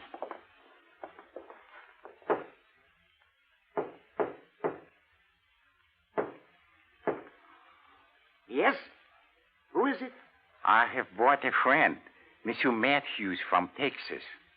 Yes? Yes, he would like to buy The Night Wind by Baptiste. That is, if it's genuine. Genuine? Of course it's genuine. There, on the table. Can't you see for yourself that it's the no. Well. Bert Parker. Johnny Dollar. That's right. Insurance investigator. Investigate you? Oh, I've just remembered somebody is waiting for me. That's right, I am. Mr. Price. Oh, no. Well, pardon, Monsieur Price, but I must go. Without your fee for taking care of Mr. Dollar? Listen, both of you, please. I'll give you back the painting. I'll do anything you ask. Oh, drop dead. Oh, dear. Dear. Well, Vincent, there it is. Yep. And it looks like the company has saved a cool $100,000. I have a confession to make about that, Johnny. Yeah, like how you happen to know the way to the painting through that squirmy little fellow who brought me here? Oh, well, that's how I got hold of the Baptiste in the first place. It's a lovely thing, isn't it? Yeah, it certainly is. And, Johnny, it is worth $100,000. Oh, I'm sure. But the truth of the matter is I paid only $300 for it. You paid? Oh, no. It's a fact. Well, you've got it back thanks to your own efforts. Thanks to your being the front man. If I'd tried to get it back myself, these people would have run like scared rats. Oh, sure. Just tell me one thing, will you? Why aren't you an insurance investigator? Well, you know, it's every man to his own. Well, after all, why aren't you an actor? Let's get out of here.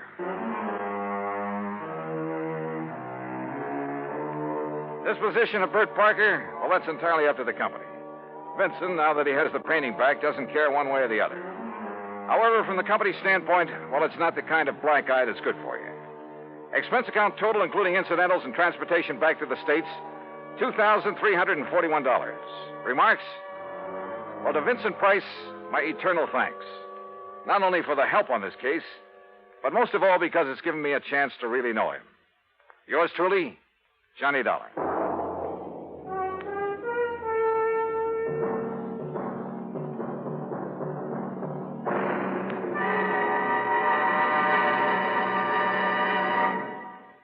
Our star will return in just a moment.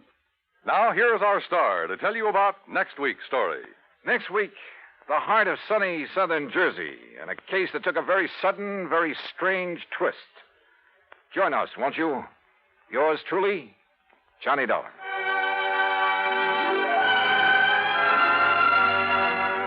Yours truly, Johnny Dollar, starring Bob Bailey, originates in Hollywood and is produced and directed by Jack Johnstone, who also wrote today's story. Heard in our cast were Virginia Gregg, Junius Matthews, Tony Barrett, Forrest Lewis, Howard McNear, and, of course, our special guest, Vincent Price. Be sure to join us next week, same time and station, for another exciting story of yours truly, Johnny Dollar. This is Dan Cubberly speaking.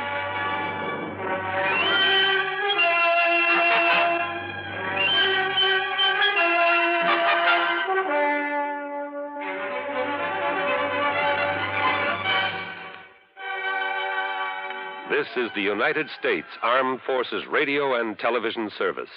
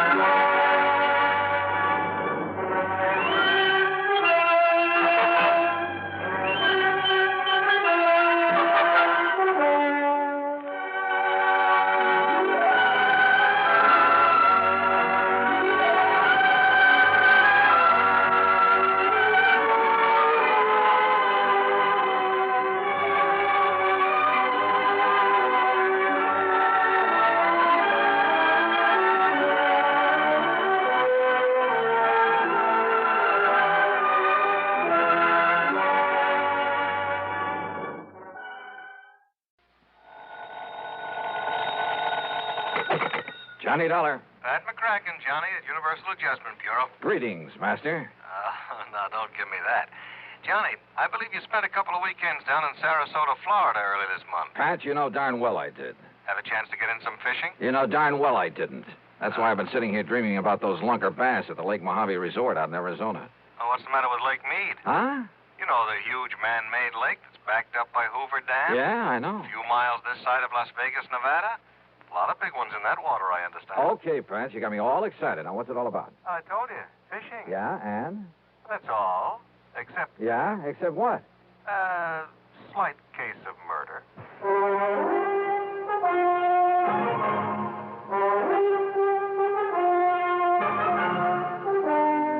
Bob Bailey in the exciting adventures of the man with the action-packed expense account. America's fabulous freelance insurance investigator. Yours truly, Johnny Dollar. Here's actress Joan Bennett. It's terrible to try to act with a dreadful cold. To feel better quickly, I take 4-way cold tablets, the fast way to relieve nasty cold distress. Yes, tests of 4 leading cold tablets proved 4-way fastest acting of all. Amazing 4-way starts in minutes to relieve aches, pains, headache, reduce fever, calm upset stomach, also overcomes irregularity. When you catch cold, try my way. Take 4-way cold tablets, the fast way to relieve cold distress. 4-way, 29 and 59 cents. Now, a word about another fine product of Grove Laboratories. Had dandruff for years? Now get rid of it in 3 minutes with Fitch Dandruff Remover Shampoo. 3 minutes with Fitch regularly is guaranteed to keep unsightly dandruff away forever. Apply Fitch before wetting hair, rub in 1 minute. Add water, lather 1 minute. Then rinse 1 minute. Every trace of dandruff goes down the drain. 3 minutes with Fitch, embarrassing dandruff's gone. Fitch can also leave hair up to 35% brighter. Get Fitch Dandruff Remover Shampoo today. And now, Act 1 of yours truly, Johnny Dollar.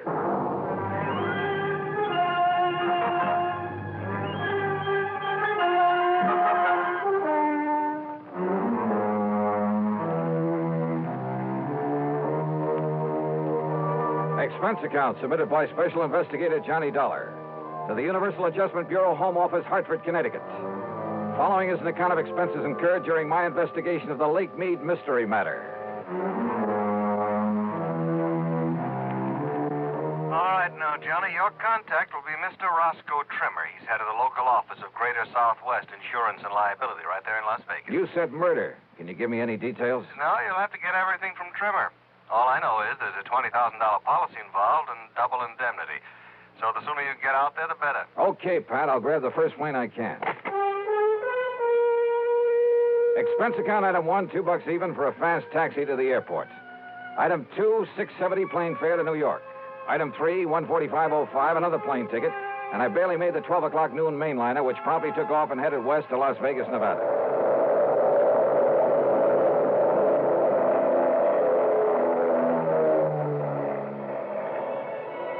It was 9:45 p.m. Pacific time when we started the long glide down from a starlit sky to the landing strip at McCarran Field in Las Vegas, Nevada. I'll never cease to marvel at the nighttime view from the air of that fabulous city of chance. Sitting alone out there in the middle of the vast Mojave Desert, the sky filling glow from its millions of lights, it had put a rainbow to shame. Oasis in the desert. Yeah, and very beautiful. I knew that Roscoe Trimmer's office would be closed this time of night, so I looked for a place to rest my weary head. Item 4, $1.50 for a cab into the Flamingo. And I just happened to remember that the Flamingo has an excellent casino.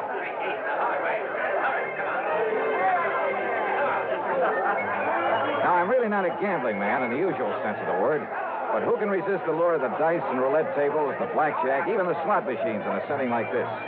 Sure, the house always wins, and the sucker who forks out his hard-earned money doesn't stand a chance. But you know something? After a few hours of play, I came out so far ahead that I won't even bother to list my food and hotel room on this expense account. I really cleaned up. How much? Well, if I told you, you'd probably want me to absorb the whole thing, so I won't. Then, early the next morning, I met Roscoe Trimmer at the office of Greater Southwest Insurance and Liability. Dollar, I'm glad you could make it. I don't like this one at all. How are you? Hiya, Rosk. Sit down, will you? Yeah, But sure. not for long. Huh? I've arranged a drive-it-yourself car for you. And the sooner you can get over to Lake Mead, the better. Well, just where, Roscoe? That's a pretty big lake. Overton. A little town 50, 60 miles north and east of here. At the upper end of the lake. So what's happened up there? Johnny, a client of mine, Thomas Mayfield Thomas, came out here from Chicago last year. Retired here. I don't know much about him except that our Chicago office sent me his file when he came and asked me to look out for him. Uh-huh. Go on. About a week ago, Thomas and a friend went fishing together out of Overton Landing. They went out with Hob Fulton on his charter boat. Incidentally, if you ask me, Hob's the best guide on the whole lake. Good, I'll remember that. Only you're here on a case, remember? Oh, sure. But go on. Well, the fishing must have been pretty good, because they stayed on at the Overton Motel. Then the next morning, they went down to the landing, rented a little Arkansas Traveler and a 10-horse Johnson, and went out fishing on their own. Rosk, I may try that very thing myself. But about the middle of the afternoon, a big east wind came up. You know what that means? I know that when a big Easter hits one of those desert lakes, there's only one thing you do, get off it quick. Well, they didn't, Johnny. At least not quick enough. The following morning, when the blow had died down, Hob Fulton went out to look for him. And? He found the boat, all right. Beached on a point down near Goat Island. And Mr. Thomas's friend. What about Thomas? His friend says that Thomas went overboard when the squall hit him. Well, it's certainly possible. Yes, it is. Possible. The chomp on a lake like that can build up waves 8 and 10 feet high, enough to throw a man off any kind of a boat. Yes, I know. But you don't think that's the way it happened? I didn't say that, Johnny. It's just that... Well... Okay, Rosk. What was his fishing pal's name? Charlie Wentworth. Does that mean anything to you? No. Well, I'm afraid I don't know very much about him either. Except that he, too, came here from Chicago. Arrived in town about 2 weeks ago. I take it that's where he knew Thomas, back in Chicago. Yeah, apparently. Well, what about him? What does this Charlie Wentworth do? Apparently nothing. But hang around the gambling joints. Oh, he does a little dealing and shilling for some of them now and then. There's talk he's been making illegal book on the races, though nobody's pinned it on him. So, in your book, he's an undesirable character. That's right. But is that reason to suspect he took Mr. Thomas out on that lake and murdered him? Now, Johnny, there's been a lot of worry around this town about some of the people who've come out here recently from Chicago. You know, ever since those investigations began back east. So what? Does that mean everybody who comes from there is a killer? No, of course not.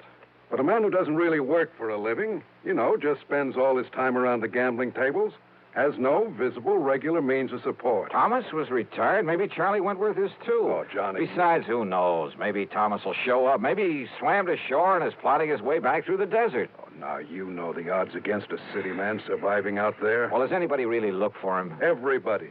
The police, the National Park boys, everybody. Not only in boats, on foot, but they even use planes and a helicopter. They found no trace. Well, that still doesn't prove anything. Tell me this. Are the police holding Charlie Wentworth? No, they're not. Which means they don't feel they have any reason to. But you still think I ought to investigate? Yes, I do. Roscoe? So do I.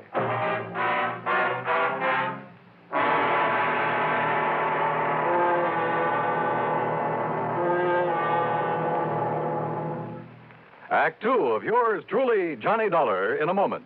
Hey, Dad, did you check your car filters today? No, son, I didn't. Why? Because it might pay you $1,000. $1,000 for a car filter? That's right, folks. You may have a filter under the hood of your car worth $1,000 and not even know it. A Fram filter worth 1,000 silver dollars. A regular filter change is important to today's cars. So important that Fram Corporation is paying $60,000 to get you to check your filters now. Last year, in preparation for Fram's silver anniversary, 10,000 secretly numbered Fram filter cartridges were distributed all over the United States and installed in cars during regular servicing. These filters are worth from $1 to $1,000. You may have one in your car right now and not even know it. Check your oil filter and air filter now. If there's a specially numbered Fram filter in your car, you will win up to 1,000 silver dollars, and your dealer will win the same amount. Get in on Fram's big silver treasure hunt. Check your car filters now.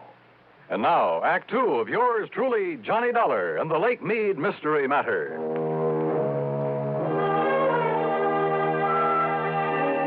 Neither the police nor anybody else in Las Vegas seemed to think Thomas was murdered out on Lake Mead.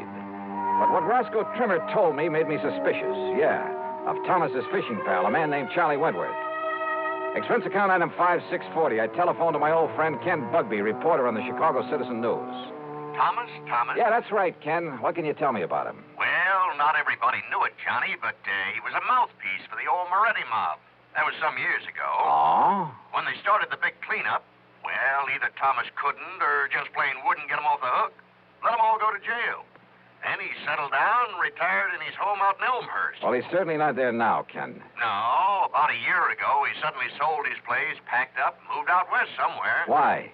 Do you know? Change of climate, I guess. What about him, Johnny? Ever hear of Charlie Wentworth? You kidding. He was one of Moretti's trigger men. Casual Charlie, they called him. You, know where he is now? Oh, they sent him up to Joliet prison along with the rest of the mob. Those boys will be in the clink the rest of their natural... Oh, wait a minute. Yeah? Casual Charlie and Snooty Wilson were released. Yeah. And, hey, that was just about the same time that Thomas moved away from here. If that means anything. Baby, I got a hunch it means everything. Oh? Like what, Johnny? Thanks a lot, Ken.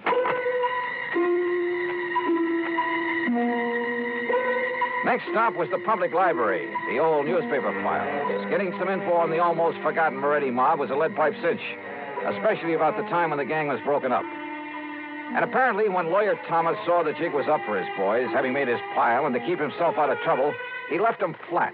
He'd let them get sent to the pen without raising a finger in their defense. So don't tell me that a mobster wouldn't want to get even with the guy who'd let him down. Sure, Charlie had killed Thomas. I was sure of it without even seeing him. But to prove it, without the corpus delicti, I spent item $6, $32 even on some equipment at a sporting goods store. Then I drove north on Highway 91 to the quiet little town of Overton. There I learned that for once, Hob Fulton, the fishing guide, had a free day on his hands, that he was down at the lake some 12 miles east of the town. I met him at the dock, and within a few minutes, we were on board as Higgins runabout and heading south.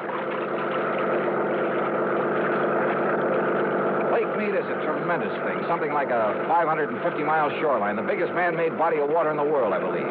Just thinking about the record-breaking largemouth bass that have come out of that lake fairly made my mouth water. I carefully checked out the equipment I'd brought along. So you spent a lot of good money renting that stuff from Shelby's Sporting Goods down in Vegas, huh? Yep. Well, where's the spear? Bob, I don't think I'm going to need a spear. I don't think you're going to need any of that stuff. You ask me, Dollar, if you want to catch fish, borrow one of those rigs I brought along. Bob, I just want you to take me to the same spot you took Mr. Thomas and Charlie Wentworth. Too bad about that, Mr. Thomas. I got him a lot of nice bass, though. You know, fishing only the real deep holes. That's where they are this time of year. That's what I figured. If only they'd had sense enough to come back in that next day when the wind started to blow. Did they seem to get along all right, Hob? I told the police about that, Mr. Dollar, but I guess it didn't mean anything. Told them about what? Well, you ask me. Mr. Thomas wasn't any too happy fishing with Charlie Wentworth. But Charlie kept saying, let bygones be bygones, and let's enjoy the fishing, so...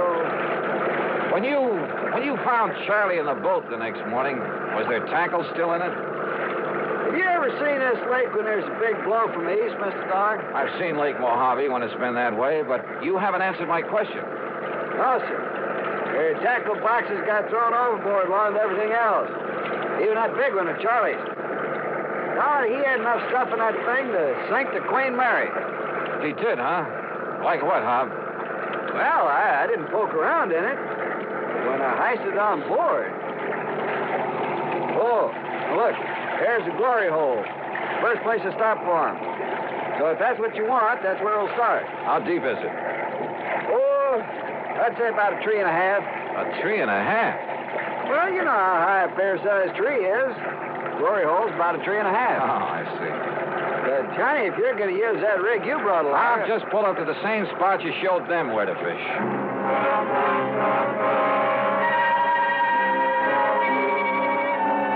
By the end of 2 hours, I'd tried at least half a dozen of the holes where Hob had taken Thomas and Charlie. No luck. Then we went 4 or 5 miles further down the lake and pulled up just below Goat Island, just below the big rock slide. Deepest hole in this part of the lake, Dollar. Must be near the 5 trees. A lot of ledges down there on the sides of it, so you better go kind of easy. I covered every inch of that hole, with the aid of a powerful waterproof headlamp I brought along. Then finally I came back up to the surface. That's right, I said came back up to the surface. Here, Johnny, let me give you a hand back in the boat. No, thanks. I'll rest you in the water for a minute. That's a pretty deep hole. Yeah, but how you ever expect to catch bass in that skin diving rig without even a spear? Hand me a long rope, Hob. I found it down there. Huh? Yeah, on a ledge about 50 feet down, lashed onto that heavy tackle box you were talking about. That's what made it sink. What are you talking about, Johnny? The body of Thomas Thomas. What? Yeah. And there's a bullet hole right between the eyes. Act 3 of yours truly, Johnny Dollar, in a moment. Be sociable, look smart, keep up to date with Pepsi. Drink light, refreshing Pepsi. Stay young and fair and debonair. Be sociable, have a Pepsi. When friends drop in, let your hospitality show you're sociable in the modern manner. Pepsi, you know, is the favorite of the smart and young at heart. Be sociable, look smart, keep up to date with Pepsi. Drink light, refreshing Pepsi. Stay young and fair and debonair. Be sociable, have a Pepsi. Have you tried a Pepsi lately? And now, Act 3 of yours truly, Johnny Dollar. I took the body of Thomas Thomas back to headquarters in Las Vegas and hung around long enough to hear Dr. Richard Fallon say the bullet hole was definitely made by a .38 and at close range. To hear Police Captain Willis say there'd be no action taken until the bullet could be removed for study. But I knew he'd change his mind when he had time to think about it. So I left headquarters and started making the rounds of the gambling casinos. Luck was with me. At the second place I stopped, one of the public joints on Fremont Street. Make a winner everyone. It's 30 full, red, and even. Well, have you seen him around here today? Yeah, that's Charlie Wentworth. They just come in the door, mister. Thanks. All right, ladies and gentlemen. Excuse me, please. Make your bets for the Pardon me, will you? May I get through here, please? Thank you. Excuse me. Charlie? Charlie Wentworth? Yeah, Buster? Johnny Dollar, insurance investigator. Here's my credentials. Oh, yeah. I guess you want to talk about my pal, Tommy Thomas, got drowned over in Lake Mead last week. Is that it? Yeah, something like that. Oh, Buster, that was an awful thing, him going like that. He was an old buddy of mine. Was he? Sure was. An old buddy. Hey, why don't we talk over in my room, huh? Too much noise around here. Okay by you? Sure. Why not?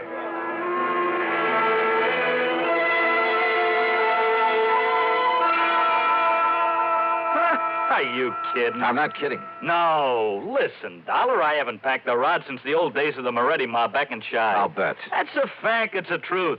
You think I want to get in trouble again? Well, you're wrong, see? Maybe. Look, I did my stretch, and it learned me a lesson. I'm all through with that kind of stuff. I'm all through with it. Oh, sure. It's a fact. It's the truth. I'm strictly legit now. You understand? What about making book around town without a license? Who said that? Well? You can't prove it. You or nobody else. And what's that got to do with Tommy Thomas and the poor guy getting drowned? Tell me that, huh? What is this Dollar anyhow? You really hated his guts, didn't you? Well, sure, wouldn't you if... Well... Sure. Because when the chips were down, he didn't give you a hand. He let you and the rest of the mob take the rap. Kept his own skirts clean at your expense. Listen, what are you trying to do? Get me excited? Say something I shouldn't say? I don't mean... Keep talking, Charlie. Sure I hated it. I could have killed him. At first, that is. Only at first. Anybody would have felt that way. But, you know, after a few years in the clink, you learn better. What good's it do you? Those things don't matter. You've learned your lesson. I know I did. Oh, you became a paragon of virtue, I suppose. I don't know what you're talking about, but that's all over. You hear me? When I just happened to find him living here in Vegas, that was all over. Let bygones be bygones. I mean it. We was pals. Charlie, there's about as much truth in that. That's a fact. That's the truth. Then why did you kill him? That's a lie. You can't prove it. That's where you're wrong. Huh? I have absolute proof. Oh, yeah? Yeah. I found it on his body. His body? I fished it out of Lake Mead this morning. Now, listen. You had Harv Fulton show you all the deepest holes when you went out fishing with him. Then the next day, you took Thomas out there alone. You killed him, tied that weighted tackle box to his body, and let him sink down in the deepest hole of all, down below the rock slide. That windstorm. Yeah. Gave you the greatest excuse in the world for coming back alone, didn't it? You couldn't have had it better if you'd planned that storm yourself. But it didn't excuse the bullet hole in Tommy Thomas's head from your gun. from my gun? Yeah. No longer packing a rod, huh? Dollar, maybe I sort of, kind of, well, maybe I forgot about this one.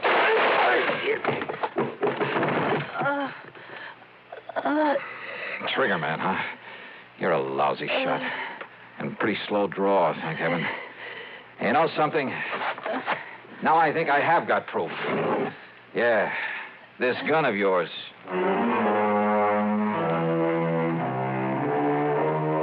Down at headquarters, the ballistics team took less than an hour. Yep. The bullet they'd found in Thomas's body came from the same gun Charlie had tried to kill me with. So it's back to prison for him for a long, long time. Oh, and the company will not have to pay double indemnity for accidental death. Expense account total, including a couple of days of excellent fishing with Hob Fulton and the trip back to Hartford, $196.45. Yours truly, Johnny Dollar.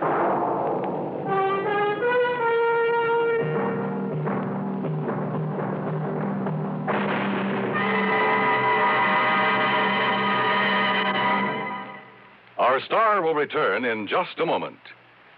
I've used to medium-priced cars, but most of them raise prices way up for $59. Now what do I do? Come test our best, the Ambassador V8 by Rambler, the luxury car that did not raise prices. I've always bought medium-priced cars, but now they're just too long to handle, too hard to park, too big for my garage. Come test our best, the luxurious Ambassador. So compact, it outturns, outhandles, and out-economizes other medium-priced cars. Just what is the Ambassador? It's the compact luxury car, finest product of American Motors.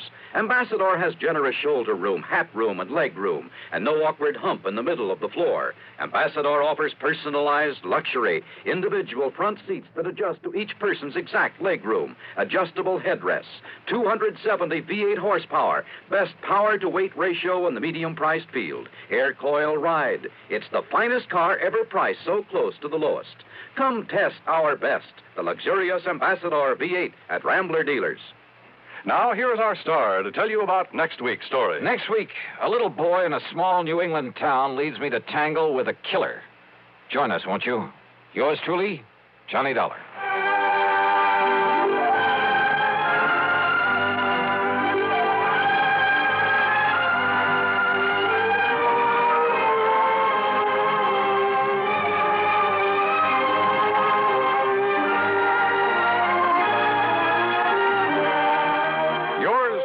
Johnny Dollar, starring Bob Bailey, originates in Hollywood and is written, produced, and directed by Jack Johnstone. Heard in our cast were Larry Dobkin, Bartlett Robinson, Frank Nelson, Harry Bartell, and Gil Stratton, Jr. Be sure to join us next week, same time and station, for another exciting story of yours truly, Johnny Dollar.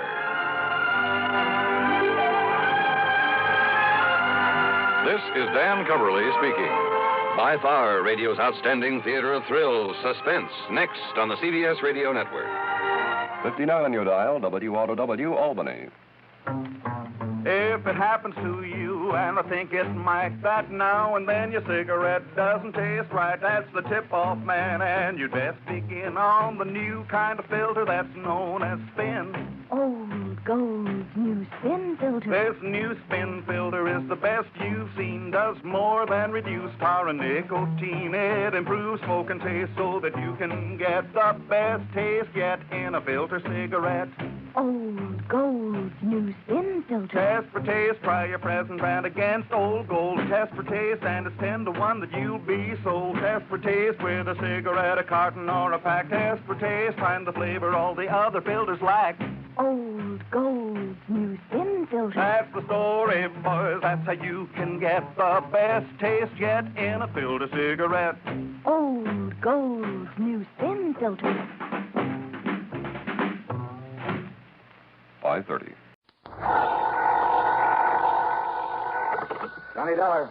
Dollar, this is Michael J. Kendry at the San Francisco office of International Life and Casualty. Mr. Kendry. No, I'm not in my office. I'm over at Lake Tahoe. You know the place? South of Reno, kind of half of California, half of Nevada. That's right. Uh-huh. I'm staying at a motel called Seven Pines Lodge at the south end of the lake. On the map, the town's called Al Tahoe. Seven Pines Lodge in El Tahoe. Yeah, got it.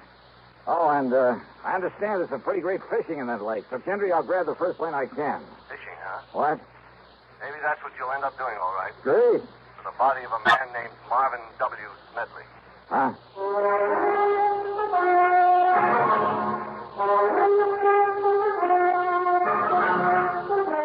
CBS Radio brings you Bob Bailey in the exciting adventures of the man with the action-packed expense account, America's fabulous freelance insurance investigator. Yours truly, Johnny Dollar.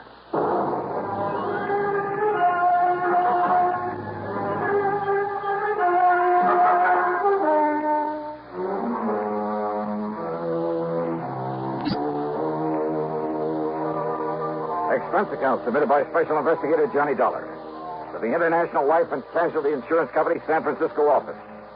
Following is an account of expenses incurred during my investigation of the twins of Tahoe matter. Expense account item 1, $182.50, cab to Bradley Field and an early morning jet flight to San Francisco. Item 2, when I got there, $50 deposit on a rental car. I could have taken a ferry plane to Sacramento or even north to Reno, but I wanted another look-see at this part of the country. And I'm glad I made the drive, for Route 50 took me through a lot of the romantic old gold rush country. Yeah, through Placerville, now a quiet, busy little city, but once one of the most lawless, notorious places in the West, where the corner of Main and Coloma Streets was known only as Hangtown. And at one end of Main Street, you can still see the famous Hangtown bell that was used to call out the vigilantes in times of trouble. And then, finally, Lake Tahoe. And in my way of thinking, it's one of the most beautiful spots on Earth. Over 20 miles long and about half as wide. Its deep, clear water is the bluest I've ever seen, except in the shallows along the edges where it changes to an almost brilliant emerald. Tall, snow-capped peaks stand out above the dense, forever-green forest that surrounds the lake, barely hiding the many resorts that nestle together along the water's edge. And the water's cold out there and very deep. There are parts that have never been fathomed. Now and then I could see the clean, cloudy wake of a speedboat, sometimes with a water skier in tow.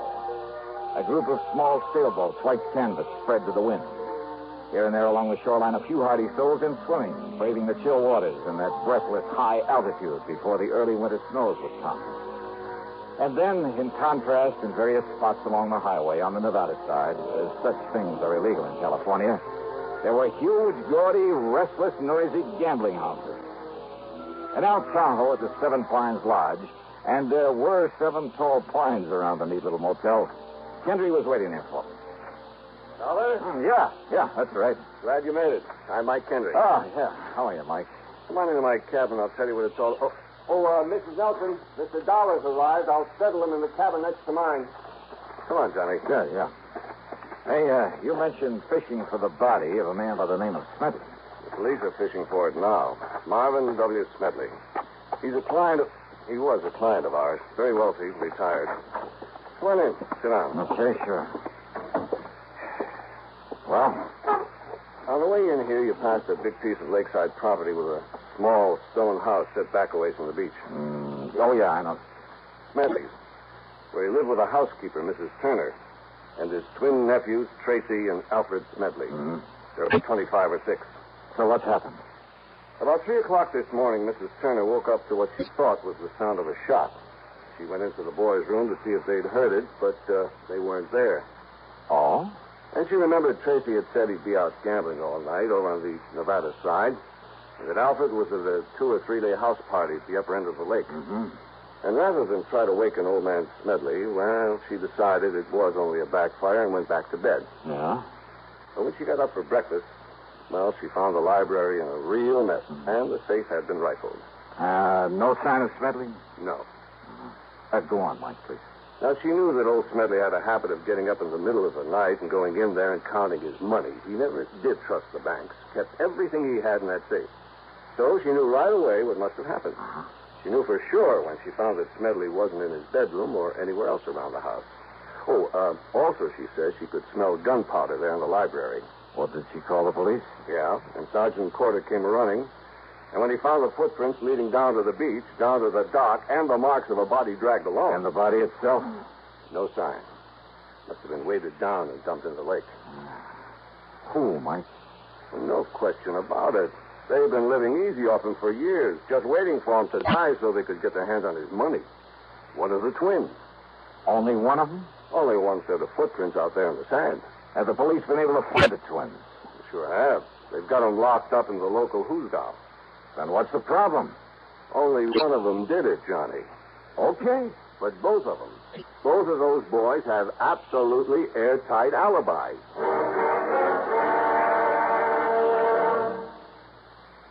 Crime, delinquency, threats of war. These are the subjects that dominate our news headlines these days. Not very pleasant subjects, are they? You may say that somebody ought to do something about cutting down on crime and delinquency and in promoting peace among nations, but that there's nothing you personally can do about it. Well, that's where you're wrong. You can wage your own fight against crime and delinquency in your own family by taking the family to the church or synagogue of your faith this week. The inspiration and guidance you and they will receive from spiritual contact will strengthen moral background and faith. Regular attendance at religious services will help your family to work out its own problems and give them comfort in facing the tensions of our present-day life. Worshipping together brings your family closer together, too.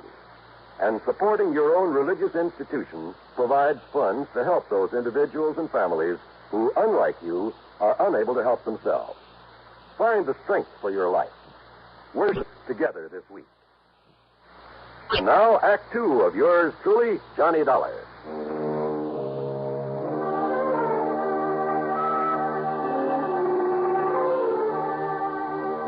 The police had roped off a lane from Smedley's house to the beach to the dock, where it was obvious from the tracks in the sand that somebody had dragged the old man out there, piled him into one of the rowboats, then dropped him into the lake. Sure, it was one of those twins, Mr. Dollar. It had to be. Well, now, why do you say that, Chief? Sergeant Bill Corder. Okay, Sergeant. Well, not only because of what Mr. Kendry told you about him, but because the footprints that hauled him out of here was made by the shoes of one of them. Which one? Either Tracy or Alfred. But you don't know which? Well, that's the trouble. Not only because it was a pair of brand new shoes that didn't have any what you might call identifying marks, even where they showed up clear in the damp sand, but because those two young punks always dressed exactly alike. You know, so as to cover up for each other. How do you mean? I mean, not only because they were always... Those boys were always mischief makers, Johnny. They sure were and still are. They just didn't have anything else to do. One of them would provoke a fight at one of the gaming casinos or borrow somebody's car without permission or such nonsense, and each of them would swear it was the other. Yeah. And because they look and talk and act exactly alike so that nobody can ever tell which is which, well, the police here, never knowing which one they could legally hold, and they were always threatening the super false arrest. And you'd be as mad as we are over how many times they've gotten away with that, Dollar. That's right. And not only because witnesses to whatever they did couldn't tell them apart, but that fool uncle of theirs would always come along and pay a fine or something before we could nail down the right one. That's it. And you say they both have alibis for whenever it was this thing happened? Yes, sir. About 3 o'clock this morning. And you're sure about those footprints? Sure I am. Found the shoes that made him in the house in the clothes closet. Found the sand on them. In whose closet? Tracy's. Oh? Yes, sir. And Alfred's. Ah. Same closet. Sergeant Corder, Mike and I went on into the house to talk to Mrs. May Turner, Smedley's old housekeeper. Tall, raw-boned, but erect and strong in spite of her years, having worked hard all her life. She looked as if nothing in the world could ever face her. But obviously the death of her employer had. If only he'd have listened to me, Mr. Dollar. If only he'd have listened. Because I knowed something like this would happen to the poor old man. Him keeping all of his money here in the house instead of down to the bank where he ought to. How much money, Mrs. Turner? Oh, goodness knows, Mr. Dollar. But it was all he had, and he was a rich man, and everybody knowed that he kept it here, and that he'd come down in the middle of the night and count it all out to himself, and look. He didn't even pull down the shades so as anybody and everybody could see him sitting here with all his money, and I told him, and now it's happened. Oh. In other words, Sergeant, almost anybody around here could be suspect. If it wasn't for the footprints out there in the sand. Well, Footprints, did you say? Well, to be honest about it, that's why I came in here earlier, Miss Turner, to look at the boy's shoes in their closet. You see, whoever did it and hauled him out and threw him in the lake, well, that is... You don't need to tell me, officer, because I kept telling him about them, too. About the way he was spoiling them so bad, giving them everything they wanted. I told him that sooner or later one of them would get so greedy he'd turn on to him. But which one, Mrs. Turner? Which one? They're the only relatives that he had. So it was Alfred. Oh? Oh, it was Tracy. Yeah. My next move was to go on down to the jail and talk with the twins.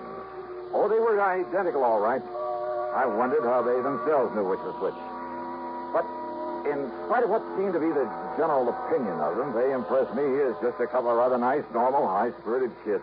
So, what if we did raise a little cane around town now and then, Mr. Dollar? None of it ever really did any harm, and we had to do something with our time. All right, now look here, Tracy. No, I'm Alfred. Oh, well, And what I mean is, it's no reason to pin a lousy thing like this on us, even though we aren't too sorry that he's gone. After all, what did he have to live for?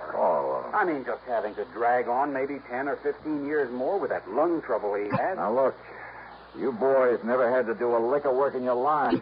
Well, not since we got through school. But do you know why, Mr. Dollar? Why, Al? I mean, Tracy? Because Uncle Marv didn't want us to. He'd worked so hard as a prospector and a miner, accumulating his pile, and he wanted somebody to enjoy his money. And that old skinflint ever want somebody else to enjoy it? That's right, Trace and me. We're his only kin. Yeah, that's why he told us he was leaving us all his insurance. And what about the rest of the estate? We don't know and we don't care. After all, he did plenty for us. I mean, even before this insurance we'll get. Not if it's proved that you killed him, Tracy. Oh, now, wait, Mr. Dollar. Have you got any proof that Uncle Marv was killed? Proof that... Well... What? I mean, sir, that unless you find his body... Don't you worry about that, Tracy. Al. My boys will find his body if they have to drag that entire lake. But unless you do, you won't really have a case against us or anybody, will you? We'll find it, all right. And why don't you suspect somebody besides us? Yeah? Like who? I'll tell you who, Sergeant.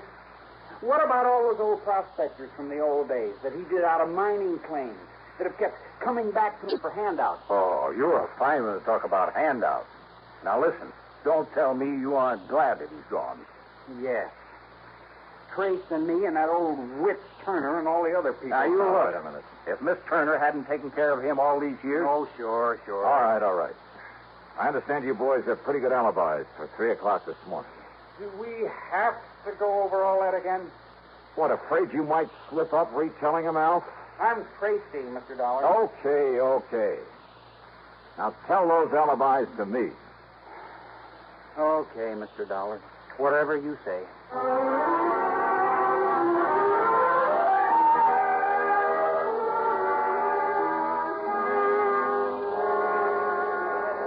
Okay, Tom, you relieve Jimmy over there on the blackjack table. When he gets back, you can take over one of the roulette wheels. Oh, Mr. Harker? Sure, Dollar. One of the Smedley twins was in here all night. Which one? Came in around midnight and didn't pull out until, it must have been about 8:30 this morning. All right. Now, you're sure that he was here at about 3 a.m., huh? Sure, I'm sure. Playing one of the crab tables. He didn't step out for a few minutes, perhaps? No, sir, and I know. Because I always keep an eye on those Smedley kids. You don't watch them, they're liable to pull tricks on our dealers. They think it's funny. All right. Which one was it? Do you know? I told you. It was Alfred Smedley, or his brother Tracy. Thanks.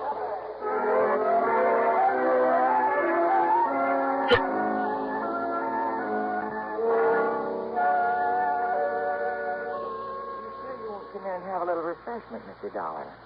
No, thanks. Just go on with what you were saying, please. Well, the party got pretty big, and we all had a lot to drink. I didn't watch the clock, and it didn't really break up until about 9 o'clock. This morning? Mm-hmm. And he was with you all the time, huh? Every minute. All right, now, which one of the twins was it? Who cares? You're both a lot of fun.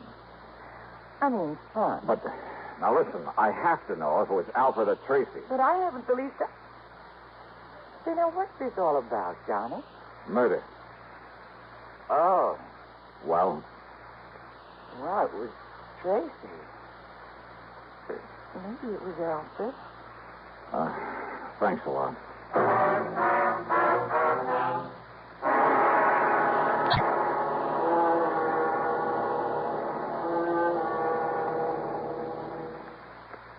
In a world of doubting Thomases decades ago, it never would have been possible for stars to shine in the daytime.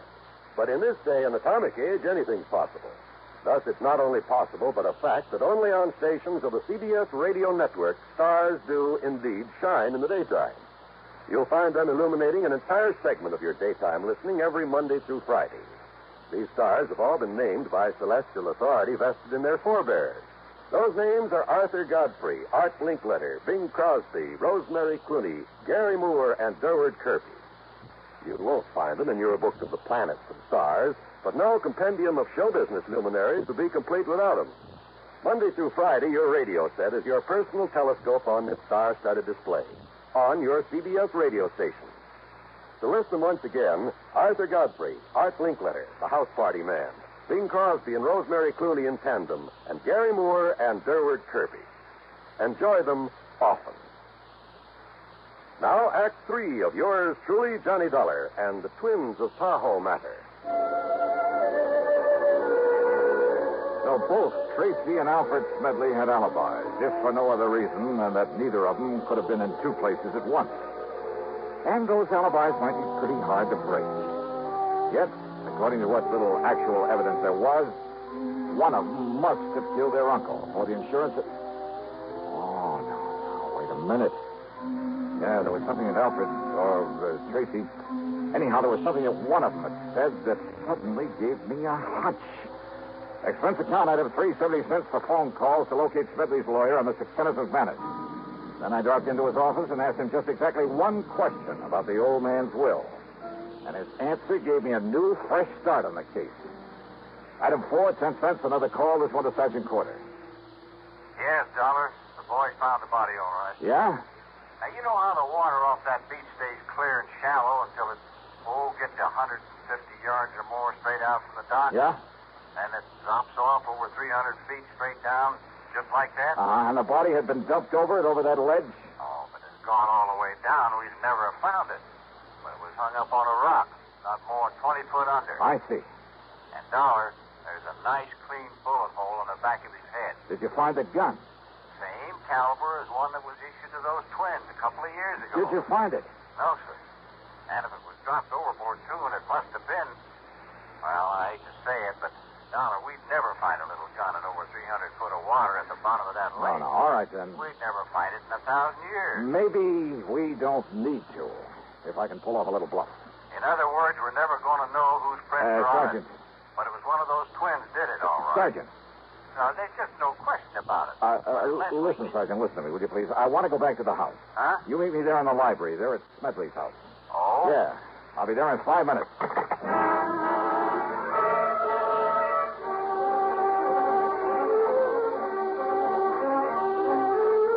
In the morgue? Oh, no. That's right, Miss Turner. Oh, that's terrible. Terrible place. Mrs. Turner. If you just brought me his poor old body here to the house. Mrs. Turner. Yes, Mr. Dollar. Well, let's quit fooling around with this thing, huh? I just finished talking to Mr. Kenneth McManus. Mr. McManus? That's right, the lawyer. Yes. Yes, and I guess he told you that all of poor Mr. Smedley's insurance goes to those two worthless twins, those murderers. Yes, he mentioned that. Is that all he told you? No. He also told me that the remainder of the estate goes to... Let me see, I scribbled down some of the actual words. Here we are.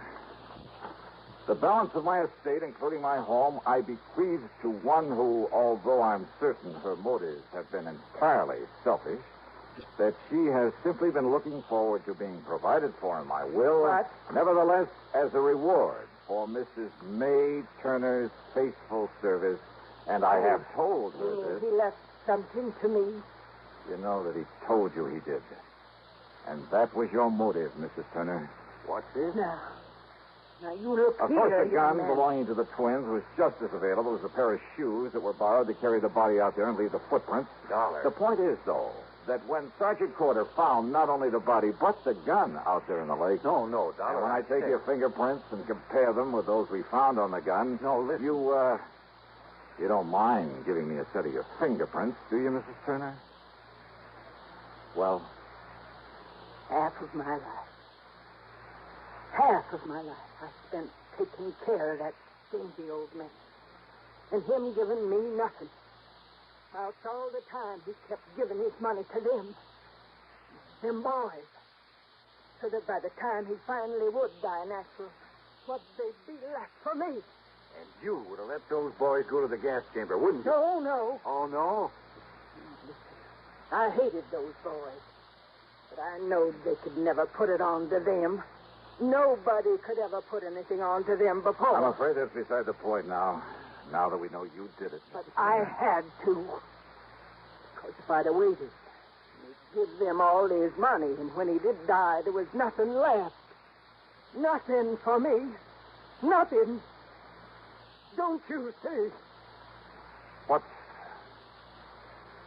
left for you now, Mrs. Turner?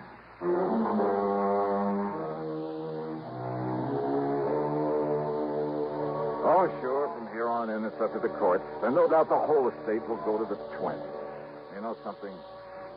I hate this kind of a case. It leaves a bad taste in my mouth.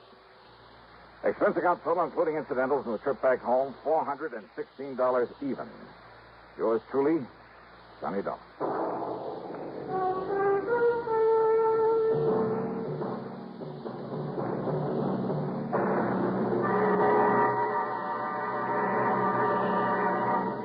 Constipation is something people don't talk much about, but it can be a problem for anyone, even doctors.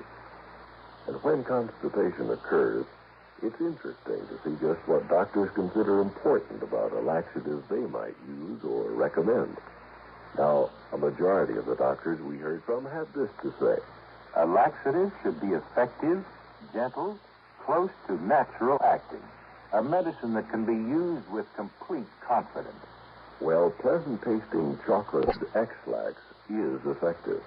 Overnight, it helps you toward your normal regularity. X-Lax is so gentle, so close to natural acting, there's no upset. That's why many doctors and millions of people use X-Lax with complete confidence. X-Lax, the laxative that helps you toward your normal regularity gently, overnight. Now, here's our star to tell you about next week's story. Next week, one of the most beautiful, most charming girls I've ever known. Involved with a killer. But now, don't misunderstand me. I didn't say how she's involved. As a matter of fact, it's to protect her from a killer that I take on the case. And it just so happens that among the people on this man's list of intended victims, that is, the people who had a hand in sending him off to prison, yeah, you guessed it. He's also after me. Join us, won't you? Yours truly, Johnny Dollar.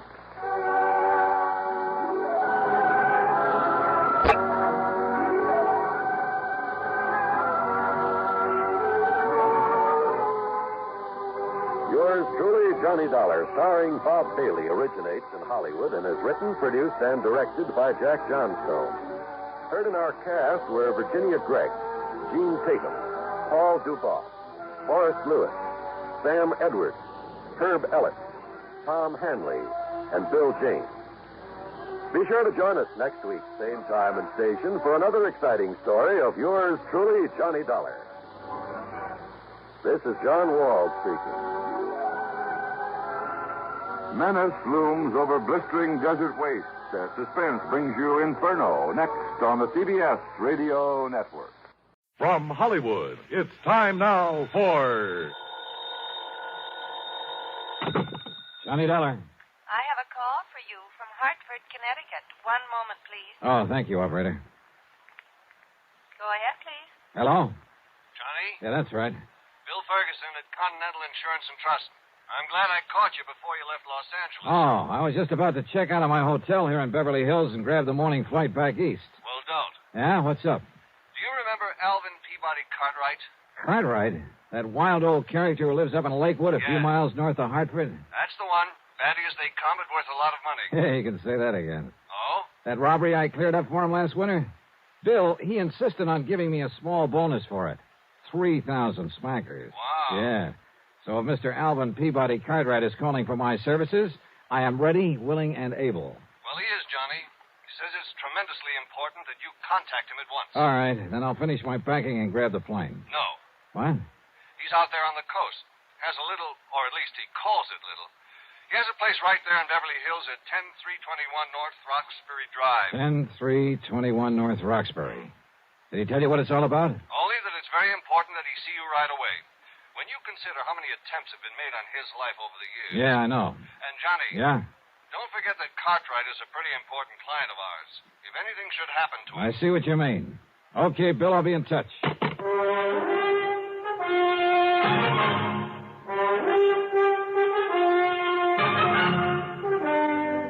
Bob Bailey in the exciting adventures of the man with the action-packed expense account. America's fabulous freelance insurance investigator. Yours truly, Johnny Dollar.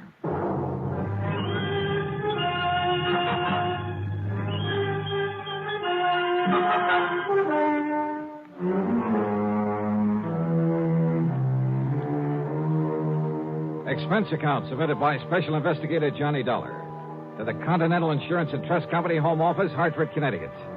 Following is an account of expenses incurred during my investigation of the life at stake matter.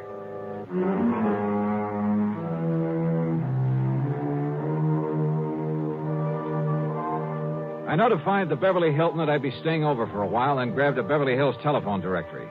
Expense account item 1, a call to Crestview 32121.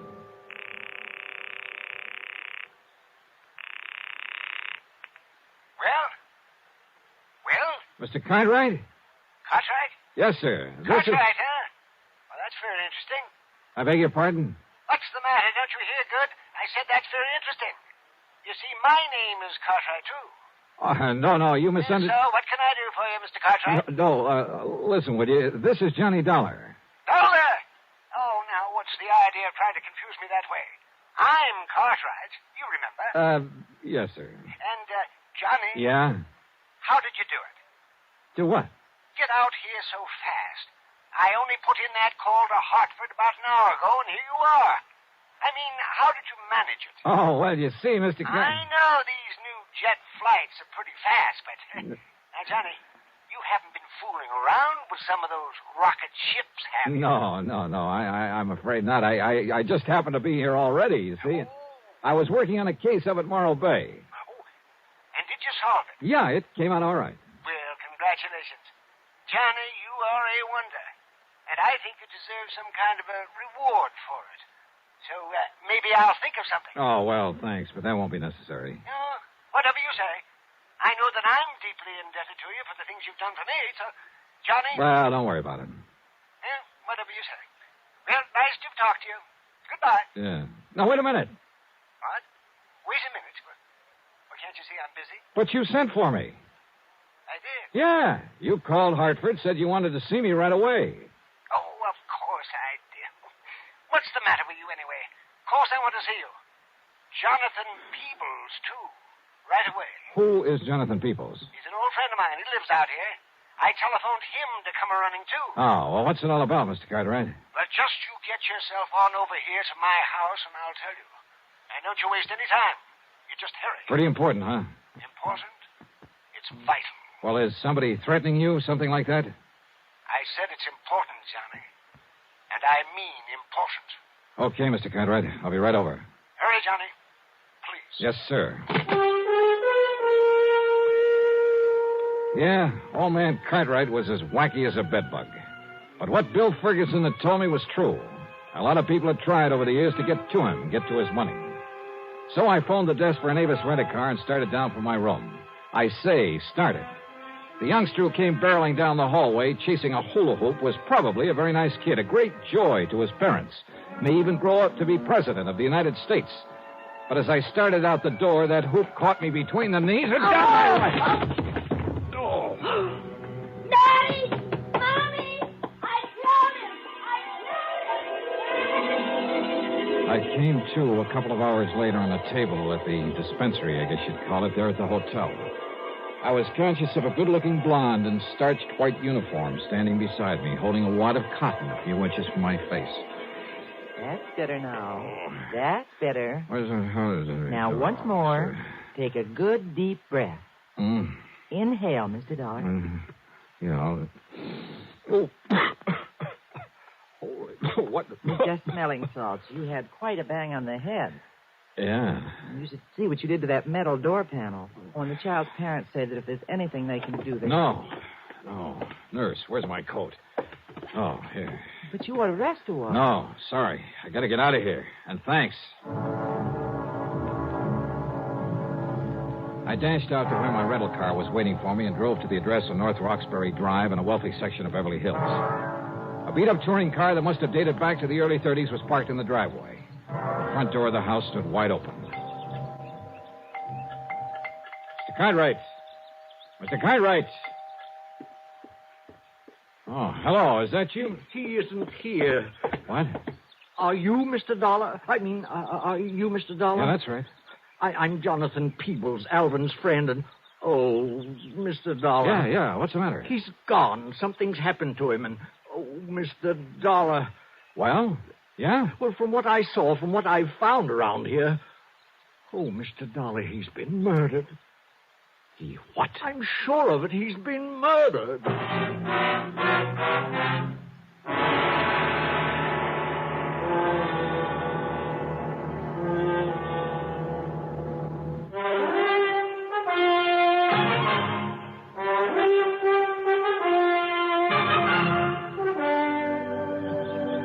Mr. Cartwright has been murdered? Oh, Mr. Dollar, what can we do? Well, what happened? How long have you been here? He telephoned me, told me to come over here, that it was very urgent. Yeah, he told me the same thing. But he often does that. You know how he is. Always has to see me right away, immediately. And often it's just for some little thing like sharing some ice cream with him or seeing a new flower that's just come into bloom. Yeah, I know. Most anything. So now... that's why I didn't hurry coming over here. And anyhow, Betsy doesn't like to be pushed. Who is Betsy? Well, that's my nice old car that's parked out front. Didn't you see it? Oh, yeah, sure. I named it Betsy after an old white horse I used to have when I first came to California. I see. A wonderful horse. And would you believe how old she was when she finally died? No, and I don't care. Now, about Mr. Cartwright. Oh, yeah. Oh, dear Mr. Dollar. Well, when I finally got here a few minutes ago, I was surprised to find the front door standing wide open. But then I wasn't surprised either, if you know what I mean. I certainly do not know what you mean. Well, I mean that he often left it open that way, and I told him 1,000 times he shouldn't do it, that it was careless of him, and that one of these days some ruffian, knowing about all the money he had... Well, I told him, Mr. Dollar. Yes, I'm sure you did, but that doesn't do us any good right now. No. Look, before we go any further, Mr. Peebles, just who are you? One of the many of Alvin Cartwright's eccentric old wealthy friends? No, I beg your pardon. I didn't quite mean that the way it sounded. Well, I should hope not. Believe me, I may be eccentric, but I am not wealthy. If it wasn't for beneficial finance, I couldn't even keep up the payments on Betsy. You mean to say you're still making... Oh, now, wait a minute. Mr. Cartwright. Oh, yes, of course. So, well, anyway, I came into the house and I called to him. I looked around for him, but there was no one here. No servants? No. And anyway, he keeps changing them so often that, well, I just can't keep up with him. So I looked all through the house. Any sign of a struggle, anything like that? No. Then I looked out the window, and I saw them. Who's them? 2 men walking out the driveway from back where the garage is. What did they look like? They were awfully rough-looking, but they were well-dressed, so I thought perhaps they were a couple of Alvin's new servants I hadn't met, but... Oh, if I'd only thought about that tool robe they were carrying, and the way it was dripping. Oh, wait a minute. What's a tool robe? Oh, it's like a big, heavy suitcase, like a small wardrobe trunk. Well, it's more like a suitcase. Oh. It was heavy. They could hardly carry it. And, oh, Mr. Dollar. Wait a minute. Listen. You said it was dripping. Oh, yes. Oh, all over the drive. Come on. I think we better take a look. And close that front door. Oh, yes. Come on. These men were coming from the garage. That's right, yes. But Alvin doesn't have a car, so what could they be doing there? Is that where he kept his old luggage? Yes, and the frozen food locker and some garden tools. Oh, there. Now, look. Yes. Oh. Good Lord. Oh, yes. It's blood, isn't it? Yeah. Oh, they've killed him, dismembered him. Then... Oh, Mr. Dollar.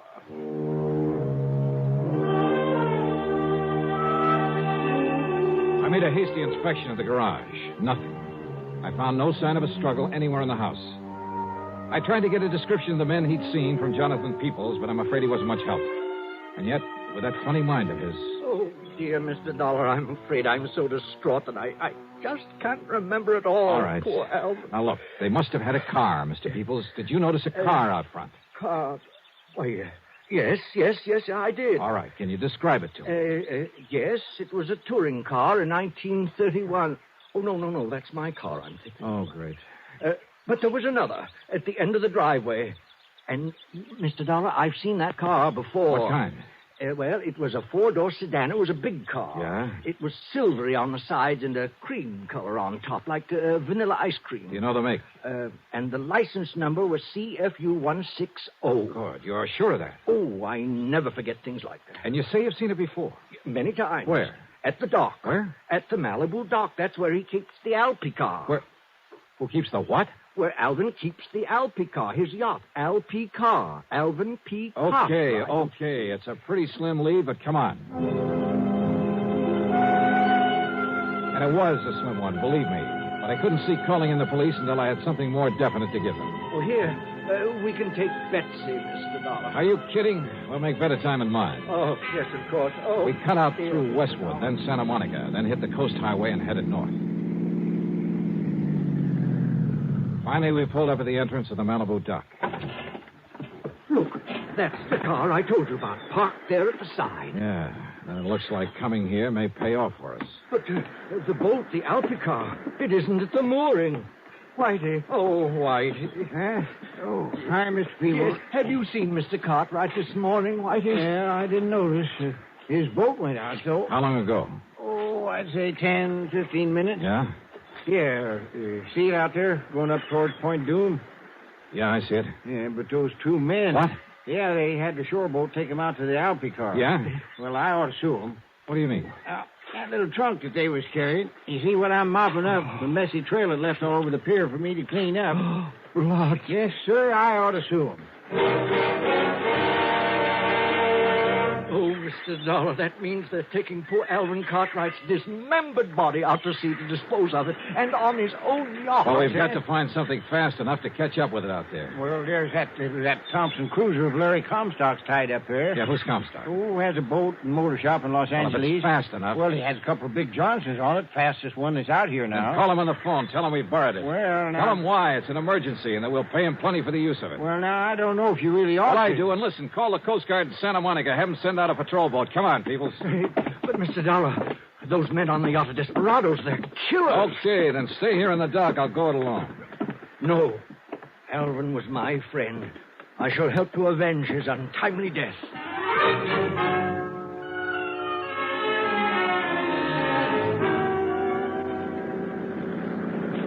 Maybe I should have left him behind. Of course, I had a gun with me.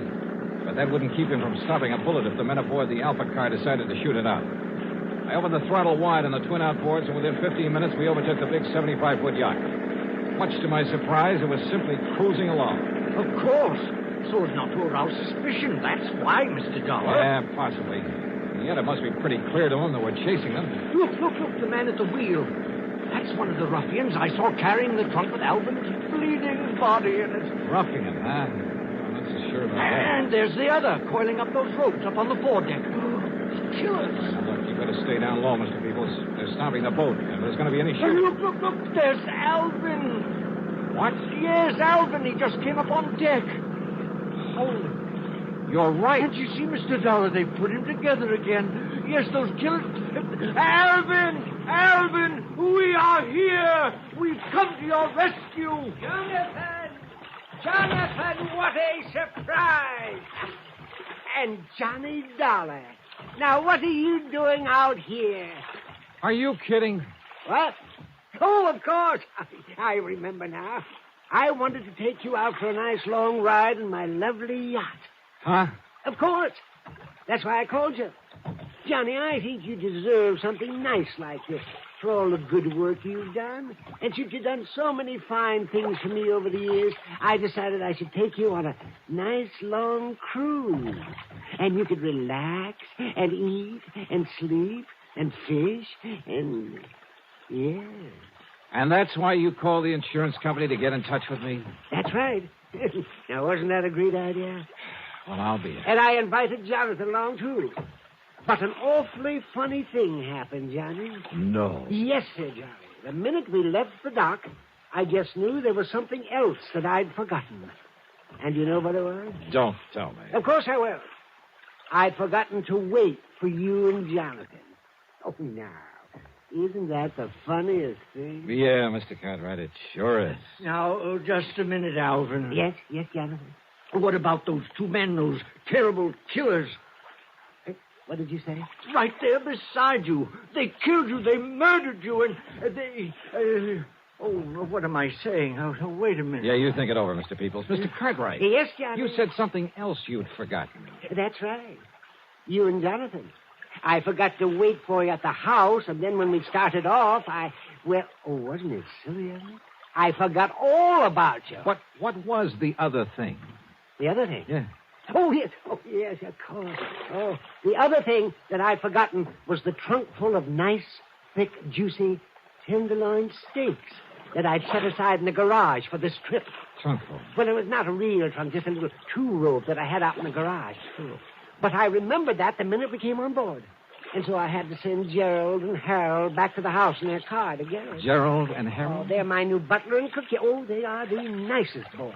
Oh, Gerald and Harold, come over here to the rail so my friends... No, wait, Alvin, wait. Yes, Johnny. You mean to say those men standing there beside you? Now, why don't you and Johnny come aboard, and I'll introduce them to you. Now, wait, just a minute.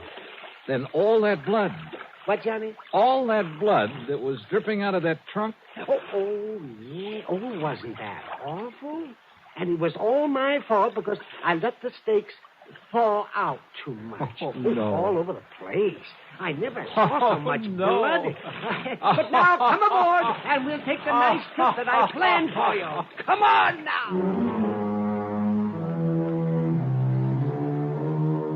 Hey, you know something? It's crazy. It's wild. But it does my heart good to get tangled up in something like this sometimes. Helps keep away the ulcers.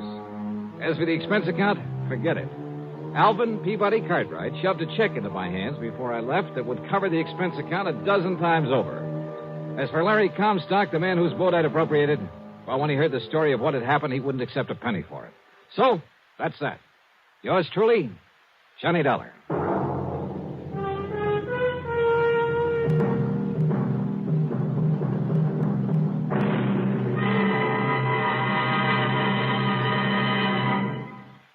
Here is our star to tell you about next week's story. Instead of telling you about next week's yarn, congratulations to station WDBJ in Roanoke, Virginia. 35 years on the air. Pretty good, huh? Yours truly, Johnny Dollar.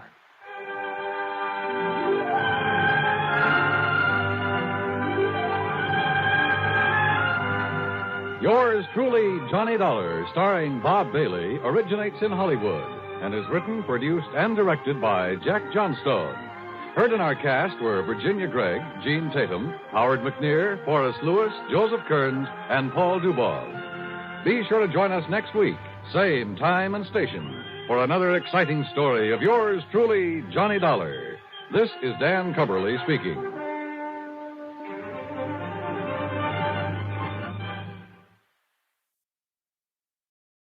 From Hollywood, it's time now for... Johnny Dollar. Earl Poorman. Hi, Earl. How are things down in sunny Florida? How soon can you come down here, Johnny? You got troubles? Yes, over a $2,000 insurance claim. Oh, now wait, Earl. How can you justify my fee and expense account on a claim as small as that? Johnny. Yeah? The responsibilities of an insurance company sometimes involve far more than just collecting premiums and paying off on claims. Well, sure. Keeping your clients happy, a little good old public service now and then. That's right. Even a little attention to our national security. Sure. But on such a small policy, I still don't see how you can justify national security. Yes, Johnny. I'll grab the first plane.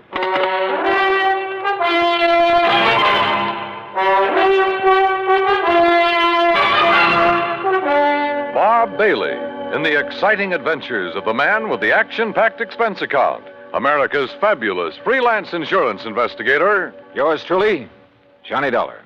And now, Act One of yours truly, Johnny Dollar.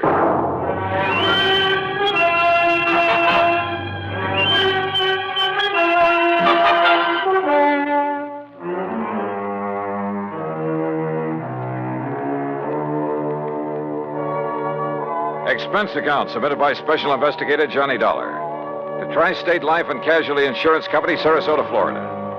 Following is an account of expenses incurred during my investigation of the Wayward Moth matter.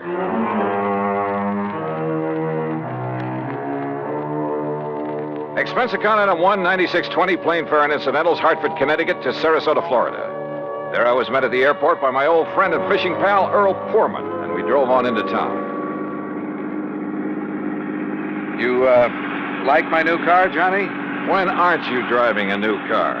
Well, now let's get down to electric cases. windows, power seat, air conditioning. Yeah, sure. Look, you said something about national security in connection with this insurance claim. Yes, Johnny, I did. Well, explain yourself. Well, that's the trouble. I can't. You mean to say you had me fly all the way down here? Now, wait, Johnny. Or was it just some trick to inveigle me into fishing, huh? Is that it? A crack at some of the great Florida fishing you've been promising me all these years? Well, who knows? Maybe while you're here, we will be able to get in some fishing, too. In addition to what? Sure, Johnny. I just had my boat repainted, the engine overhauled. We'll go out in the Gulf for kings and bluefish. Earl. And in the bay and the bayou back of the house, I promise you redfish and sea trout until you get tired reeling them. All right. Just tell me why you've had me come all the way down here to investigate a lousy $2,000 claim. I told you I don't really know. All right, Earl. National security is involved. Yes. Well? Okay, Johnny. I issued a policy covering the chemical plant of Dr. John C. Allworth. What kind of chemicals? Well, you see, I don't know. Huh? I issued the policy at the specific request of Todd Swamp. Who's he? Chamber of Commerce. Knows more about this whole area and its people than anyone else. Well, surely you've seen this chemical lab. No, I haven't. You what? As a matter of fact, its exact location is a complete secret. Oh, now look, Earl, if you've issued a policy, if you're ready to pay off a claim. But if you haven't seen... Look, how do you know a couple of $1,000s worth of damage occurred? I've taken Todd Swamp's word for it. I trust him implicitly. Well, this is the doggone...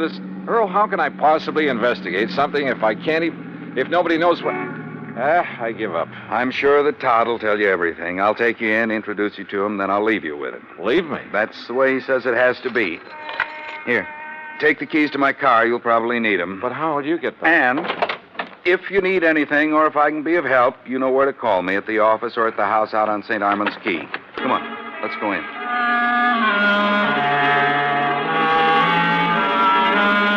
Todd Swam is a young, pleasant, aggressive sort of chap. Serious, alert, perceptive. He thanked Earl for bringing me, then led me alone into his private office.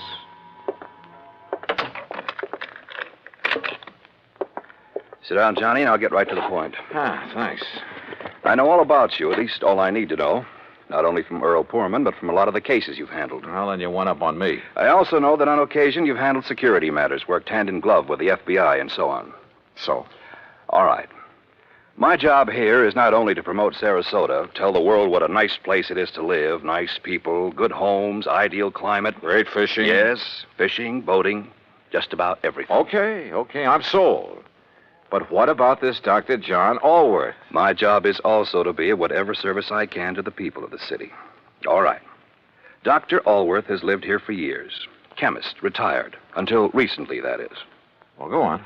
Now, in his small laboratory, carefully hidden in the swamps of the Everglades, for security reasons, Dr. Allworth is producing an important rocket fuel ingredient. Oh? For use at one of the testing centers here in Florida. Cape Canaveral? He and his assistant work entirely alone, for obvious reasons. Look, Earl says there's been some damage at his place. That's why I asked him to have you come down. But only a couple of $1,000s worth. That is beside the point, Johnny. I think it's a case of sabotage. But if nobody's even permitted to know where the place is... And if you're ready, we'll go out there right away. Okay? Right.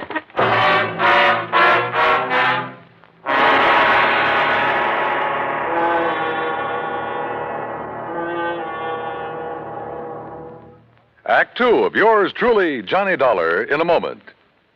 And now, Act Two of yours truly, Johnny Dollar, and the Wayward Moth Matter.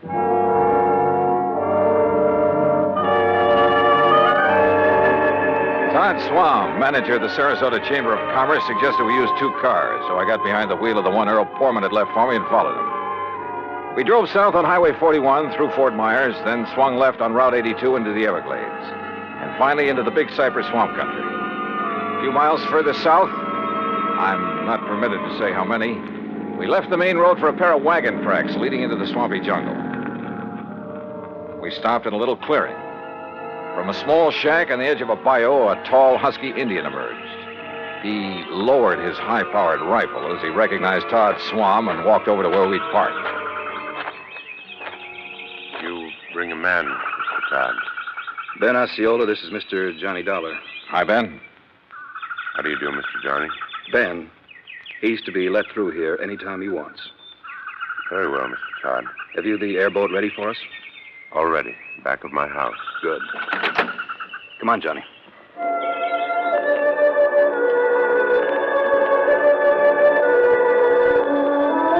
The airboat, parked on the edge of a bayou back of Ben Osceola's shack, was an aluminum hull about 12 foot long, square across the bow instead of pointed. 2 high seats were built up on it. At the back was a powerful motor with a propeller of the airplane type. Todd Swam and I climbed onto the precarious little seats, and we took off. And brother, I mean took off. What a ride. The airboat half planed, half skipped over the shallow water of the bayou. Perched up over the hull itself, I kept waiting for us to flip. After a quarter mile or so, we came on a vast plain of soggy, grassy marshland, splotched here and there with patches of clear water. Now and then, on half-submerged logs, big turtles quickly drew in their heads as we approached. More than once, a huge alligator gave us the beady eye, then quietly sank below the surface of a shallow pool. Plenty of rattlers and cottonmouths around here, too. Thanks a lot. Finally, we pulled up to an acre or so of brush and trees that looked almost like an island in the middle of the swamp. On it sat a long, low building made of concrete block. This is the place, Johnny. Unless you'd like to ride around a bit more. No, thanks.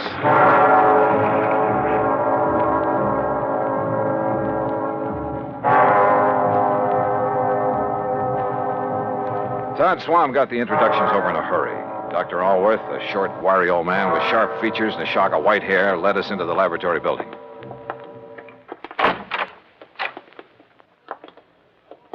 No, Mr. Dollar, not in there. Oh. No one is permitted in the laboratory except myself and my assistant. Oh, I'm sorry, Doctor. You lead the way. About your assistant, Dr. Allworth. It was in the vault that the accident occurred. It was an accident. Of course it was. Who would possibly want to... Plenty of people, Doctor, and you know it. May sound corny, but this whole country has enough enemy agents. You speak as though we were at war, Todd. Well, we're certainly in a Cold War. And speaking of agents... A moment, please, gentlemen, while I work the combination of this lock. This vault looks big enough for a bank. In it, I keep 2 things, Mr. Dollar. The finished rocket fuel component. Yeah? And the delicate apparatus with which I complete the final secret stage of its production. Apparatus no one but myself has ever seen. And you're letting us see it? Well, the accident has rendered it completely unrecognizable. I still haven't learned what happened here, you know. Matter of fact, I haven't either, Johnny. But I certainly have my suspicions. Doctor. There we are. No, don't go in. Well, The substance on the floor is so corrosive that, well, look. You can see how the legs of that heavy metal table have completely corroded, left nothing but a pile of splintered metal and rust. The rocket fuel did that? Now, there, in the corner at your left, are the rotting, tangled remains of the apparatus I mentioned. The apparatus the insurance money will replace so I can make up for valuable time lost. Doctor, I tell you, it was no accident. What happened, Mr. Dollar, is that the heavy glass flagon containing the finished rocket fuel additive... Glass, Doctor? A very special glass, over an inch thick. The flagon containing about 5 liters of it was on that marble slab there in the middle of the floor, ready to be crated and shipped to its destination. I see. I had completed processing it night before last. Early yesterday morning, for some reason I have not been able to determine, the flagon exploded. Well, I'll bet I can find a reason. Where's that assistant of yours? Leon? Yes, Leon Salkoff. Salkoff? Yes, Johnny.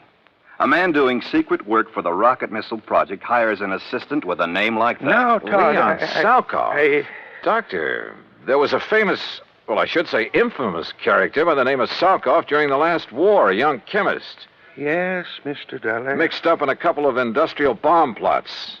And if this is the same man... It is the same man. Well, then, good heavens. Exactly what I think. No.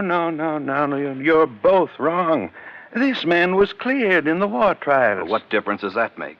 I say a leopard can't change his spots. But don't you see that not even he knows the combination to this vault? Some other way to get in? Those little windows up there?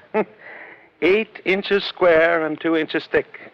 And you're sure there's nothing in your process that would cause the bottle to explode? Oh, I have checked and rechecked it. Where was Leon Salkoff when it happened, and where is he now? Well, he went to Fort Myers for supplies early this morning. He should be back. My guess is that he kept right on going. Yeah, Todd, I'm inclined to agree with you. Because, Doctor, if what you've told us is true, well, somehow, someone must have got to this stuff. How high are those little windows above the ground outside? Oh, about 5 feet. Then a gun, perhaps, aimed in through a window. But they are all in place and unbroken. Well, any reason why one of them couldn't be removed from the outside, then replaced? Well, I don't know. I'm going to see. I'll be right back.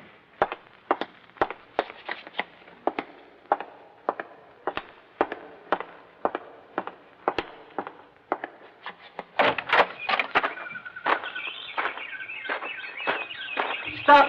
Don't move! What? Do not move, mister. Or I will shoot you right through the heart. Act 3 of yours truly, Johnny Dollar, in a moment. And now, Act 3 of yours truly, Johnny Dollar, and the Wayward Moth Matter.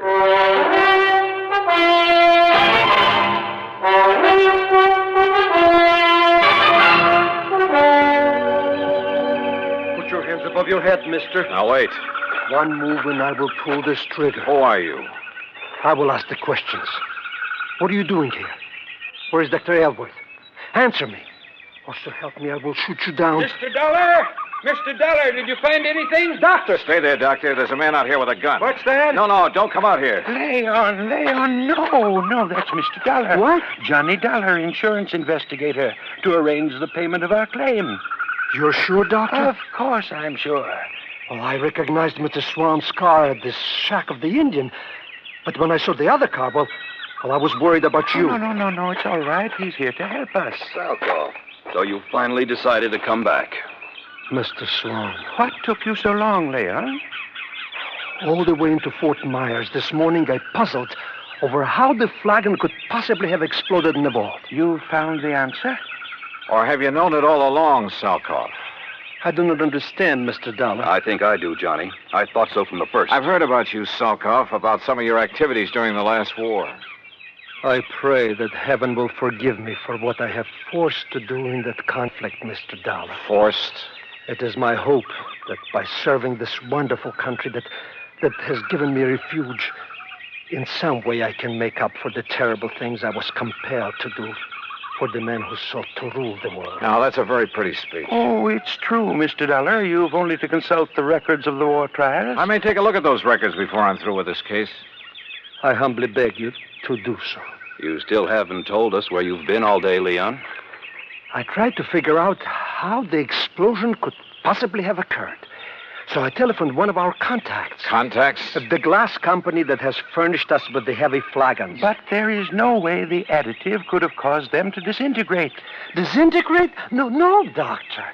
Where the flagon had stood, we found a pile of granulated glass.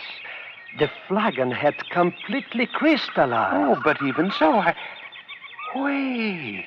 Of course. Of course. By some means, a critical... Exactly. A critical... The formula for the glass that I obtained from the glassworks indicated the possibility. Would you gentlemen mind telling us what this is all about? Mr. Dollar, I believe Leon has found the answer.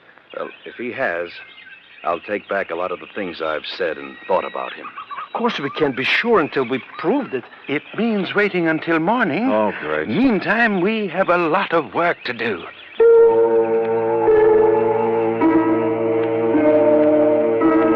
We spent most of the night working like dogs, swabbing out the vault with a powerful neutralizing solution. Then, early in the morning, the four of us gathered in the vault. A flagon like the first one was placed on the marble slab in the middle of the floor. We sat around and waited. A long time. Then I noticed something. The rays of the sun coming through one of the tiny, thick windows. The light was focused, as though through a magnifying glass. Slowly, the powerful searing pinpoint of light worked its way over to the flagon. Dr. Alworth rose and held a piece of paper where the rays converged. It burst into flame. There! Now you can see the tremendous heat generated at this point. Yes, and on the flagon itself. Exactly. The tempered thick glass wall of the bottle, tempered perhaps to a highly critical degree. But to crystallize, Doctor, the way the other one did? Leon, I still don't believe it. Well, many things will cause glass to crystallize. Vibrations of many kinds. You've heard, I'm sure, of the tenor who shatters a goblet by the vibrations of his voice. But light vibrations? Oh, Doctor. Of course, it should have occurred by now. If it's going to at all. Oh, the temperature of that bottle must be terrific. The pressure building up in the glass itself. I don't understand. Still, the angle of the sun is slightly different each day. Or an imperceptible flaw in the one that exploded. Oh, sure. Well, perhaps the other had some outside stimulus to act as a trigger. A sudden draft, perhaps. Oh, any little thing. Excuses, Leon. You're stalling. You said the other bottle was in here alone. The door's closed, only it wasn't because you exploded that thing. I don't know how, but you did it. And if that isn't sabotage... God. Come on, Johnny. This gag has been carried far enough. Look! I saw it, too. A tiny moth, attracted by the blazing spot of light on the side of the flagon, where the focused rays of the sun converged. The moth circled, flew past it, almost brushing it with his wings. We waited. He circled again. Again. Then dove at it.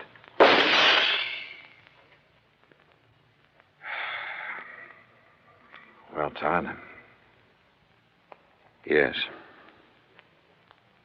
Leon, I apologize.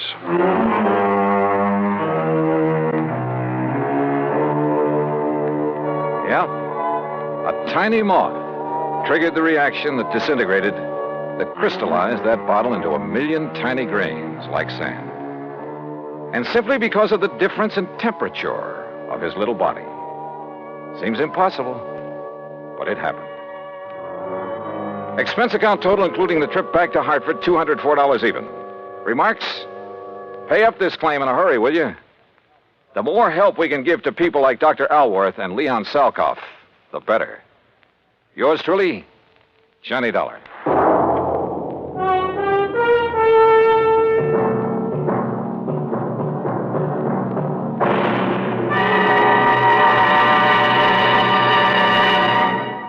Our star will return in just a moment. Now, here is our star to tell you about next week's story. Next week? Well, I thought my job in Florida was all done. Far from it. It had just begun. Join us, won't you? Yours truly, Johnny Dollar.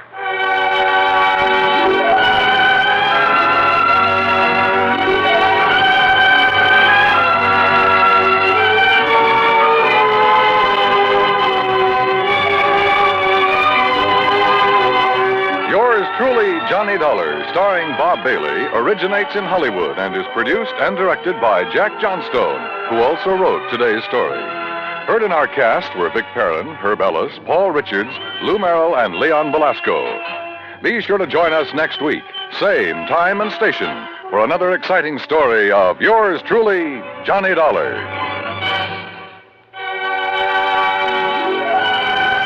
This is Dan Cubberly speaking.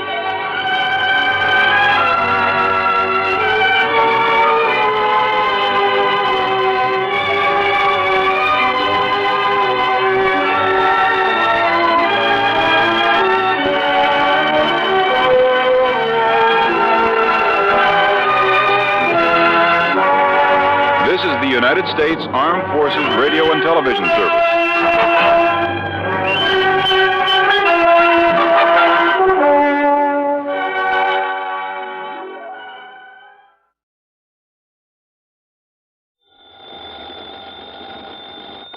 Johnny Dollar. Clark Tracy at Providential Assurance Company. Yeah, hiya, Clark. I'm glad I caught you in. Are you free to take an assignment? Sure, why not? Did you ever hear of Kennett, Missouri? No. It's a small town about 100 miles south of Memphis, Tennessee. So what goes? We have a little office in Kennett, only it's become pretty obvious that we put the wrong man in charge of it a few months ago. What do you mean? His name is Charles Kingsley St. Clair. Lived in Boston most of his life, and he's a Harvard man. So? He doesn't have the least idea how to deal with those people when it comes to any problems or adjustments. In other words, he simply doesn't belong. Well, the answer to that ought to be easy enough. Transfer him. Give him a job somewhere up here in New England. Exactly what we plan to do, and close up the office there in Kennett. Okay, then why call on me? Because of the death of one of the few remaining policyholders down there, a man named Casper Crump. Yeah? His widow, Eupha Crump, has to be paid the $5,000 as due her and, of course, sign for it. Well, what's so tough about that? St. Clair says that he can't do it. Why not? If you must know the truth, he sounded somewhat scared of the whole idea. Oh, now listen. So, Johnny, will you go on out there and take care of this thing for us and get us off the hook? But on the strength of what little you've told me. I know, but I'm sure St. Clair will be able to make it all perfectly clear to you. So I'll wire to him that you're on your way, okay? Oh, now, look. Johnny, I promise I'll okay your expense account without question, even tack on some kind of a fee. Well, now you're talking a language I understand. If the fee is big enough? Then you'll do it, fine. Now take it easy until we settle I'll the wire amount. him right away. Clark! Then wait to get your report. Wait a minute, will you? Thanks a million, Johnny. Bye. Clark! Hello.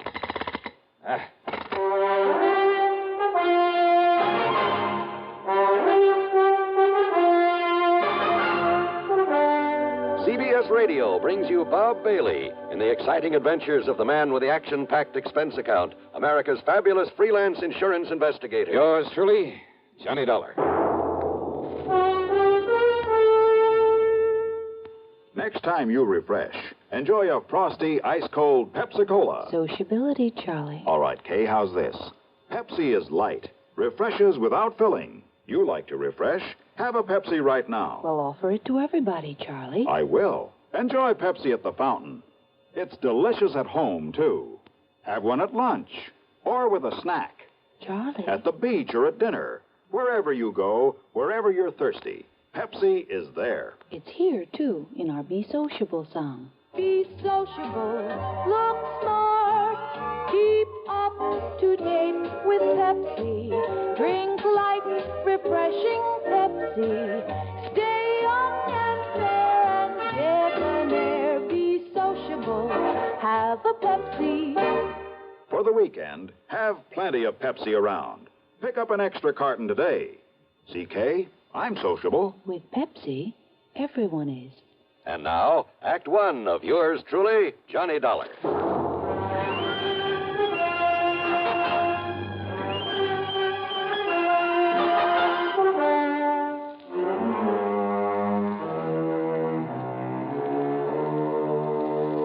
Expense account submitted by Special Investigator Johnny Dollar to the Providential Insurance Company, Home Office, Hartford, Connecticut. Following is an account of expenses incurred during my investigation of the moonshine matter.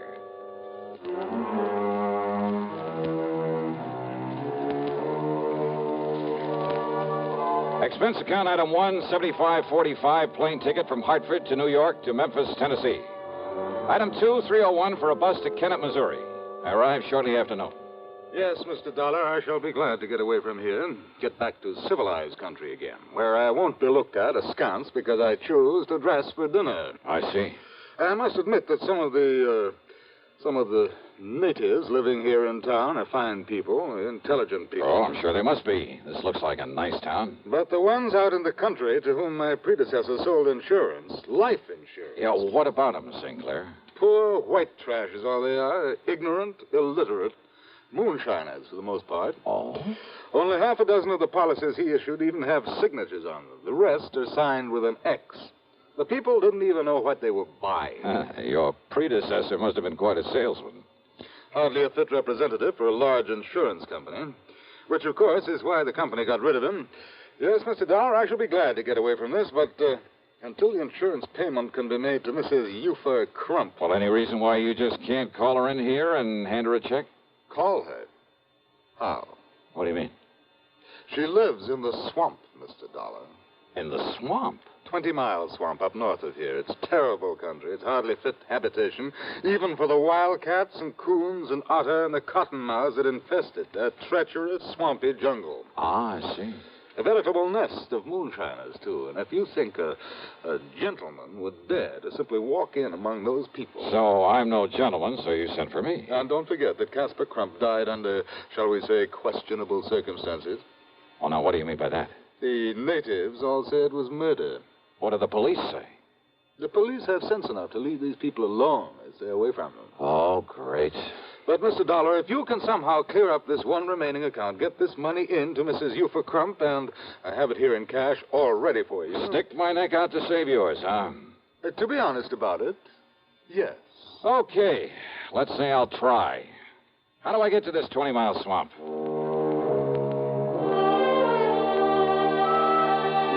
St. Clair drew me a rough map, handed me the $5,000, and wished me luck. Item 3 is $20 deposit on a rental car from one of the local garages. And what a car. It should have hit the junk heap 15 years ago and was actually held together in spots with baling wire. The left-hand door was closed with the help of a piece of rope. But it was transportation of a sort. I headed west a few miles and then north into some of the wildest country I've ever seen. It reminded me of the Everglades in Florida. The so-called road I followed was a deeply rutted set of wagon tracks full of mud and potholes. On both sides, the brush-covered, soggy swamp.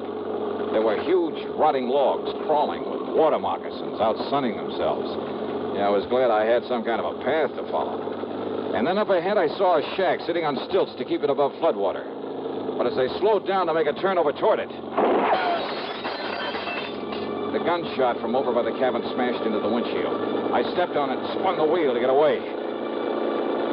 But the second shot caught a front tire. The car went into a skid.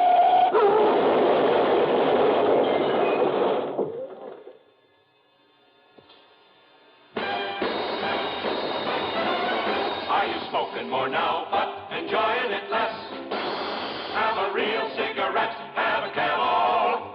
The best tobacco makes the very best smoke. Have a real cigarette, have a Camel. Are you looking for flavor and mildness? Have a real cigarette, have a Camel. The best tobacco makes the very best smoke.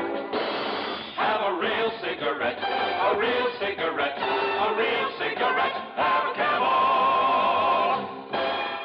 If you're smoking more today, but enjoying it less, try Camels. The Camel blend of costly Turkish and domestic tobaccos has never been equal for rich flavor, easygoing mildness, real smoking satisfaction every time you light up. The best tobacco makes the best smoke. Have a real cigarette, a real cigarette, a real cigarette, have a Camel. And now, Act 2 of yours truly, Johnny Dollar and the Moonshine Matter.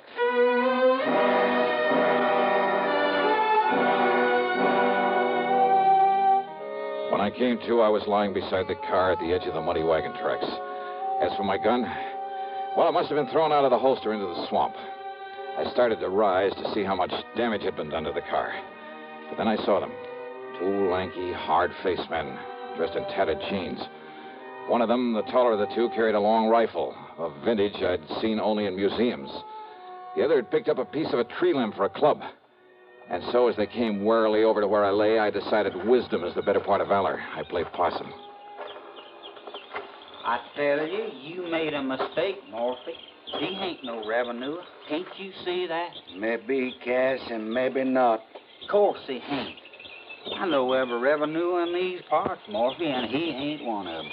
You think I killed him, Cass? He didn't hit that there tree hard enough to hurt his car none serious. And who is he, Cass? First we finds out if he's still alive or if he's dead. Well, I'm keeping this here gun onto him. You still alive, mister? See that, Morphy? He ain't still alive. What happened? Now, you watch him, Cass. Who are you?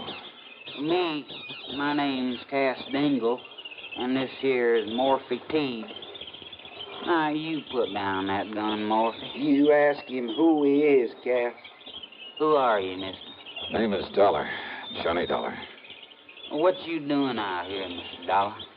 Well, I've come with some money. Some insurance money for Mrs. Euphra Crump. What's that mean, Cass? It mean that Miss Eufa gets some money on account of Casper was killed. She's a mighty fine woman, Mr. Dollar. She's a mighty fine woman, Mr. Johnny. You shut up, Morphy. Just 'cause I got a fancy for taking care of Miss Eufa now that Casper's gone, it's none of your business. Now, how much you got for Miss Eufa, Mr. Johnny? $5,000. What's the matter, you, Cass? Can't you see we got to get Miss Johnny and all that money over to Miss Eufa? Now, come on now. If he be all right. You all right, Mr. Johnny? Well, give me a hand and we'll find out. Yes, sir. There you are, Mr. Johnny. Why, Mr. Johnny. What's the matter? That now holster. Ain't you got a gun for hit? I'm afraid my gun is somewhere out in that swamp. Now, that's too bad, ain't it, Cap? Morphy's right, Mr. Johnny. There's some folks around here liable they'd shoot first and find out about you after. Some folks, huh? Now, I made a mistake, Mr. Johnny, and I'm real sorry. But Cass, he meant somebody like Dade Whopper. Who's Dade Whopper? Why, he's the one that killed off Casper Crumb. You sure of that? Yes, sir. Dade Whopper. But no matter who you are, you better look out for him, Mr. Johnny. Why do you say that? No matter who you are, he ain't gonna believe it. He's gonna think you come in here after him. Even if you tell him different? Even if the good Lord himself told him different. But now I got a jug in that cabin, Mr. Johnny. It'll fix you up real good. Then me and you can take the money to Miss Eufa. And then you better come back here and find your gun in case Dade Whopper shows up. Oh, don't worry about it. As soon as I turn over that money to you for Crump, I'm on my way.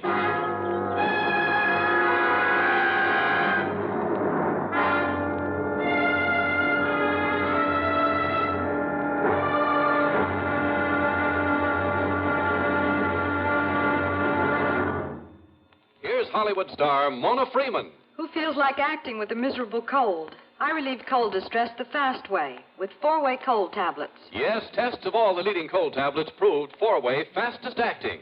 Amazing 4-way starts in minutes to relieve muscular pains and headache, reduce fever, calm upset stomach, also overcomes irregularity. When a cold strikes, do what I do. Take 4-way cold tablets.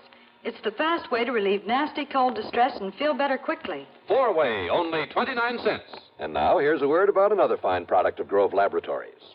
To get rid of embarrassing dandruff in 3 minutes, change to Fitch Dandruff Remover Shampoo. 3 minutes with Fitch regularly is guaranteed to keep unsightly dandruff away forever. Apply Fitch before wetting hair. Rub in 1 minute. Add water, lather 1 minute. Then rinse 1 minute. Every trace of dandruff goes down the drain. 3 minutes with Fitch and embarrassing dandruff's gone. At the same time, Fitch can brighten hair up to 35%. Get Fitch Dandruff Remover Shampoo today. And now, Act 3 of yours truly, Johnny Dollar.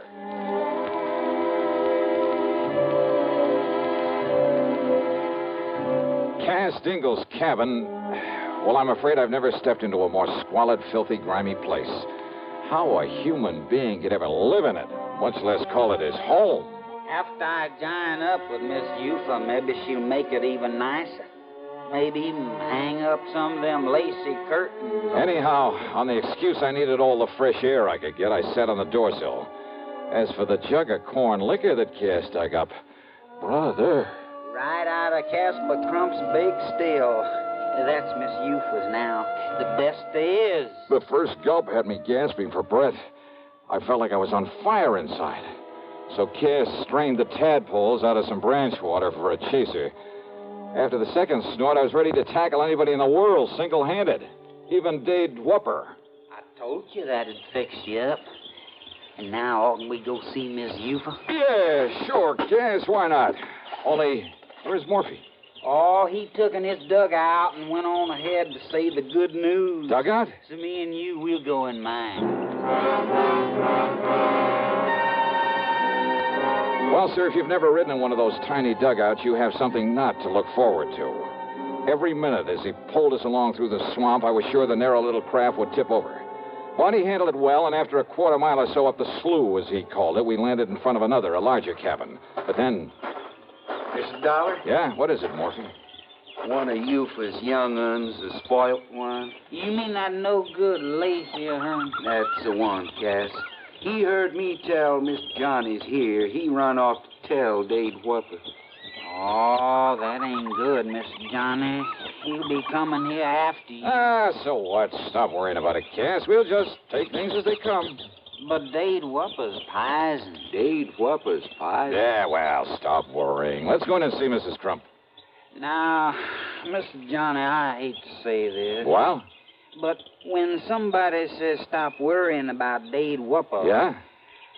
I sure hope none of that white mule ain't gone to your head, Mr. Johnny.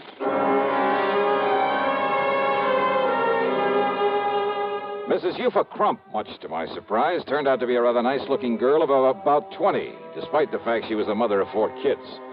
Her cabin boasted 4 separate rooms, a couple of worn-out rugs on the floor, some lace curtains. With almost childish delight, she put her ex on the receipt for the insurance and stuffed the money into a hiding place under the floor, then made no bones about the fact that most of it would go to improving the moonshine still her husband had left her with.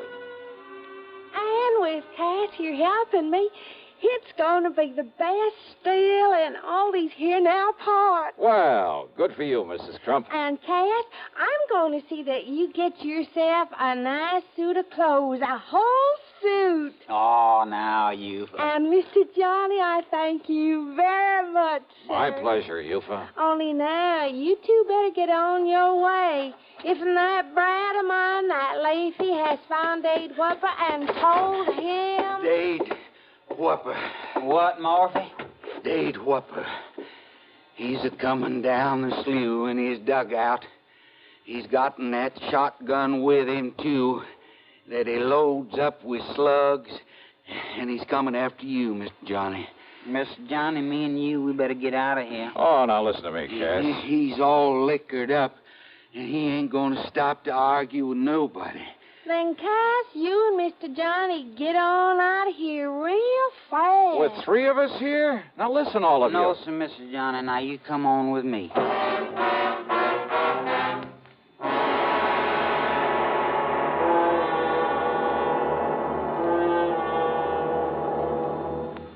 Munch, munch, munch a bunch of Fritos, corn chips. It's not polite to smack your lips, but you can't help it with Fritos, corn chips. Munch, munch, munch a bunch of Fritos, corn chips. Whenever you have a party or friends drop in, serve a bowl of crisp Fritos corn chips and watch your guests dig in. They're golden chips of corn just made to munch. Serve them plain or with your favorite dip. There's a special Fritos in a king-size style that's just right for dips. Munch, munch, munch a bunch of Fritos, corn chips. You'll find Fritos corn chips taste just right whenever the occasion calls for good munching. They have such good, crisp flavor, such good-for-you nourishment, there's contentment in every munch. Get Fritos today, Fritos, Fritos corn chips. Munch, munch, munch a bunch of Fritos, corn chips. And now, Act 4 of yours truly, Johnny Dollar. Morphy was scared. My gun was somewhere out in the swamp. So again, it was a case of letting wisdom be the better part of valor, especially after Morphy made it plain that even his rifle wouldn't mean a thing against Whopper when he'd had a jugful. Morphy promised to do all he could to keep Dade from following us. But by the time Cass and I got halfway down the slough, we could see Dade coming after us. And he was a big man, too. And though Cass was mighty skillful with the pushing pole, he kept gaining on us. We can't make it, Mr. Johnny. Then push us in anywhere, Cass. But we can try, sir. We can try. Morphy say that he keeps that thing loaded with slugs? Yes, sir. Drunk or sober. He can hit anything with hit. Then pull us over and we'll take our chances in the woods. He's not more than 35 or 40. Cass was dead before he hit the water. I jumped over after him into the shallow swamp. I started swimming over to a sort of island, a big grassy hummock. And over my shoulder, I could see that Dade was raising his gun again, aiming at me. I grabbed a lungful of air and went under. changed my course, swimming toward a patch of tules, hoping I'd have enough breath to get to it. Several times as I swam along under the surface, I brushed aside something living. Maybe they were moccasins, I don't know. But they were nothing to the danger from the drink-crazed man with a shotgun. Finally, my lungs bursting, I reached the tules and came to the surface, emerging slowly and breathing as quietly as I could. Dollar!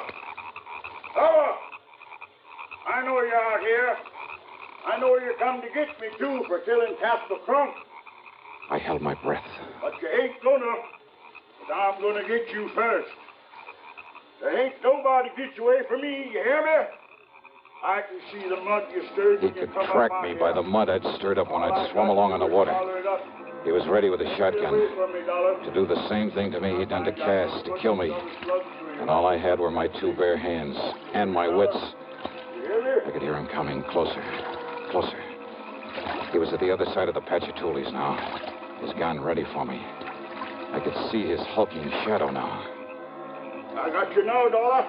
I'm going to kill you now. Quietly, I slipped under the water again, and I swam hard for where I'd seen him.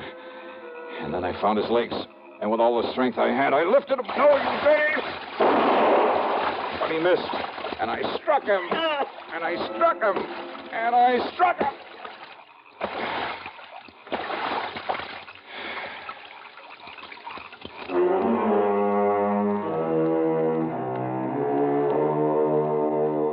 So maybe those people were pretty much a law unto themselves. But Dade Whopper went back to Kennett. There he'll stand trial for 2 murders. And I'll just continue to poke along in this soft, cozy little job of mine. Yeah. Expense account total, including some new clothes and a trip back to Hartford, $340 even. Yours truly, Johnny Dollar.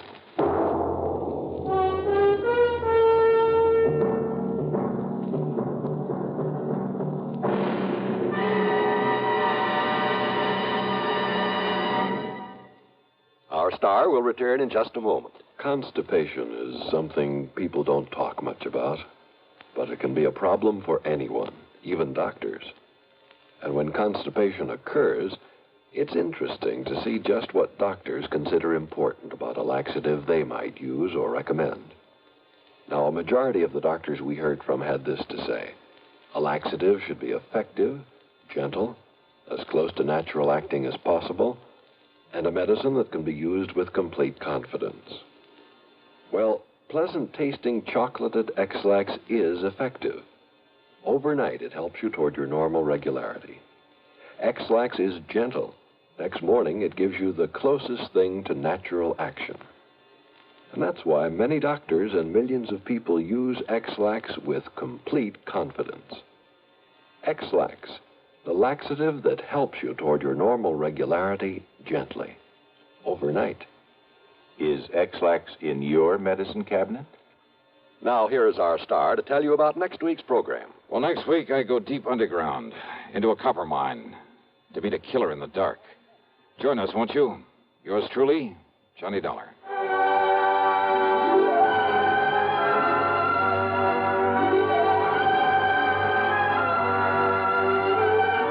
Yours truly, Johnny Dollar, starring Bob Bailey, originates in Hollywood and is written, produced, and directed by Jack Johnstone.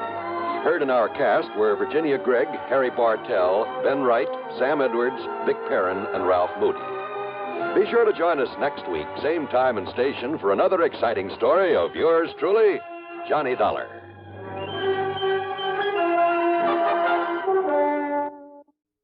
Here are the facts. 2 out of every 3 persons in New York State under 40 years of age have now received at least 1 dose of the Salk vaccine. Over half of these people have received the 3 doses needed for maximum protection. If you are not vaccinated against polio, the time may come when you will need this iron lung. What will your children do then? Your New York State Health Department urges you to be vaccinated against polio now. This is important for people of all ages and especially important for those under 40, the age group where the incidence of polio is the greatest. Remember, Salk vaccine is safe and effective in preventing paralytic polio. WROW Albany, where you get a new exciting morning glow with the Bob Kennedy Show. 6 to 10 on Radio 59. From Hollywood, it's time now for Johnny Dollar. George Reed here, Johnny. Uh-oh. What fantastic character is Floyd's of England insured this time? Now, what is that supposed to mean? More singing mice, wayward cats, and how about the counterfeit money problem? Johnny. No, let me guess. John, if you'll just listen to I me. got it. You're in trouble because you've done a switch. You've insured somebody against living instead of the other way around, that it? Of course not. No, I must admit we do have one policy of that sort in effect. There, I knew it. However, that is not the one I called you about. Okay, George, what is? We've issued a policy. Well, I guess it is a little unusual at that. I fear the worst, but go on. Well, it's on a small brewery over near... Brewery? You mean a beer factory? That's right. It's over near the town of Tamaqua, Pennsylvania. Oh, yeah, I know that country pretty well. Good.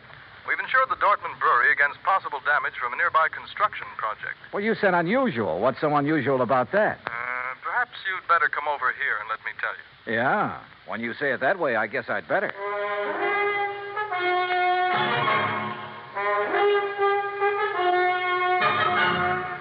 Bob Bailey in the exciting adventures of the man with the action-packed expense account. America's fabulous freelance insurance investigator. Yours truly, Johnny Dollar. And now, Act One of yours truly, Johnny Dollar.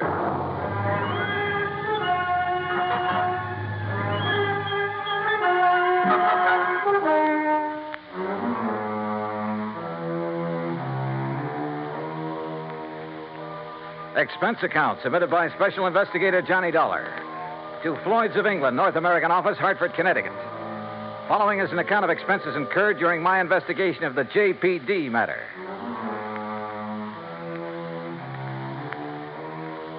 Expense account item 1, $1.10, taxi from my apartment to George Reed's office, where he promptly dragged me over to a large map tacked to one of the walls.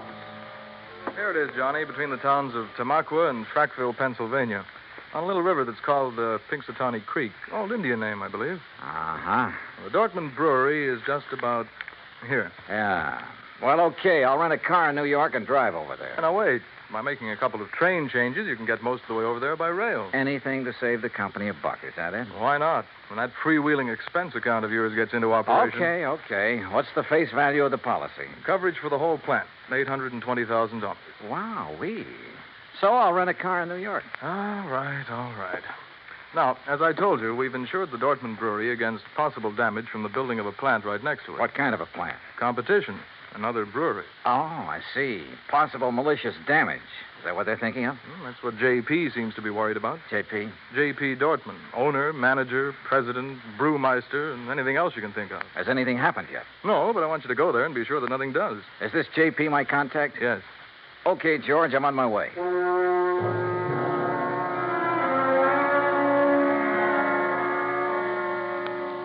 Expense account item 2, $935, fare and incidentals, Hartford to New York. Item 3, $50, deposit on a drive-your-own car. Item 4, 50 cents toll through the Holland Tunnel. I cut straight across the top of Jersey, crossed the Delaware at Phillipsburg, and finally pulled into the little town of Tamaqua shortly after 6 p.m. Items 5, 6, and 7, $12.20. For dinner, a place to rest my weary head, and breakfast the next morning. The Dortmund Brewery sat on the western bank of Pinxatawney Creek, about 5 miles out of town, and looked as though it had been sitting there for 1,000 years. It was a small affair, and the old frame buildings were badly in need of a coat of paint. Just north of it rose a towering cliff, and on top of that cliff stood an array of cranes and machines and bulldozers that are used on modern large-scale construction jobs. I parked my car at the entrance of the office building and was greeted at the door by a large, raw-boned woman of about 50 with straggly yellow hair and wearing a faded blue cotton dress that looked as though it hadn't been ironed in years. Something I can do for you? Oh, why, I'm looking for Mr. J.P. Dortmund. Mister. That's a laugh. Is it? Why? Because I'm J.P. What? That's right. Anything wrong with it? Well, Hey, wait a minute. You another of those lawyers from that job up on the cliff come to fancy talk me about not having to worry in the world about what they're doing to me up there? No. And how I better mind my own business. What do you mean, no? My name is Dollar, Johnny Dollar. I'm here on behalf of Floyd's of England. The insurance company? Well, now, that's different. You come on into my private office, Johnny.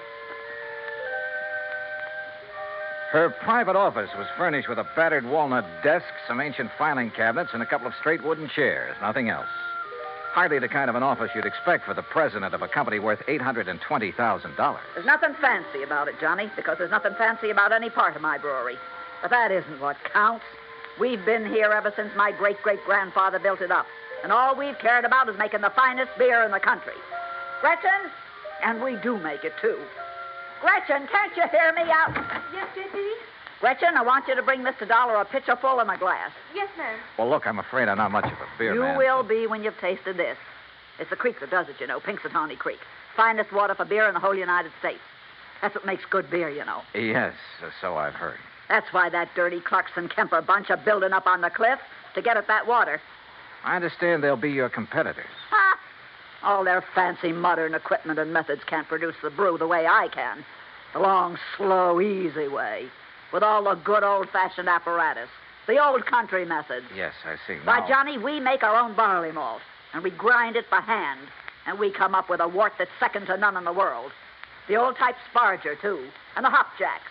And the finest strain of yeast there is. Yes, I'm sure that 3 full months we age before we rack a drop. Sure, we take more time and more trouble, but we come up with a better brew. Better than any modern plant can ever make. Well, then what's your problem? They're getting ready to blast up on that cliff. Blast? A whole big chunk of it away. And when they do, that whole thing will come crashing down here. Thousands of tons of rock.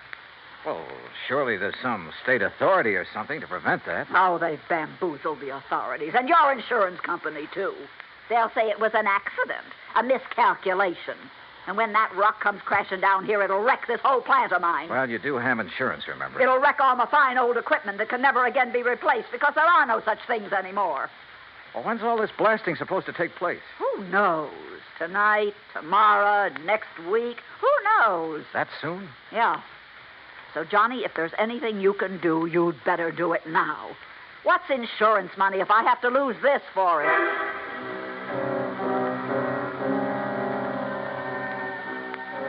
Who knows? Maybe she was right, suspecting her rivals might try a stunt like that to put her out of business. But it all seemed a little too far-fetched. And yet, when I think of some of the unscrupulous things that have been done to put down competition, maybe she was justified in suspecting this Carlson Kemper crowd of... Yeah, maybe she was.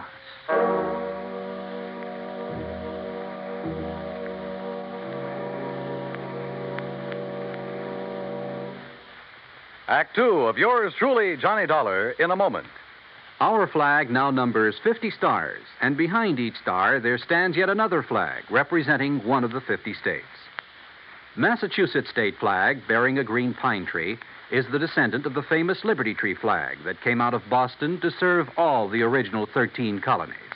It was under the Liberty Tree flag that the Sons of Liberty met and planned the Boston Tea Party, that our floating batteries on the Delaware River defended Philadelphia, and on the Charles River defied Howe's cannons.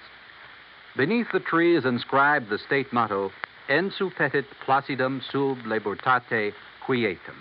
By the sword we seek peace, but peace only under liberty. These words were originally written by the famous English patriot Algernon Sidney about 1659. This was a message intended for King George III. Unhappily, it went unheeded. Massachusetts state flag, the flag of the sixth state to enter the Union, was adopted on March 18, 1904. And now, Act 2 of yours truly, Johnny Dollar, and the JPD matter. If J.P. Dortmund was right, if there was the least possibility she was right in her suspicion that Carlson Kemper would blast thousands of tons of rock down on a little plant in order to put her out of business, well, there was only one thing to do. I got back into my car and drove by a roundabout way up to the top of the cliff overlooking the Dortmund Brewery. There in the middle of the vast array of heavy construction equipment, giant cranes, trucks, huge cement mixers, and so on, I found the main construction shack. And by a stroke of luck, one of the partners in the proposed new brewery, Mr. James Carlson. That crazy old lady's being absurd, Mr. Dollar. If you really want the truth, well, I think she'd welcome our smashing that antiquated brewery of hers out of existence. Is that what you plan to do, Mr. Carlson? Can you be serious? By blasting a few tons of rock off the face of the cliff into the river? Or a few thousand tons? Or a few thousand tons. Won't do that place of hers a bit of harm. You're sure? Of course I'm sure. Only thing I'm not sure of is why she stays in business. What do you mean by that? Well, she can't be making any money. Methods she uses were out of date in this country 50 years ago. The product's good, sure, but today you've got to snowball. Did you know, Dollar, that out of the goodness of my heart, I offer to take that crummy plant of hers off her hands? Or because her location is better down next to the water supply. Oh, partly, sure. I offered her nearly $500,000 for her spot. 400,000 to be exact. But no dice. She just kept bothering us, trying to get out a lot of injunctions against our building there. I assume you have the necessary permits for this blasting operation. A whole drawer full of them. Hey, look at them yourself. At the same time, appreciate the volume of red tape necessary to do anything these days. But suppose that something should go wrong, that quite by accident, the top of that cliff should drop down on JP's brewery. Mr. Dollar, it's to obviate any such possibility that I called in one of the foremost blasters in the country, who, purely incidentally, is top man for one of the biggest makers of explosives in the world. You talk to him, Mr. Dollar. Maybe I will. Believe me, I can understand why you might not take my word for the safety of the operation we're about to undertake, but certainly you can't question his word. You say about to undertake. When? I believe he's planned the big blow-off for tonight. Tonight? Yeah, come on, I'll take you to it.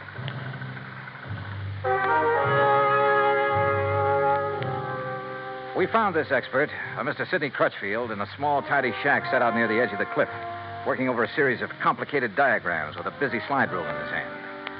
And I must confess, he turned out to be one of the most interesting men I've ever met. Tall, slim, and gray-haired, he had a quiet, easy, yet confident manner that completely belied his hazardous occupation. This was the man who had done the dynamiting for some of the biggest jobs in this country, had moved mountains and rivers in the construction of huge dams, had blasted the way for some of our vast highway networks.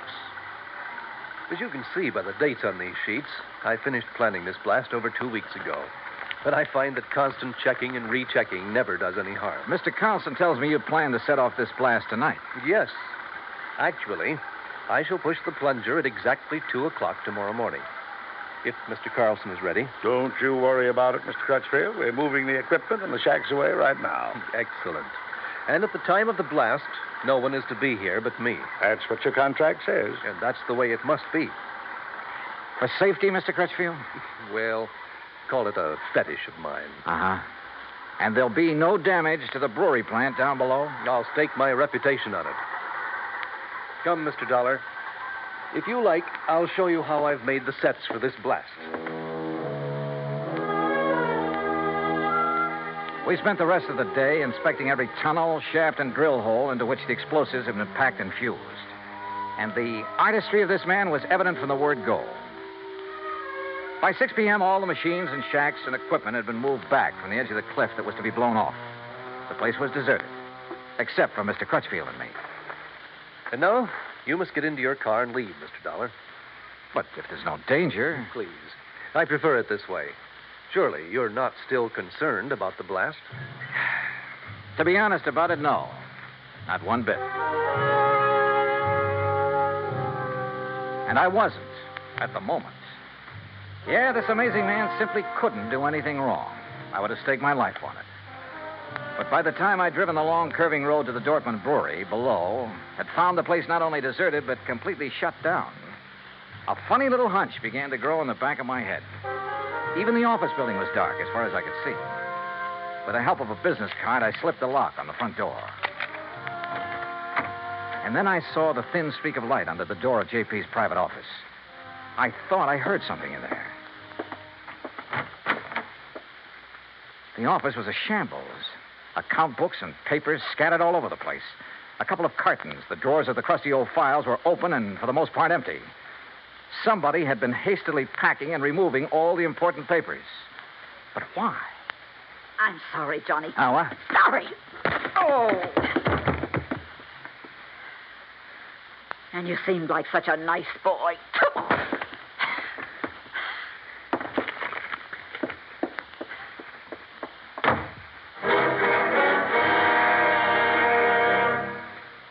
Act 3 of yours truly, Johnny Dollar, in a moment. Anyone who has survived the rigors of basic training is familiar with a great variety of milk that is dished out periodically in the armed forces. Now, there's frozen milk, concentrated milk, frozen concentrate, and good old powdered milk.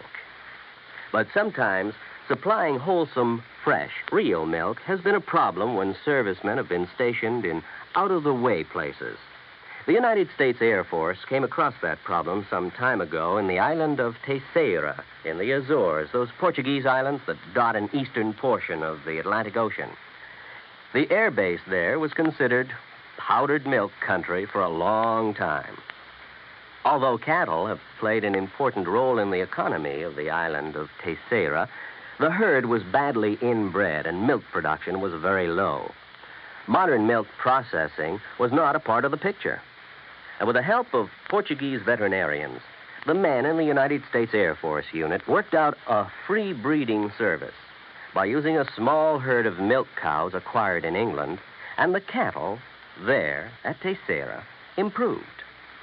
Then, a complete pasteurizing, homogenizing, sterilizing, bottling refrigeration plant was flown in from the United States. As soon as this activity got underway, milk production began to climb steadily, and thirsty Air Force men and civilians were soon buying and drinking the new fresh milk.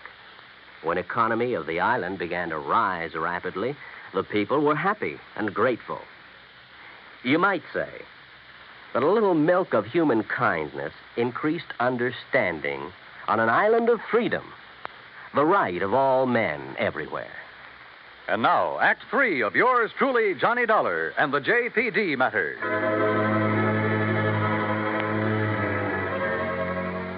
When I came to in the office of the Dortmund Brewery, my head felt as though it had been split wide open. The sash weight that had been used on it lay beside me. But why had J.P. struck me down from behind the door where she'd been waiting for me? And why, before that, had she been hastily packing a lot of business papers, bills, and so on to take away? A couple of them still lay under me where I'd fallen. It was several minutes before I found strength enough to roll over and try to push myself to my feet. As I did so, I saw two things. One was a bill she'd overlooked in her haste to get away. A bill from Frankline Powder Company addressed to her personally. A bill for 21 cases of dynamite and some other explosives. The other was my watch. I'd been out for hours, too many hours. For according to my watch, it was 1:52 a.m., exactly 8 minutes before the tremendous dynamite blast on the cliff above was to be set off. And suddenly I knew where, somehow, by her plan, those thousands of tons of rock would land, and not harmlessly in the river below. And I knew why J.P. had left me here. So I'd be crushed by them.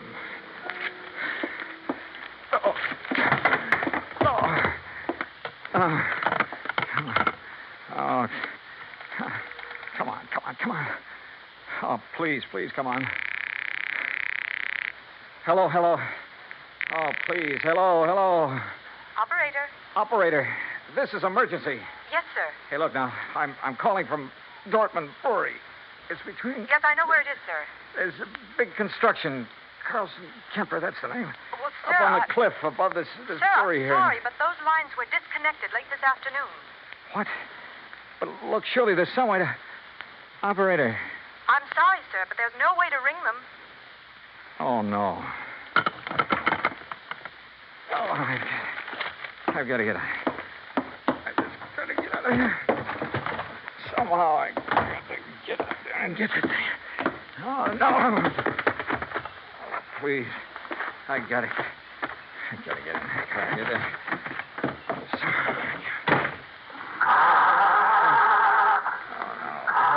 My head, I can't.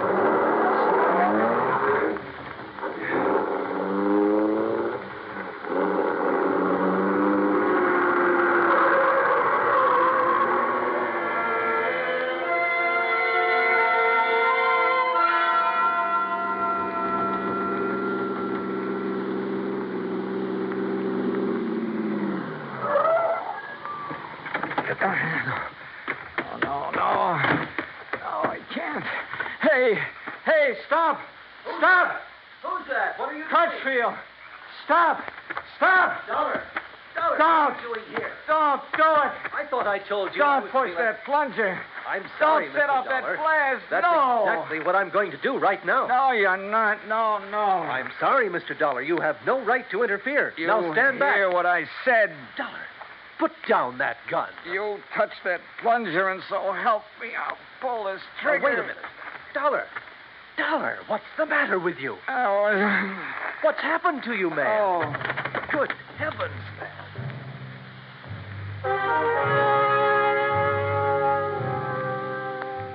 I guess it was just luck that I was still hanging on to that bill for the dynamite that I'd found. I guess it was luck that made Crutchfield grab it when he tried to keep me from falling. Made him look at it carefully by the light of his flashlight. But it was his good sense that kept him from going ahead and setting off that charge. When daylight came, he found the spot on the face of the cliff where J.P. had another charge planted. It was set to go off by concussion from the blast that Crutchfield had set. It would have diverted the rock from Crutchfield's blast to smack dab on top of her little beer factory. Nobody would ever have known who'd really done it. And J.P. would have collected $820,000 insurance for it. Incidentally, when the police caught up with her, which wasn't hard, they also found the book she'd taken from her office. Yeah, J.P. Dortmund was broke. Stony. Expense account total, including a handful of doctor bills for my aching head and all the incidentals I could think of, $204.80. Yours truly, Johnny Dollar.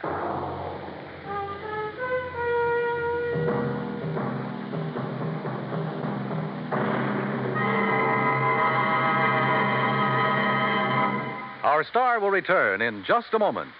Our flag now numbers 50 stars, and behind each star there stands yet another flag representing one of the 50 states. The origin of Hawaii's state flag has been the subject of much debate. It is now believed that it was the work of foreign advisors to King Kamehameha. Legend also has it that it was designed at the request of King Kamehameha by George Beckley, an English sea captain.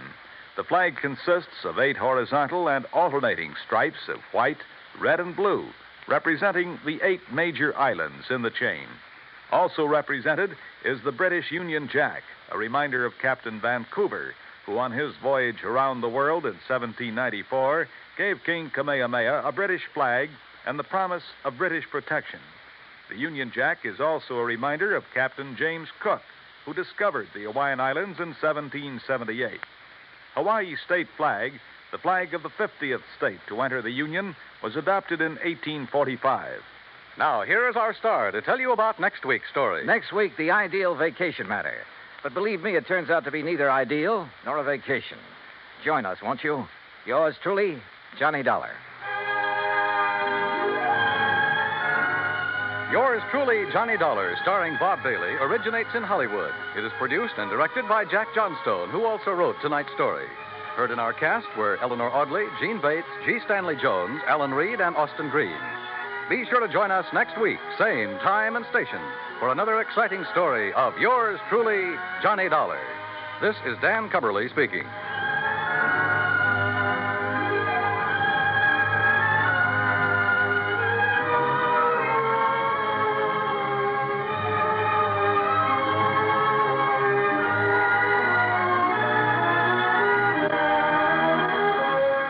This is the United States Armed Forces Radio and Television Service.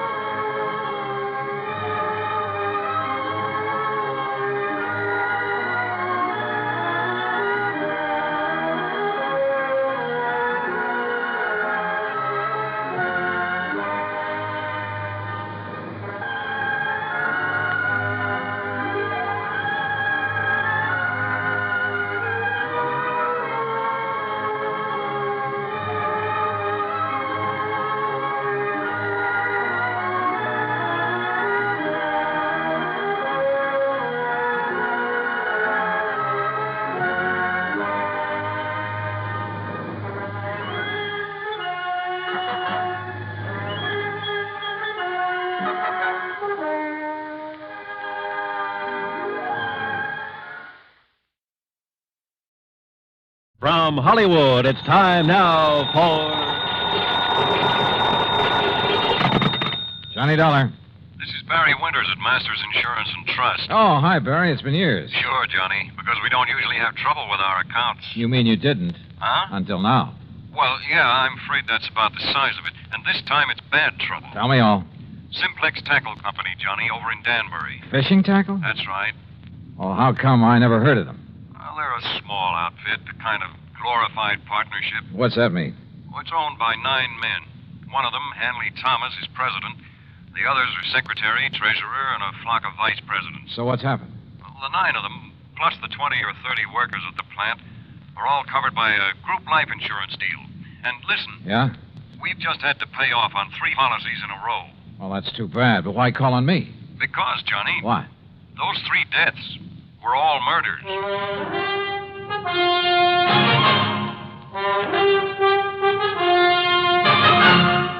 Bob Bailey in the exciting adventures of the man with the action-packed expense account, America's fabulous freelance insurance investigator. Yours truly, Johnny Dollar.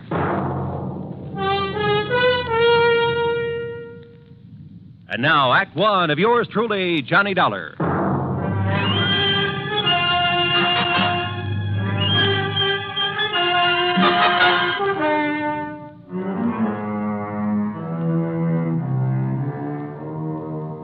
Expense account submitted by Special Investigator Johnny Dollar to the Masters Insurance and Trust Company, Home Office, Hartford, Connecticut.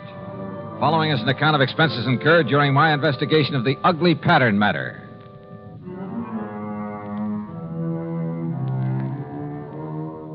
Expense account item 1, $1 even taxi to Barry Winter's office at Masters, where I hoped he could give me something more to work on than he had over the phone. And you know something? As it turned out, he gave me a lot more than he thought he did. Police? Sure, they've been working on these murders, Johnny. But they haven't come up with anything, except a theory that one man is behind them all. Why, Barry? Because the victims have all been members of the Simplex Tackle Company. Well, but I don't... Because they've all occurred within a month. Because each of them occurred on a Wednesday. Pattern, huh? That's right. And also, Johnny, because there's been no apparent reason for any of them. Uh-huh. Have the police found anything? Nothing. Same kind of weapon used in each case? No. The first was a VP named Adams, run over by a car. Sure it wasn't accidental? The police say no. The second, John Bowers, was strangled, and Frank Dalvers was shot in his own home. No pattern there. I mean, in the way they occurred. Apparently not. But Hanley Thomas and the police don't agree. Thomas is president of Simplex, you said. And a real financial wizard. Used to be a promoter. Not much ethics, but a sharp businessman. As a friend or partner, I imagine he's a fine man. Here. I'll give you a complete list of the officers of the company, their rank and their salary. Well, I don't know exactly what good that'll do. Here you are. And this is a list of the employees. Have those employees all been checked out? Sergeant Dennis over there at Homicide made quite a point of it. So did Mr. Thomas. Well, look, why don't I run over there and talk with him? And to the Danbury police. Yeah, I think you'd better. And, Johnny, the sooner the better. Why do you say that? The pattern. There are still 6 officers left in that company. That is, 6 who are still alive. Item 2, another $1 for a cab back to my apartment. There I picked up my own car, and from here on in, the charge will be for mileage. Except for item 3, $4 1/4 for a tank of mobile gas. It was almost noon by the time I'd covered the 60-odd miles to the Simplex factory on the far edge of Danbury. To my surprise, it was quite a plant, new and modern in every way. A receptionist took my card, and a few minutes later, I was ushered into the office of Hanley Thomas, president. Oh, this is a terrible thing. Adams, Bowers, Frank Dalvers, all within a few weeks. Barry Winters back in Hartford seems to think these murders have all been the work of one man. Well, police and I concur in that theory. There's been a sort of pattern followed by the crazy killer. But not an actual method, Mr. Thomas. No, I'll grant you that's true. Car accident, strangling, pistol shot. But they were done by someone who must have been very familiar with his victims. How do you mean? Well, someone who knew, for instance, that Ben Adams took a long walk alone each night. He knew the route that he took. Same thing applied to the second victim? John Bowers always drove to work through a little woods. It was there he was stopped and strangled. Frank Dalvers always stayed at home alone on Wednesday nights while his wife was out playing bridge. Someone broke in on him, huh? Have the police checked that? Well, it was someone he must have let in. In other words, someone he knew. That's a possibility, I suppose. I understand you've checked on all your employees. Yes, right off the bat, as much as the police could. Any particular reason to suspect one of them? Well, only because they were all in position to know these men pretty well, know their habits. We're a small company, Mr. Dollar. Our employees, including the girls in the office, only number 21. That was your only reason to think one of them may have done it? Oh, of course, we've had our share of labor troubles, a few dissidents in the ranks, so to speak.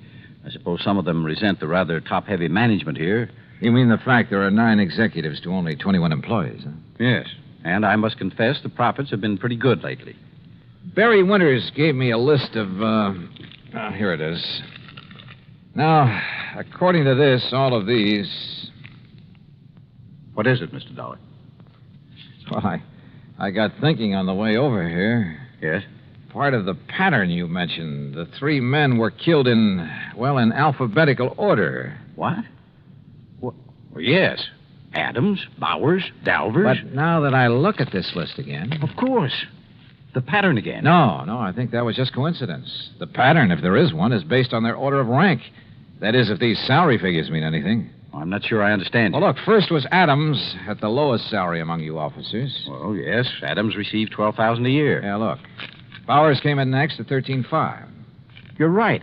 And Frank Dalvers earned $15,000. So, if this pattern should continue... You mean to say you think there might be more of these murders? If this pattern continues, the next to go would be... Good heavens. Would be James Williams or Charles Hart, both earning $16,500.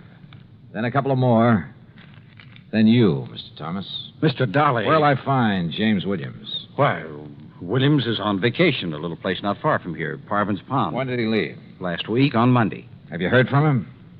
No, I haven't, but... Of course, if the alphabetical pattern is the right theory... Oh, excuse me. Yes? Sergeant Dennis, Mr. Thomas. Oh, it's the sergeant at homicide, Mr. Dollar. So I hear. I'll hold the phone so you can hear what he's Thomas. saying. Yes, Sergeant. I'm afraid I have some bad news for you. Oh? Another one of your partners.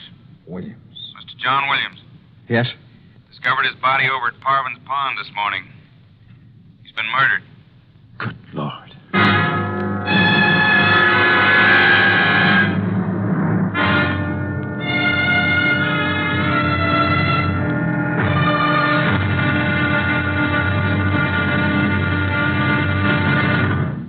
Act 2 of yours truly, Johnny Dollar, in a moment. And now, Act 2 of yours truly, Johnny Dollar, and the ugly pattern matter.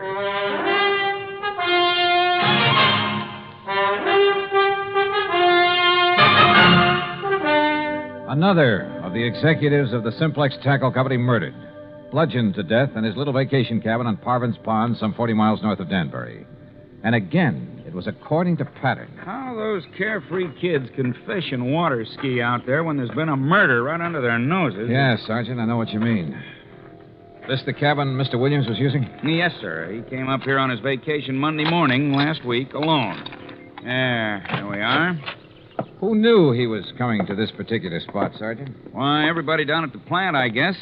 Now, the way the doc and I figured it out, Mr. Williams had just come in from fishing. Now, you see there, he just tossed his rod and stringer on the bed. Everything's just the way it was, huh? Yeah, except for his body. That's in Danbury at the coroner's. You said he was bludgeoned to death. Yeah, with that oar from his rowboat. You see it laying there on the floor? Yeah, I see. Who found his body? Little old lady from the cabin next door. She'd stopped by this morning to bring him some cookies. Knocked on the door swung open, and there he was. And the doc says the body was lying there ever since. Have you checked that oar for prints? The killer must have used gloves. What about footprints? Well, if there were any, the vacation crowd tramped them out long before we got here. Now, the way we figure is that he came in here Wednesday night, off the lake. Wednesday? Yes, Mr. Dollar, just like the other ones. It happened on Wednesday, a week ago tomorrow. The pattern again. Yes, sir. And if you ask me, it's the pattern of a madman. And this being a Tuesday again... But what possible motive could there be for it? When you ask me, it's one of the employees there at the plant. After all, for such a small company, 9 big money-making officers, at least there was 9. Yeah, I know what you mean. Are those 21 employees paid pretty well? No, in spite of the company making a lot of money.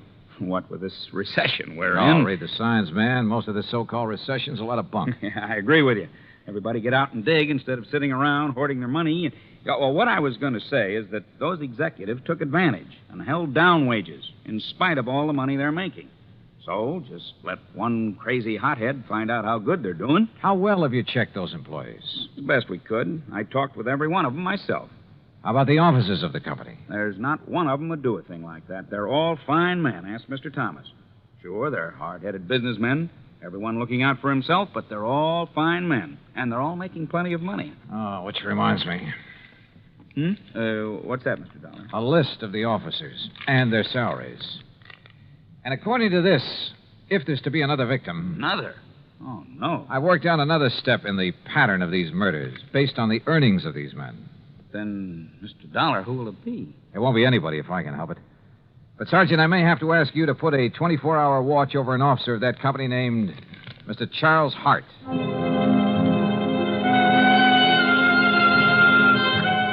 I didn't bother explaining my own idea of the pattern to Sergeant Dennis. After all, my theory could be wrong. But I drove back to the Simplex factory, to the office of Charles Hart. I found only a secretary there. No, he isn't here, Mr. Dollar. Well, where is he? To be perfectly honest about it, I don't know. Hasn't he been in at all today? No, sir. Hasn't been in since about last Wednesday. Look, Miss whatever your name is, have you called his home, his wife? He's a bachelor, Mr. Dollar, and lives in a little apartment in Danbury. Have you tried to call him? Well, no, sir. You see, there was Does Mr. Thomas know about his not being here? There's nothing unusual about Charlie's leaving without telling us, Mr. Dollar. Oh, Mr. Thomas. He often goes off on sales trips like this. He was last seen the day Mr. Williams was killed. Well, surely you don't think Charlie Hart had anything to do with Jim Williams being... Oh, no. Did you find out anything over at Parvin's Pond? No, not much, I'm afraid. Could this Charlie Hart have had any reason for wanting Williams out of the organization? And Adams and Bowers and Dalvers? Of course not. Yes. Yes, he could. What? Miss Gregg. What do you mean by that? Mr. Hart was the one who built up this company. The one who developed the products, put all his money in it. Now, just a minute. He's the one who sold all the product that made all the money. He and Mr. Adams were the ones who started the business. Is that true, Mr. Thomas? Yes, of course. And when Mr. Thomas and his relatives came along... Miss Gregg.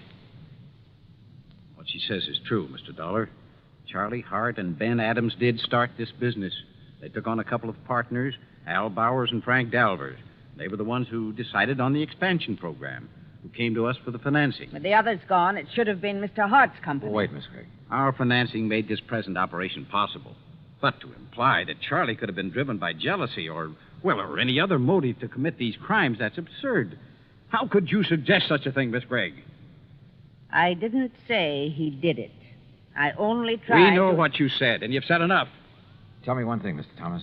Yes? What happens to his share of the business when one of the partners dies? Or in this case, when he's murdered? Well, the other partners absorb his share. Then, if Charlie Hart eliminated one of you, it would add to his holdings. That's true. Okay, I'll see you later. But, Mr. Dollar, if you believe for one moment that Charlie Hart... Why, I've known him for years. Yeah? Well, I think I want to know him a little better.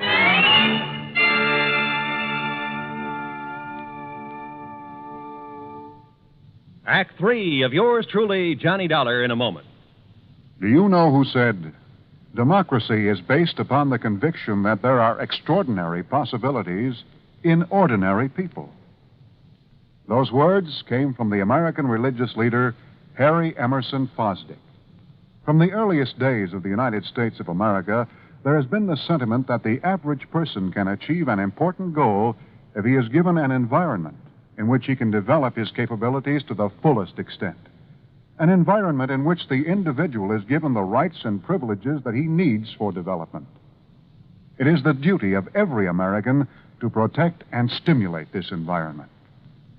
Remember the words of Harry Emerson Fosdick. They are part of your American heritage. The extraordinary possibilities of ordinary people are inherent in American democracy. And now, Act 3 of yours truly, Johnny Dollar, and the ugly pattern matter.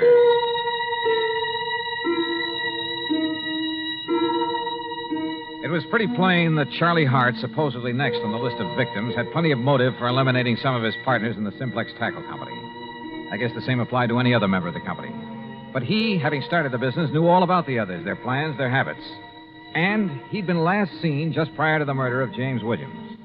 I got his address, hopped into my car, and drove back to Danbury. But ringing his bell and pounding on his door got me nothing. Here, young man. You want Mr. Hart? You'll probably find him at the factory. Are you the building superintendent? That's right. Then I want you to let me into Mr. Hart's apartment. Well, now... All right, here are my credentials. I'm an insurance investigator. Investigation? Yeah, here, see? $20 special. And if that isn't enough, here's a 5 spot for your trouble. 10. Well, but now don't you let on that Okay, Dad, thanks.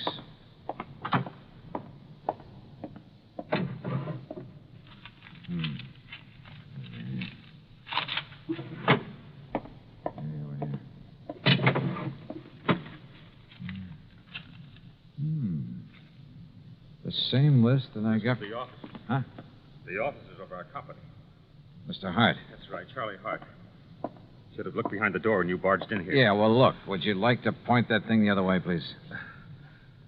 I'm sorry, Mr. Dollar, of course. Well, you know who I am. Yes, I heard you through the door. All right, is that the gun that killed one of your partners? That killed one of my... No. But listen. Tomorrow's another Wednesday. Wednesday, Mr. Dollar. I know. And look at that list you're holding.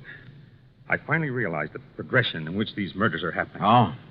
On the basis of our salaries at the company. Adams, Bowers, Dolvers, and Williams or me. Yes, you've circled Williams' name. Yes, because he got it last week. That's why I'm staying in here, locked in. Because tomorrow, if the killer strikes again, that crazy maniac killer... Maybe. Or maybe that's what he'd like everyone to think. Charlie, a couple of questions. Anything if I can help you stop this. That company was once yours. Yes, that's right. You were the boss, the head man, until Hanley Thomas came along. Yes, Hanley and his brothers and his brother-in-law. And they took over as first in rank. Well, they were entitled to, Dollar. What? It was their money made the company what it is.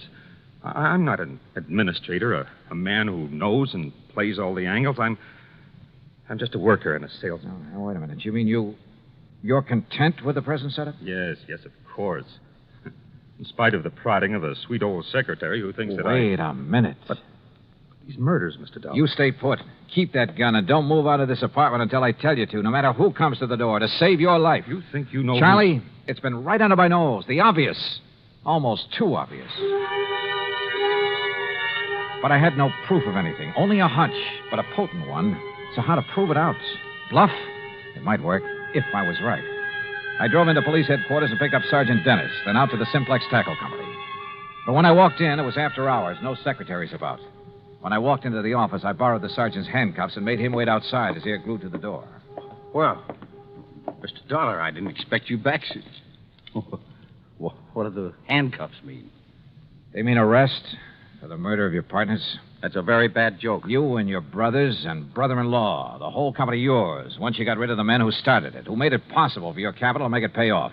But tell me, were you going to kill off your relatives, too, one by one? This is the most absurd thing. You covered your tracks pretty well. Perfect crimes. Except for that ore you used to kill Williams. Fingerprints as big as life all over it. Impossible. I figured the gloves you wore must have had holes in them, or have been worn very thin. What? That you just didn't notice in the excitement of the moment. And when I finally found those gloves... You've been out to my home, ransacking and when my your home... wife confessed that you weren't at home at the time of any of the murders... That's a lie. She helped me plan the whole thing. Oh. Then you admit the murders. After my bluff about the fingerprints. I see. But now that you know, you haven't had time to tell anyone, there's no one around to hear the shot, Mr. Dollar. No, but I heard a real clean confession, Mr. Thomas. Sergeant, No, that was just to protect myself from this... I'm afraid that kind of talk's a little late. No, it is. Look out!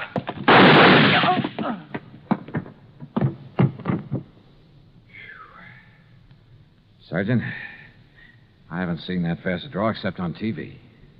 That's where I learned it.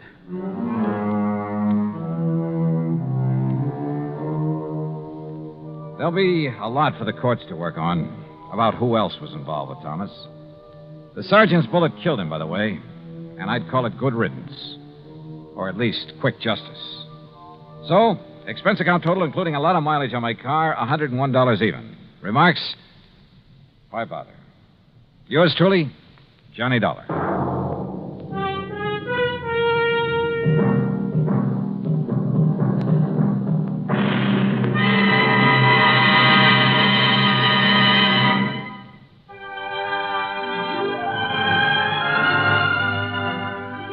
Truly, Johnny Dollar, starring Bob Bailey, originates in Hollywood and is produced and directed by Jack Johnstone, who also wrote today's story. Heard in our cast were Virginia Gregg, Les Tremaine, Forrest Lewis, Herb Vigran, Junius Matthews, and Frank Gerstle. Be sure to join us next week for another exciting story of yours truly, Johnny Dollar. This is Roy Rowan speaking.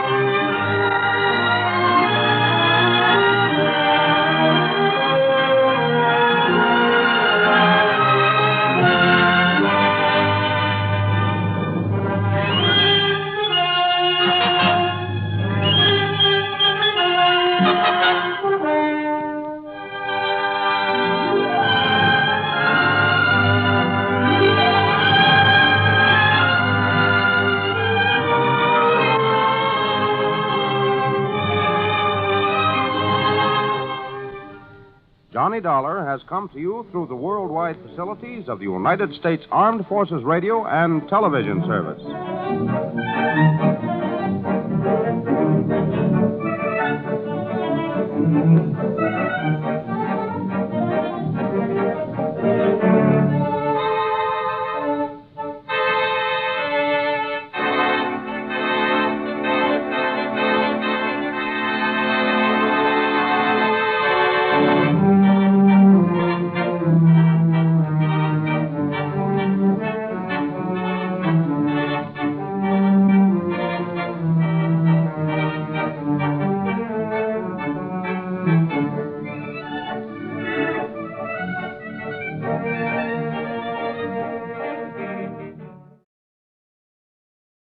It's time now for...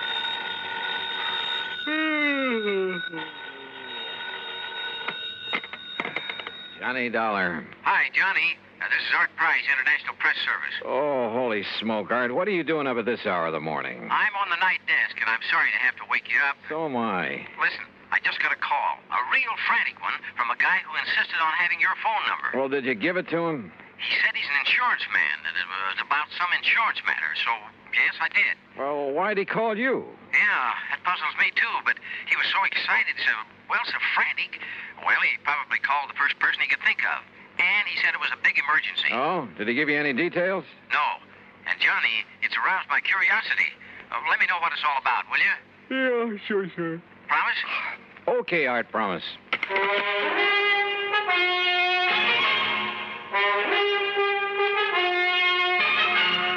Bob Bailey in the exciting adventures of the man with the action-packed expense account, America's fabulous freelance insurance investigator. Yours truly, Johnny Dollar.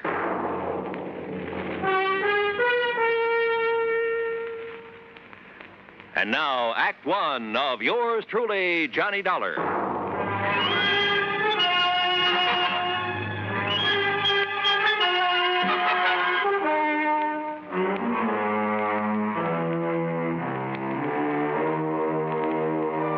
Expense account submitted by Special Investigator Johnny Dollar. The State Unity Life Insurance Company, Home Office, Hartford, Connecticut. Following is an account of expenses incurred during my investigation of the ghost-to-ghost matter. I'd no sooner rolled over in the hope of getting back to sleep when the phone beside my bed started jangling again. Oh, nuts. Johnny Dollar.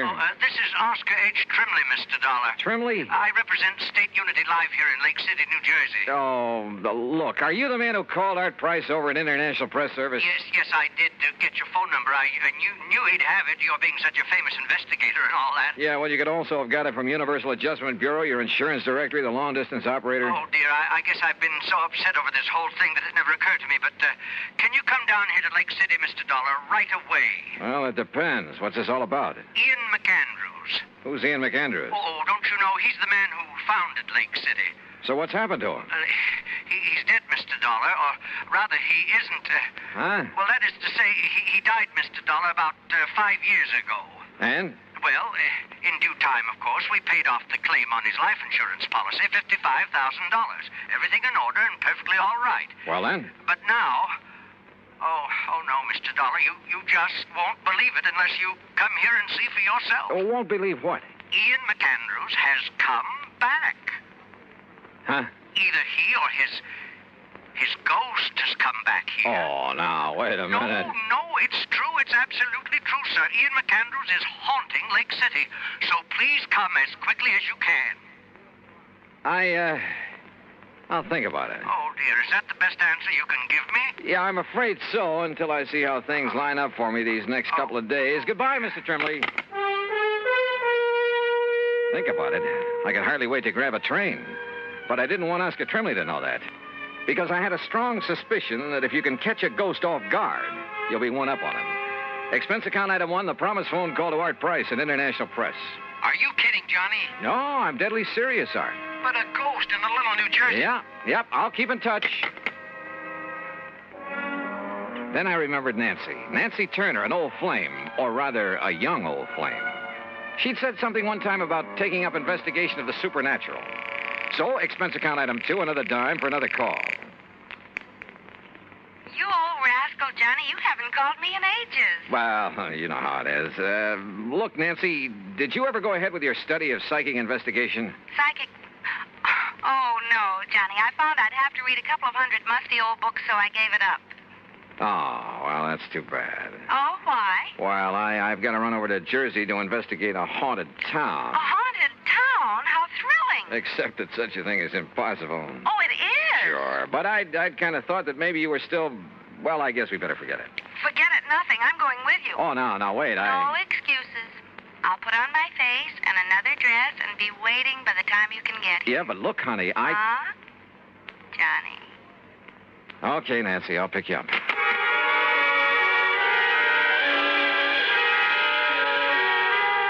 Item 3, 1085, taxi and train for 2 to New York. Item 4, $50, deposit on a rental car when we got into Grand Central Station. We crossed over into Jersey and hit Route 22 for Somerville and points west. And every mile of the way, Nancy chattered away like a magpie. She kept quoting some of the stuff she had read on the subject. A lot of authorities who decided that some of the reports on haunted towns and houses and people, things like that, had decided there was something really supernatural about them. And you know, after a while, I began to wonder. Yep, I began to wonder.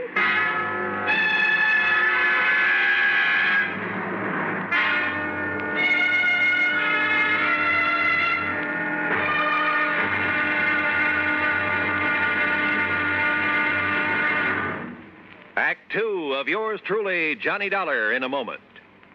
And now for another episode in the life of Sergeant Donald Bellwether, my husband.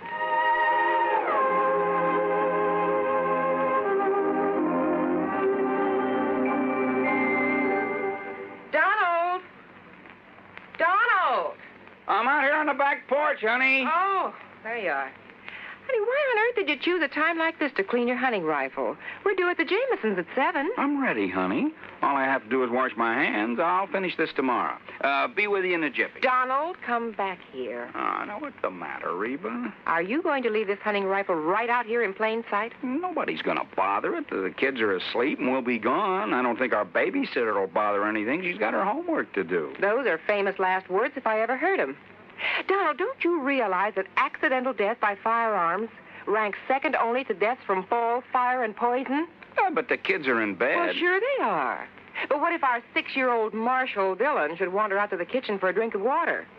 You know, he'd love to play with his gun. Yeah, I suppose so. Well, please put it away under lock and key. Yes, dear, yes, right away. And for heaven's sakes, take those shells, too. You know, many accidents happen when bullets are thrown into a fire or hit with a hammer. Those things are dangerous. You ought to know that. I know, honey. I guess I just wasn't thinking. The unloaded gun and ammunition lying around the house is even more dangerous than itchy-fingered hunters. Statistics prove that. Okay, there. Everything is safe under lock and key. Now, you still angry with me? Oh, Donald, I don't want to sound like a nagging wife, but... My dear, you have every right to reprimand me. Me, a non-commissioned officer. I should know better. But that's the way it goes. We forget. That's why there are accidents in the field, out hunting, and in the home. We all know better. We just forget or get careless with firearms. Well, come on along. Let's get over to the Jamesons. Okay, dear. Now, this won't happen again, believe me. You know, I wouldn't have started to clean that rifle if you hadn't taken so long to get dressed. But you sure did a good job. Oh, you look beautiful. That's my Donald. That's my doll.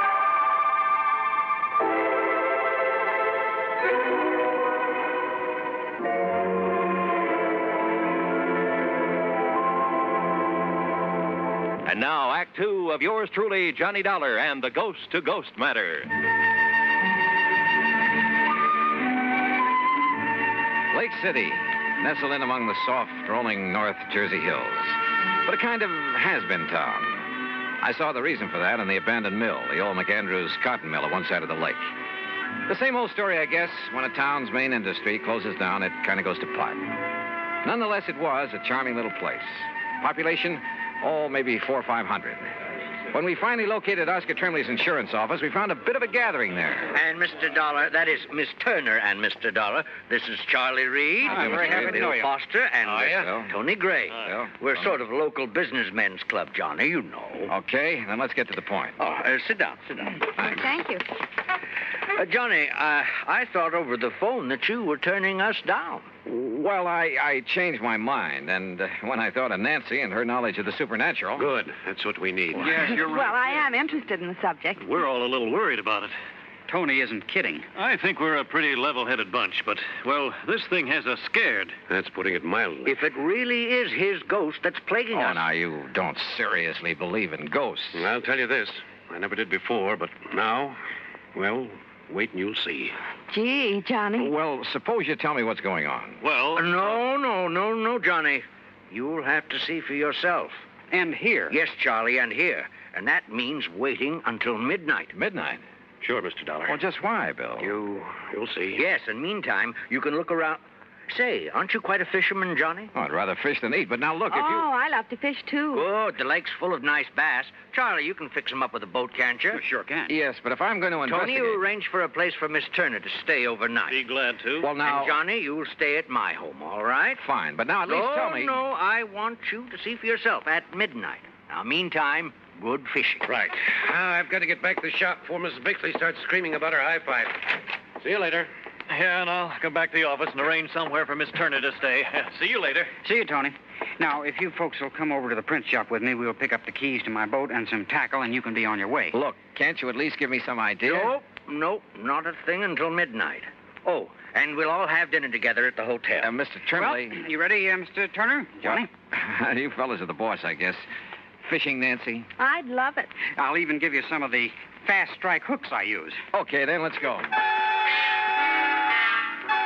There was something slightly screwy about the whole thing. And I don't mean just the talk of a ghost. But when I go fishing, and at company expense, well, who's to complain? So Nancy and I spent the rest of the day on the lake. Matter of fact, she caught the big one. By dinner time, we were starved, and the little hotel served us not only excellent cocktails, but a regular banquet, complete with champagne. You enjoying it, Miss Turner? I love it. Only why don't you call me Nancy? Sure, why not? Charlie, I'll tell your wife. Now, Tony, you stay out of this. Mr. Trimley, about this ghost business. This champagne, you know, comes from the old Leland Stanford vineyard. Oh, yes, and it's fine. Finest I know. But it's time we talk about your ghost. Say, you land any big ones out on the lake? Yeah, Bill. Nancy got a 4-pounder. But now listen, would you... Another thing about this fine California Say, didn't I see you navigating the boat, Nancy? Listen, will you please? Fella got one last year, weighed 6.5 Look, fellas, He caught it over near the old cotton. Hey, fellas, look, please, will you tell me a little bit about... All I want to know is...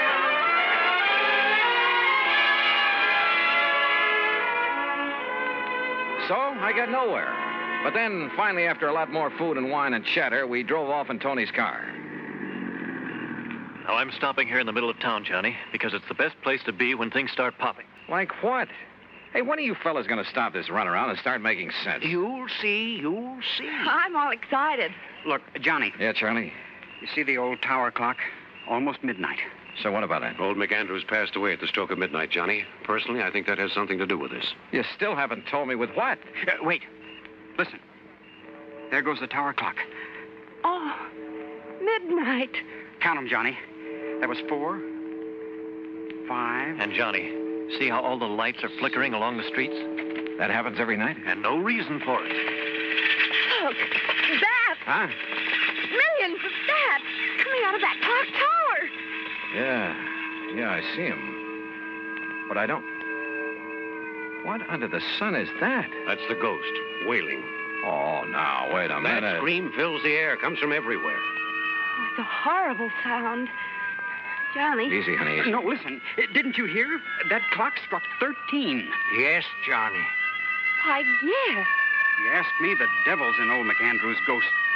That's why it comes out of his house every night. Out of his house? Right, Johnny. And wait till you see what's there. Right.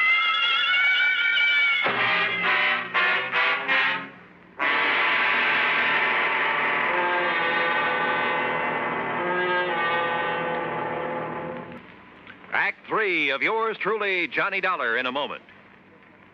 Do you know who said, "They that can give up essential liberty to obtain a little temporary safety deserve neither liberty nor safety"?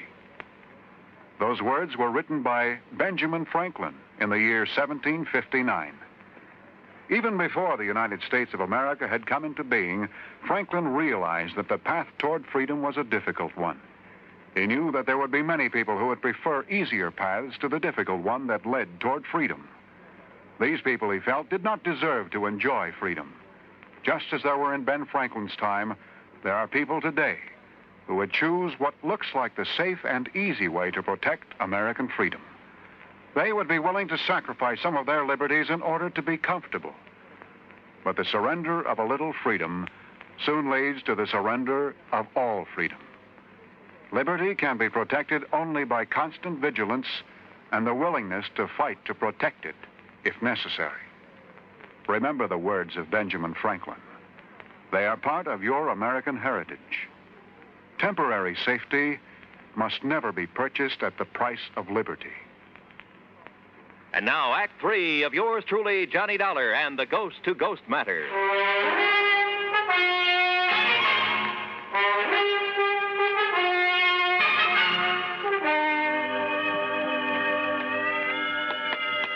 Is the front door of this old house always left wide open?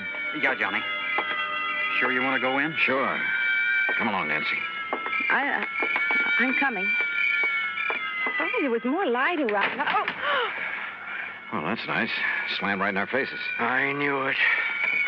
Unlocked, though. Let me have that flashlight, Tony. Here. No sign of wires or strings on it. Come on. Okay. Come on, fellas. Now, Johnny. Yeah, Bill? As you can see, there's just one big room downstairs here. Johnny. Easy, Nancy, easy. Don't you see that? Look, I admit this is all pretty strange, but a ghost. Well, what else? We've been over this house with a fine-tooth comb. Hey, listen. You hear that? Somebody's walking on the ceiling. Listen. Oh. Yeah, that's the kind of stuff you hear. Poltergeist, noisy spirits. You can hear them, but you can't see them. Don't you see, Johnny? It can't be anything normal or natural. Is that the end? No, sir. The old ghost has a regular... See? Hear those shutters banging? There's no wind out there. Why didn't you tell me it'd be like this, Johnny? Let's... Look. Yeah. Lights moving around somewhere outside. You can see the reflection in the trees. But they're green. Ghost lights. Oh! Johnny, look. There's a rocking chair. It's rocking. In front of the window, where old McAndrews used to sit and look out on the town before he died. Give me the flashlight. Here.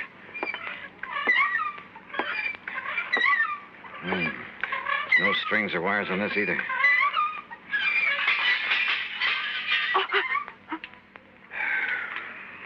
Well,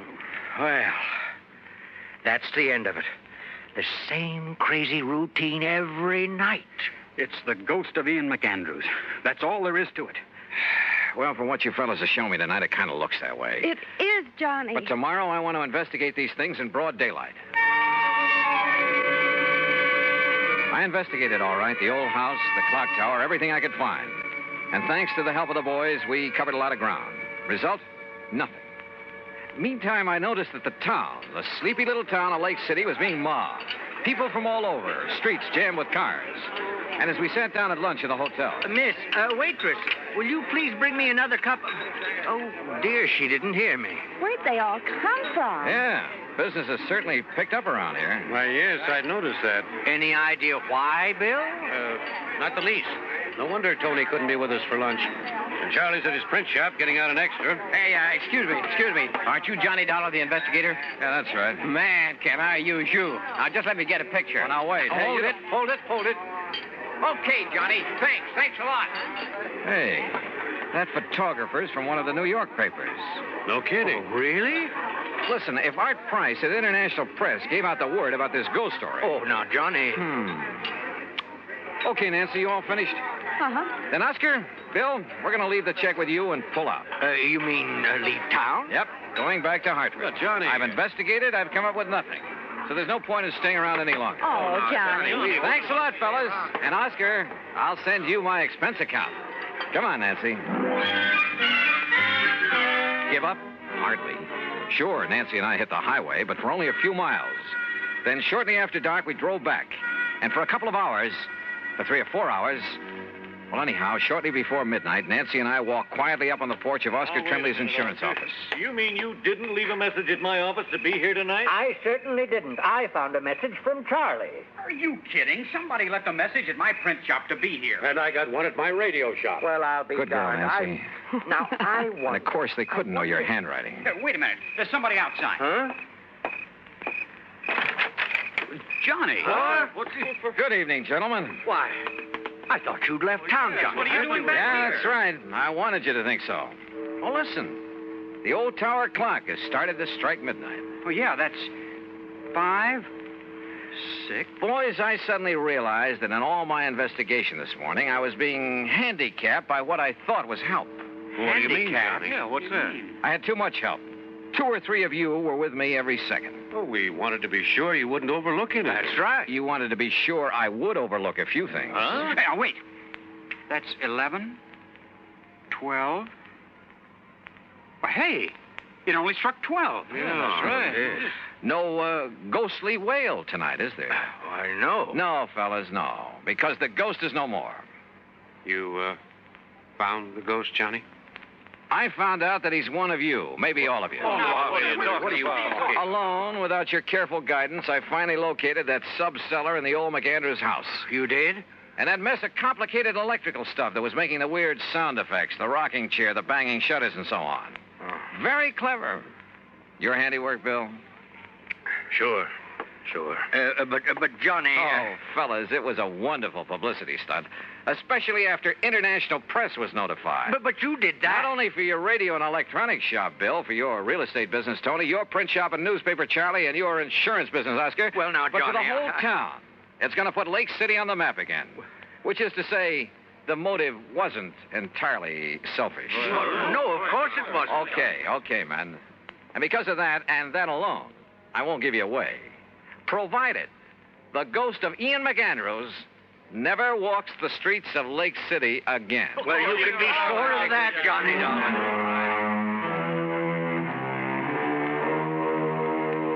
I don't know. I suppose I ought to really hit you over the head with this expense account. But after all, the cause was a kind of worthy one. So I'll be honest with it for a change. And it was fun to have Nancy Turner along. Expense account total, including mileage on the rental car, less deposit, $31.50. Yours truly, Johnny Dollar.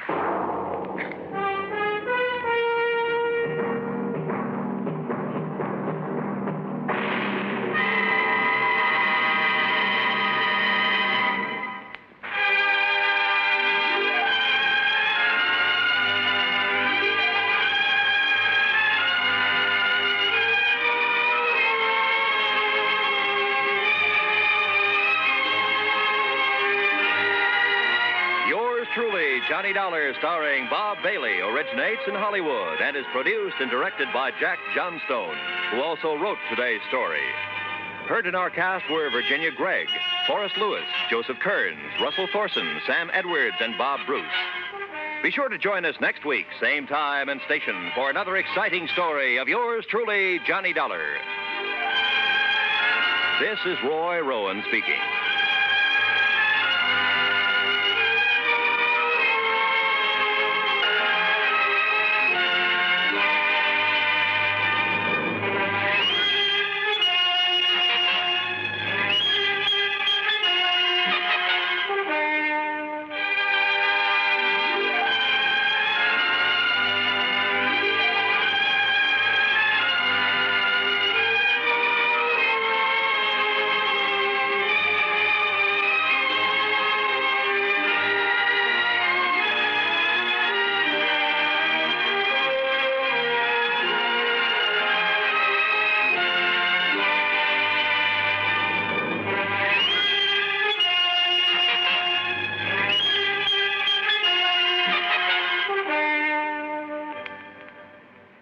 Johnny Dollar has come to you through the worldwide facilities of the United States Armed Forces Radio and Television Service.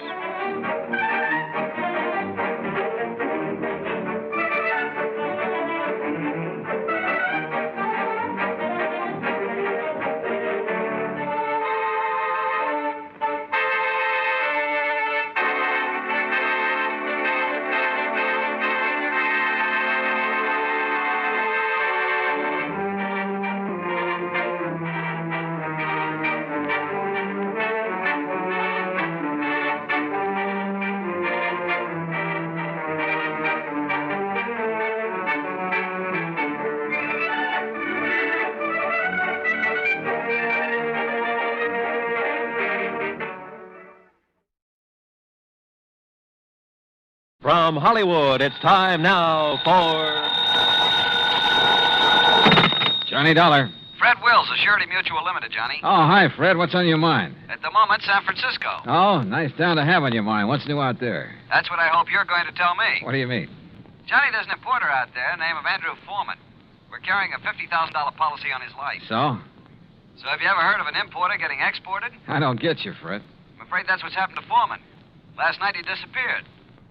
I'm on my way.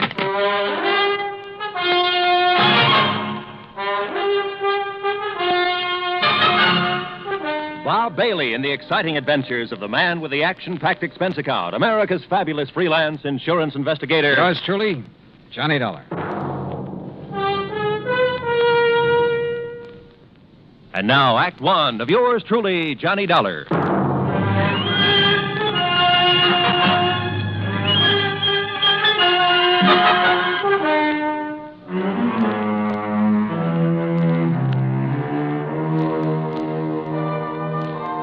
Expense account submitted by Special Investigator Johnny Dollar to the Home Office, Surety Mutual Limited, Hartford, Connecticut. Following is an account of expenses incurred during my investigation of the Blinker matter.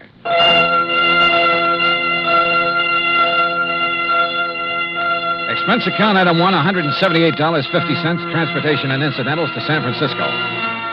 On the flight out, I studied the dope Fred Wills had sent me. Andrew Foreman, age 51. Occupation, importer. Health, good. Judging from the hefty premium he had to pay, his importing business must be okay. Wife, Marcia Foreman, age 35. 16 years younger than her husband. And Marcia was the sole beneficiary. My plane landed about 8 in the morning. An hour later, I was at the Foreman's apartment. It was spacious, modern, with a lot of glass and the kind of view of the bay that you had to pay plenty for. Yeah, there was money written all over the place, and Marcia Foreman looked right at home. I'm just having coffee on the terrace, Mr. Dollar. Won't you join me? Oh, thanks. I could use some. Out here. Oh, you sure got a beautiful view here. Yes. I never get tired of watching the bay, the ships. There's always something going on. Oh, here you are. Thanks. What is it, Mr. Dollar? Oh, I'm just looking up the bay. Alcatraz? Yeah. Such a grim-looking place. Yeah, it's a real exclusive club. But I managed to get a couple of new members into it. I don't think I care for the kind of job you have, Mr. Dollar. Trouble wherever you go. Suppose we talk about your troubles. All right. I told the police all I know when I filled out the missing persons report. But I'll go over it again for you. If you don't mind. Your husband disappeared the night before last. Yes, that's right. What time? I'm not sure. Oh? Around 9 o'clock that night, somebody came to see him. A strange sort of man. How do you mean strange? Well, he was dressed in rough clothes, a seaman's jacket. He said he was an old friend of my husband's.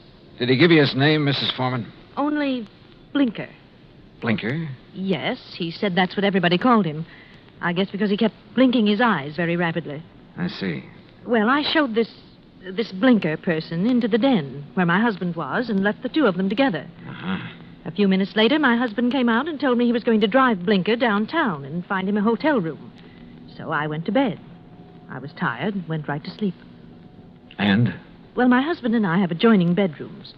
When I went in to call him yesterday morning, he was gone. The bed, it hadn't been slept in.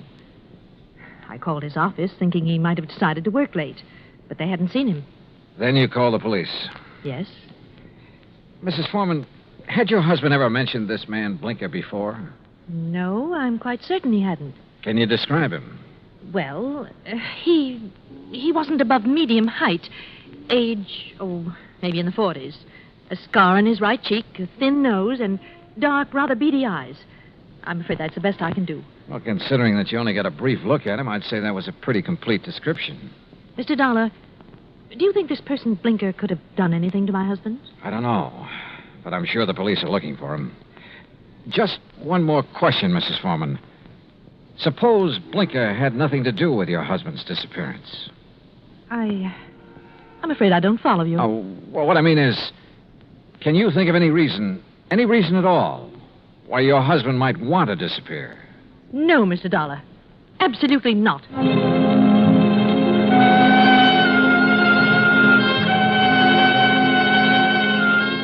Marcia Foreman sounded pretty certain of that last answer. Maybe just a little bit too certain. Expense account item 2, $1.80 cab fare to the office of an old friend of mine, Detective Lieutenant Scapella. Jono, if Foreman took this character Blinker to a hotel, it's no hotel we ever heard of. We've covered them all.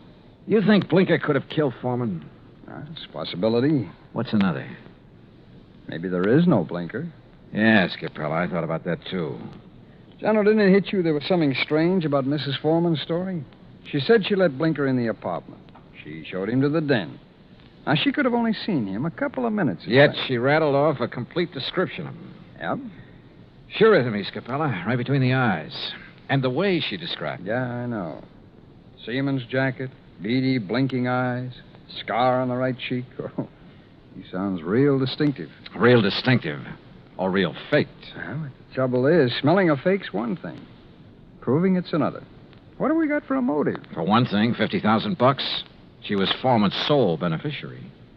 That's interesting. That's real interesting. Excuse me, Johnny. Capella.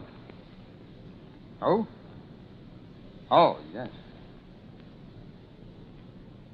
What? I see. Yes, okay. Yes. All right, thanks, Mr. Arnold. John, it looks like we better back up and start all over. What do you mean? That was Wayne Arnold. That's Foreman's attorney. He had a telephone call this morning. From Foreman? No, but from somebody just as interesting. Blinker. Yeah, Blinker.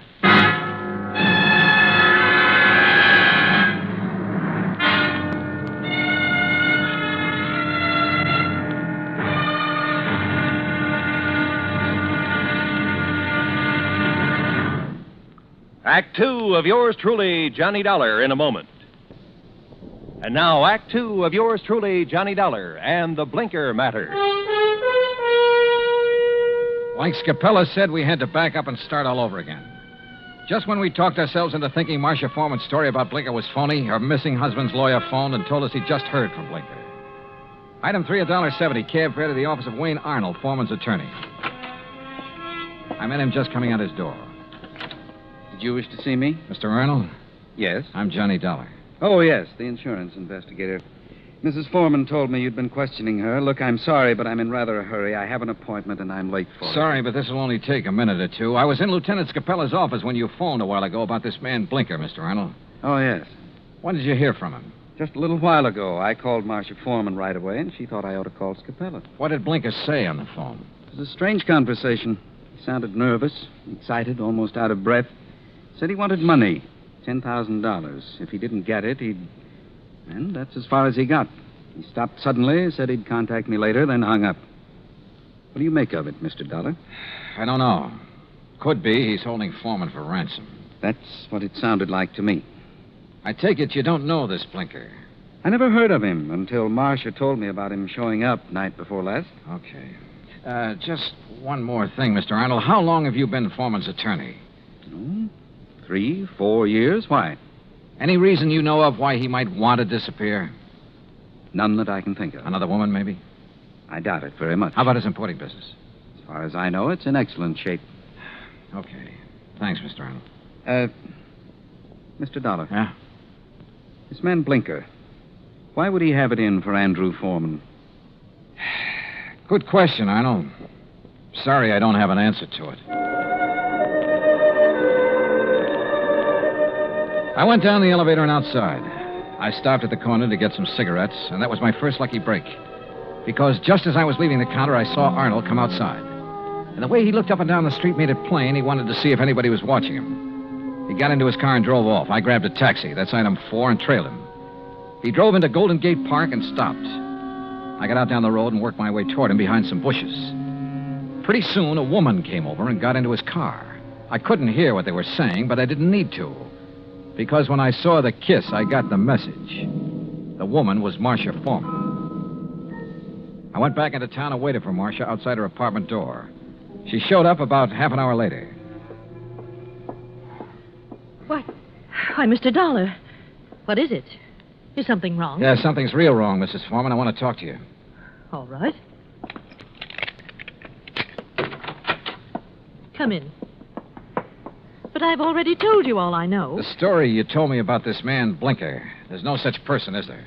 What? You and Arnold made it up. No, that's not true. What about you and Arnold, Mrs. Foreman? I don't know what you're talking about. Well, then tell me, did you enjoy your visit with him in Golden Gate Park an hour ago? Oh, that. Yeah. Well, all right, Mr. Dollar. Wayne Arnold and I have... Well, we've been in love for some time. Did your husband know? I'm not sure. We were trying to find the right time to tell him. I don't think he'd really have cared very much. Oh. My husband and I haven't gotten along very well the last year or two. I guess I really didn't know him when I married him. Mr. Dollar, this has nothing to do with my husband's disappearance. You must believe that. That's so. I didn't make up the story about Blinker. I didn't kill my husband, if that's what you're thinking. Has he been killed? I don't know. You've got me confused. If you didn't do it, how about Arnold? No. He'd have no reason. Besides, he wasn't even in town the night before last. I can check that. I know you can. Mrs. Foreman, maybe you're telling me the truth and maybe you're not. Sooner or later, I'm going to find out which. I am telling you the truth. Then can you give me any reason at all why your husband has disappeared? There's one possibility, Mr. Dollar. It might have something to do with his importing business. What's that mean? My husband, well, he seems to have made a lot of money out of his importing business. More than the kind of thing he usually imports would warrant. What does he import? Oh, trinkets, curios. From the Orient, mostly. Have you a key to your husband's office? Yes. Let me have it. I want to take a look around. I went over the papers in Foreman's office and found out his last shipment had come in 3 days ago on the Indian Princess. Mrs. Foreman had said Blinker was wearing a seaman's jacket. I headed for the waterfront, but the ship was gone. Near the pier was a beat-up eating place called Gus's Cafe. A woman with an apron came over. She was about 6 feet tall and almost that wide. What can I do for you, buddy? I want to talk to the owner, Gus. That's me. You're Gus? Short for Gussie. What's on your mind, buddy? Johnny Dollar. I want some information. You a cop, buddy? No, I'm not a cop. You look like a cop. Now listen, that freighter that shoved off from this pier, the Indian Princess. Docks there regular. You know any of the sailors from her? Just about all of them. They all come in here. Hey, look, Gussie. Gus. Okay, Gus. You ever happen to hear of a sailor named Blinker? Sure. You know him? Sure. About medium height, scar on the right cheek, blinks his eyes all the time? I said I know him. What do you want, an affidavit? Oh, Gussie, you're the most beautiful thing that's happened to me all day. That's what they all tell me, buddy. But flattery don't get 'em a thing. Might help you, though. You're kind of cute. Yeah. Look, did Blinker sail on the Indian Princess? Nope. Then where is he? Fact is, I don't know. Blinker's disappeared. Act 3 of yours truly, Johnny Dollar, in a moment. And now, Act 3 of yours truly, Johnny Dollar, and the Blinker Matter. Then you don't have any idea where Blinker is now, Gus? Not the slightest, buddy. Oh, great. Then I'm right back where I started from. Blinker was mixed up in something, all right. What do you mean? The Indian Princess docked the other night. Blinker come in here for a cup of coffee. That's one thing the sailors around here all miss when they're out to sea. My coffee. There's no one makes coffee like me. Why, there's nobody on the whole coast. Yeah, I know. About Blinker now. Well, he seemed pretty pleased with himself. Said he was onto something good. Did he say what he meant by that? No. Just sat there looking pleased with himself. Oh, yeah. He showed me the elephant. Said it was going to make him a lot of money. What elephant? He had a carved elephant about 6 inches high. Must have picked it up somewhere. Maybe he was going to sell it. I don't know.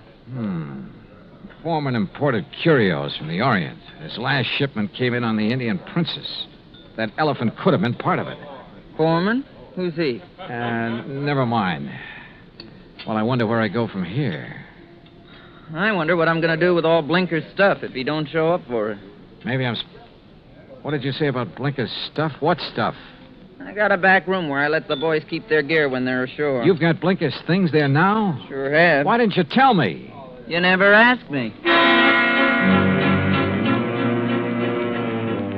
In the back room, I went through Blinker's sea bag. Near the bottom, I found a carved elephant. An ordinary-looking elephant, until I twisted one of the legs loose. It was hollow, and inside a little paper packet full of white powder.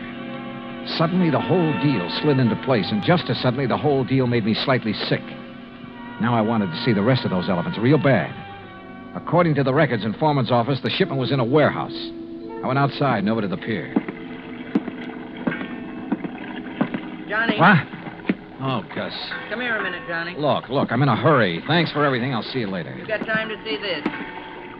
Over here, near the pier. Wait a minute. Yep. It's a body, all right. One of the boys just fished it out of the water. I sent him to call the cops. Looks like it's been in the water quite a few hours. Gus? Yep. It's Blinker, all right. I knew I had to work fast now. I headed out on the pier for the warehouse. Once I thought I heard footsteps somewhere behind me. I stopped and listened. There was no sound.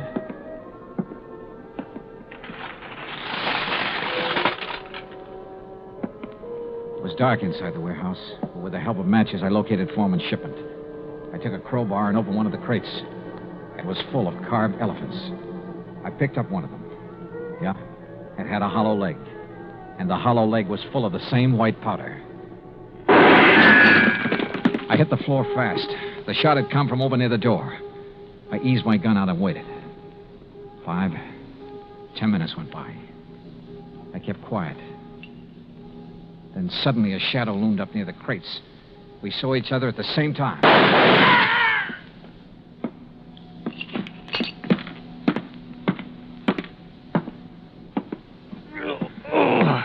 My shoulder. Well.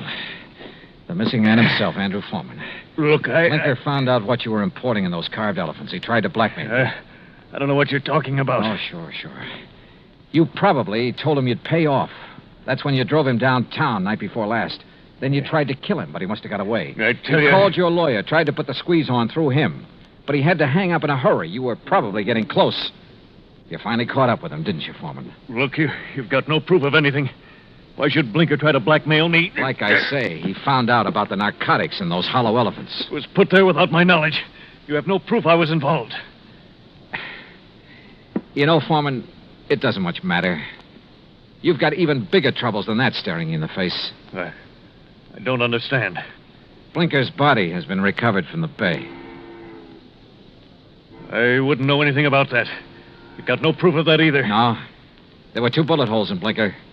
5 will get you 10. The slugs in him came from this gun of yours. The gun? Yeah. This is something that can be proved. Well? All right. I just didn't have any choice.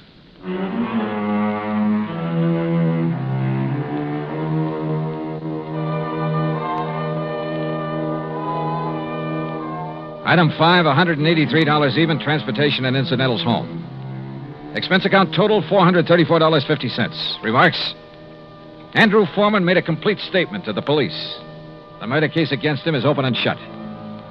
So, it looks like he's going to beat the narcotics rap after all. The hard way. Yours truly, Johnny Dollar.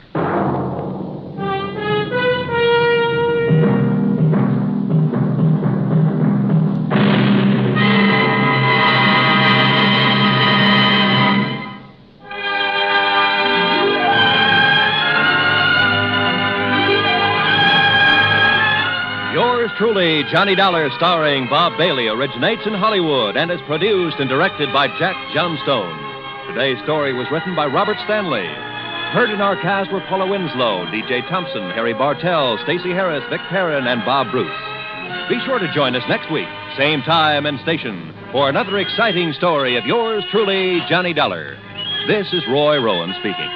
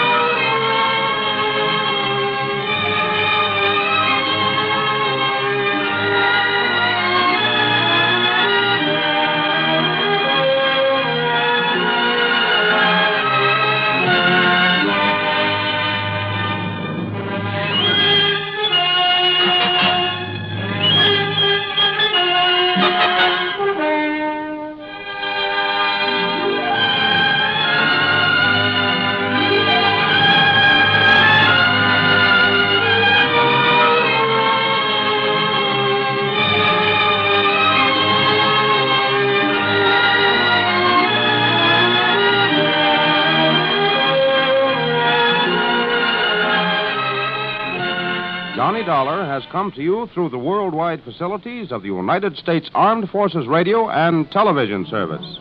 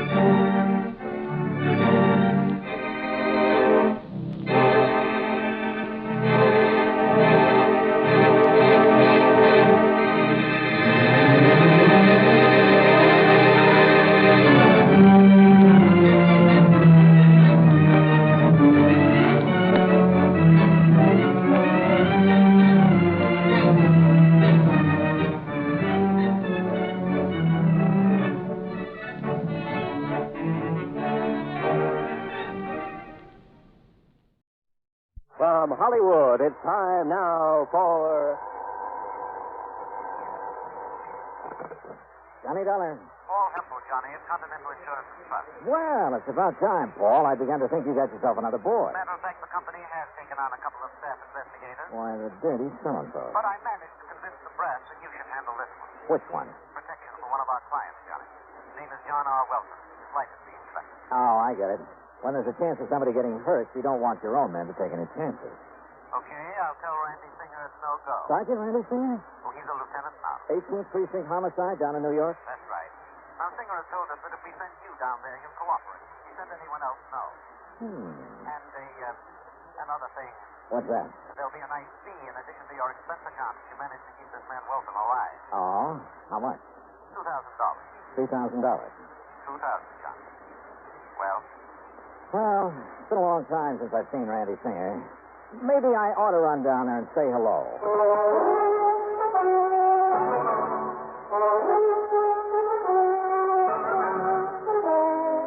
Bailey in the exciting adventures of the man with the action-packed expense account, America's fabulous freelance insurance investigator. Yours truly, Johnny Dollar.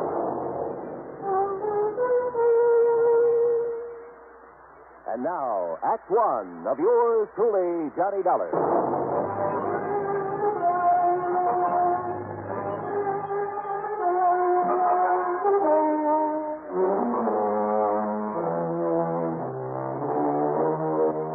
Expense account submitted by Special Investigator Johnny Dollar to the Continental Insurance and Trust Company, Home Office, Hartford, Connecticut. Following is an account of expenses incurred during my investigation of the Wayward Killer matter.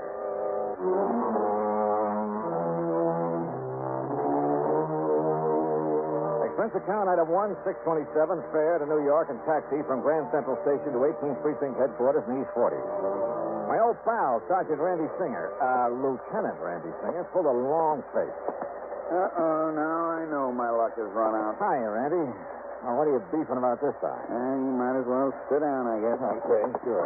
Why don't these insurance companies of yours leave us alone? Let us handle things our own way. What do you mean? The minute one of their clients gets into a jam, they send somebody like you down to pester us.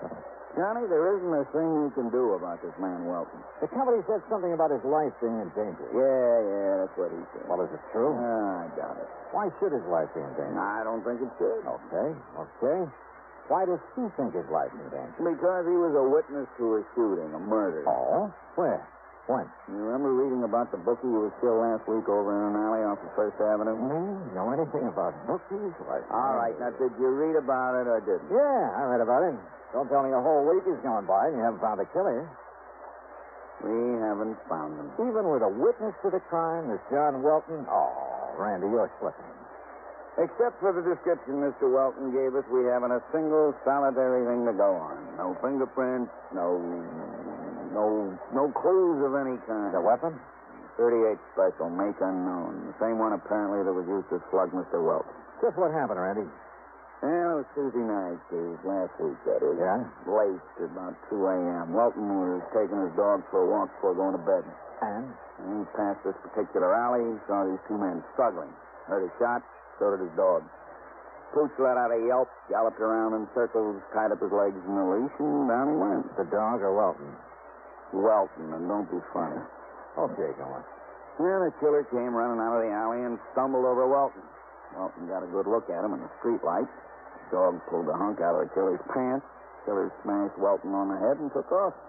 The dog kept yowling until a patrolman came around, found him there, and found the bookie in the alley, dead. And?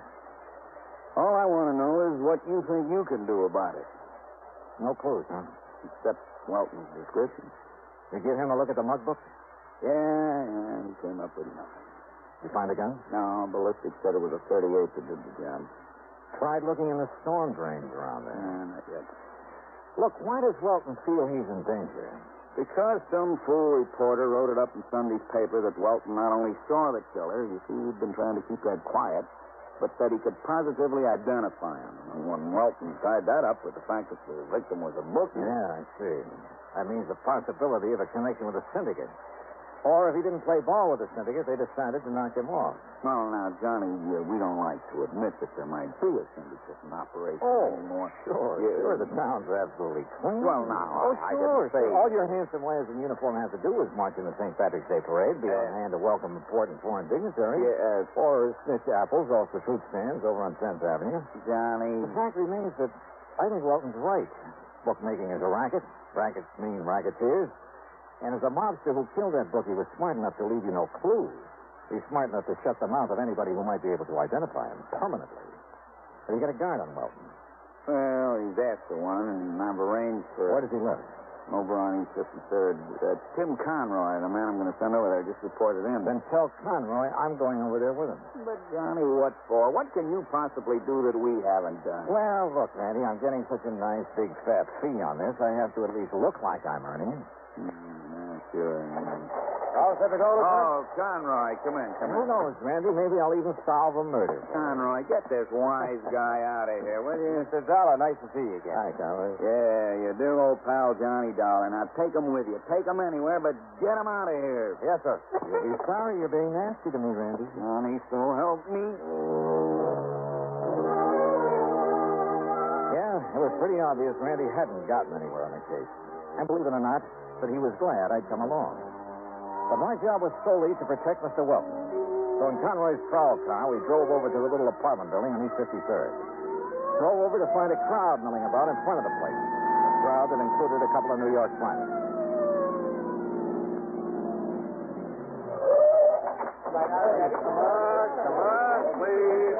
Come on, Johnny. Something's happened to you. Yeah. I started to think what it might be. Wilson!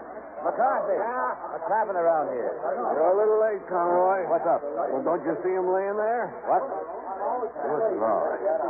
Who is he, officer? Man named Welton. John R. Welton.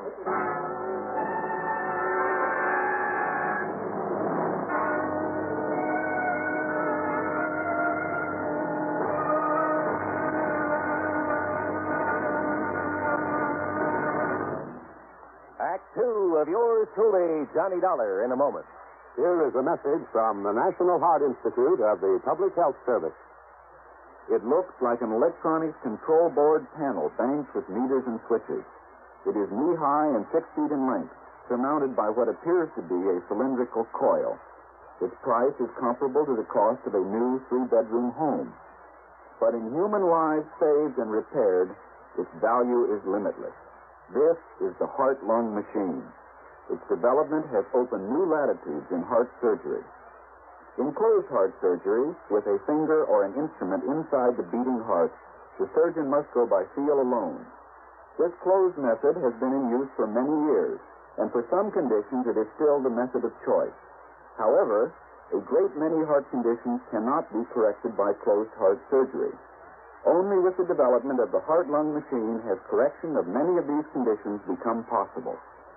Today, the surgeon can open up the heart, empty it entirely of blood, and under direct vision make unhurried repairs of valves or other defects inside the heart. Exactly what does the heart-lung machine do? Its purpose is to function temporarily as a heart pump and to oxygenate the blood and rid it of gaseous waste. In surgery, after the heart has been exposed, plastic tubes from the heart-lung machine are inserted into the two great veins that normally carry blood to the heart from the upper and lower parts of the body. Once the hookup is complete, blood destined for the lungs is then cycled into the machine where it is refreshed and returned to the system through another tube inserted into the femoral artery in the groin. Know Your Heart was written and produced by the National Heart Institute, one of the National Institutes of Health of the Public Health Service, United States Department of Health, Education, and Welfare, Washington, D.C. And now, Act two of yours truly, Johnny Dollar, and the Wayward Killer Matter.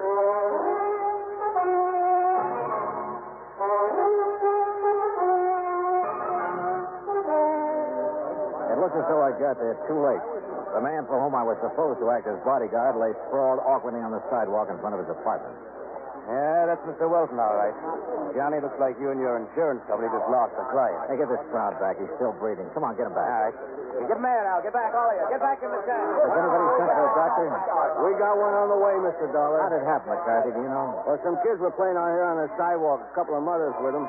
They heard a lot of noise up in Mr. Welton's apartment. Up there on the second floor. What kind of... You see up there where the windows broke out of the frame? Yeah, I see. What kind of noise? Like a big fight, they said. And Mr. Welton yelling for help. He was yelling bloody murder, they said. They hear anybody else? Anything else? No, sir. Not even the dog. You sure? Then all of a sudden, he comes smashing out through the window and lands here on the sidewalk. Have your men been inside there yet? Yes, sir. Wilson went in. Come on, get back. Stay back of that line, will ya?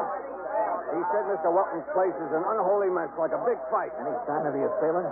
No, sir, but the door of his apartment was flung open. So was the back door leading into a court in the alley. Yes, sir. That's what Wilson told me. That's a fire door that can be opened only from the inside. So it looks like whoever did this to Welton made his getaway through the alley. No doubt about it. Well, all I have to say is I hope this man lives. We'll soon find out, sir. Here comes Doc Strader.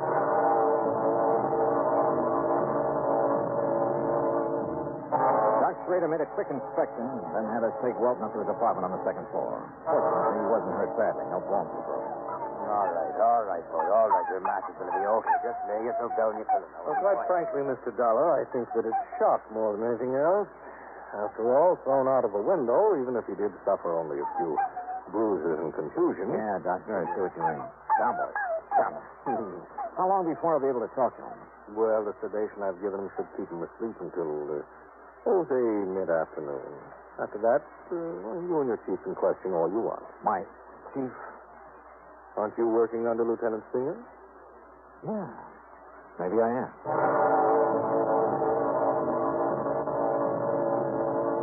Randy Singer himself came over and took charge.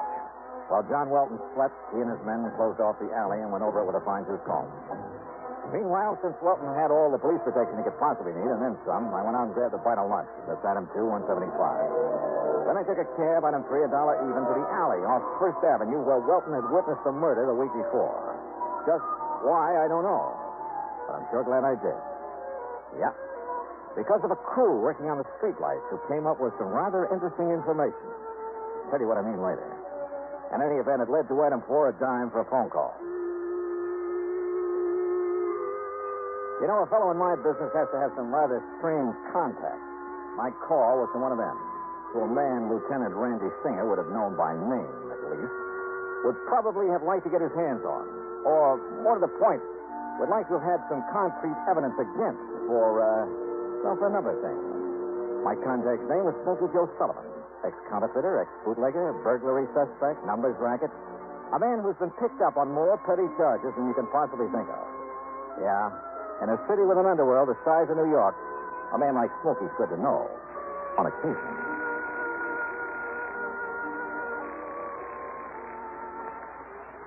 Yeah? Smokey?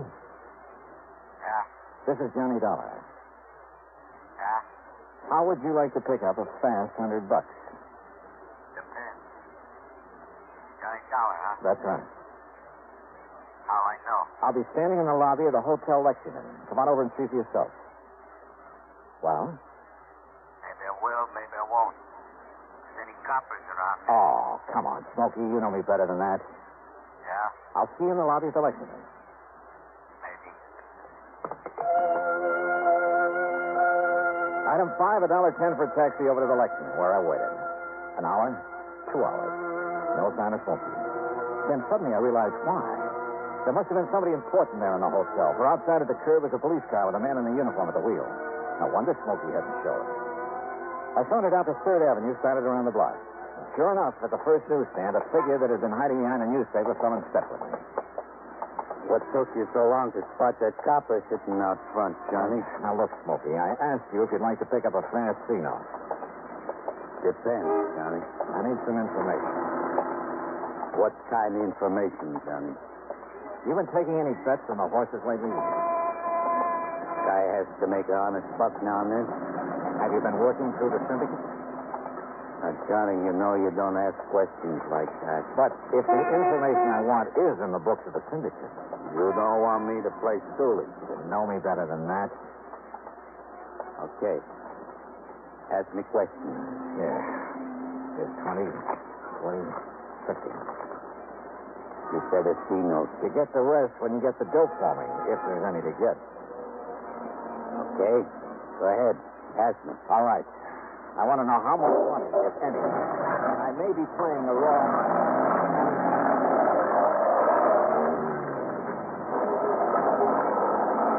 Okay, Johnny. If I find out anything. Good. You call me on the phone again. Maybe 3:30, 4 o'clock. Good. And Smokey. Yeah? If there is such information to be had, and you get it, maybe I'll double that to you. Okay, Johnny.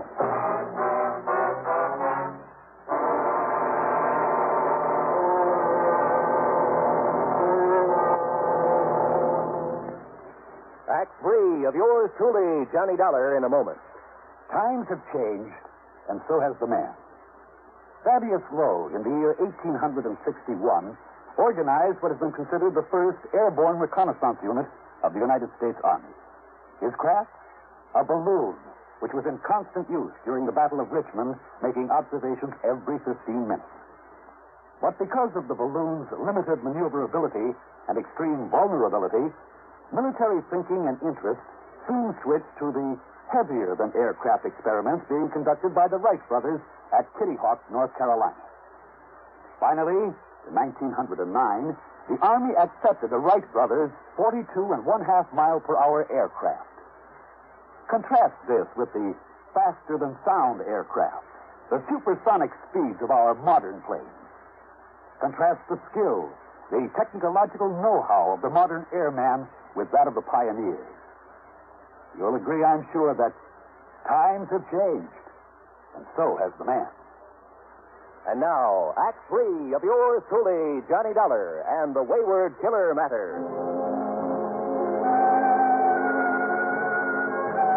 Expense account item 6.95 for a cab back to John R. Welton's apartment on East 53rd. Randy Singer's boys had found no clue to the identity of Welton's attacker. Welton himself was beginning to stir. Yeah, we'll be able to talk to him any minute now, Johnny. Okay, good. Oh, now get down, boy. Go lay on your pillows. Oh, incidentally, we found the gun that was used in the murder he witnessed last week. Oh, where? Like you said, in the storm drain near that alley on First Avenue. Oh. Yeah, but no print. No print. Randy, I didn't think there would be. What time is it? 3:51. Why? I'm going to make a phone call. Oh, the phone's right over there. Hey, Wilton's coming too. What's this? What goes on here? It's all right, Mr. Welton. You're going to be okay. Police. That's right. Yeah. Got a phone. Thank heaven. I beg you. Yeah, I'm afraid we got here a little too late, but you're going to be okay. The doc says so. That man, the man who attacked me. The same one you talked to at the murder? Yes. Yes. Smokey, this is Johnny Dollar. Johnny Dollar. Yeah? What? 23,400. 20. Yeah, I got it. Good boy. What did he say about... I'll meet you at the Lex at, 20? say, 6 p.m. Okay, the newsstand. Mr. Dollar, what did you say about me? Yeah, Johnny, what goes? Funny. How would you like to make an arrest? Arrest? That's right, Randy. Of the man who killed that bookie. When you know who he is? Yeah, Welton, I sure do. And, Randy, I'm ashamed of you. What? Come here, boy. Now, listen, Johnny, This pup really deserves the credit. Good boy. Down. Johnny, what under the sun are you talking about? The night of that murder. Welton says the pup chewed a hunk out of the killer's pants. Yes. He was trying to defend me. You say that killer struck you, Welton. He did. But he made no move to hurt the dog. Well... Now, believe me, that doesn't make sense. He would have put a bullet in him even before he struck you. Now, Mr. Now, Dollar... what about this so-called fight here in your apartment a couple of hours ago? It was the same man. Yeah? And did the dog attempt to fight him off? No. Because there was nobody for him to fight. Johnny, you think he wouldn't have been heard down in the street if somebody really clobbered you? Well, You faked this attack on you, Welton, to make it look like the killer was somebody else. Too bad you didn't break your neck when you jumped out that window. You don't know what you're talking about. Another thing. And this is where you missed a bet, Randy. Yeah? Over on First Avenue, I checked with a crew from the electric company. They finally got around to fixing that street light. Huh? Yeah. That light's been out for nearly 3 weeks. So how could Welton have seen another man in that alley well enough to make a positive identification? Now, listen, Dollar. Shut up, Welton. Said my phone call just now. Randy, Welton was in hot to that bookie he murdered. To the tune of $23,000. He threatened me. He said he'd kill me if I didn't pay him. I had to kill him. If I hadn't killed him, he... Breaks my heart, Johnny, but thanks. Okay, Welton, up on your feet.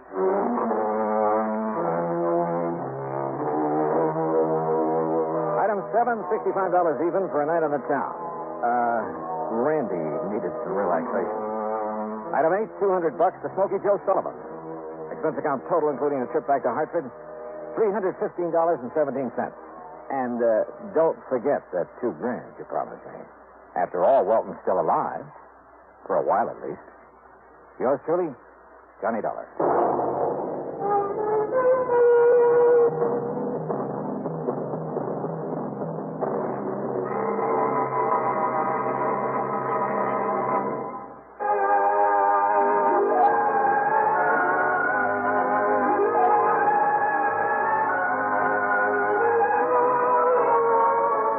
truly, Johnny Dollar, starring Bob Bailey, originates in Hollywood and is produced and directed by Jack Johnstone, who also wrote today's story. Heard in our cast were Edgar Barrier, Herb Vigran, James McCallion, Paul Dubov, Lawrence Dobkin, John Daner, Bill James, and Vic Perrin. Be sure to join us next week, same time and station, for another exciting story of yours truly, Johnny Dollar.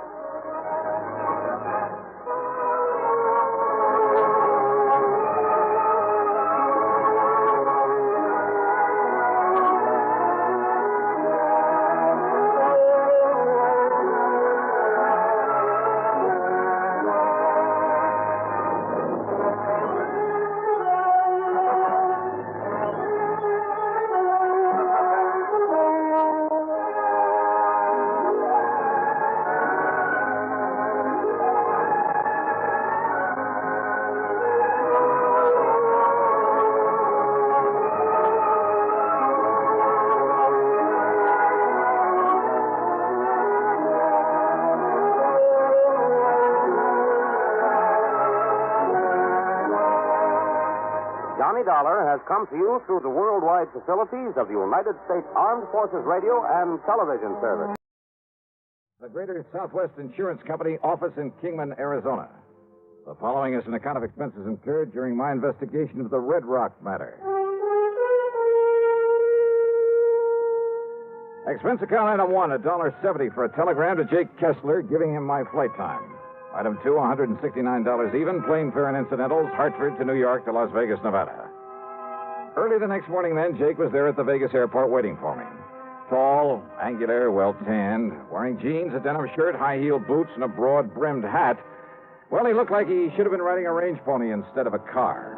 We headed east on 95 through Boulder City, then south toward Kingman, Arizona.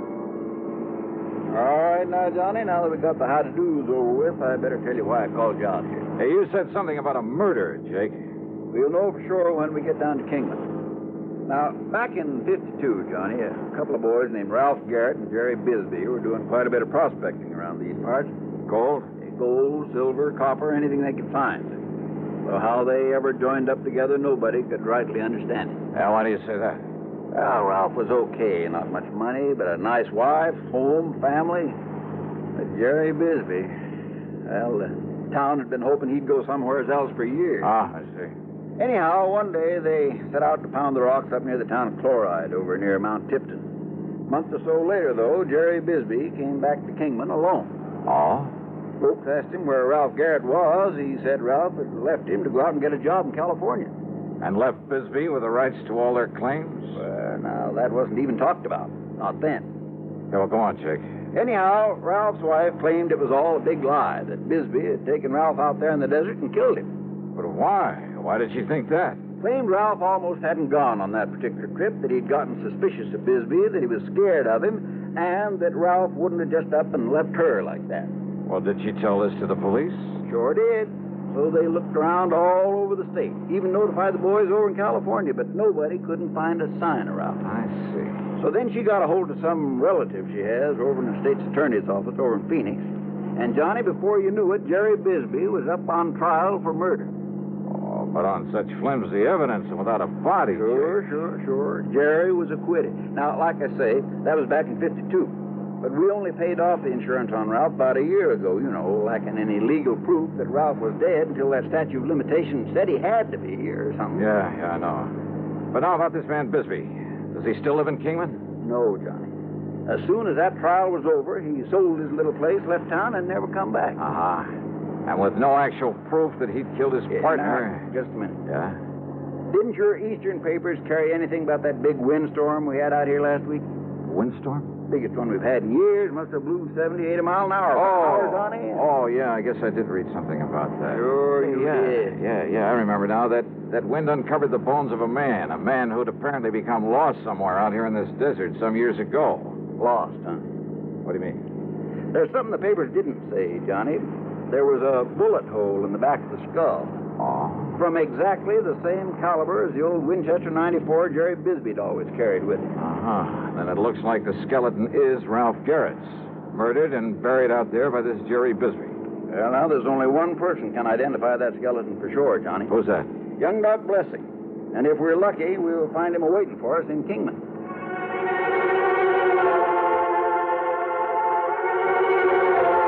Well, that was all Jake had to say about the matter until we could talk to Dr. Blessing. When we got to Jake's office there in Kingman, we found a note in the door from Dr. Blessing asking us to wait for him. So we sat there and waited. And then he came here and... Rat the dang flies. Think out here in this nice, clean desert air, they wouldn't... There you are. Oh, I won't be able to hear out of this here for a week. Yeah, I thought you were trying to knock your head off there for a minute. I almost did. But you were saying that young Doc Blessing took over his father's practice out here. Yeah, a couple of years ago. And that included all the records his pa had always kept, complete records of every case he'd ever handled. Notes, prescriptions, x-rays, everything. Boxes, crates, cartons of them, Johnny. And that's what young Doc's looking into right now, all those old records. Why, Jake? Because he had a vague remembrance that one time, a long while ago, his pa... Oh, howdy, Doc. Jake, I take it you're Johnny Dollar. That's right. I'm Doc Blessing. Glad you're here, Dollar. Jake, I've been over at police headquarters. And you found something, Doc? Yes, Doctor. Now, you must understand this, Dollar. The police around here are fine. Good state authorities, too, but this thing may be beyond their reach. What'd you find in your pa's old records? Jake, I found evidence, including x-rays, that proved that my father patched up a broken thigh for Ralph Garrett back in 47. X-rays clearly showed the steel femoral plate he used to pin two sections of bone together. Then, Doc... It's been kept from the papers, Dollar. But on the skeleton they found in the desert was that very same fractured thigh bone and the stainless steel plate that my father... I knew it. Well, there's no question about it. That skeleton is Ralph Garrett's. Well... And with that bullet hole from Jerry Bisbee's gun in the skull. Exactly. Or a gun like Bisbee. Yeah, now, don't start kidding yourself, Johnny. Yeah, now, Dollar, there's... Yeah, okay. You got a point. It looks as though Bisbee murdered him, all right. Of course he did. Why else would he skip out after the trial? So what you've got to do, Johnny, is get out and find it. Bring him back to justice. That's all. That's all? Well, yes. Oh, sure.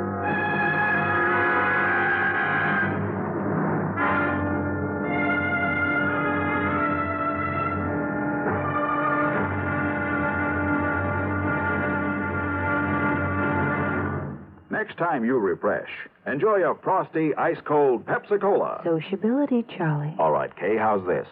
Pepsi is light, refreshes without filling. You like to refresh? Have a Pepsi right now. Well, offer it to everybody, Charlie. I will. Enjoy Pepsi at the fountain. It's delicious at home, too. Have one at lunch or with a snack.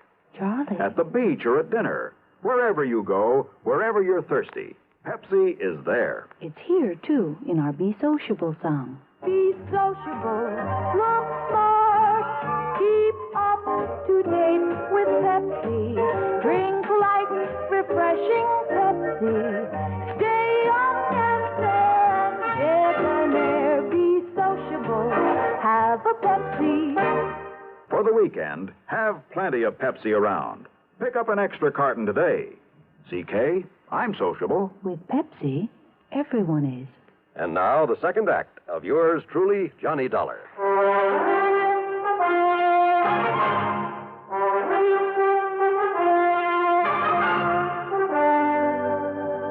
Now, Jake, you say that right after his trial, Bisbee left town. And no forwarding address, and I don't need to tell you nobody's seen hide nor hair of him since. Well, what happened to the rights to the mining claims?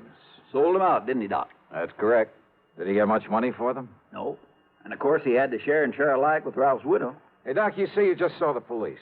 Yeah, Dollar, and of course they're certain, too, that Bisbee murdered Ralph Garrett. On the strength of the evidence I was able to provide for him. Uh-huh. Any idea how they plan to proceed? Yeah, I assume they've notified the state police and that they'll put out bulletins all over the country. All of which will take time, of course. Yeah, in other words, they have no idea whatsoever where Jerry Bisbee might be by now. Well, after all, Johnny, after all these years. Yeah. Bisbee may have gone anywhere after he left here, and since he alone had knowledge of his guilt at that time. Yeah. So all I have to do is perform a slight miracle and... Hey, wait, you say that he was a prospector while he was living here in Kingman. That's right. Well, what else did he do? Well, he kind of worked some of the mines now and then, enough to keep him in food and clothes and tobacco's all. And liquor, of course. He was a heavy, disagreeable drinker. But that's all. It's the only work he knew. Now I got some house calls to make. If I can be of any further help. Yeah, well, maybe that gives me an idea. Yeah? No, you go ahead, Doc. I can work on it right here. Very well. Don't hesitate to call me. What's this idea, Johnny? Just let me use this phone. Well, sure, go ahead.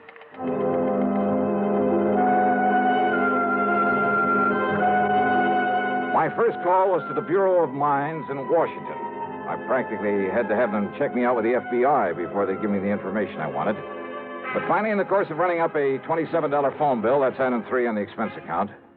Yes, Mr. Dollar, I've located a listing of mining claims in the name of Jerry Bisbee. Then he's still prospecting. The list begins with 1944.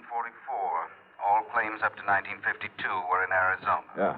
Would you like me to read them to you? No, thanks. What I'm interested in is recent claims, and I've got a suspicion they won't be in Arizona. Let me see now. Yes, you're quite right. Yeah? Within the past few years, he's apparently been doing some prospecting in the state of Nevada. Where? Well, in several rather widely separate... Well, of course, the office in Carson City could give you more up-to-date information than we have. Yeah, you're right. I'll call him. Thanks very much. Progress? Yeah, Jake. It looks like maybe we're getting somewhere. I knew you would, Johnny.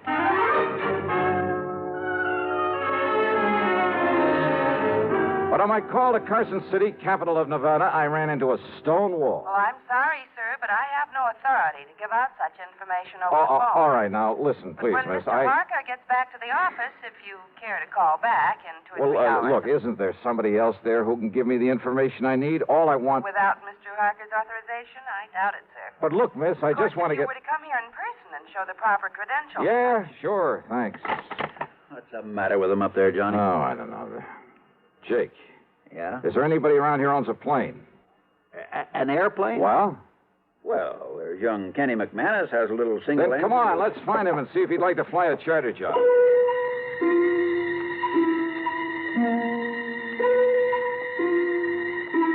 Expense account item 4, $175 to Kenny McManus for the use of his plane and his service as pilot. Only I'm not so sure I would have chartered that particular plane if I'd taken time for a real good look at it before we started off. Yeah, with 2 passengers, a full load of gas, and my luggage, it was hardly... Well, let's face it. It was old and definitely underpowered for such a trip. We missed the tops of several mountains by only inches along the way. But somehow, shortly after noon, we landed in the Nevada capital. Item 5, $1 to one of the lads at the hangar for a ride into the local bureau representative. Mr. Harker was somewhat reticent until I mentioned one word. What was that, Mr. Dollar? Murder, Mr. Harker. I want this man Bisbee for murder. I see. And I'm certain I can be of help to you. And now, thanks to Mr. Harker's cooperation, I finally really got on Jerry Bisbee's trail. Item 6, $50, deposit on a rental car, and I headed due east. I headed for the lively old ghost town of Virginia City. I didn't know I was also heading into one of the most dangerous situations in my whole career.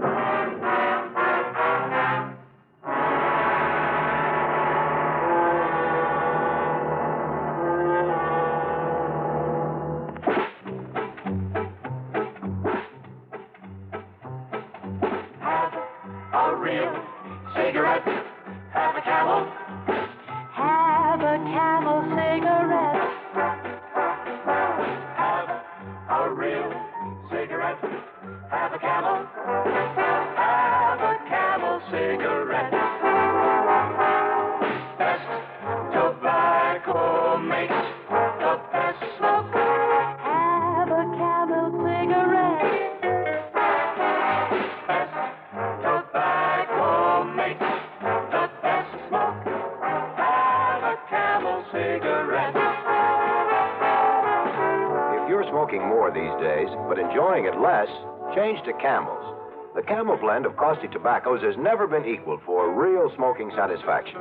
Have a real cigarette. Have a Camel. Start to really enjoy smoking again.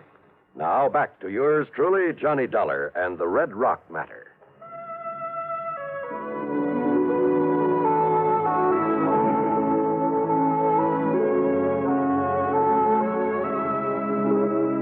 Virginia City is fabulous. A monument to the rip-roaring days of the Comstock Lode. When all too often a man's life depended on how fast he could draw, or how well he could defend a hunk of barren ground that he chipped away at in the hope it would give up millions of dollars worth of gold-bearing quartz or the heavy blue mud so rich in silver ore. Still standing are many of the colorful buildings put up in the 1860s. Piper's Opera House. You picked up your key at the Bucket of Blood Saloon. There was the office of the Territorial Enterprise that carried editorials by Mark Twain. The famous Crystal Bar. The gambling halls where debts were paid in dust and nuggets. Famous names, too.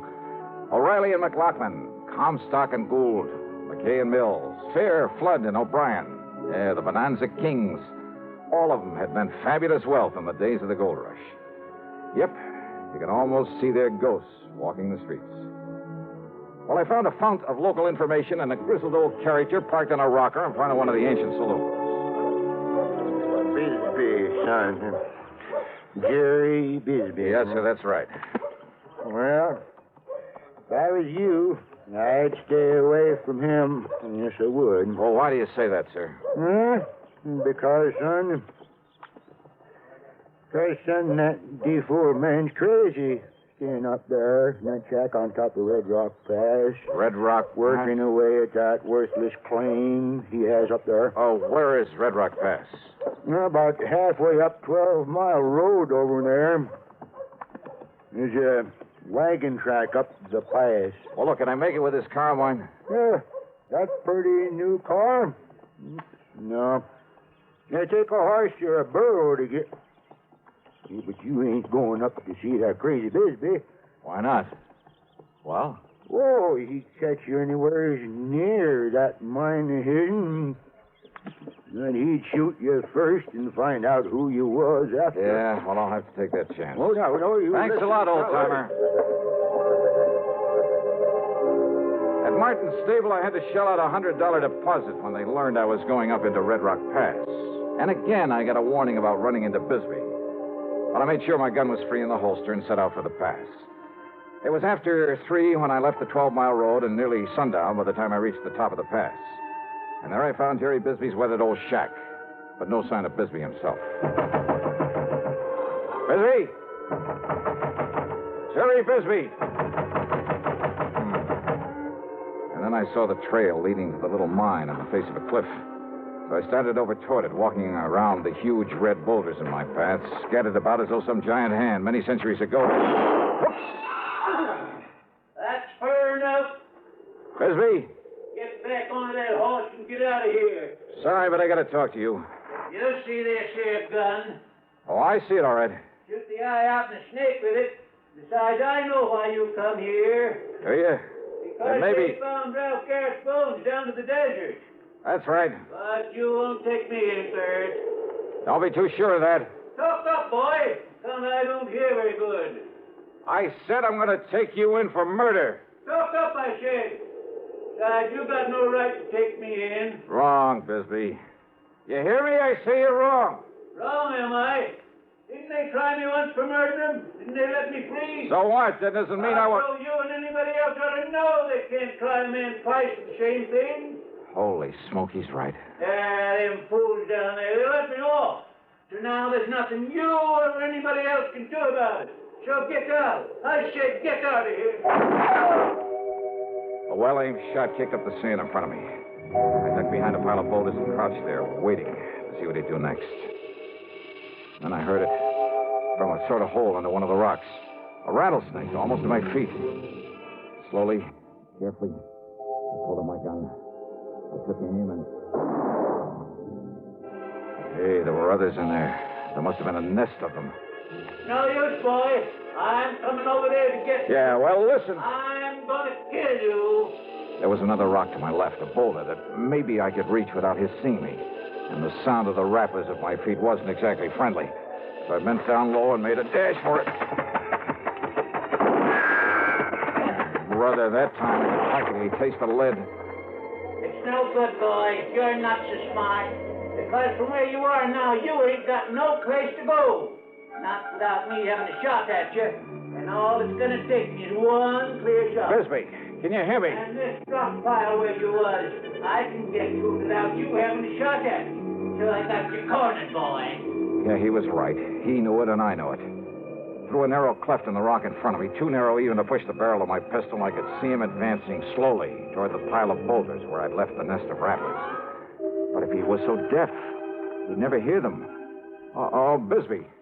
Hey, Bisbee, listen to me. Talk up. You got anything to say? Stay away from that pile of rocks. I'm going to kill you. Hey, look, I said stay away from that pile of rocks. I'm going to kill you dead. Unless you throw out your gun and come out here with your hands up over your head. Come on out of there. Yeah. Okay. I'll do it. What you say? I said yes. Here, look. Here's my gun. You coming out like I told you? Yes, look. With my hands up. I was going to fool you. What? Because I'm going to kill you anyway. The same as I did Ralph Garrett. Bisbee. Hey, Bisbee, wait. Stay away from those rocks. If you got another gun hit on you, it'll do you no good. Bisbee! Things happened fast.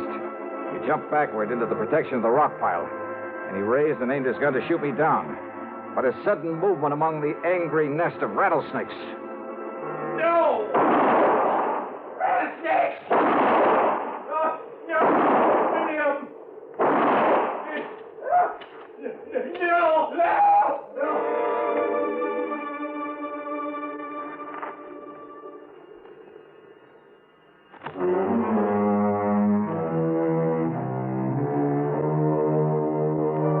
By the time I got over to him and hauled him out of that pit of death, half a dozen of the deadly rattlers must have struck him. He died before I could get him back to Virginia City. Yeah, justice again. In one of her own inscrutable ways. Expense account total, including a couple of good stiff drinks. Then the trip on back to Hartford, $496.25. Yours truly, Johnny Dollar.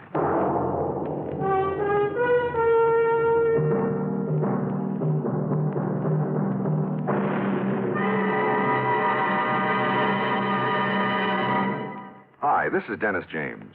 Say, remember way back when this melody was popular?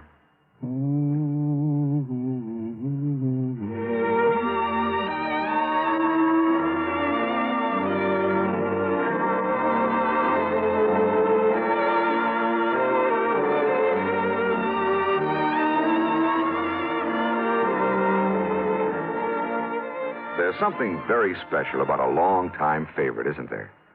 Well, folks feel the same way about one of Kellogg's favorites, Kellogg's All Brand. Going on 41 years now, it's been America's most popular good food way to fight irregularity from lack of bulk. Because it's whole brand, Kellogg's All Brand gentles away irregularity safely and reliably. And because it's deep toasted for extra crispness, it never gets mushy in milk. There's only one All Brand, Kellogg's All Brand. That's ALL-BRAN. Kellogg's All Brand. Now, here's our star to tell you about next week's story. Well, next week, the canned canary matter. You heard it right. And I promise you that title is a real fooler. Join us, won't you? Yours truly, Johnny Dollar.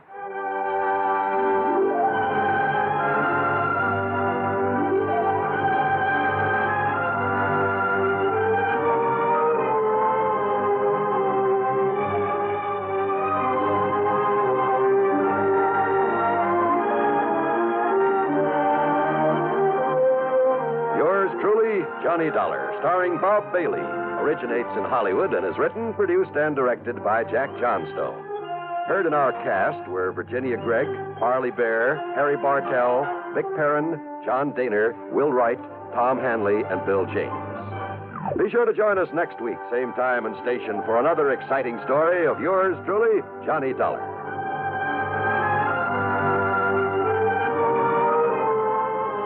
This is John Wall speaking. Suspense follows on the CBS Radio Network. You know, Dooley, I've been reading up on hypnosis. Come here and let me try it on you. I am an officer of the law and don't approve of making a man divulge his secrets.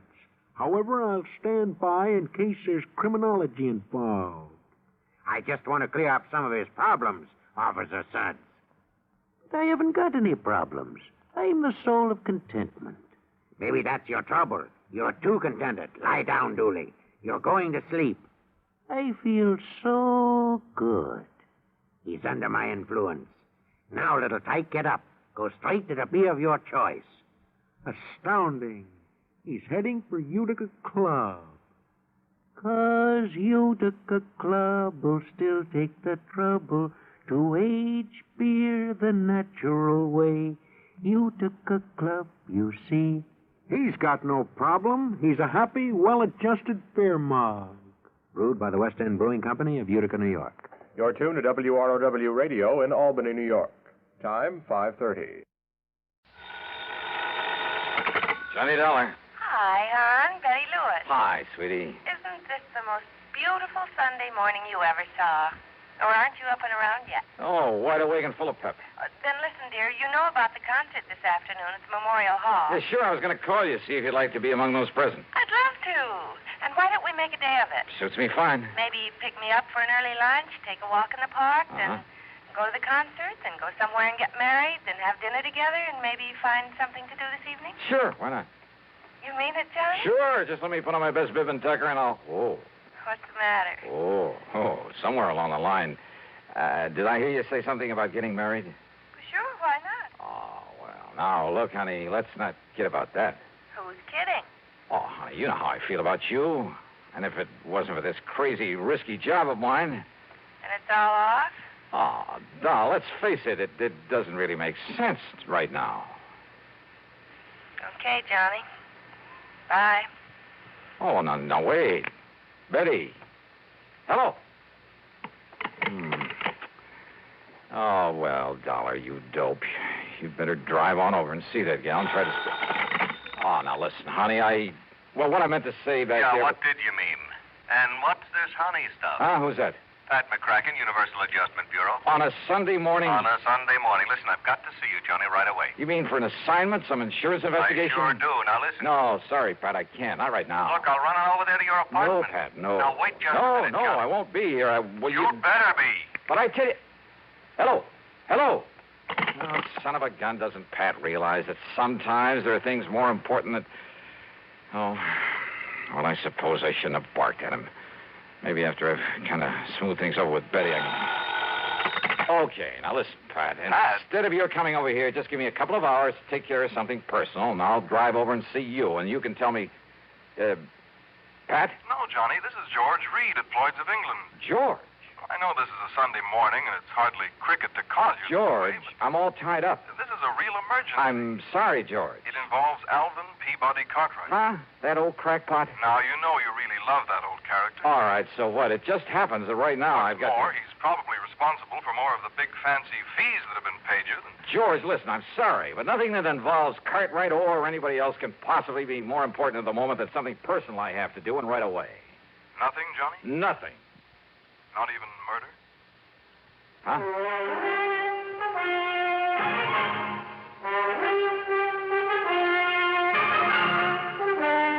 CBS Radio brings you Bob Bailey in the exciting adventures of the man with the action-packed expense account, America's fabulous freelance insurance investigator. Yours truly, Johnny Dollar.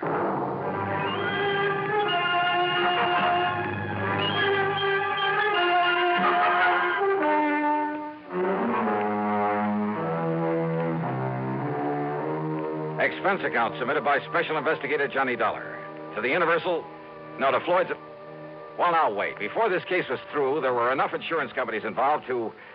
Well, anyhow, it's an account of expenses incurred during my so-called investigation of the 5 Down matter. 3 phone calls, all within a couple of minutes, all demanding my services immediately. And I promised to call them right back. George Reed at Floyd's of England, Pat McCracken of Universal Adjustment Bureau, and frankly, more important to me, the best gal friend, Betty Lewis, on account of maybe I'd left the impression I was trying to give her a brush off or something. And as the people who listen to these reports know very well, that I would never do. Yeah, that's it. First I'd call Betty, but as I reach for the phone again... Johnny Dollar. John, thank goodness I found you in. Who are you? It's vital that I see you at once, immediately. Yeah, I said, who are you? Who am I? Yes. Why, Johnny, this is Harry Branson of Philadelphia Mutual Liability and Casualty Insurance Company. Harry, look, if this call is about business... Well, of course it is. Well, I'm sorry. I'm all tied up. But if it's something that can wait... I'm afraid because not. I have 2 or 3 other things that I have to So attend to what I will first. do, John, is this. I will give you the address of where you must go. No, sorry. Then you can fly on out there and do it. Harry, no. And I'm sorry. I'm really sorry. I know you said that, but now, John... Look, Well, as soon as I can get these other things cleared away, I'll call you back, huh? Call me back? Yes. But good heavens, John. I'll call you back. John! Holy. What is this, anyhow? You'd think the world was coming to an end. Oh, now, wait. I call back to bed again. Huh? Oh, come on. This is carrying things too far. Johnny Dollar. Earl Poorman, Johnny. Now, look. Tri-State Life and Casualty. Yeah, down here on the Earl, coast. it's nice to... But listen, I'm sorry I can't talk to you right now. But, Johnny, I want you to come out here just as But quickly... I can't. That is... Now, listen, Johnny. I mean, at least not right away, Earl. Not right this minute, huh? This is very important. Well, something's come up. A lot of things have come up, and I can't even take time to talk to you until I... Listen. Hey, Earl. I'm listening. All right, let me call you back, huh? In a couple of minutes or maybe a couple of hours at the most, okay? Well, as long as I can be sure you'll come on But out I can't here. Oh, listen, I'll call you back. Oh, brother, nice, peaceful, quiet Sunday, huh? After all these guys, well, they've all been pretty good to me over the years, so if any of them has got a real problem... Oh, no, first I got to call Betty and patch things up. Oh, no, believe me, this is impossible. Yeah, go ahead, ring your head off, go ahead. When you decide there's no one here, I'll make the calls I promised, and oh, well. Johnny Dollar. Johnny, this is Buster. Buster? That's right. Buster Favor. Lake Mojave Resort. Oh, Here in well, Arizona. hiya. Buster, now listen to Johnny, me, please. if you're on your way out to California, I've got to see On my way out to... So if Whatever gave you the you're idea... taking a plane out to Los Angeles, why don't I drive on over? Hey, did I say anything about going to California? Oh, but I've got to see you, Johnny. Oh, Buster, look, please, believe me. With the crazy way things are going around here, believe me, I'm sorry, but I can't talk to you right now. But this is important. I know. So, sure it Johnny... is, but please, just give me a little while, and I'll get back to you. Whatever you say, but when you do get I'll out get here... back to you. Oh, telephone, so help me if you ring once more. All right. Hello, listen, whoever you are, this is Johnny Dollar. Nope, not this time. So guess again. What? I said to guess again. What's the matter with you? Don't you hear good? Alvin Peabody Cartwright. Well, of course I'm Alvin Peabody Cartwright. Who do you think I am, anyway? Mr. Cartwright. Johnny, you've got to come out here right away. Yeah, out where? And listen, George Reed called me about you a few minutes ago. He said something about a murder. Me? Murdered? Well, that was the impression I got. He was... I don't think so, Johnny. Wait a minute, I'll see. Oh, no, listen, Mr. Cartwright. No, you listen. It's vital that I see you right away. Yeah, well, I'm look... still here at my summer place in Beverly Hills, Johnny. Always did get the seasons mixed up. Oh. You remember the place? Oh, yes, I remember it very well. Now, listen. That last time you came here was to prevent a murder. I know, but Mr. Cartwright... This time, believe me, Johnny, it's much worse. It's much more serious. Well, what? What is it, then? Well, I can't... I honestly don't dare tell you over the phone, but Johnny, I plead, I beg of you, come out here right away. What I've already told several people, more serious than murder? Believe me, boy, there is nothing that can possibly be more important than your coming here. You mean